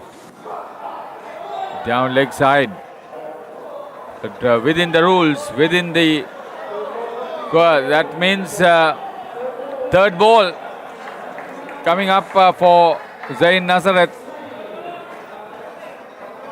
He's made 5. His partner Nadir Hussain has made 8 so far. Mendes over. So they're fighting for the second skin, Avengers. But I'll tell you, they had to get at least 25 to get anywhere close, because this is a very good bowling unit for Red Knights. Very little given away.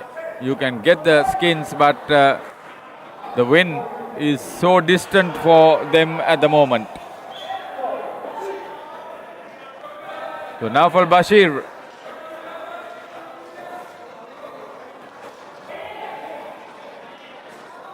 Great operator. Some speed.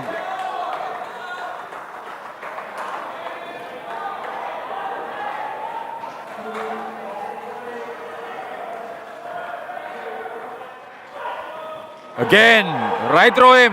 Appeals for the catch given. He was clearly beaten with a brilliant delivery. It was fast, it was bouncy. And Zayn Nazareth was late on the shot. Got the glove off the back net. Good catch.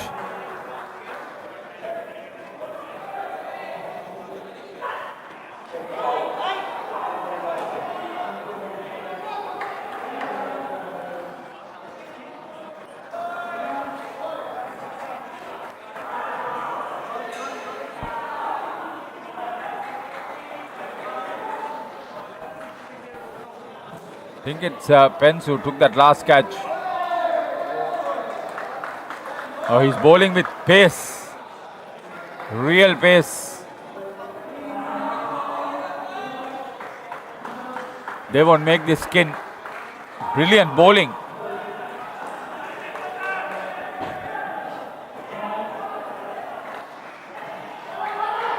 Oh.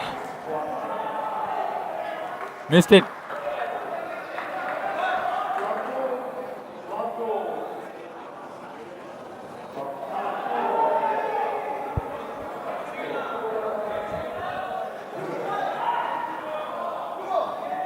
So Bakshi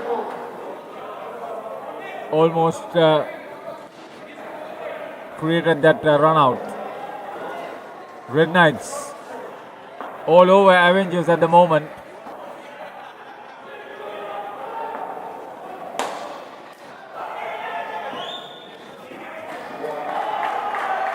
Slight misfield, another crosses over. Moni, the back stumper, couldn't field it cleanly. Hit right back the court. The last ball for the second pair. 6 to equal.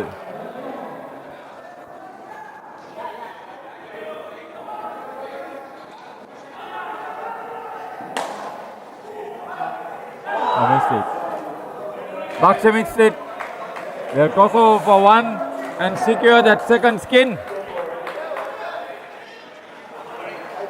Great bowling by Bashir.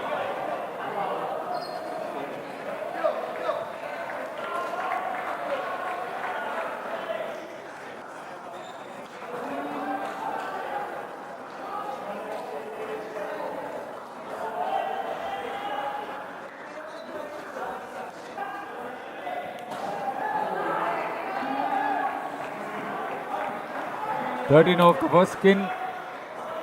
Collected the skin point, but less than 50% for the second pair, who made only 14.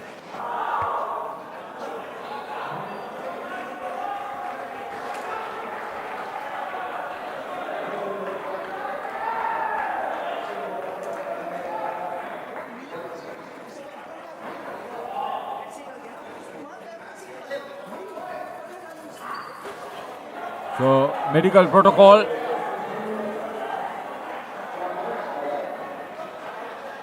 For Egbert Luber.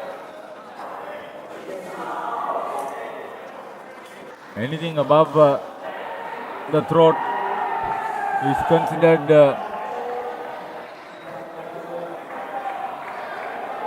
medical protocol situation where the medics come in and assess the player's ability to continue. So we got a slight break in play. Daivik Rai and Suraj Reddy will be the third pair. The Avengers. They'll do very well to get to 100.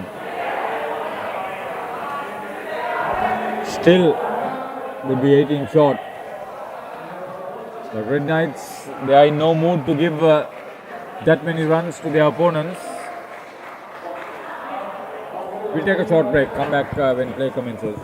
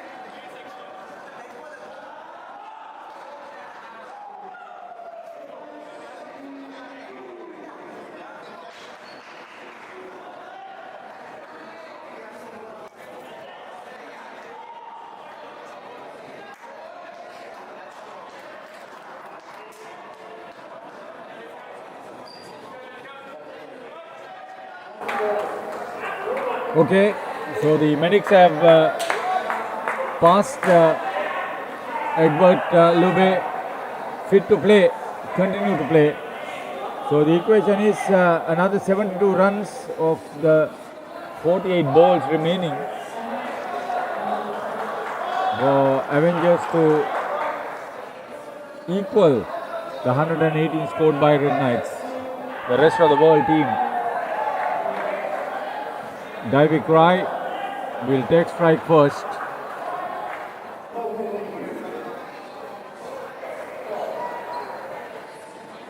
So Marius Lube. Immediate strike.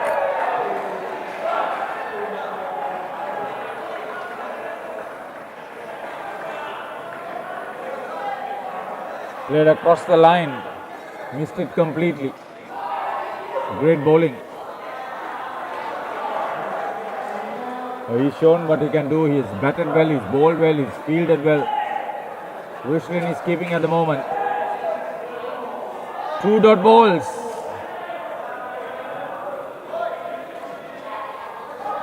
The first one was a clean bowled situation. So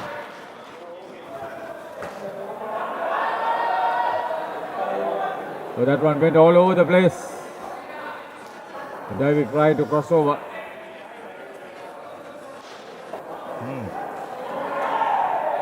Absolute pace.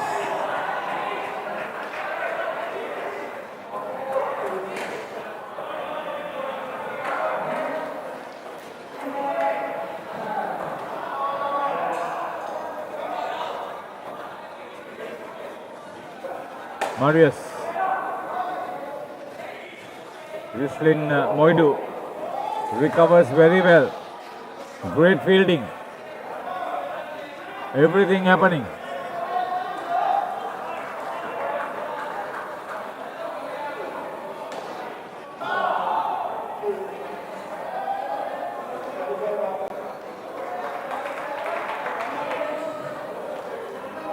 Brilliant over from Marius Lube. 1 for naught.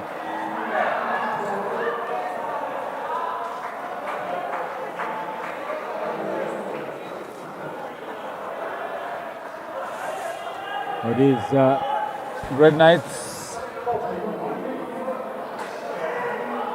nothing to fear about. They played their game, each and every one They are individually brilliant. They are brilliant as a team. They play very professional indoor cricket because all of them are professionals.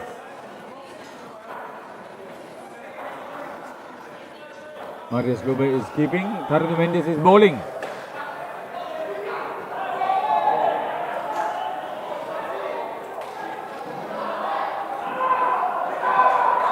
So Utkarsh Bakshi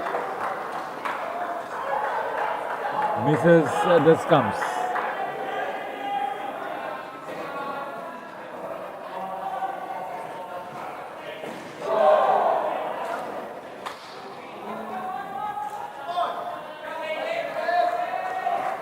Mendes is not happy. He's been conceding a wide down leg side to Suraj Reddy.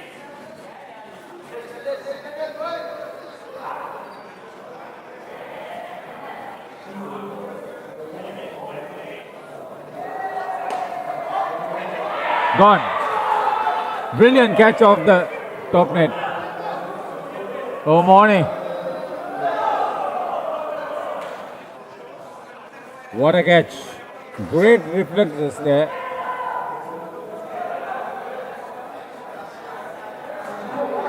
Morny Pence. He was the opening partner with Tharun Mendes, who is bowling at the moment, so the partnership continues.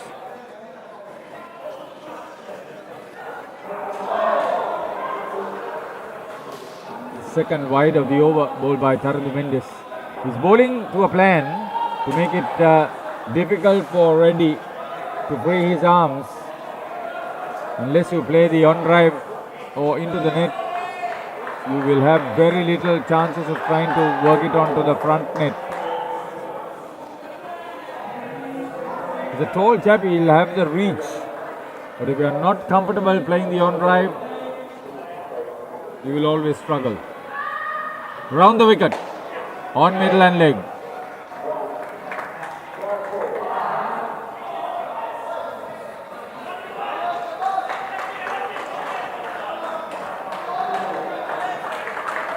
The last ball coming up.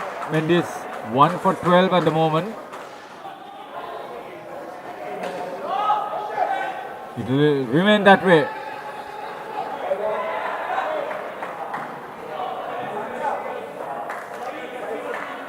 Very good over. Containment at its best.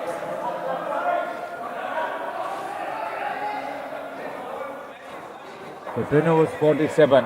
They'll do very well to get to 75. Avengers outplayed as the game stands now.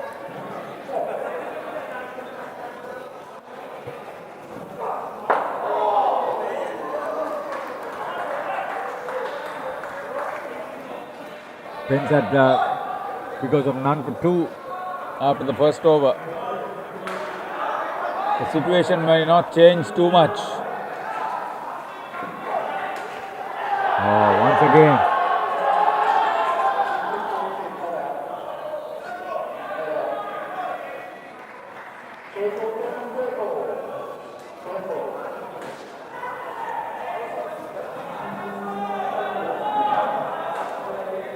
So third ball on Suraj Reddy. There's a lot of excitement as Red Knights appealed. Good pickup by Bakshi.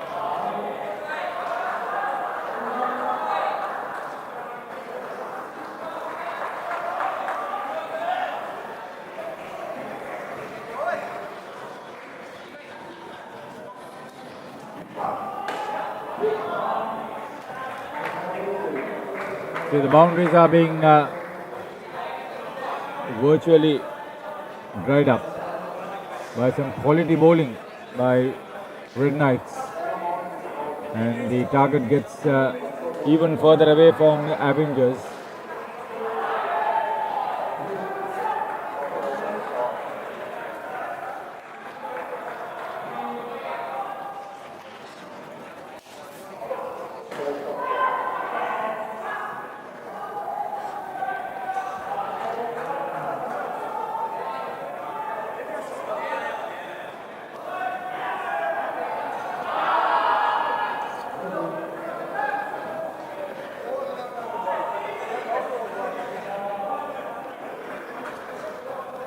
So the technology has stalled the game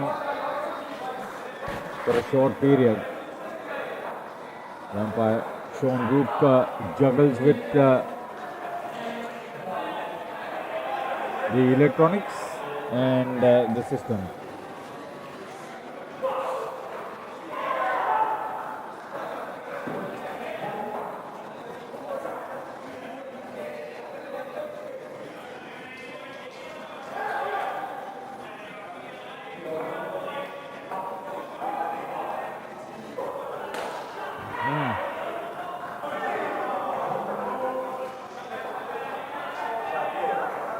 Okay, they are sorted out.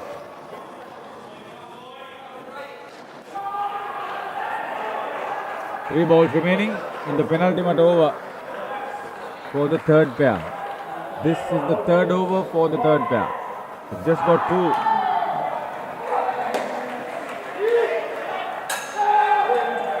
Put in the dive, he's a tall chap.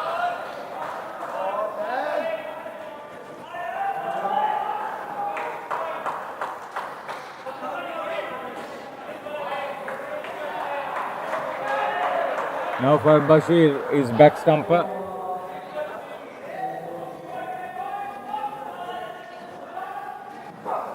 Fence right through diving right. Looking for an extravagant off drive. Unable to get through.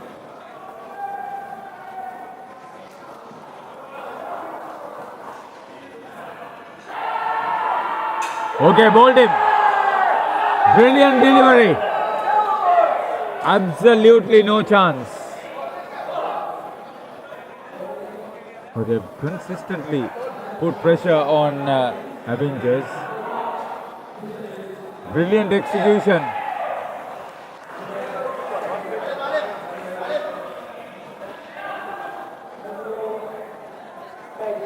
He picked up 2 wickets in his 2 overs.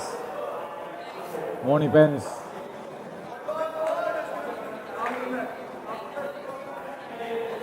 David Cry on a -4 of 11 balls faced.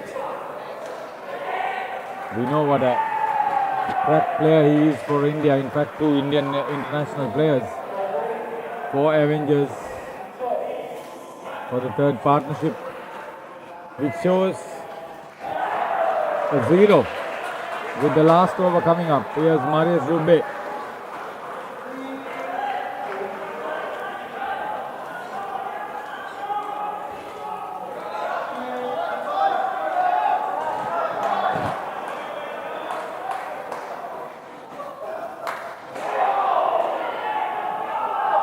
David Rai misses it, and so does the wicketkeeper Rishlin.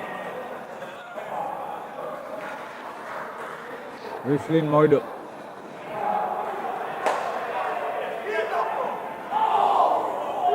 Now for Bashir, just missed hitting the stumps. David Rai was still struggling to get to the crease. He survives.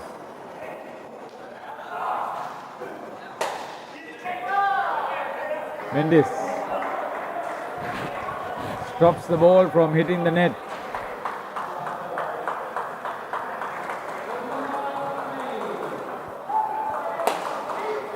Again another brilliant pickup. Immediate release. Suraj Reddy took a step forward, had to dive back. The throw was not accurate to hit the stumps, but still 2 dot balls.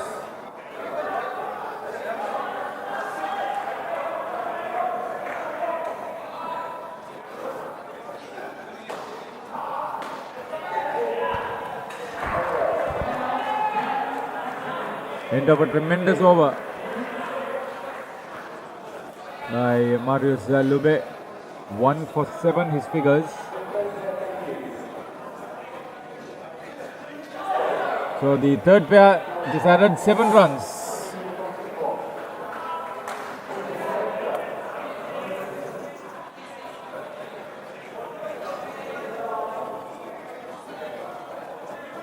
So Ramanavira and Ravi Teja will come in as the last pair for Avengers.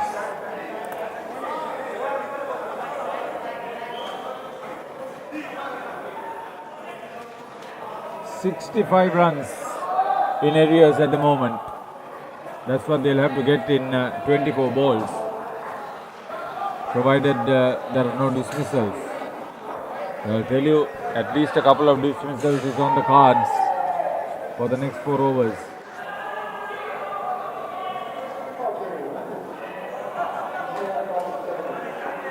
So Teja on strike.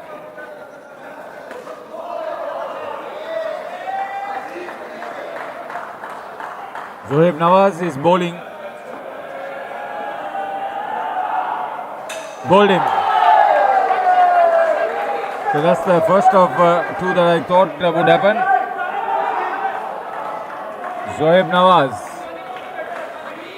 2 for -2, his figures at the moment.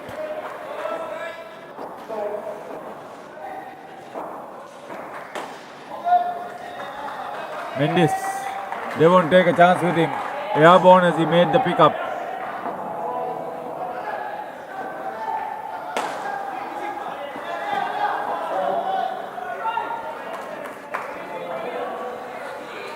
The 4 runs, good strike. They'll just start hitting in that fashion. Gone. Late start. Great work on the part of Naupal. Let it hit the net and then made the collection. That forced the batter to try the single. Oh, he was good. He foxed them.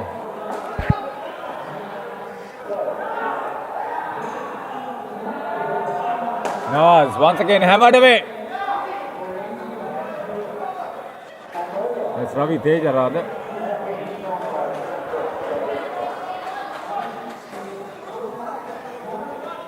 End of the first over for the last pair. Zohaib Nawaz, 3 wickets for nothing after the 2 overs. So Rishlin Moidu, who kept wickets when Marius Lube was bowling, something to bowl. This is second over. He had considered 9 runs in the first.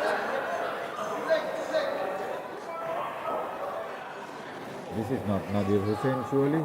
He's on strike. This is Ravi Teja, who is on strike.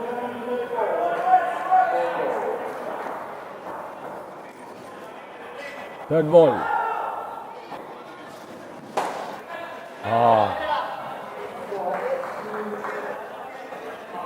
Moni Pence couldn't hold on to that stinging drive. 4.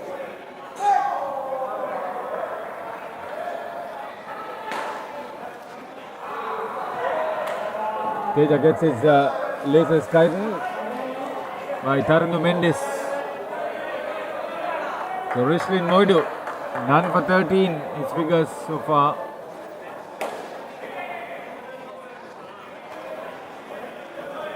Speed gun says 100 kilometers an hour. The speed of the delivery.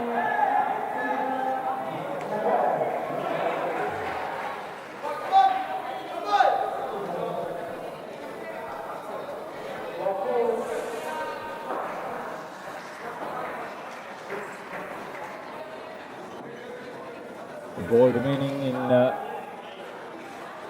second over for the last pair. Rishlin hit firmly. Another boundary. 100 kilometers per hour on the speed gun. That's okay. Brilliant on drive.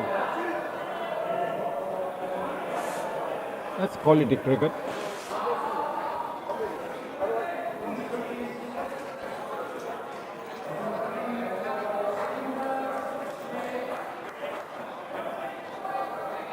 Ramana Veera.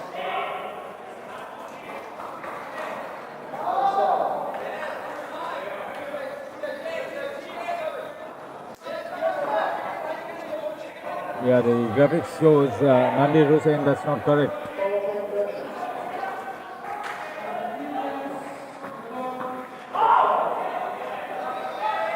Second wide, down leg side. So Utkarsh Bakshi, he's been touch expensive All three coach matches have been played first, third and fourth. So they're playing some, oh that's a maximum.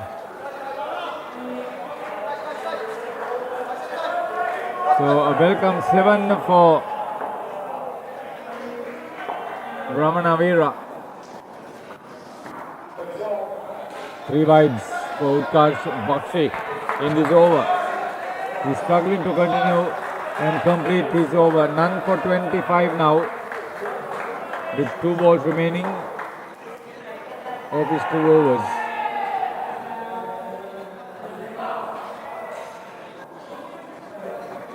Bowling! Oh, what a story. This is a funny game, a game of glorious uncertainties. At least the whole thing comes down to 1 for 20 now.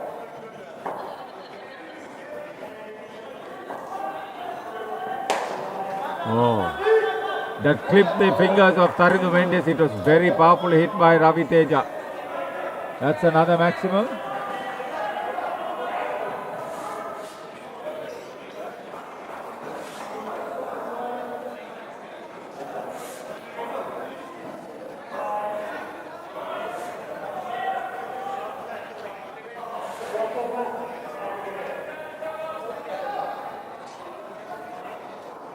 That was 4 runs in total.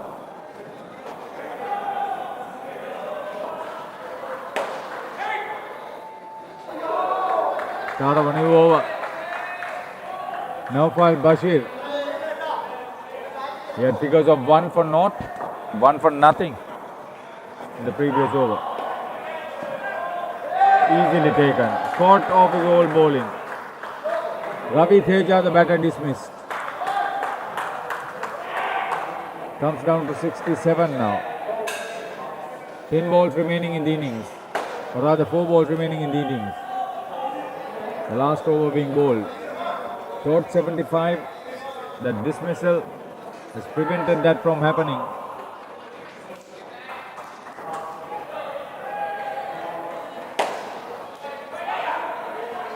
Moni Pence is the back stumper, straight at him. Didn't field it cleanly. No run. Last 2 balls. Ramanavira on strike. He's on 12. Full toss. Should be out. Oh, missed. Moni Pence. Was it? Now foul.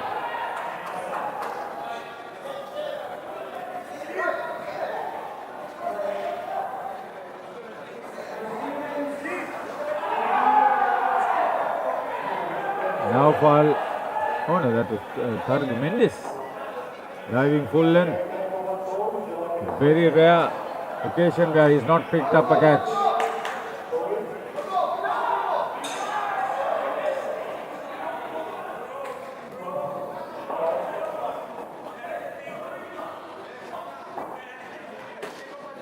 Very well bowled. Brilliant delivery.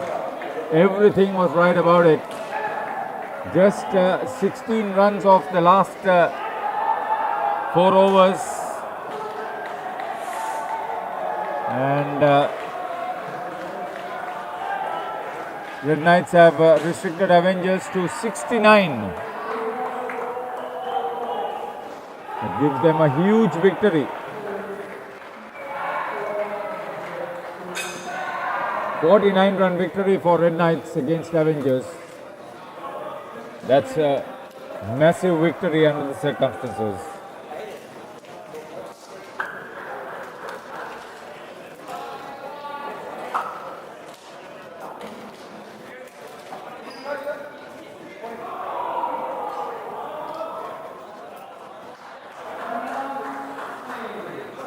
So we've come to the end of the day's play on Court 2 on the second day of this third U-Pro Club World Series 2025. We had some very good interesting games as well as some one-sided matches. But we say thank you to all the players for the excitement provided. Plenty happened on the other courts too. On behalf of our team bringing you this live coverage, we say thank you to all of you who has been involved. Invite you to join us tomorrow when play starts in Court 2 on day 3 of the 3rd Pro Club World Series 2025. Until such time, have a fine evening. Enjoy the night. Take care.